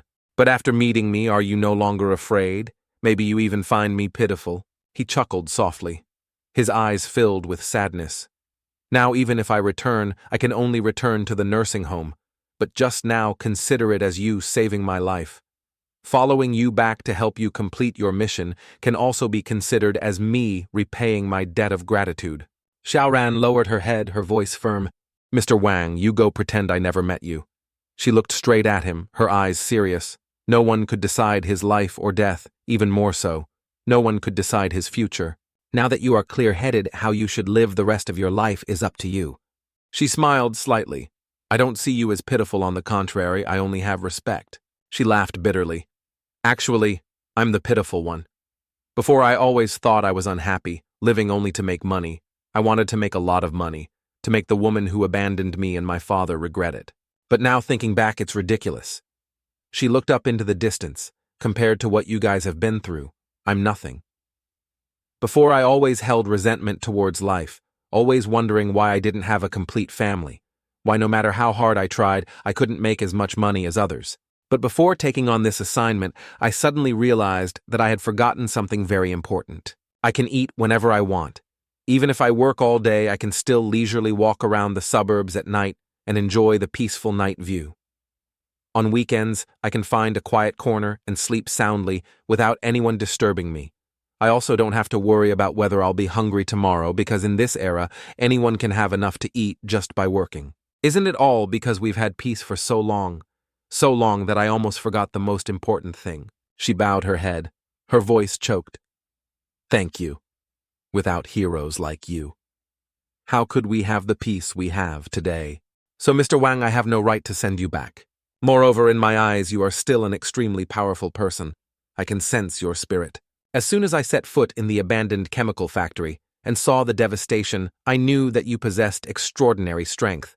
Look around you. Even though your body was covered in wounds, you were still able to stand up. Not everyone in the demon city could do this. Xiao Ran bowed her head to him, her voice full of regret. Sorry, I said too much. She hesitated and continued. If you don't want to go back, at least let me take you to the hospital. Trust me, I absolutely will not reveal your whereabouts to Yaochengxi. Realized she had misspoken. Xiao Ran suddenly blushed, thinking to herself, oh no, why am I talking so much? I'm clearly just a junior, yet I'm talking nonsense to a hero like this. How embarrassing. As if understanding her feelings, Wang Daoqi clasped his hands together and laughed loudly. Ha ha ha. I never thought that I would be encouraged by a little girl my entire life. Because he laughed too loudly, the wound on his body became more serious. The pain made him cough up blood. Xiao Ran panicked. Mr. Wang, are you okay? Let me take you to the hospital now. He raised his hand to stop her, his voice low but firm. Don't panic. This little injury isn't worth it. Suddenly, Xiao Ran suddenly felt an unusual aura, as if something dangerous was about to happen. She quickly jumped back, keeping her distance from him. At the same time, her tail suddenly appeared. Why is my tail showing? When looking towards Wang Daoqi, she saw a large tumor protruding from his back. The tumor is spreading constantly, as if taking over his whole body. He stood up straight. His body was possessed by a demon spirit. A ghostly laugh rang out. After waiting for hundreds of years, I finally found the perfect body. Xiao Ran was shocked. This familiar feeling is that red demon breath. Why is it hiding? Mr. Wang. The demon spirit tore off his clothes, revealing a muscular yet wounded body. It smirked. Although this body is old, it is still very good compared to my old corpse. It glared at her, its voice cold. If it weren't for this old man's consciousness being too strong, I would have successfully parasitized him a long time ago. With that, it opened its mouth, sprayed a stream of green slime straight towards Xiao Ran. She immediately backed away. She quickly analyzed the situation in her mind. So, it's a parasitic demon spirit.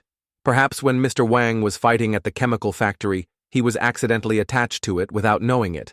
Although this demon spirit isn't too strong, its parasitic ability is extremely dangerous. It sneered, "The people I parasitized before were all useless trash, but this time is different." It looked down at its muscular hands, its eyes filled with ambition. This new body can control electronics and metals. In the age of humans, this ability is no less than the power of a god. Suddenly it narrowed its eyes at her, its voice becoming murderous. "If you know my secret, you will die. Just in time, I also want to test how strong this body is." Immediately, countless flying knives appeared and shot straight towards Xiao Ran. But her tail reacted automatically. Block all attacks. However, she did not expect that. Right under her feet, countless sharp blades rose from the ground. A knife suddenly shot up, almost piercing her leg. Xiao Ran jumped back, thinking to herself, "I'm so naive. How could I have thought that I could fight him?" The body he's occupying is that of Mr. Wang, who used to be the #1 Yao Chengxi. With my current strength, there's no way I can win. Moreover, Tanga is not here. I alone am completely not strong enough to fight. There was only one thought in her mind: escape. Seeing her run away, the demon Lin burst out laughing. "Ha ha ha! Just as I thought, humans are really stupid." It shook its head, its voice mocking. "I said so much just to scare you away." Its eyes flashed with a sinister light. "After all, I don't know how strong you are. Moreover, I still don't have complete control over this old man's abilities." It crossed its arms and continued calmly. "Run. I don't have time to waste my energy on you. When Yao Chengxi's reinforcements arrive, I will have stabilized my strength. By then, it will be too late for anyone to kill me." It curled its lips and smiled coldly. "It's not easy to get such a perfect body. Of course, I have to play around a bit first." Run further and further away from the demon spirit. Xiao Ran kept thinking. The most reasonable choice right now is to leave, temporarily. Wait until it's safe. Then contact Yao Chengxi's people. Wait, that demon spirit definitely can't wait here forever. If it waits for reinforcements to arrive, it might have escaped. If that happens, Mr. Vuong will be in danger. Xiao Ran immediately stopped, pulled out his phone and called Jingxi. "I found Mr. Wang, but the situation is a bit complicated. I've sent the location. Please quickly send reinforcements, and I will try to hold him off." With that, she quickly transformed back into her mummy form, then turned around and charged towards the demon spirit. A girl like you clearly had a chance to escape. Why did you suddenly come back? Looks like I'll have to take some time to see you off." Looking at his attack, Xiao Ran seemed to realize something. She stuck her tail into the ground, used force to bounce up, and hung in midair. When she calmed down, she realized something was wrong. "Since you fell here, you clearly could have attacked the ground, yet you just stood there watching me run away. Your attack now is also a bit strange. If your power was really strong, you should have attacked from the beginning. That's right, your attacks all come from the ground, so if I don't touch the ground, you won't be able to unleash your full power." Xiao Ran frowned, her eyes filled with thought. "So that's how it is. Even though you have Mr. Wang's power, it's only at the superficial level. You can't completely control the metal, right?" She gave a cold smile. Time to counterattack. After saying that, she immediately shot up high out of sight of the demon spirit. He stood below looking worriedly.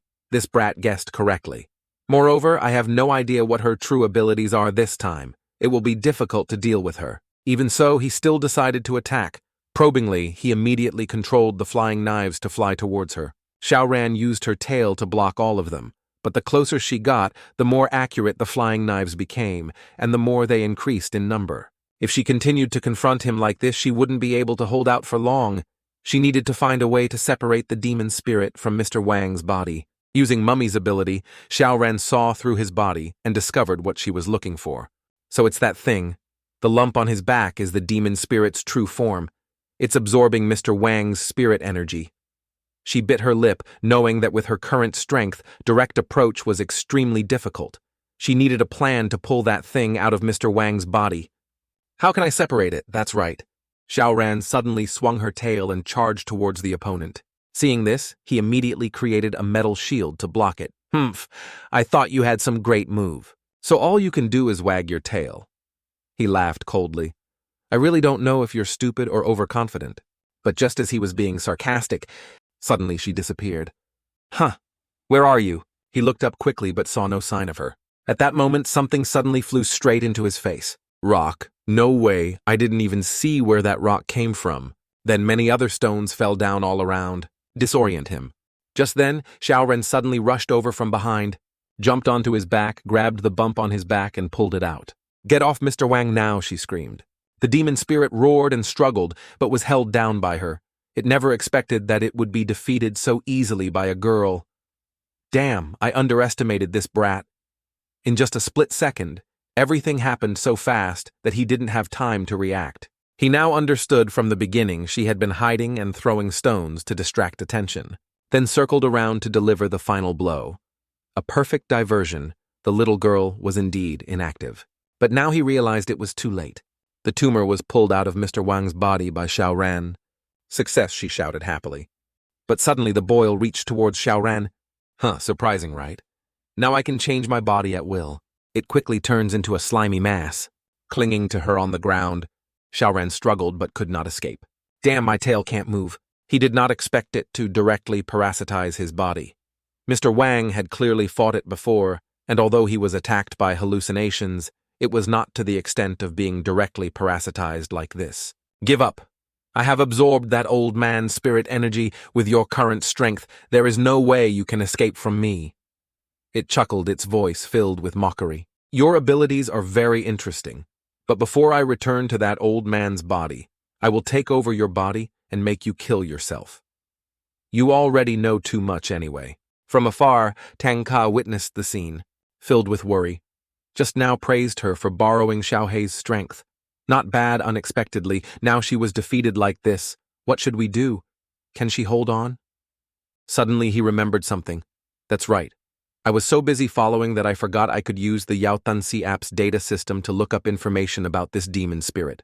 Thinking so, Tanga immediately took out his phone to scan the data of the demon spirit in front of him. Sure enough, the results quickly appeared. The target is a sea-level demon spirit. It has no direct attack ability itself, and it parasitizes on the backs of lower-level demon spirits. It can absorb energy and increase its ability to act thanks to the host's power. When the host and it reach a state of complete symbiosis, both will have the same consciousness and depend on each other to survive. If the host dies, or it is severely attacked, it can move to a nearby creature to continue growing. When parasitizing on different hosts, it can develop an independent consciousness, evolve into a B-level or A-level demon spirit, and at the same time gain new abilities. The ability does not reject the host's consciousness, but the condition is that the host must be of a lower level than it, or be in a coma. It inherits the host's abilities when it has completely parasitized. After reading the information, Tanga became even more worried. Damn, it just absorbed Mr. Wang's spirit energy, so hasn't it reached level A? If this continues, Xiao Ran will be in danger. He immediately stood up, intending to rush to save her. But after taking a few steps, he suddenly heard a voice calling from behind. Tanga turned around, immediately saw Shan Yushu poking his finger into his cheek. He immediately shook his hand off and asked with a frown, "What the hell are you doing here?" Zhen Yushu replied seriously, "I read in a book that brothers teasing each other will help strengthen their bond. Sorry for my rudeness just now." Seeing him keep talking about irrelevant things, Tanga got annoyed. "Who cares about that nonsense, I'm asking you? Why are you here?" Zhen Yushu didn't answer right away, just quietly took out his notebook and wrote a few lines in it. Oh, so teasing. You will make you angry, not happy. Tanga glared. Are you crazy? I'm asking seriously. Shen Yushu laughed. Of course I came to help Miss Zhuang. The mission is complete. Mission shit, stop talking nonsense. If you don't do it now, Xiao Ran will be in danger. Calm down, Shen Yushu slowly said. She can turn things around. Tanga was stunned. What, you can even calculate that? Shen Yushu shrugged. A few days ago when you guys went to Yao Chengxi, I already told you. So Tanga, you don't need to do anything. She will complete the mission herself. Seeing the confidence in Shen Yushu's eyes, Tanga hesitated for a moment, then sighed. Okay, I'll trust you this time. This is the fortune-telling of the wizard Fang Xian anyway, so there probably won't be any problems. Turning back to Xiao Ran, she was struggling, but she was completely unable to move. Her strength was decreasing, and her body felt like it was gradually becoming numb. Could it be that I was too rash? That not only could I not save Mr. Wang, but also myself? In her consciousness, a familiar voice rang out. Sister, I can help you get through this. Xiao Ran was startled. Is it you? The child is not present. Don't worry, I won't take over your body. The voice rang out gentle and determined. I'm not a demon at all, but just a normal child named Ye Qiao. When the war broke out, his parents died. The only relative left was his best friend, Bo. Anne. However, there were bad people in the village who took advantage of the situation of his family to blame him. Therefore, he was considered by the villagers as a cruel enemy, was captured, and subjected to cruel punishment. They nailed the demon-suppressing coffin all over her body, and her face was also smashed with a hammer. At that time, even though she had only a faint breath left, she was still locked in the sandalwood. Sealed with a talisman after the sealing ritual was completed, she fell into an immortal state for thousands of years, gradually turning into a mortal. Because of the talisman and the spirit binding, even though she had turned into a demon spirit, she still could not leave the altar. After 1,000 years of being in the dark, she realized that it was her once close friend, Bo An, who had performed this sealing ritual. The resentment in her heart gradually accumulated, transforming into a cruel and heartless entity, separating from her original consciousness. Even though the two entities are one, they are not exactly the same. I swear I will not harm you. You can believe me or not, but there is no more time to hesitate now. Let me borrow your body. I can use 30% of the power of the human to help you overcome the danger before you, as long as you promise not to let that white-haired man seal me again. Of course, in the future, without your permission, I will absolutely not take advantage of your body without your permission. Please believe me. Hearing those words, Tunheim suddenly thought, if it really wanted to take over her body, it wouldn't need to say these words. Maybe it was sincere. Moreover, in the current situation, there was no other way but to borrow Mummy's strength. Okay, I agree. Just in a moment. Her power increased dramatically, causing the demon spirit that was taking over her body to instantly explode into countless pieces. It thought angrily I was almost able to control her body. Why did her strength suddenly increase several times? Xiao Ran in mummy form stared at it. Sharp eyes made the demon spirit tremble even more. Without hesitation, it immediately ran away. This feeling is too strange. I must quickly return to that old man's body. However, just as it was about to fly towards Wang Daoqi, Mummy hugged him in time. Take him to another location in the blink of an eye. This speed is too abnormal. I can't even see clearly how she moves. The demon Lin was terrified. Mummy quickly created a small pyramid-shaped barrier enveloping Wang Daoqi. She looked at it and said, "This old man seems to be very important to me now. I can fight with peace of mind." The demon watched Mummy's every move, thinking to herself, with her speed, parasitizing that old man directly is impossible. Furthermore, I don't know how strong this barrier is. I can only take a risk. Once the final form is activated, all accumulated magical energy will be completely consumed, but in return, all of its abilities will increase many times over. Immediately, the demon spirit transformed, becoming a terrifying giant form. Now that I have released all the demonic energy that I have accumulated over 100 years, combined with that old man's spiritual energy, everyone must die by my hands. It roared fiercely. Next, it squeezed Xiao Ran in its palm. How does it feel? Does it feel like being crushed by tons of steel? Now I can crush you as easily as crushing an ant. But Mummy was tightly held in his arms, but did not show any pain or fear. On the contrary, Her face remained calm as ever. What's that expression? The demon spirit felt uneasy. Mummy just moved slightly, and immediately a cracking sound rang out. Is the bone broken? He thought no. That's the sound coming from your own hand, Mummy calmly replied. With that, the demon's hand exploded. Looking at his injured arm, he whispered, Luckily, my mucus has extremely strong regenerative abilities. That's disgusting. Mummy glided over and gently waved her hand. In a flash, the demon spirit was sucked closer. Head separated from neck. Impossible. I had clearly completely sealed my body and had to consume 100 years of demonic energy to transform.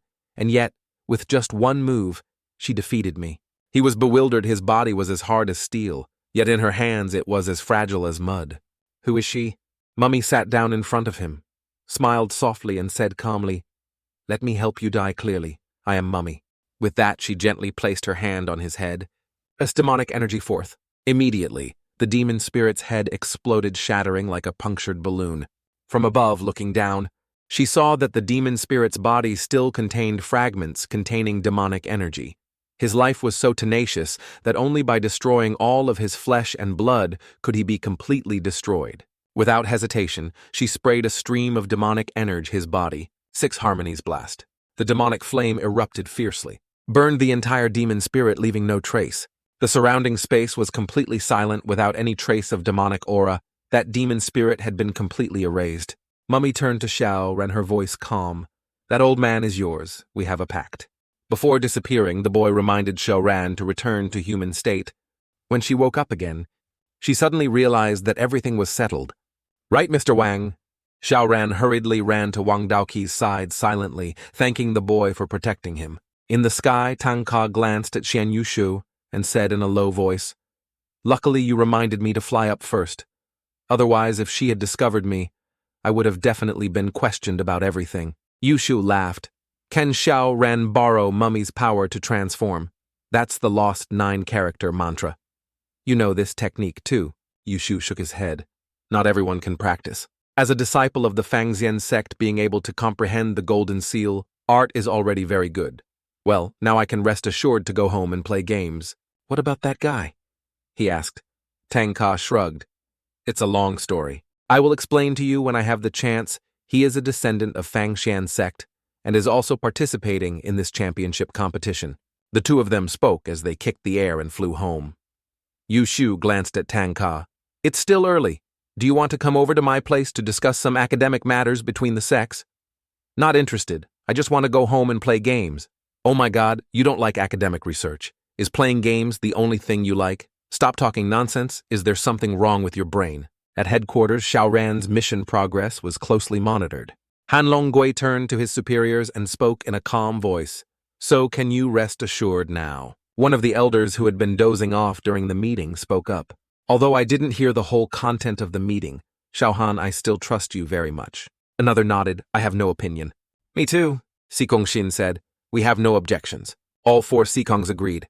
If all 4 Sikongs are fine, what about the 3 Shangdus? Han Longgui continued to ask.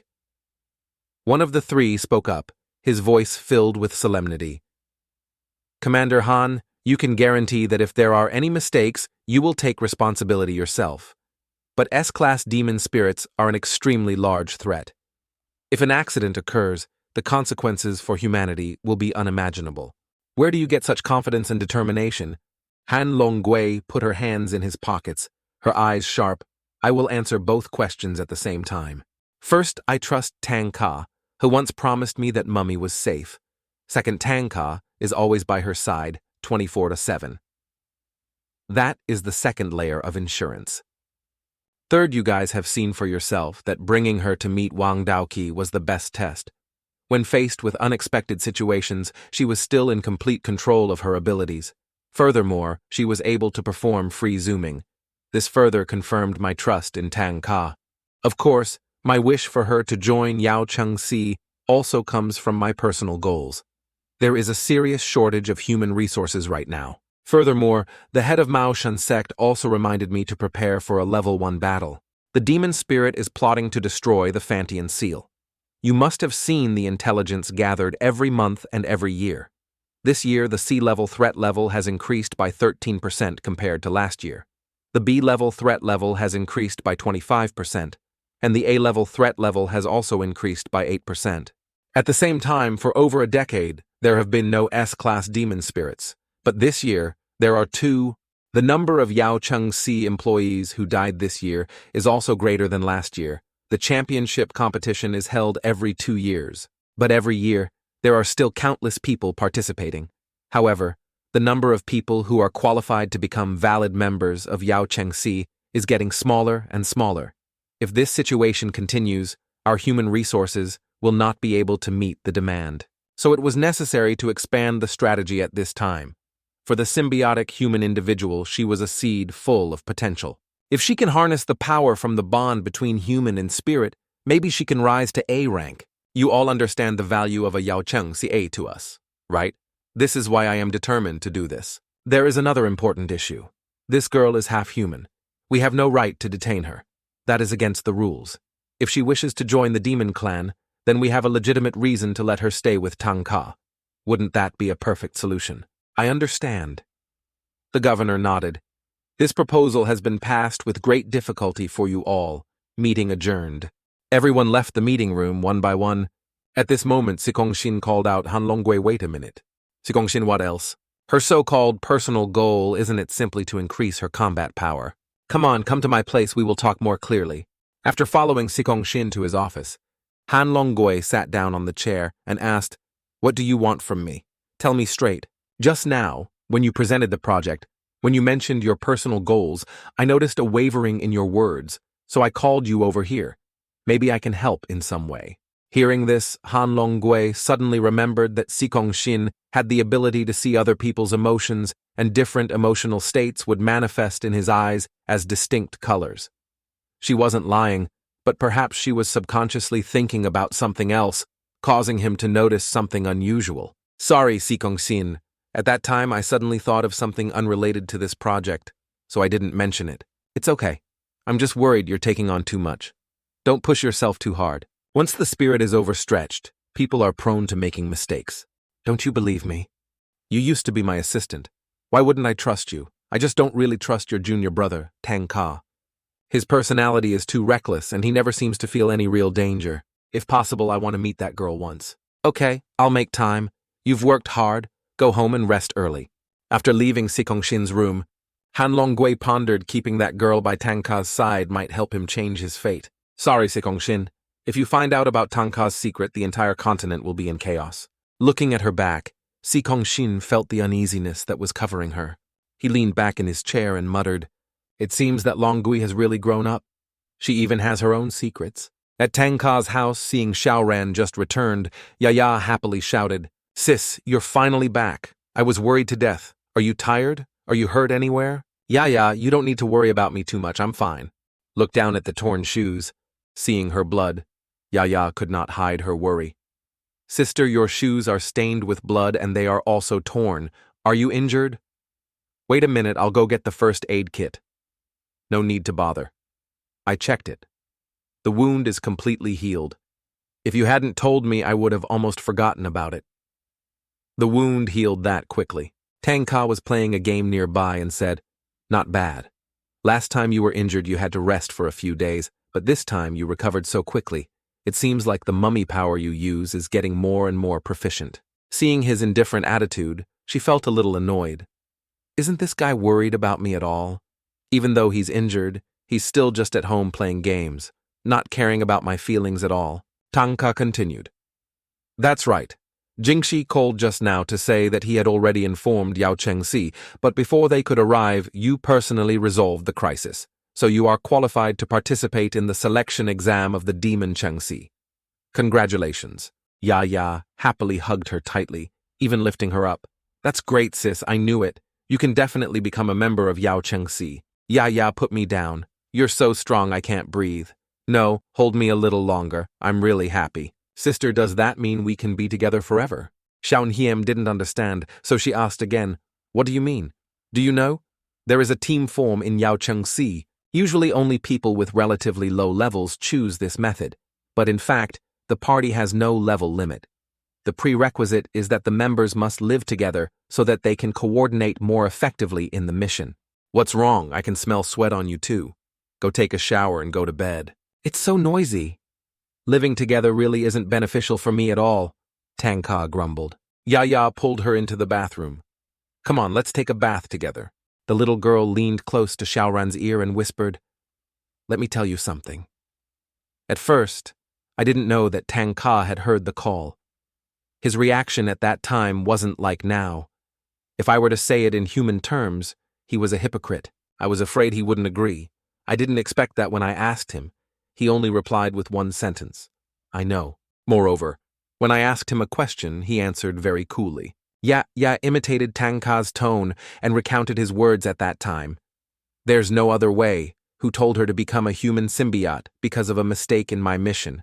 This is my responsibility. Before the human spirit in her body disappears, I will take responsibility for her to the end. Hearing this, Xiao Ran blushed and smiled. This idiot Yaya kept chattering. Non-stop, I've seen movies people say fire near straw will eventually catch fire. Is that true? Outside, Tanga finally couldn't hold it in any longer and shouted, I heard everything. Yaya, be careful if you say another word. Yes, Mr. Tanga, I will be quiet now.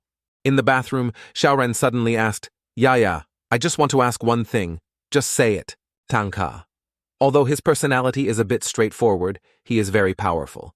Maybe there are many people pursuing him. I know what you are going to ask. But he has never loved anyone. Really? Yes, I just remembered this. I advised him to find a girlfriend before, but he said he wasn't interested in that. Moreover, his master wouldn't allow it either. He said that when he came down from the mountain, he was not allowed to be near women, so he forbade love affairs. They don't allow men get close to women. Taoist priests are not monk, so they should be able to marry. Xiao Ran thought deeply. Oh no, how could I forget about this? Does that mean I can't love him? And then I can't become his family. No, even if you don't love each other, you can still be family. Brother Tanga treats me like family. Can't he treat you like that too? But I've never seen you contact your family. Are you like Brother Tanga? Don't you have parents? Hearing Ya's question, Xiao Ran suddenly lowered her head and sighed softly. I don't. Ya stood up, walked towards her and asked, Sister Xiao Ran, what are you thinking? Then suddenly hugging her, Yaya gently said, Don't be sad anymore from now on. Tanga and I will become your relatives. Indeed, Yaya is a lovely girl with an innocent personality, seeing her always so happy. Xiao Ran feels a bit of admiration. You always smile like that, is it? Because there is nothing in this world that can bother you. Hearing the question, Yaya was stunned for a moment. But then she burst out laughing. Of course not, ha ha ha. Soaking in the water for too long made her a bit dizzy. Yaya waved her hand. I'm going to sleep first.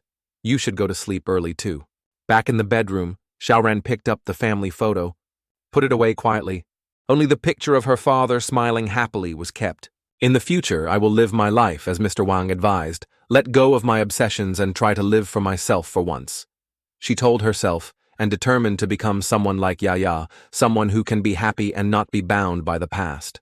In the next room, Yaya sat on the bed, head bowed and crying. She was not as happy inside as she looked.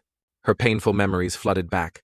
Previously, in a dark and dirty prison cell, she was chained among rotting animal carcasses. A man walked up and coldly said, My child, wake up quickly.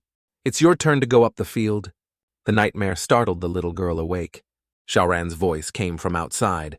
Yaya, wake up and have breakfast. Downstairs, Shen Yushu had arrived and was sitting with Tanga. Xiao Ran said as she walked downstairs. Sorry, everyone. I usually wake up very early, but today it took me a little longer to call Yaya. She sat down next to Shen Yushu and asked curiously, The tournament is about to start. How much longer is it? I suddenly feel a little nervous. Shen Yushu calmly replied, Exactly. 65 days left. Tanga looked at him with some discomfort. You came here early in the morning just to announce the match time. Why are you more anxious than Tio and Hiem? I had learned a little about this competition before. There were mainly two groups of participants. The first group was the disciples of the five great sect. The second group was the dead warriors who possessed supernatural powers. These people needed to have a recommendation to be eligible to participate in order to ensure the quality of the selection process of the Demon City. Understood, Tuniem nodded. That means everyone participating has undergone rigorous training for a long time. Meanwhile, I have only just learned how to use spirit energy. Furthermore, the competition is only 2 months away. That's right, Miss Zhuang, you need a crash course, that's why I came. Tanga waved his hand and smiled. Oh, intensive training. Then it has nothing to do with me. You two go practice. I still have to play games. Xiao Ran looked at his indifferent expression and was speechless. Last night, I still believed what he said, saying he would be responsible for me until the end. Now he only cares about playing games. What a pig-headed guy. Shen Yusho chuckled and turned to Tanga. Actually, I have something I need your help with. After all, you are a demon, so you must know quite a few demon spirits. Right now, we need to find out what the limits of Miss Zhuang's abilities are. Tanga rubbed his chin thoughtfully. Xiao Ran can only copy the demon spirit's ability, but the time and quantity limits are still unclear. Suddenly, he had an idea. I remember a pretty good place. That place can be considered a power supermarket for Xiao Ran. However, that place cannot be known to outsiders. Shen Yusho frowned. Outsiders. Yes, so you go home first, come back in 3 days. Seeing Tanga's indifferent attitude, Shen Yusho couldn't help but laugh. What outsider, he's too straightforward. He looked at Xiao Ran, smiling meaningfully. It seemed that Tanga no longer considered her an outsider. Xiao Ran smiled awkwardly. He speaks a bit bluntly. Don't mind him teaching me spiritual breath before it was really hard for you? Shen Yusho crossed his arms and smiled. I like to associate with people like him. Then he seriously instructed. That's right, before choosing an ability. Don't focus too much on the damage, you're just learning spirit energy, so you can't control it well. The greater the damage, the higher the spirit energy consumption. Now that you know, you can use 2 types of abilities at the same time. How to increase this number by 1 or 2 is what you need to care about. Miss Zhuang is smart, you must understand what I mean. Then I won't bother you anymore. Look forward to your progress in 3 days. Take your time. After hearing Shen Yusho's words, Xiao Ran fell into deep thought.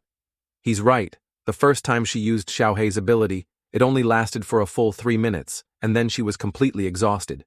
Moreover, if she chose an ability with high damage, the duration would definitely be shorter, or she wouldn't even be able to activate it. Yeah, you came just in time. Take me to the secret base. Ya replied. No need to rush. There's breakfast downstairs. You can eat something and then go. Seeing Ya, come back down, the two said in unison. No need, let's go. Stop imitating things in the library. You don't need to lose weight. No, I just don't want to eat. The little girl forced a smile and continued. Sister, let's go. As he followed her to the 2nd floor, Xiao Ran asked in surprise. So, the base that Tanga was talking about is on this floor. Why can't I see anything? Ya replied. Are you talking to me? That's right. Only Tanga and I go to this room. Almost no one knows. The room on the right, at the end of the hallway, is reserved for Lord Yi Yan Wu. The room in the middle is Brother Tanga's training room. The room on the left is where we need to go. Follow me. Looking at Ya, Xiao Ran suddenly had a feeling that something was wrong. Ya looks very strange today. She is definitely hiding something in her heart. When the time is right, she will definitely ask clearly. Enter the room. Ya introduced sister. This place is Tanga's Demon Park. Xiao Ran asked in surprise. Demon Park. Ya nodded. That's right. This is the name I gave. This place has more than 100 species of demons living. It is the home that Tanga reserved for demons like us. Wow, this place is really too magnificent. Xiao Ran's eyes widened in amazement at the majestic scene. The spirits here are neither enemies nor friends of humans, nor are they dangerous. Most of them are spirits that Tanga secretly collected during his mission. This area is a special space created by Mr. Zhu Lang. To be more precise, he took the initiative to give this space to Tanga 6 years ago. At that time, Tanga had just become a demon, and I was the first demon spirit he had adopted. At that time, if a demon spirit like me was discovered, there were only 2 paths. Either I had to undergo rigorous training and disguise myself as a human to continue living in the human world, or I had to go to Langting Demon City to live with other demon spirits. However, only a few demon spirits have intelligence, and the others are just imprisoned when they come to Langting Demon City. Brother Tanga is afraid that you will be bullied, so he hid you from Yao Chengxi's sight. After Mr. Zhu Lang found out about this, he took the initiative to give this space to Brother Tanga. So Brother Tanga is truly a very good person. Come on, I'll take you to meet some other friends. The 2 of them jumped from above. Ya immediately called Jojo. Immediately, a flying fish shaped like a cloud appeared, gently supporting both of them. Joe, have you been waiting for me here? So good. Yaya introduced. Sister, this is Ju. Its ability is to change color based on the surrounding environment. It can be considered a stealth ability. Juju say hello to Sister Xiao Ran. Looking more closely, Xiao Ran realized that the trees in this area were very special. Are these plants also created by Mr. Zhu Lang? She asked curiously. Yaya shook her head. No. All the trees here were planted by me. There is also a special spirit here. Its body can produce seeds of ancient plants. With the help of some other friends, it probably took me 4 years to build this place. You are really good. Such a big place was all made by you. Actually, besides watching movies, my favorite hobby is planting trees. Hey. Looking at Yaya Xiao, Ren suddenly realized that when she came to this place and mentioned Tanga, she returned to her usual lively and lovely self. But deep inside, Yaya was definitely still hiding some pain, just silently enduring it, not showing it. As soon as she set foot in the forest, a voice rang out from inside. Sister, you're here. Immediately after, Xiaohei ran over and hugged her tightly. Xiaohei, are you used to this place yet? Have you made any friends? You said it again, I often don't see you. It turns out, you're here. Looking towards the forest, Tuhak said, They are all my new friends. Don't be afraid. Come out. This sister is Tang Ka's friend, but no one appeared. Xiaohei sighed and explained. They were hurt by humans before, so they are very afraid of strangers. Try releasing some demon aura. Maybe they will feel more familiar.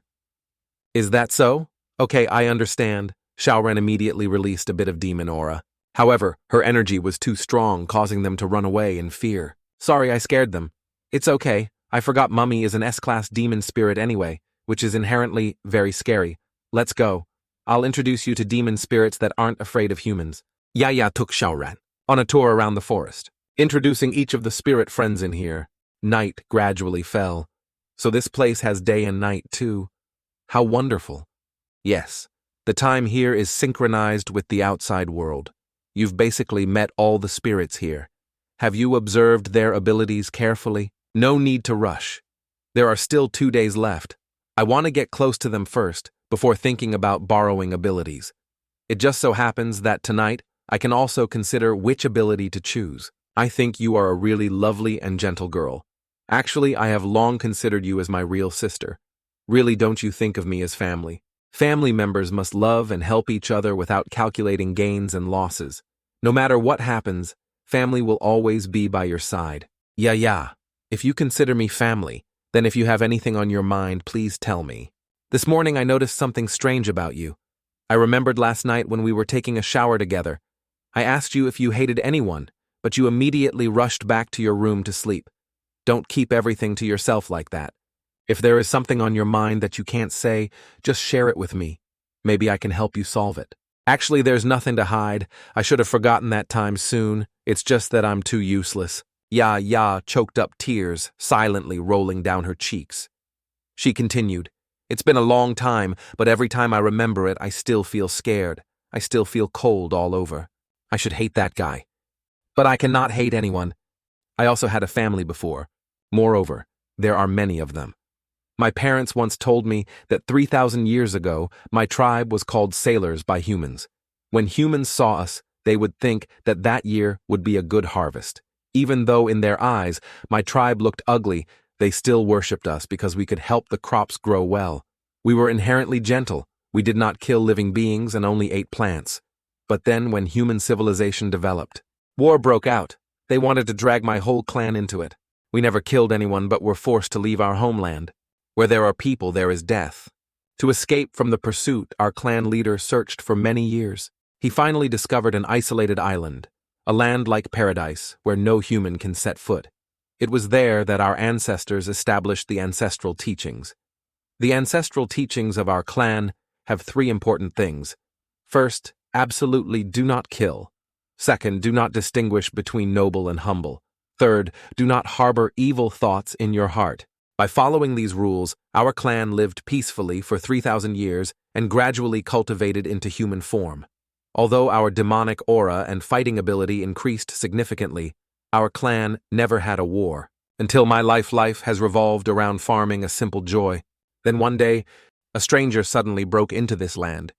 When we discovered that he was seriously injured, our tribe helped him treat him by grinding his fangs into powder to apply externally, and also made a special medicine to help with internal injuries. Thanks to that, he quickly recovered.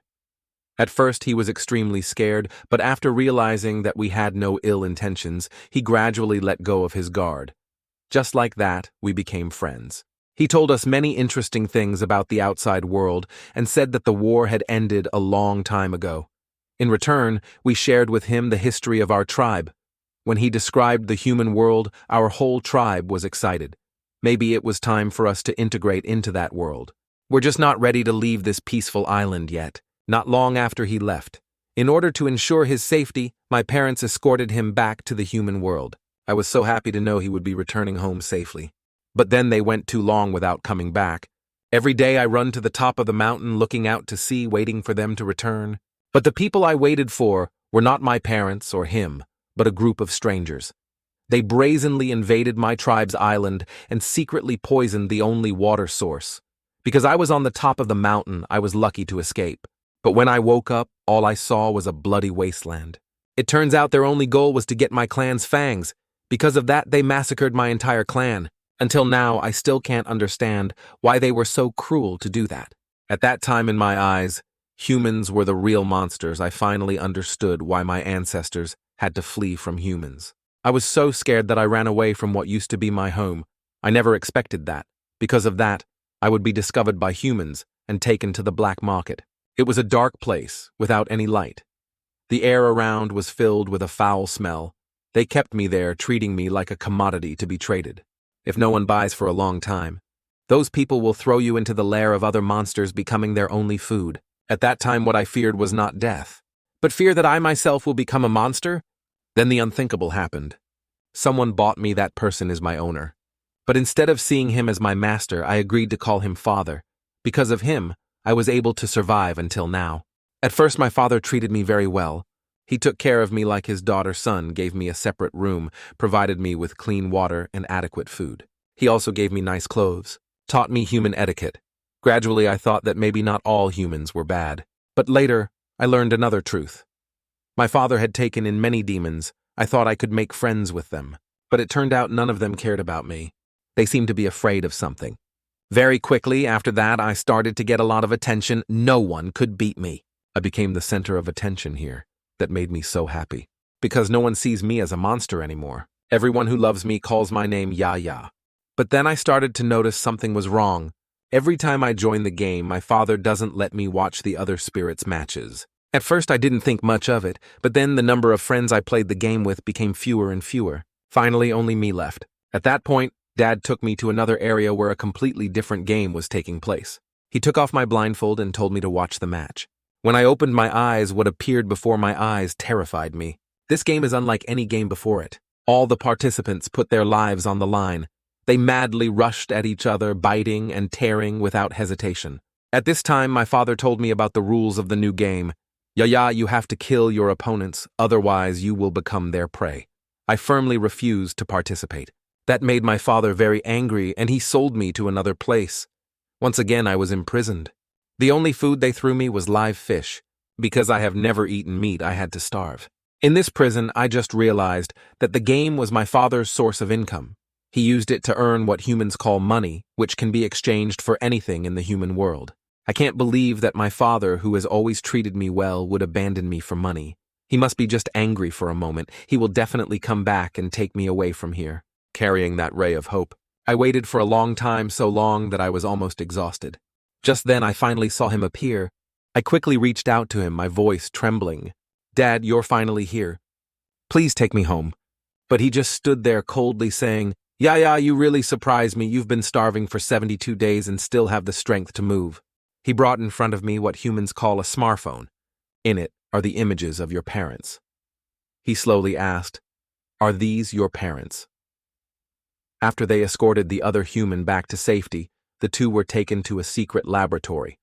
Through many studies, it was discovered that your demon race possesses superior fighting power and their skin and hair are incredibly tough.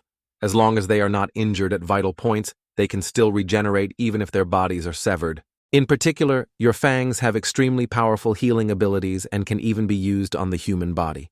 Unfortunately, other than your fangs, the other parts are worthless. He laughed mockingly and continued.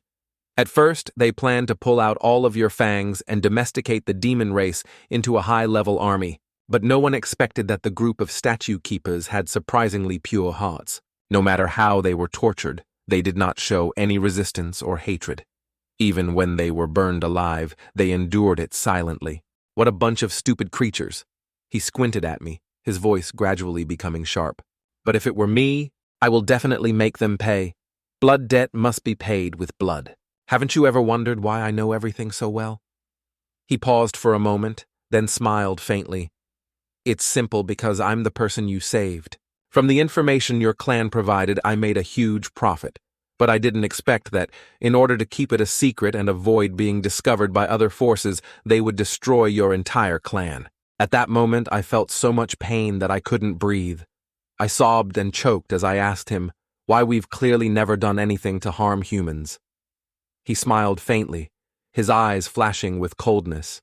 Because your fangs can cure all diseases, for humans' health is priceless. Thinking about it another way, your clan has indirectly saved the lives of many people.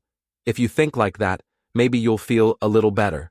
She clenched her fists and gritted her teeth. How could someone be so cruel as to use one life to exchange for another? I don't understand. He shrugged, his voice full of contempt. You don't need to understand. The only thing you need to do is obey the rules of the human world. Don't you understand? It's because your hearts are too weak that your race was exterminated. He paused for a moment and then said in a steady voice, Let's get to the main point. You can go without food or water for more than 70 days while your parents died in less than a month. If I'm not wrong, you've been waiting for me to save you, right? But do you know why I only appear when you are about to collapse? He chuckled, his eyes filled with contempt. Because I want to teach you a lesson. Putting your hopes in others is the most foolish thing in the world. She opened her eyes wide to look at him, unable to believe what she had just heard, but he continued. His voice carried a terrifying cruelty. Hope sounds so beautiful, but do you know there is a dark story behind it? There was once a scientist who conducted an experiment with mice. He put a mouse into a glass jar filled with water. Because the wall of the vase was slippery, the mouse had nothing to hold on to and could only struggle desperately trying to swim to stay alive. During the experiment, after dozens of trials, the results showed that most of the mice could only last about 10 minutes before becoming exhausted and sinking to the bottom. However, the experiment did not stop there. When the mouse was almost dead, it was picked up, dried, fed, and rested. After it had fully recovered, it was put back into the jar for further observation. Can you guess how long it can last? What amazed the researchers was that these mice could swim persistently for nearly 60 hours. In the moment of death, they believed that humans would once again save them. Thanks to that, physical limits can be overcome. This is an experiment in hope, a cruel experiment, but clearly demonstrates the power of belief. Isn't it ironic? In this world, there are countless people who are even more cruel. Not to mention animals. Even humans are used as test subjects for terrifying research. So don't put your hopes on humanity. That day when you appeared in the night market battle, I was extremely excited. Once all of your clan's fangs were sold, you would become the only one left, a most precious commodity. I would continue to nurture you, turning you into a warrior in the arena, helping me earn countless amounts of money. Even if you died, your fangs would still have value, continuing to bring me profits. In my eyes, you were just a money-making tool. You are progressing very quickly. Even without killing intent, you can still easily defeat your opponents. In this underground arena, all the participants are at least A-class demon spirits. As long as you listen, you will soon be able to dominate this place. At that time, not only will you live, but you will also be loved by me like before, and there will even be countless people admiring and pursuing you. On the contrary, if you refuse to fight, you will be imprisoned here in solitude. And in the end, the only value left will be your fangs. Follow me to the top. Only by continuing to fight can we become stronger. Can we change our fate? I'm sorry, I can't hurt others. Please let me go. That plea was like an insult to him. His anger flared up and he shouted, You animal, even a pig is smarter than you. I caused your clan to perish. Your parents were killed because of me. I pushed you into this miserable situation. Do you really not hold any grudge? He continued in a harsh voice. God has given you strength and a fierce appearance, yet you only know how to farm and not kill. How stupid. Looking at your pleading face, I feel sick. Wake up, you are ugly monsters, not rabbits for others to hunt. You are a disgusting pig. Get angry, fight back. Don't forget that there is no home for you in this world anymore. Begging me to spare your life. Don't even dream about it. This world is already under human rule. No matter where you hide, you will only be seen as a monster. No one needs you. As for me, I am the ruler of this place. I am the Lord. Here you can only follow my orders. At that moment, I no longer felt hunger nor pain or fear. My body felt like it was falling into an endless swamp, and my soul seemed to be sucked into darkness. I was so naive, that I thought that someone would come to save an ugly person like me, who would care. No relatives, no hope, no reason to continue living. And that's when Tanga appeared. When he saw me, he was very surprised. I didn't expect that there were still survivors in the Yatun tribe. It seems that there are no serious physical problems. That's great. I'm sure Sister Long will be very happy to hear this news. I didn't expect that this investigation would bring about such an unexpected discovery. So excited that I almost forgot about the dangerous guy. At that moment, my father was hit by Tanga and passed out. He turned to me and said seriously, "Tell me everything you know." So I told Tanga the whole story. Now I realize he is the type of person who hates long-windedness. But when I told him everything, not only did he not interrupt, he also patiently listened until I finished speaking. After I finished telling the story, he immediately grabbed the fat guy's head, pulled him in front of me, and said, "Listen, I can give you a chance to get revenge. You can beat him, even kill him. I guarantee no one will stop you." I shook my head and begged, "I can't do it. Please don't hurt him anymore. I eat very little. Just a little bit of wild vegetables is enough. As long as it doesn't harm others, you can tell me to do anything. Please take me out of here anywhere. I promise I will listen." Hearing this, Tanga seemed very angry. He shouted loudly, "I am 100 times worse than this fat guy. If you don't kill him, I will kill you. Think carefully before answering." I smiled faintly, lowered my head, and whispered, "Then please kill me." He was so angry that he was going crazy, and angry to death. The one who should apologize is that fat guy. He turned to him, his voice mocking. "How old are you?" I hesitated a bit, then replied, "Probably more than 500. I don't remember the details.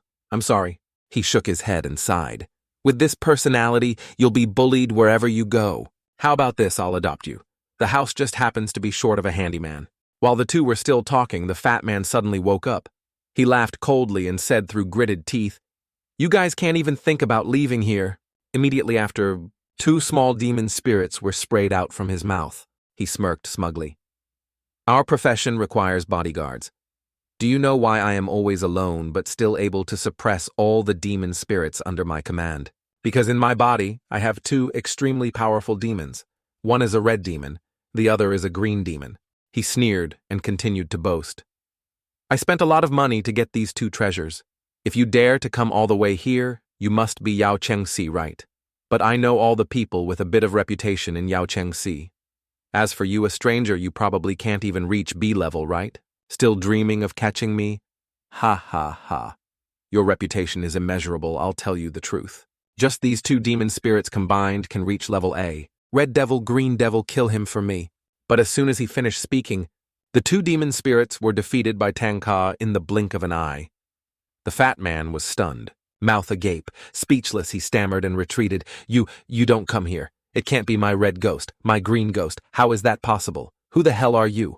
Tanga coldly replied, "I am Tanga from the Yao Chengxi. I will soon become the #1 spirit catcher in this city." At that time, I found hope. Later, Tanga asked Long for custody of me. From then on, I understood how people treat their loved ones. He decorated a bedroom for me. This room was previously uninhabited. He said, "I found someone to fix it up. Do you like it?" I nodded, feeling an unprecedented warmth in my heart. He also ordered a lot of delicious food for me. "You are at the age of growing up now. If you don't have enough, just say so. I will order more." Not only that, he also bought me new clothes. "These are the clothes I had someone make especially for you." "Don't you like them?" I replied shyly. I'm more used to wearing old clothes. Gradually, I began to understand more about the human world. Brother Tanga gave me a small ball called the Spirit Eye, which helped me see the world in a different way. Thanks to it, I could freely walk down the street like a real human being. The human world is not as bad as you think. The war is. Over the chaotic period filled with corpses in ancient cities is no more. He was right, even though it looked prosperous on the outside and people lived in peace and prosperity in the dark, there were still bad people like that fat guy. But it's okay. We, the Demon City Division, will destroy them all. He put his hand on her shoulder, his voice warm. In this world, there are still many people who are silently contributing to protect order and maintain peace. That is our goal. Moreover, when I'm here, no one will dare to bully you anymore. She smiled softly and replied, Brother Tanga, it's been a hard time for you. I'm truly grateful for what you've done for me. Compared to the past, my current life is like a dream. This feeling makes me both happy and uneasy. If someone were to discover that behind this shell I am actually an ugly demon, would I be able to truly integrate into the human world? A good-for-nothing like me, is it worthy to be by Tanga's side and live carefree days? Hearing me say that, Tanga got angry, punched me, and shouted, What nonsense are you talking about? You think I'll be like that fat guy cheating on you? Stop saying such silly things. Men have to keep their promises. As for the ugly appearance, at least where I live, no one is judged by their appearance. His words made me forget all my worries. Thanks to him, I can enjoy every day. So I'm really happy now. Don't worry about me. Those painful memories are my own problem. I don't want him to worry anymore. Furthermore, the one who used to be your master has already been detained and given appropriate punishment. After hearing her story, Xiao Ran fell into deep thought. So Ya had a painful past. With her current condition, that trauma must be related to the fact that that fat guy is still alive. Ya believed that Tanga could protect her, but for a 5-year-old child, that past was truly too big a wound, and the fear still haunted her to this day. The existence of that fat guy was the reason why she could not escape from the nightmare.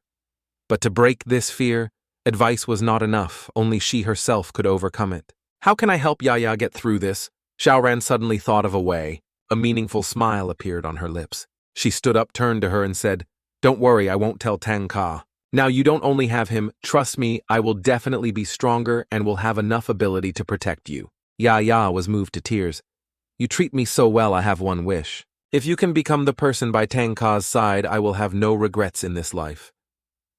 Hearing this, Xiao Ran quickly waved her hand. Now is not the time for me to push the boat. Moreover, you have to promise me one thing. Don't say such things in front of Tanga again. Ya nodded and muttered, I'm afraid I won't be able to control myself. Xiao Ran patted her shoulder and said, Try to control yourself for me. It was getting late. They quickly went downstairs.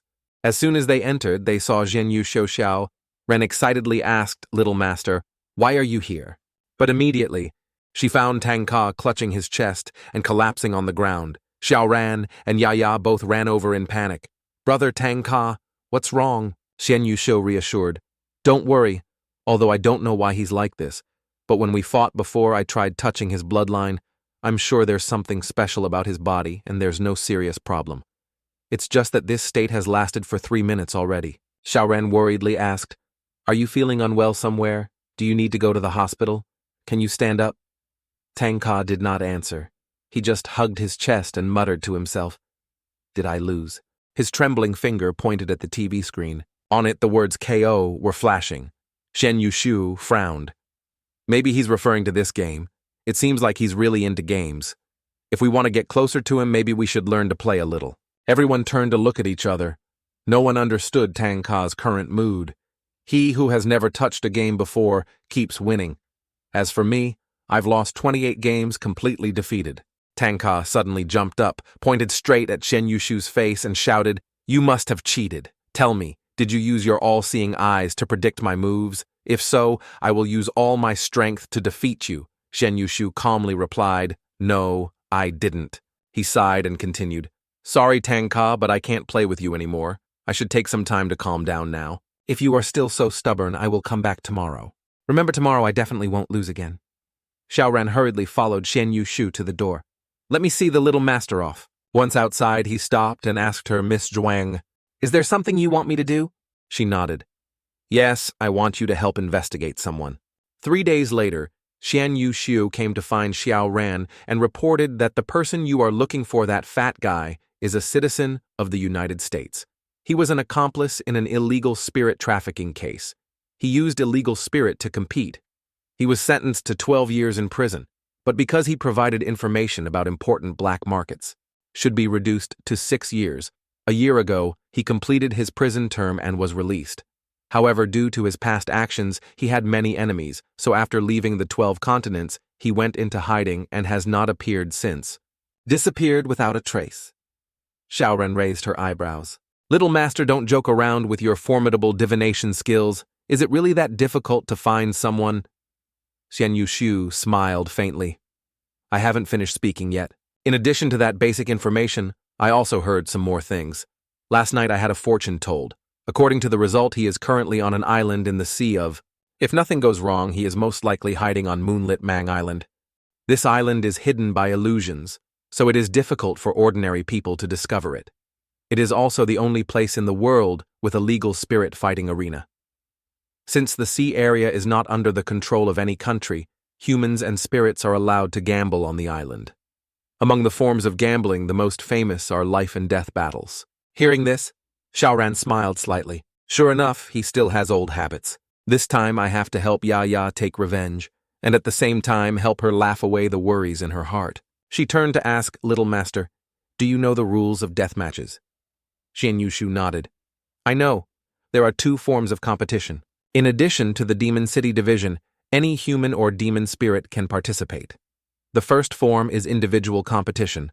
The second form is team competition, in which a team must have 3 people. This form has the highest bet." "Is that so?" Xiao Ran muttered, her eyes revealing contemplation. A moment later, she turned to look at Xian Yushu, intending to say something, but before she could open her mouth, he understood. "Although I don't know what you're planning, if necessary, I can participate in the competition." Xiao Ran smiled. "Little master is truly the best. All right, I've decided. I will join this death match. I will definitely strip that fat guy." At this moment, Tanga, who was watching TV, heard the conversation and turned to look at her. "What did you just say? Want to participate in the death match? Are you crazy?" Xiao Ran shrugged. "The reason is very simple. I need to practice for the next 2 months without an opponent to train with. Little master is too strong. The gap in strength between me and him is too big. If I participate in the life and death battle, I will have the opportunity to improve my actual combat skills.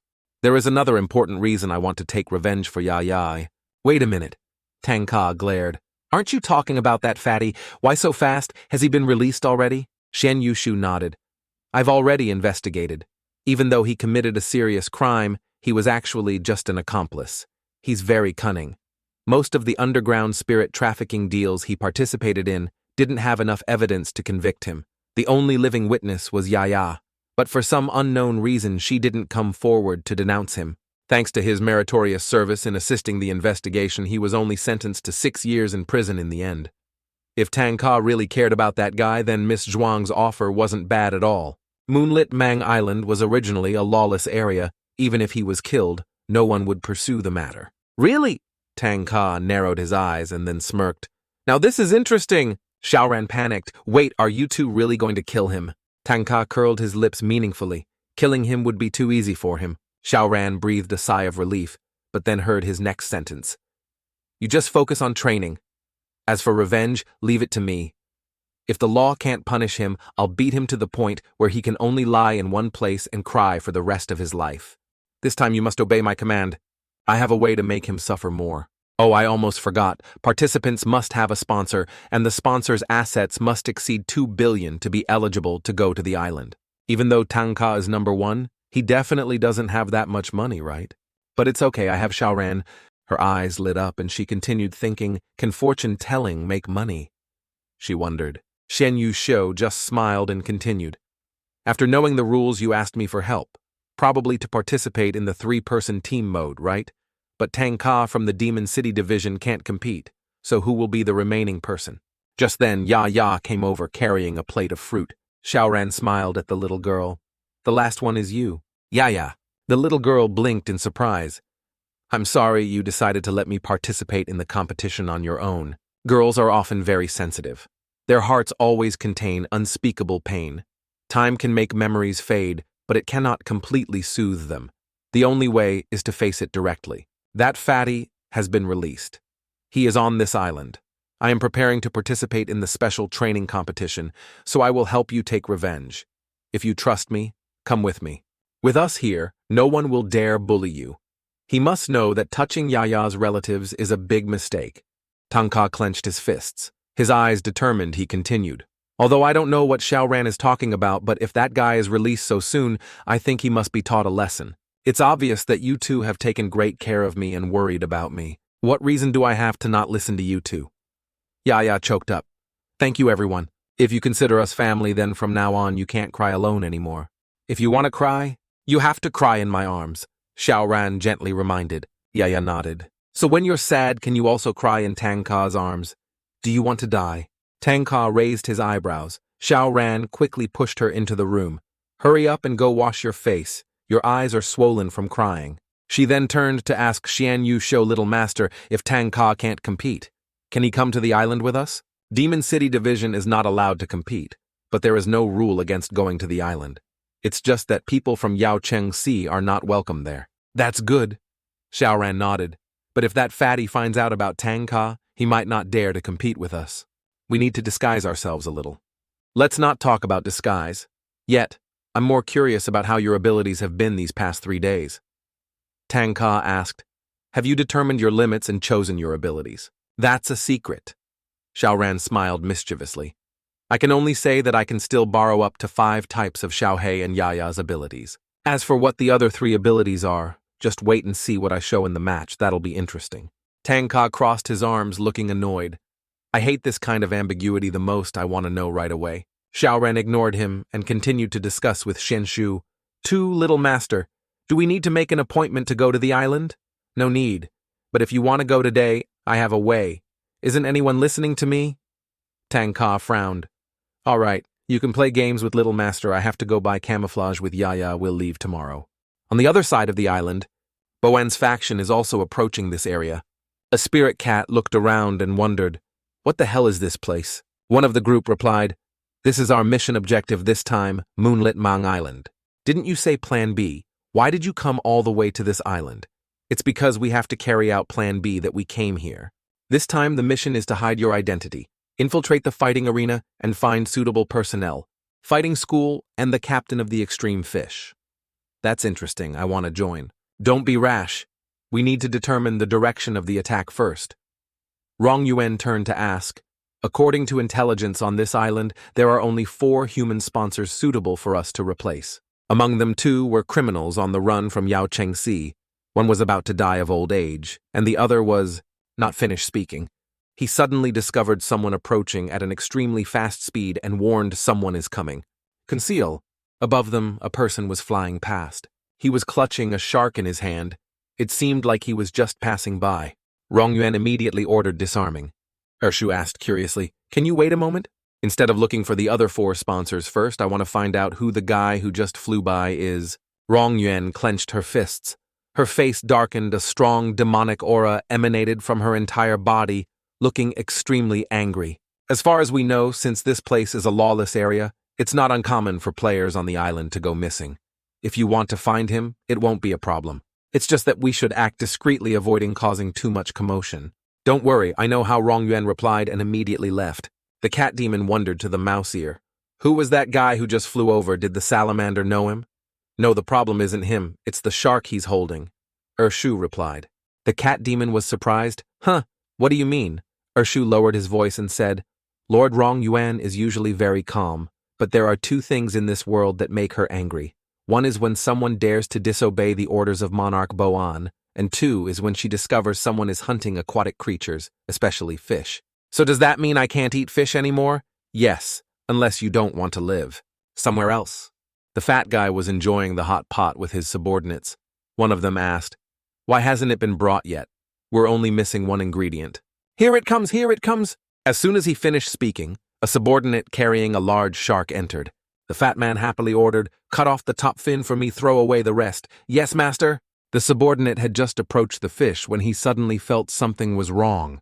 Looking back closely, he just discovered a strong stream of love was rushing straight towards him.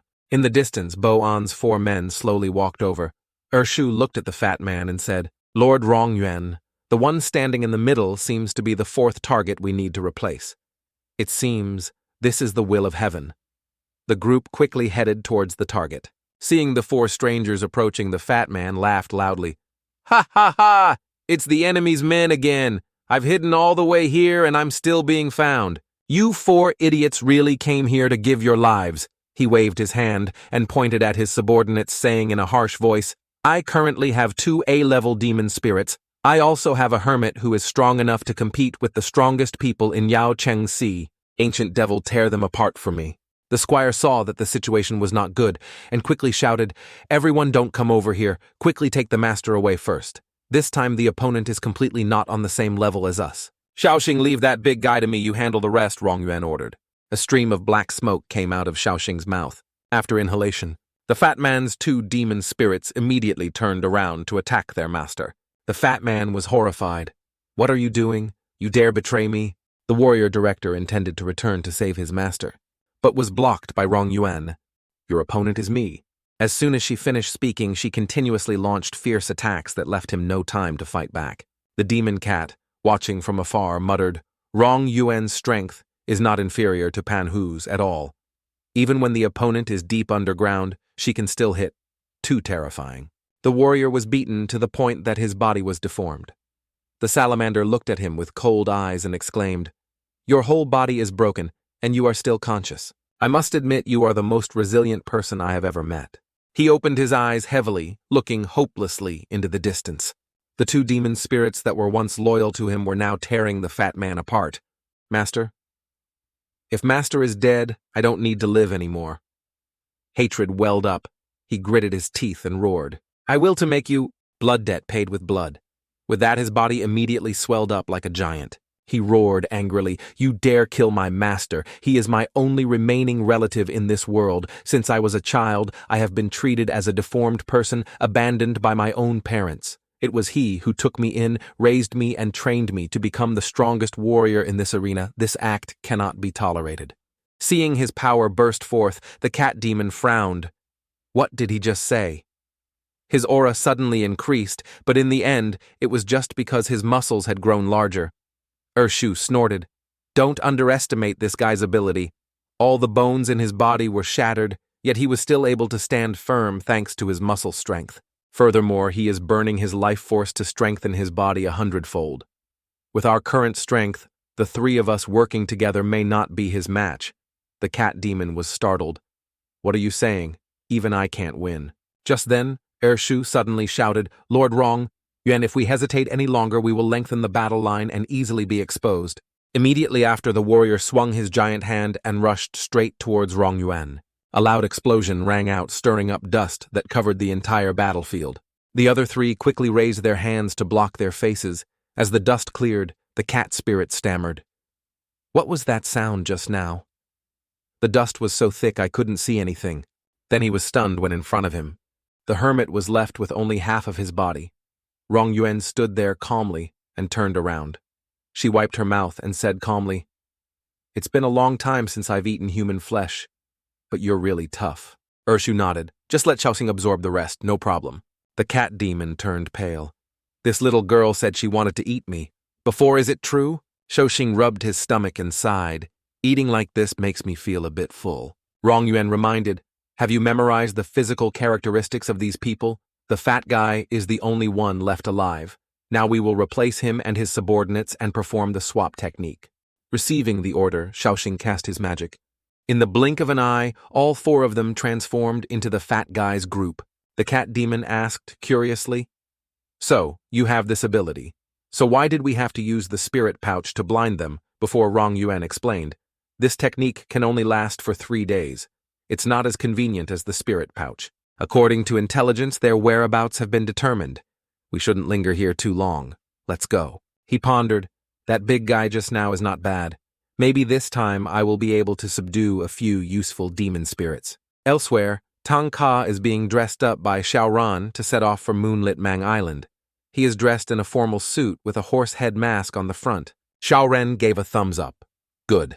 Branded clothes, high-end watches, luxury shoes. Add this horse head and no one will recognize you as the Demon City Division. If you are alone, no one will know you are Tanga. Tanga frowned. Are you serious? Xiao Ran smiled. Of course, I carefully chose this outfit to help you cover up your overly cool and upright demeanor. A person like you can advance and retreat. You play any role perfectly. But honestly, even with a horse head on that muscular body, can't be hidden. Hearing the compliment, Tang Ka immediately became excited. And put the mask back on. Then what are we waiting for? Let's go. Xiao Ran turned her face away, trying to hold back her laughter. This narcissist is really easy to seduce. On the cruise to moonlit Manga Island, Xiao Ran and Yaya stood there enjoying the breeze and the beautiful view of the ocean. Yaya exclaimed with delight, "Wow, it's so beautiful. If only we could lie here all day and watch the ocean, it would be great."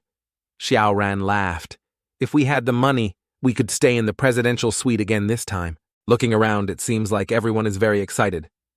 Is this your first time on a cruise ship too? We're almost there. Are you nervous? I'm just worried that I'll be nervous when I meet that person with everyone around. I'm not scared. These past few days listening to you and Tang Ka talk, I'm no longer obsessed with him. But even so, I still have a strange feeling. It seems like there is a seed of unease in my heart. I don't know why, but that feeling makes me uncomfortable. Maybe only when I face that person, I will have the answer. If you hadn't helped me make the decision, I probably wouldn't have had the courage to face him. And that insecurity would have haunted me forever. Facing the past is already commendable. Yaya, the answer lies within you. I will definitely help you find it. Not only that, I also help you eliminate this anxiety completely. The ship's loudspeaker blared. "Dear passengers, we will arrive at moonlit Mang Island in 15 minutes. Please pack your bags and be ready to go ashore." Finally here. It's been a long time since I've been back here to earn some pocket money since I became a bodyguard. My saber is the same. It's been a long time since I've tasted fresh blood. After saying that a red-haired masked man appeared, he was the bodyguard for the previous CEO and had participated in the mission to find the child in the old house, the incident that Xiao Ran and Tang Ka had intervened in. As the ship docked, the loudspeaker rang out again. "Hello, passengers. Our journey has officially come to an end. Congratulations on arriving at moonlit Mang Island. Individual and team competitors, please gather in Area A to check in and receive instructions." In Xiao Ran's room. "What do they mean, Tang Ka? Do you have to get off the boat first?" "Little master, why do we have to go to Area A? I don't know the path either, but just follow the instructions." Tang Ka stood up and prepared to leave. "I heard the announcement too. I leave Yaya and Xiao Ran to you. If anything happens to them, I will not forgive you. Even without you protecting us, the two of us are not easy to deal with. Don't worry." At the concentration area, "I wonder why they called us to Area A," Xiao Ran asked curiously. Suddenly, she felt an abnormality in the air, her tail unconsciously exposed. "What's going on? Is there an enemy?" She felt her breathing become labored, her chest hair also heavy. "Sister, I don't feel very well." Yaya hugged her chest, voice weakened. "Little master, are you okay?" She turned her head back, saw Shen Yusho still standing there calmly, slowly smoking. "Don't you feel anything?" "Miss Zhuangya? Ya, don't panic. With the current situation, the two of you can still hold on for a while longer. Just be patient a little longer. Everything will be over soon." On the ship, many people could not bear it and collapsed to the floor. A boy holding a lollipop stand on high watched them. "Looks like there are quite a few strong guys on this train." Then the boy jumped down to the deck and raised his voice. "Sorry, everyone. I was a bit rude just now. Let me introduce myself. I am Hao. Hao, the captain of this Peach's security team." That boy Xiao Ran immediately became alert. "Miss Zhuang, have you noticed now? His spiritual aura is extremely powerful. He deliberately released a murderous aura to suppress everyone present in Area A. A person whose spiritual energy is too different from his opponents is like a tiger. Meeting a tiger, just killing intent, is enough to make the enemy dizzy, even unconscious. But thanks to Mummy, you possess special sensing abilities. After the spirit awakens, you can still resist somewhat. Not fainting is already very good. Why can't I sense Tang Ka's aura? He's so powerful. How could he completely hide his aura?" Tang Ka didn't hide it on purpose. If that boy's aura was like a giant creating pressure on him, then Tang Ka was like a poem hard to grasp her true form. Because he himself was standing right in front of you. I said so perhaps Miss Zhuang understands. Well, I was just thinking too shallowly. This way of expression really suits Tanga. The boy continued to suck on the candy and said, "What happened just now was just a small test to ensure the balance of strength between the contestants and to increase the entertainment for the sponsors. Those who have collapsed or cannot move properly will be eliminated from the competition. Anyway, when the strength is equal, the match is more interesting." The boy paused for a moment and continued. "Now we will start the grouping. Based on observations, we will score each person. The evaluation will be based on the physical condition of the contestants in the previous test. The maximum score is 10. Individual players will be paired with opponents with similar scores. Team players will be matched by the total score of the 3 players to create a balance between the 2 sides. Xiao Ran received 4 points, which is probably considered passing the standard. Sisters get 6 points. Yaya is actually quite powerful. Little master, I didn't expect you to get a perfect score of 10 points. The other opponents whispered. Looking at this lineup, we haven't seen it last year. It seems like this is our first time participating. Furthermore, the difference in their scores is too big to put it bluntly, aren't they? The perfect prey for us. The boy smiled lightly. All right, you guys have received your scorecards. The staff will take you back to the hotel in a moment. I won't bother you anymore. But remember, any player who has lost his/her eligibility to compete and causes trouble will be dealt with according to the island's rules. Leave the rest to that person to handle. At Xiao Ran's group's hotel room, the waiter brought the luggage. Hello, sir. Your team has been brought back safely. I am your personal butler. If you need anything, please call me. During your stay here, the sponsor is my master. You can do whatever you wants me to do, she said, while deliberately twisting her body in front of Tanga. Seeing this, Xiao Ran was filled with anger and coldly said, "My young master is not interested in this game. Please leave." With that, she slammed the door and chased the waiter out. In the room, Xiao Ran checked her phone. We have received the detailed competition rules. Now we need to arrange the order in which the 3 of them will appear on the field. I have thought of this in advance. I will be the first to go into battle. Little Master fights the second battle. This is a 3-win, 2-win format, so Yaya will have the last match, but if my Little Master and I win both the first 2 matches, she won't have to compete. There's also basic information about each player on here. Let me look it up. Before she could finish her sentence, Shen Yushu interrupted. Miss Zhuang, what time is our group match tomorrow? Let me see. Found it tomorrow night. Sitting on the boat all day. Everyone should rest early. Let's think about it tomorrow. Yaya blinked. I want to sleep with you. 2 girls holding hands back to the room. Late at night, while Xiao Ran and Yaya were sleeping, a demon spirit sneaked into the room. It opened its mouth ready to attack, then suddenly swallowed by a small black hole of Shan Yushu. The next morning, looking at the captured creature, Xiao Ran frowned. What is this? A mouse? Why does it look so scary? Shen Yushu explained. This is not an ordinary creature, but a demon spirit. It appeared in your room last night, so it turns out that you interrupted me because of it. That's right. Just use my black hole. It can be easily dealt with. But it seems that this is just a type of demon spirit that releases poison or is sent to scout. Xiao Ran looked at him warily. Little Master, don't tell me you also released a black hole in our room. He shrugged and calmly replied, No, I just put it in the living room. But since getting off the boat, I've arranged a lot of black holes around the harbor, the hotel, and even the hallway where we're staying. I'm so embarrassed I didn't even have time to say anything, and my black bean general's into your room. It's okay, the black bean people are protecting us anyway. The surroundings here are safe now. I want to hear Miss Zhuang's plan for revenge. Xiao Ran seriously presented her plan to everyone. We'll just compete as usual. That fat bastard lives off of gambling, so his team is definitely not ordinary. Last night, before going to bed, I looked through their information. This tournament is divided into 3 levels. But because the Little Master's score was too high, we reluctantly entered the 2nd level. Meanwhile, that fat guy was in the 1st level. We just pretended to be weak and incompetent. I will try not to use Mummy's power if I really can't resist. For safety's sake, I will use it, but not to the point of taking anyone's life. As for Little Master, you don't need to reveal your true strength. When we reach level 1, we can make that fatty careless. At that time, I will bet the way he wants. He regards money as his life, so losing money probably makes him more upset than dying. Sinister people like him will definitely find some despicable way to get that money back. but with a math genius like the Little Master and a game-breaking expert like Tanga, we will definitely defeat them in no time. Then make him kneel down to apologize to Yaya. I believe that only then can you let go of the hatred in your heart. But the prerequisite is to have betting capital.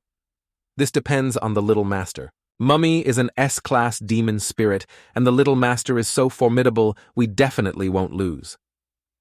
Xiao Ran clasped her hands in front of Xian. Yu Shu, her eyes filled with anticipation. No big deal, wow, Little Master is so cool. Just then, the phone rang with a text message. There's a team that's betting more money and wants to fight us. If I'm not mistaken, it's probably the Demon Lin's team from last night. That time was just a reconnaissance. After all, Miss Zhuang and Yaya didn't discover it, which proves that our team was underestimated. Xiao Ran's face lit up with excitement. Good, the money will come naturally. If you don't take it, you'd be a fool to accept the deal. Outside the hotel, Ershu's team was scouting around. Suddenly, he noticed something unusual in the grass. As he approached, he saw a black bean. He was about to pick it up, but then hesitated. It seems he realized something. He turned to his teammates. Let's go. We've been walking around since morning. Did you sense any strong demon spirits? Moreover, there is no one here. Is he just trying to lead us around in circles? Ershu was silent from the moment he saw the grass. Another person asked anxiously, Did you find something? I just saw a black bean. Is there something special about the black bean? It's not an ordinary bean. It contains the spirit of the antidote, a secret technique of the Fangxian shaman. Hearing that the rest of the people immediately changed their expressions, you are talking about the Fangxian shaman of the Taoist sect. Ershu nodded, his eyes filled with seriousness. The group suddenly became bewildered. That's right. Those who can use this secret technique can only belong to Fangxian sect. Unexpectedly, there are still descendants of that sect still existing. The only one who didn't understand the cat frowned and asked, Hey, what are you guys talking about? Can someone explain? Ershu lowered his voice.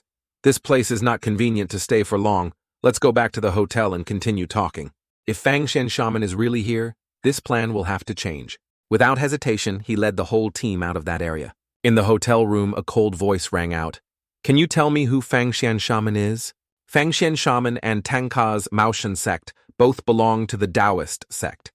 However, the strength of Fangxian sect cannot compare to Maoshan sect, but their most terrifying point is astrology and divination.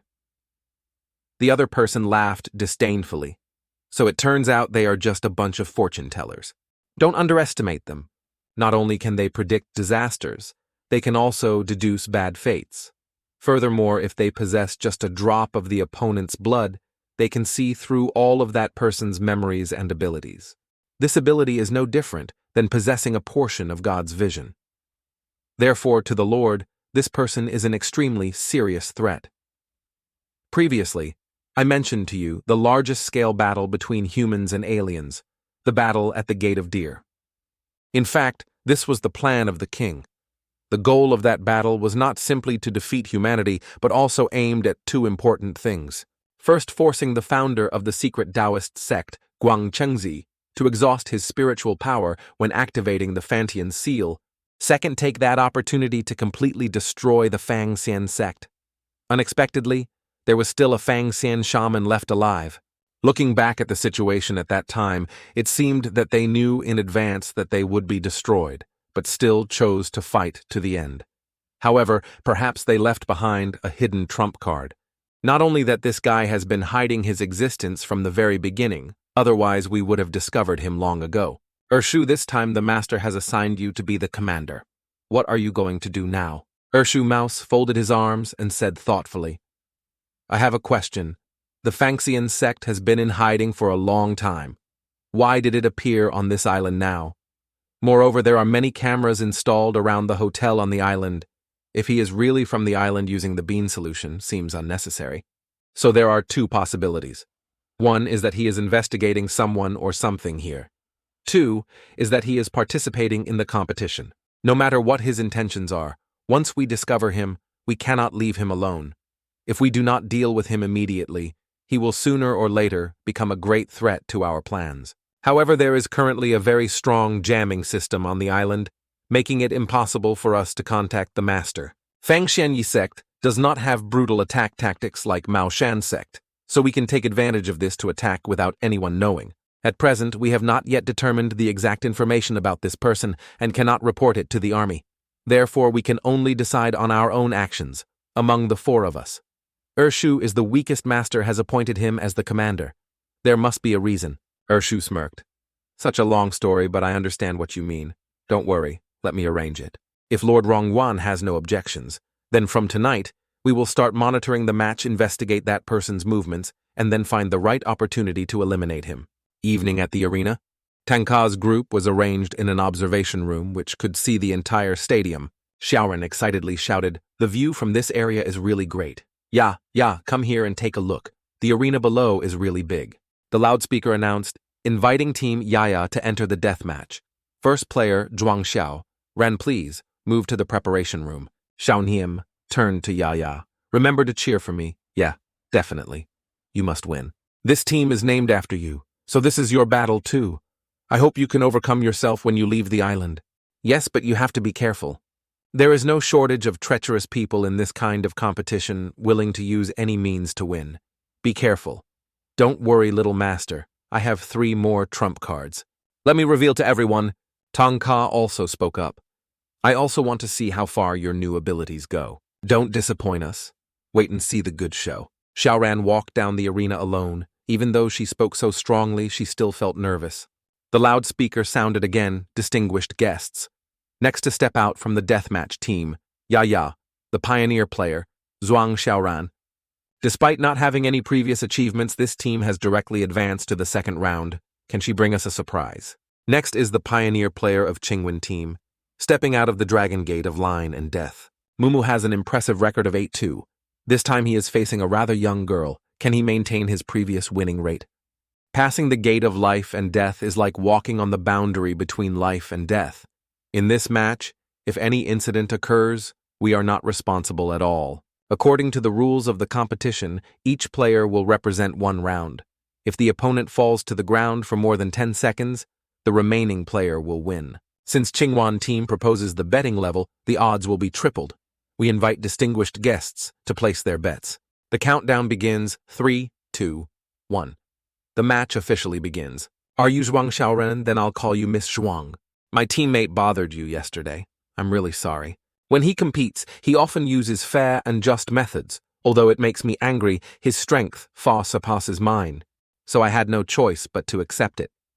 Moreover, I also needed money. After being discovered by Yao Cheng Si, my family was forced to live in the human world. Unfortunately, we couldn't adapt to the rules here. I can only receive insurance benefits every month to maintain my life, because I want to help my family have better conditions. I participated in the competition. I didn't expect my friend to be such a shameless person. Winning without ability has no meaning. I felt so ashamed to go with him, but there was nothing I could do. For last night, I would like to apologize to you on his behalf. Zhuang Xiaoran quietly listened to his explanation, her eyes cold as she replied, I know, don't lower your head anymore. However, he still did not react. Xiao Ran thought to herself that if she did not return the greeting, would he not stand up? Thinking so, she also bowed her head in response. Just wait for it. The demon spirit immediately rushed over, taking advantage of her distraction to attack. However, before he could get close, he was hit hard by her tail. That injured him. Being surprised, he immediately jumped back, wiped the blood off his face. He remembered the moment when he looked at the scoreboard at the table. No one hid the members' scores. At that time, he thought she was an idiot, but no, she was more cunning than he thought. She deliberately pretended to fall into the trap to make him complacent, then took advantage of the moment he attacked to counterattack. However, when her tail was revealed, she looked even more seductive. Xiao Ran laughed coldly and replied, Ridiculous, do you think these words can fool children? Your friends are despicable people, yet you expect me to believe you are a gentleman. I just wanted to see how strong you were, but I didn't expect you to rush at me so immediately. It seems that the previous 8 victories were just tricks. To deal with a little demon like you, I don't need to use my tail at all if you want to prove yourself. Use your strongest move, don't let me down. He curled his lips, his tone challenging. What a big tone. Then let me give you a taste of my extinguisher eye wave. He knew she was deliberately provoking him to make the first move, but it didn't matter. He still wanted to see how formidable she was. Just now, I accidentally revealed my tale from now on. I must use my own strength to win, only then will victory truly have meaning. For someone like her who doesn't have much combat experience attacking, first will only make it easier for the opponent to find an opening. He was clearly agitated and hastily used his ultimate move. This distance is far enough. If I run a little faster, I can avoid it. He smirked. Didn't you want to see my moves? Don't blink. As soon as he finished speaking, he raised his two hands in front of his face. Two eyes appear on the palm of the hand. When her eyes accidentally met his eyes, everything before her eyes suddenly went dark. Xiao Ran panicked, tried to rub her eyes, but still couldn't see anything. He had been close for a while, his breath blowing on her face. His voice rang out, carrying a hint of amusement, the scent of a human girl. Israeli charm. Xiao Ran controls the attack speed, but due to her lost eyesight, she could not hit the target. He sneaked up behind her and suddenly touched her butt. Oh, so soft! Xiao Ran turned back, her eyes filled with anger. If you dare to touch me again, I will make your life worse than death. The demon spirit curled his lips and smiled smugly. Once you look into my eyes, your vision will be taken away. Unless you can stay more than 1 kilometer away from me or make me lose my senses, don't even think about breaking the spell. Unfortunately, you cannot fulfill both of those conditions right now. He tilted his head, his tone full of provocation. I have revealed my secret to you, so don't give up so soon. I want to play with you a little more. Where should I touch this time? How about your breasts? They look quite plump. He licked his lips, his eyes filled with delight. Xiao Ran immediately controlled her hair to transform into a giant hammer that hung suspended above. In the stands, the audience was bustling with excitement. Wow, she used her hair to transform into a huge hammer. I've seen this move before at the Spirit Park, but it's never been this big. If you can judge the position by sound and attack at a fast speed, the chance of winning will be very high. Not really. Miss Zhuang is very smart. She can't attack hopelessly without seeing the opponent. She must have another plan. During the match, Xiao Ran continued to control her hair, this time turning it into a giant banana. The demon spirit laughed mockingly. Do you really think this thing can hit us? Using this hair to wave around will only waste your energy. Seeing Xiao Ran whipping her hair around the arena, his disdain grew even more. Humph. What did you hit? Or are you planning to lose and give up? Suddenly he realized something was wrong. The surrounding space became strangely silent. Where is she? He quickly looked up into the sky. There was no one. He scanned the surroundings, but still couldn't see Xiao Ran's figure. If I'm not mistaken, she has the ability to hide. He took a deep breath to calm down. As long as I don't make a sound, she won't be able to detect her exact location. Observe carefully, you can definitely find her traces. But as he was still looking around nervously, a strange feeling came from his body. What is this? Is this hair? His whole body was blinded before he could react. Xiao Ran's voice rang out close to her ear. I advise you not to struggle too much. Each strand of my hair can lift up an adult. As soon as the words were finished, the demon spirit was lifted up into the air. He panicked too high. Is she going to throw me down? Xiao Ran recalled the time they practiced in the demon spirit forest when they often played hide and seek, and she focused on controlling her hair to track down other players. Yaya, hide. Well, I'll start searching. From such small exercises, she gradually perfected her ability to control her hair. Thanks to Yaya's ability, each hair can withstand up to 150 kilo. If she could fully control it just with Yaya's web-spinning skills, she could create countless useful combat moves, like now limited visibility complex terrain, but she can still quickly detect and control the target. A voice echoed in her memory.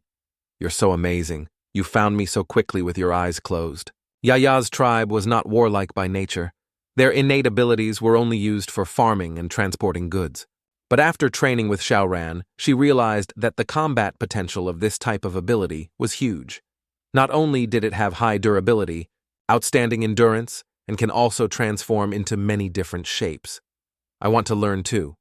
Playing rock, paper, scissors with hair will definitely be interesting in the future. Xiao Ran smiled as she looked at the demon spirit that was suspended in the air.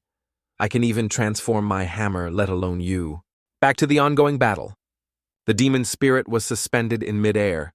Xiao Ran controlled her hair to pull him down at an extremely fast speed. He screamed in panic, I surrender, I surrender. Just as he was about to hit the ground, Xiao Hiam swung her leg and kicked straight into the groin. causing him to immediately faint. In the stands, the audience witnessing this scene couldn't help but shiver, cold sweat pouring out. The audience cheered. It only took Ms. Zhuang from Team Yaya 8 minutes to defeat her opponent. She is truly a dark horse with great potential. The next match will start in 10 minutes. The odds are still 3-1. Please hurry up and place your bets. Returning to the break room, Yaya ran to pick up Xiao Ran, her eyes filled with excitement. "You're so cool, you won so quickly." Another team member also spoke up. "Your performance was excellent. It seems like we were worried for nothing." Shan Yushu suddenly remembered what happened earlier, tilted her head and asked, "That's right, Miss Zhuang. Just now that demon touched you? Do you want me to use red beans to cut off his hand?" Xiao Ran waved her hand and laughed. "No need. No need.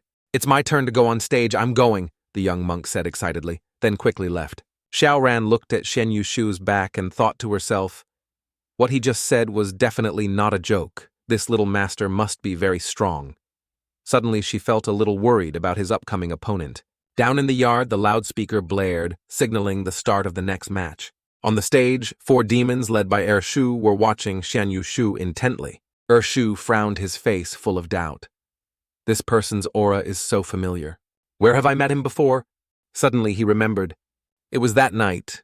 He was the human teenager who fought with Tanga. Rong Yuan asked curiously, "What's wrong? Your expression is strange. Did you feel something?" Shu shook his head slightly, hiding the unease in his heart. "Nothing. Let's watch the match first." Downstairs, Shen Yushu's opponent is a great spirit. He silently observed and said to himself, "This person looks gentle, but his aura makes me shiver. Absolutely cannot confront him head-on. I must find a way to wear him down first." Thinking so, he immediately flew into the air, spitting down a large amount of mucus. The liquid quickly transformed into a series of tentacles, tightly wrapped around Jian Yushu. The tentacles that clung to his body also gradually spread out, wanting to swallow him completely. The demon spirit thought smugly, "He has 10 points, but I also have 9 points. Even if he escapes, he will be significantly depleted while I can absorb energy from him. If I keep going like this, I will definitely win." But he had no idea that all his thoughts had been read by Jian Yushu. As soon as he launched his attack, Shen Yushu suddenly blew out a large puff of smoke, covering the entire stadium and a corner of the stands. Just seconds later, from within the smoke, Jian Yushu appeared outside, walking straight towards the entrance. The audience was stunned. What's going on? Is Team Yaya's player, Jian Yushu, heading towards the gate of life and death? Could it be that he gave up as soon as the match started? In the smoke, the demon spirit was still kneeling motionless on the ground, just for a brief moment. What happened? The audience was shocked and in disbelief. The difference in the two people's evaluation scores was only 1 point. Yet the demon spirit was defeated in an instant, completely without a chance to counterattack. His head was even twisted 780 degrees. The atmosphere was boiling. It seems that the biggest dark horse of this tournament is none other than Team Yaya. In the stands, a cat demon excitedly shouted, "Wow, this handsome guy is interesting. It feels so strong. Can we fight him?" Another person nodded. "Without using any fancy moves, we ended the match in the blink of an eye. He's really suspicious." Shu narrowed his eyes and thought, "Let's go back to the room and rest. I need to think more carefully. My mind is in a mess right now.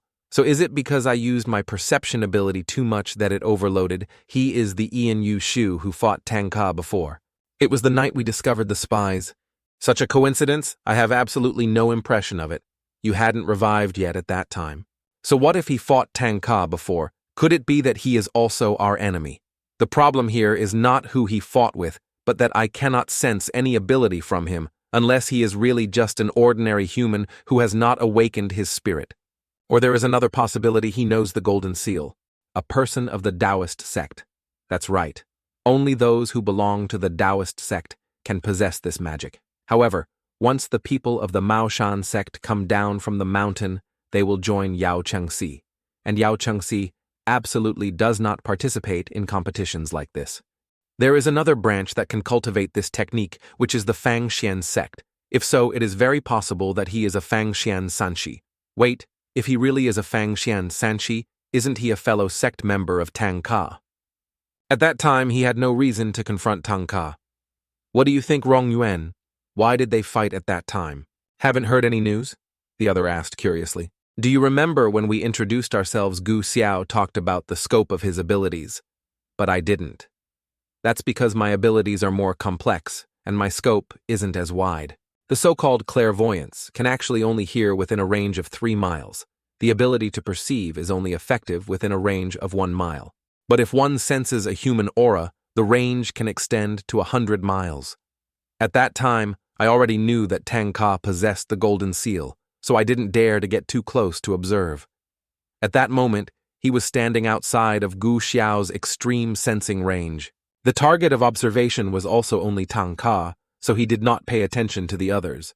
But right now, I have a strong feeling that he is a Sanshi Fang Xian. Then, we must find a way to probe further. But how to confirm? Gao Xiao had observed that when they fought, Tanga had to use 3 thunders and 4 thunders to defeat him. Obviously, that guy's strength is not simple. We absolutely cannot confront him directly. Fang Xian's faction has an unwritten rule: they will protect their master with all their heart. If we want to act, we must target his master. But if they are always together, the opportunity to strike is very difficult to grasp. The most suitable time is when competing. The system has displayed the list of the 8 strongest teams. They will have another match tomorrow. Tomorrow night, Shen Yu Shu will be on stage.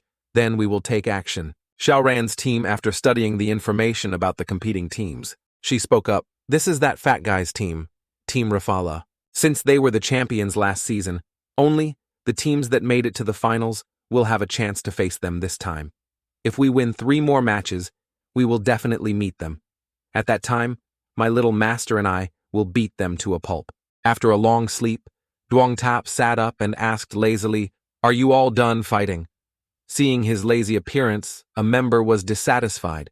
"Watching us fight, you still feel sleepy." Tanga shrugged and smiled faintly. "Because your opponents are too weak, there's nothing interesting. Hopefully the next few are a bit stronger, so I have something to watch." Shen Yu Shu spoke up. "Miss Zhuang will probably have to use up quite a bit of energy tomorrow. The opponent is the Surtur team, which looks quite strong. They had a match 3 days ago. I heard from other spectators that both of their previous matches ended very quickly. There was one person among them that caught my attention in particular because he took the initiative to ask to fight her. His name was Dao Lao Gui. Before his opponent could even get close, he was chopped into 5 or 7 pieces, very cruel. The most important thing is that no one saw clearly how he did it." Shen Yu Shu warned in a low voice. "Although fighting with an expert can help you quickly increase your combat experience when facing him, you must keep your distance. Observe carefully and not be subjective. I look forward to your performance and growth. Don't worry, little master, I definitely won't let you down." The battle begins. On the second night, Xiao Ran continued to step onto the stage. At that moment, the loudspeaker's voice resounded throughout the hall. "First match. Please invite Team Yaya Zhuang, Xiao Ran to compete. Maybe this match will end soon." In a corner of the arena, 4 people from Rong Yuan's group were discussing, "We should also start taking action." The next person to take the stage is a member of the Dao Gui team. The next person to appear on stage was a member of the Dao Gui team. As soon as Xiao Ran saw him, she immediately felt a familiar pressure, just like the time she encountered the 2 wolflangs before. In the stands, the audience was talking excitedly. That girl Xiao Ran's previous match wasn't bad, but it seems she still isn't strong enough to defeat Dao Gui. He has never lost a match before, and his methods are extremely ruthless. I'm a little worried about that girl. Because of Dao Gui's undefeated record, the amount of money bet on him has decreased significantly. I'm placing my hopes on that girl again. If she wins, the prize money will multiply. I'm afraid that your love will be lost for nothing. Last night that girl's performance was not bad. Guess how long it will take him to finish this match? Probably about 10 seconds. On the Surtur team's side, the other 2 members also didn't pay much attention to Xiao Ran showing disdain. Gloomily in the darkness, the door of their room suddenly opened. Someone was there. 2 waiters entered and gently placed the tea tray down on the table. "Since you have entered the top 8, the organizing committee sent us here to serve you." They also carried 2 cups of specially prepared ginseng tea in their hands. "Oh, besides the sponsor, do we have servants? This ginseng tea is said to have miraculous effects and is best enjoyed while hot." As soon as the lid of the teacup was opened, a billow of black smoke billowed out, rushed straight into a demon's nose, causing him to immediately fall into a state of confusion. The remaining demon frowned. What kind of magical tea is this? I want to try it too. Just finish speaking. He was immediately completely subdued by one of the two waitresses who rushed over. Those two were actually members of the airshoe team who had transformed to blend in. After absorbing all the life force of the demon spirit, one of the two, a cat demon, clicked his tongue. I've been a bit full these past 2 days. I feel like I've accumulated too much demon energy and can't use it all up. I'm craving someone to fight with. The other man replied in a low voice. Now just act according to Airshoe's request. He approached the still delirious demon spirit and whispered in his ear, Next match. Burn all your energy. Even if you die, you must defeat your opponent. After that, everyone left the room. The cat. Demon smirked. Now I know that when a demon spirit burns itself, it can unleash several times more power than normal. The black-clothed guy did that before. What kind of power does your black smoke have? Can it even hypnotize you? Who are you? Or did you never want to talk to me in the first place? Fateful confrontation. Under the ring, Xiao Ran focused her eyes on the opponent in front of her. Just rely on breath. She could feel that he was very strong. Before knowing his abilities, she absolutely could not sit still and wait for death. She needed to take the initiative and probe from afar first. She adjusted her posture, ready to deal. Listening to the little master, he can tear apart an opponent's body in the blink of an eye without even getting close. It's truly terrifying. The prerequisite is to quickly widen the distance, then probe to see what kind of abilities he possesses. Thinking so, Xiao Ran immediately launched a hair attack towards him. But before the hairs could touch him, they were shredded into tiny pieces. It feels like being cut by an invisible blade. In the blink of an eye, she lost the opponent. When did he appear behind her? A cold voice rang out. Your fighting method, other than using your tail, mainly relies on controlling your hair, right? So this match is so boring. As soon as he finished speaking, Xiao Ran didn't even have time to react. Countless cuts appeared all over her body, blood dripping on the floor. I didn't expect your spirit to be so strong if it were an ordinary warrior. They would have been cut to pieces by me long ago, but since you are a woman, I will spare your life. Xiao Ran collapsed to the ground due to serious injuries. Why is his speed so fast? She didn't have a chance to dodge. At that moment, she only felt a strong gust of wind followed by a sharp pain spreading throughout her body. As if cut by sharp blades, she tried to remember. A strong gust of wind came from where he was standing, and in the blink of an eye, appeared behind him. If it was a teleportation ability, I wouldn't have felt the wind, but if he had exploded in speed to jump over the ground, definitely wouldn't have been intact. Like this. There was just a bit of dust, it seemed. I understood his ability. The demon spirit did not know that Xiao Ran's body contained a magic substance that made her physically much stronger than normal people. It was true that she was seriously injured just now, but not to the point of being unable to move. If I don't fake my death, his next attack will definitely make it impossible for me to hold on. She promised her little master that unless it was absolutely necessary, she wouldn't use Mumi's power. But what happened next was beyond her control. This was my chance to turn things around. The bloodstains on Xiao Ran's body suddenly exploded. Make the arena shake. Splash of earth and rocks. The demon immediately retreated, exclaimed in surprise, blood can also explode. How much power do you have? If I hadn't reacted quickly and thrown away that bloody shirt, I would have died in the explosion. Why be so stubborn? I said I would spare your life, yet you still want to seek death. He glanced at the cloud of dust and smoke, but couldn't see Xiao Ran anywhere. Unexpectedly, despite being so seriously injured, you still dodged the explosion. It turns out that even if your body is injured, your spiritual power depends on the control of your spirit. As long as you still has spiritual power, you can still use your hair control ability to dodge and hide. But don't forget, there are wounds on your body. The blood flowing out will reveal your location. He pointed to the bloodstain and smiled coldly. I don't kill old people, women, or children, but if you are determined to die, I will fulfill your wish. Just finish speaking. A sharp gust of wind cut through the bloodstain, but didn't touch her, wasn't she there? Was this bloodstain left by her on purpose? Looks like she has some skills. Xiao Ran used her hair to cover her entire body to stop the bleeding while also utilizing her stealth ability. She stood behind the demon spirit. I have already guessed his ability, but the current situation is still very dangerous. The attack just now was clearly stronger than before. If I get hit, I will definitely lose my life. At this time, when he has not discovered me, there is only one way. Suddenly, Xiao Ran was terrified when she realized the change from her opponent. His aura was different from before. The murderous aura was no longer hidden, but erupted strongly. Take his position as the center. The spirit created a violent tornado that spread across the arena. Xiao Ran was unable to dodge and was forced to retreat. In the stands, the audience started to stir. Dao Gui seems to be getting serious. It's been a long time since I've seen him go all out. Luckily, this tempered glass is bulletproof. Otherwise, we wouldn't have been able to save our lives. His attack injured Xiao Ran. She let out a scream. So you're hiding behind my back. The old disease relapsed once the murderous aura was revealed. You can't hide it anymore, he sneered. I was wondering how you were able to stop the bleeding. Turns out you were using your hair to cover your body. It seems that the thickness of your hair has increased, making your defense stronger. Why don't you continue using your stealth ability? Do you want to give up? Or do you think you can withstand my attack? I have already seen through your moves. Without using any force, you can still teleport behind me. But the strong wind you created unintentionally betrayed your presence. If I'm not mistaken, you possess the ability to control the wind. In previous matches, you could cut your opponent without making contact. Because around your body, there are always invisible wind blades. But what if you understand my strength?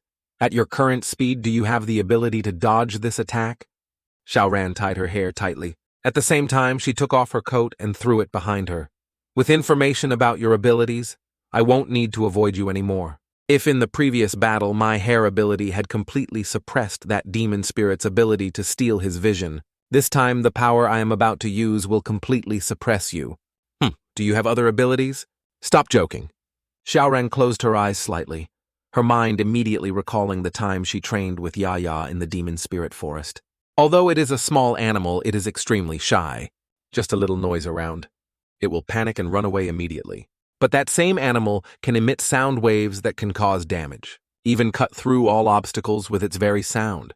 The ability you used just now was Wind Blade, right?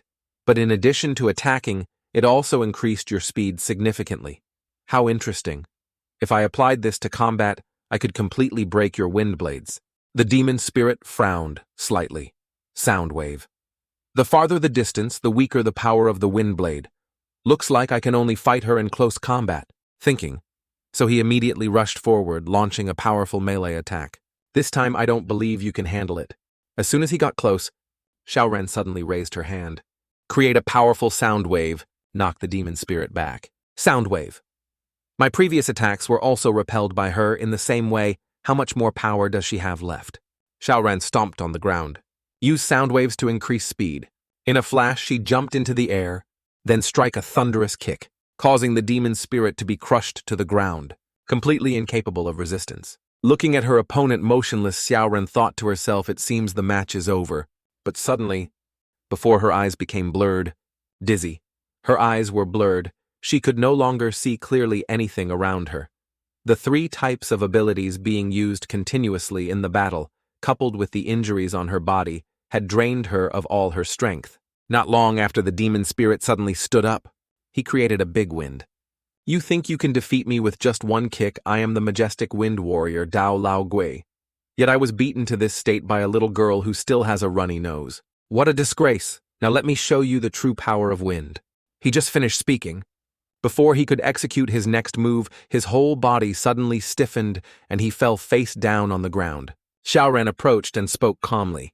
That wasn't just a kick with normal lethal force. It was a move I researched based on the power of sound waves. My sound waves not only spread through the air but also penetrate the blood vessels, directly affecting the internal organs. Although the damage is not great, it is enough to paralyze you for a moment. She smiled slightly. However, there is an interesting point. That's because its effect is a bit slow. That's why we call this move Yu-Bo. So Dan Wing, the whole arena had not yet recovered from the unexpected result. Did I win? Before she could enjoy the joy of victory, fatigue set in everything. Before her eyes went dark, she collapsed unconscious. Yaya hurriedly took her back to the room to take care of her and bandage her wound. When Xiao Ran woke up, she found herself lying in bed. Yaya was sobbing beside her. You're awake. Your body is full of wounds and you've been in a coma for so long I was worried to death. Xiao Ran smiled reassuringly. I'm fine thanks to Mummy and my body. My injuries will heal quickly. Yaya breathed a sigh of relief. I was the one who bandaged you. It was very hard. Then I'll bother you. Xiao Ran looked around and suddenly asked, Little Master, hasn't finished his match yet. Where's Tanga sir told me to take you back to the hotel to rest first. Brother Tanga said he wants to watch Mr. Xian compete. Little Master's match will definitely be much more exciting than mine. No, your match was also great, very cool. Xiao Ran's eyes flashed with sadness. She thought to herself, isn't that guy worried about me at all? But thinking about these things is useless. Tanga promised his master that he would not be close to women, which also meant that he could not fall in love. Thinking of this, she blushed. What love? What nonsense am I thinking? On the field just saw Shen Yu Shou. The demon immediately roared, Murderer, I must kill you. Look at its reaction. Shen Yu Shou frowned slightly. The first time we met, he already had such a bad feeling towards me. It seems like his spirit is also a bit unstable. This demon's spirit has a problem.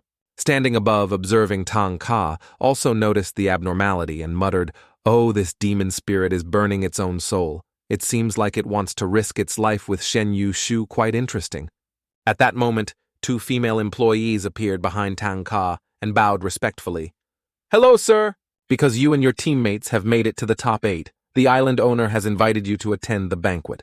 The players' matches will be broadcast live. We hope you understand. Must I go? What a hassle. We hope you understand. Okay, don't worry. I'll join in. Please follow us. Following the 2 waiters into the middle of the forest, Tanga asked, Where are you taking me? This place is so remote. Are you trying to kidnap me? You're so funny. Our hall is on the sea. We're almost there. I see. Then can you explain to me who is watching from the trees? Is he your accomplice? One of the 2 employees was stunned. How could a human discover that? Looks like we've been exposed. Then there's no need to pretend anymore after saying that they immediately revealed their true forms. Oh, the Taoist sect is also willing to be your lackeys. A fat guy in the group stepped out and sneered. So it's you. I didn't expect you to have some knowledge. Tanga looked at him and curled his lips. I was still worried if anyone would recognize me. Turns out it's you, you damn fat guy. A cat demon standing behind spoke up. Since we've been discovered, there's no need for further words. Capture him. He immediately rushed to, shaped a strong blow to Tanga's head. However, for Tanga, that blow was like scratching an itch. He just gently waved his hand to turn it off for him, causing him to fall face down to the ground. Looking at the fat man in front of him, Tanga smiled faintly. I came to this island to find you, but you ran to the door and gave yourself up. Urshu was scared. Sweat was pouring down, not daring to move. He is Tanga. Tanga stepped closer and said in a low voice, But your appearance was truly beyond my expectations. It's obvious that Xian Yu Shu created a bunch of black beans, yet you still found your way here. Looks like you got some pretty good subordinates this time. Looking at the enemies fighting each other, Tanga muttered, I can only stand by and watch. It's really annoying. I hope this time his subordinates aren't as weak as those little brats from before. At that moment, Rong Yuan intended to attack, but Ershu quickly shook his head and shouted, No rudeness. The cat demon that was flattened on the ground gradually regained consciousness. He crawled up and laughed coldly. I didn't expect you to be an ordinary person. It seems I don't need to be respectful anymore. Ershu saw his comrades about to attack Tanga and immediately panicked and shouted, Stop right there. Oh no. He still didn't know that his opponent was Tanga. He turned to the road, gritted his teeth, and said, Your subordinates this time are indeed much stronger than the 2 brats before, but I wonder if they can still stand if I throw a punch. As soon as he finished speaking, Tanga swung his fist. The powerful blow shattered the enemy's body. Now, the situation was getting more dangerous. Ershu still hadn't realized Tanga's true identity, but after all, he had just lost a subordinate. Looking at the body of the demon floating in the air, Tanga curled his lips. It seems like it hasn't been completely destroyed yet. Tanga laughed. Looking at your appearance, it seems like your recovery ability is very fast, huh? But usually such abilities will have disadvantages. He observed the remaining debris with golden nether eyes and then sneered. Found it. In the blink of an eye, he rushed to the hiding place of the demon spirit. My golden nether eyes have discovered it. Your brain hidden in this pit is your weak point, right? If I didn't have golden nether eyes, this ability of yours would be really troublesome. With that, he squeezed that brain, then crushed like a firework. Oh my, what a disgusting feeling. Returning to the fatty, he said, You seem to be unlucky this time. Didn't you call more subordinates? I've taken care of one who's next. Saw him getting closer and closer. Seeing him getting closer and closer, Rong Yuan turned to ask the mouse ear, "Do you have any plans? For now, whether you resist or run away, it's useless." The fat guy suddenly knelt down, whispered in Kinan's ear, "Just kneel down first to buy time. He's still recovering. Being beaten to pieces like that, he definitely needs some time to regenerate. It is our last hope of survival." Tanga looked at the two people in front of him. Before he could attack, he knelt down on the ground. He was surprised. "What's going on now?" the fat man said sternly. "This time, we have no other intentions. We just want to apologize to you. The past grudges were my fault. My subordinates offended you. I apologize for him." Tanga curled his lips and smiled coldly. "I really hate you guys who bully the weak and bow to the strong. Look up. Did I forgive you before? How did you answer me then? Answer me." His delaying tactic was too obvious. The fat man shouted angrily. "Enmity, whoever did it in the past will have to bear it. If you want to kill, then do it. Don't drag others into it."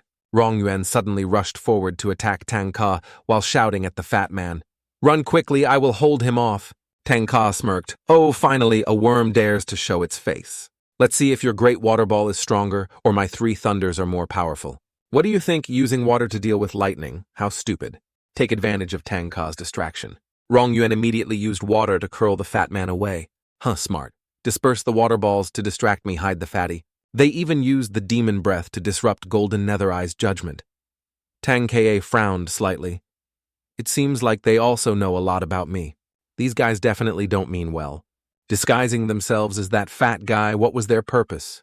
Not only did they know me well, they even dared to plot a kidnapping. There must be someone more powerful behind. Okay, let's see who it is. As Tanga chased after the other two, below the cat demon was also gradually recovering. He recalled what the fat man had just said, and a thought immediately appeared in his mind. Just now, the ear mouse called him Tanga. Someone with such strong strength, could it be that Tanga is Yao Chengxi's peak combat power? If it really was him, then with Ershu's brain, he definitely wouldn't kneel down and beg for his life. He must have intentionally transmitted information about the other party's identity to me, and at the same time bought me time to revive. With their strength, it was impossible to escape from him. They were clearly betting everything to help me survive. I see this time the game was really big. Luckily, Bo An had told me before the mission. Otherwise, the consequences this time would have been unimaginable. At this time, Tanga had caught up with the fat guy. "Found you." He grabbed the fat guy by the neck. Straight down to the ground. The fat man closed his eyes and waited for death, muttering, "Your Majesty, your subordinate is incompetent and cannot witness your dream come true." However, Tanga was in no hurry to kill him. He lifted the enemy up. "Hanging upside down in the air, I won't let you die so easily. There are still many things I want to ask. That fatty's way of speaking and acting is not like you. He is not the type of person who is willing to sacrifice himself for others. Stop acting. I just used Golden Nether Eyes to observe you are not human. So what did you guys do to that fat guy?" Receiving no answer. Tanga immediately threw him to the ground, pretending to be dead. "You know me well, so don't force me to use the first thunderbolt." One of them spoke coldly. "We've already dealt with him. At least we helped you get rid of a nuisance. Of the three enemies, only your spirit is the weakest, but the other two obey your orders. This proves that you have the most information. If it weren't for that, I wouldn't need to use the word thunder to prevent you from escaping. That healer seems to have only reached A rank, but the one with 6 arms is already approaching S rank. Meanwhile, you are at most B rank. You want to capture me with just the 3 of you. I don't know if you are stupid, or if the person behind you is even more stupid. What is your purpose after all? Your 2 accomplices are still alive. If you tell the truth, I can spare one of them." The fat man was interrogated by Tanga, but remained silent. No matter how perfect his disguise was, he was still seen through. But no matter what, he could not reveal his master's plan. Luckily, he still had one last trump card. Thinking so, he tried to stand up and smiled faintly. "Don't be so arrogant. I still have 1 card left to play. Isn't your trump card to kneel down and beg me?" Tanga sneered. Suddenly, fat guy transformed. He thought to himself. Fortunately, Yashingzi's fake disguise can adjust the size of the black mist.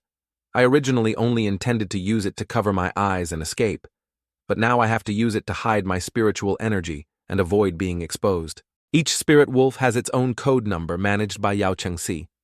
The Lord has to work very hard to hide his identity. If my identity is discovered, they can use the camera system to track the Lord just based on my human appearance, then everything will fall apart. After completing his transformation, he raised his voice in defiance. The 2 girls who accompanied you are in my hands. If my subordinates do not see me return within half an hour, they will be immediately dealt with. The location is the hotel where Xiao Ran and Yaya are resting. You should rest a bit. I'm fine, Tanga, and the little master will be here soon. That's right. I think we can watch the little master live on the hotel TV. Find the remote and turn it on. But just then, something is sneaking into the girl's room. Sense the danger? Xiao Ran immediately waved her tail, rushed to the door to attack the intruder. However, because she was caught off guard, both she and Yaya were hypnotized. They lost their ability to resist and were controlled by the stranger. In Xiao Ran's head, Mummy's voice rang out. Sister, wake up quickly. If your consciousness is not clear, I cannot control your body. That person's aura is too strong. If you don't wake up soon, I'm afraid you're done for. But before she could finish her sentence, Mummy's consciousness gradually fell into darkness. In a corner of the room, Shen Yushu's underworld watched the entire incident unfold at the hotel. On the stands after receiving the information, Shen Yushu pondered. So this time, they are targeting Miss Zhuang and Yaya. Fortunately, before leaving, I had a fortune told and the result was auspicious. If that was the case, there would definitely be a noble person to help.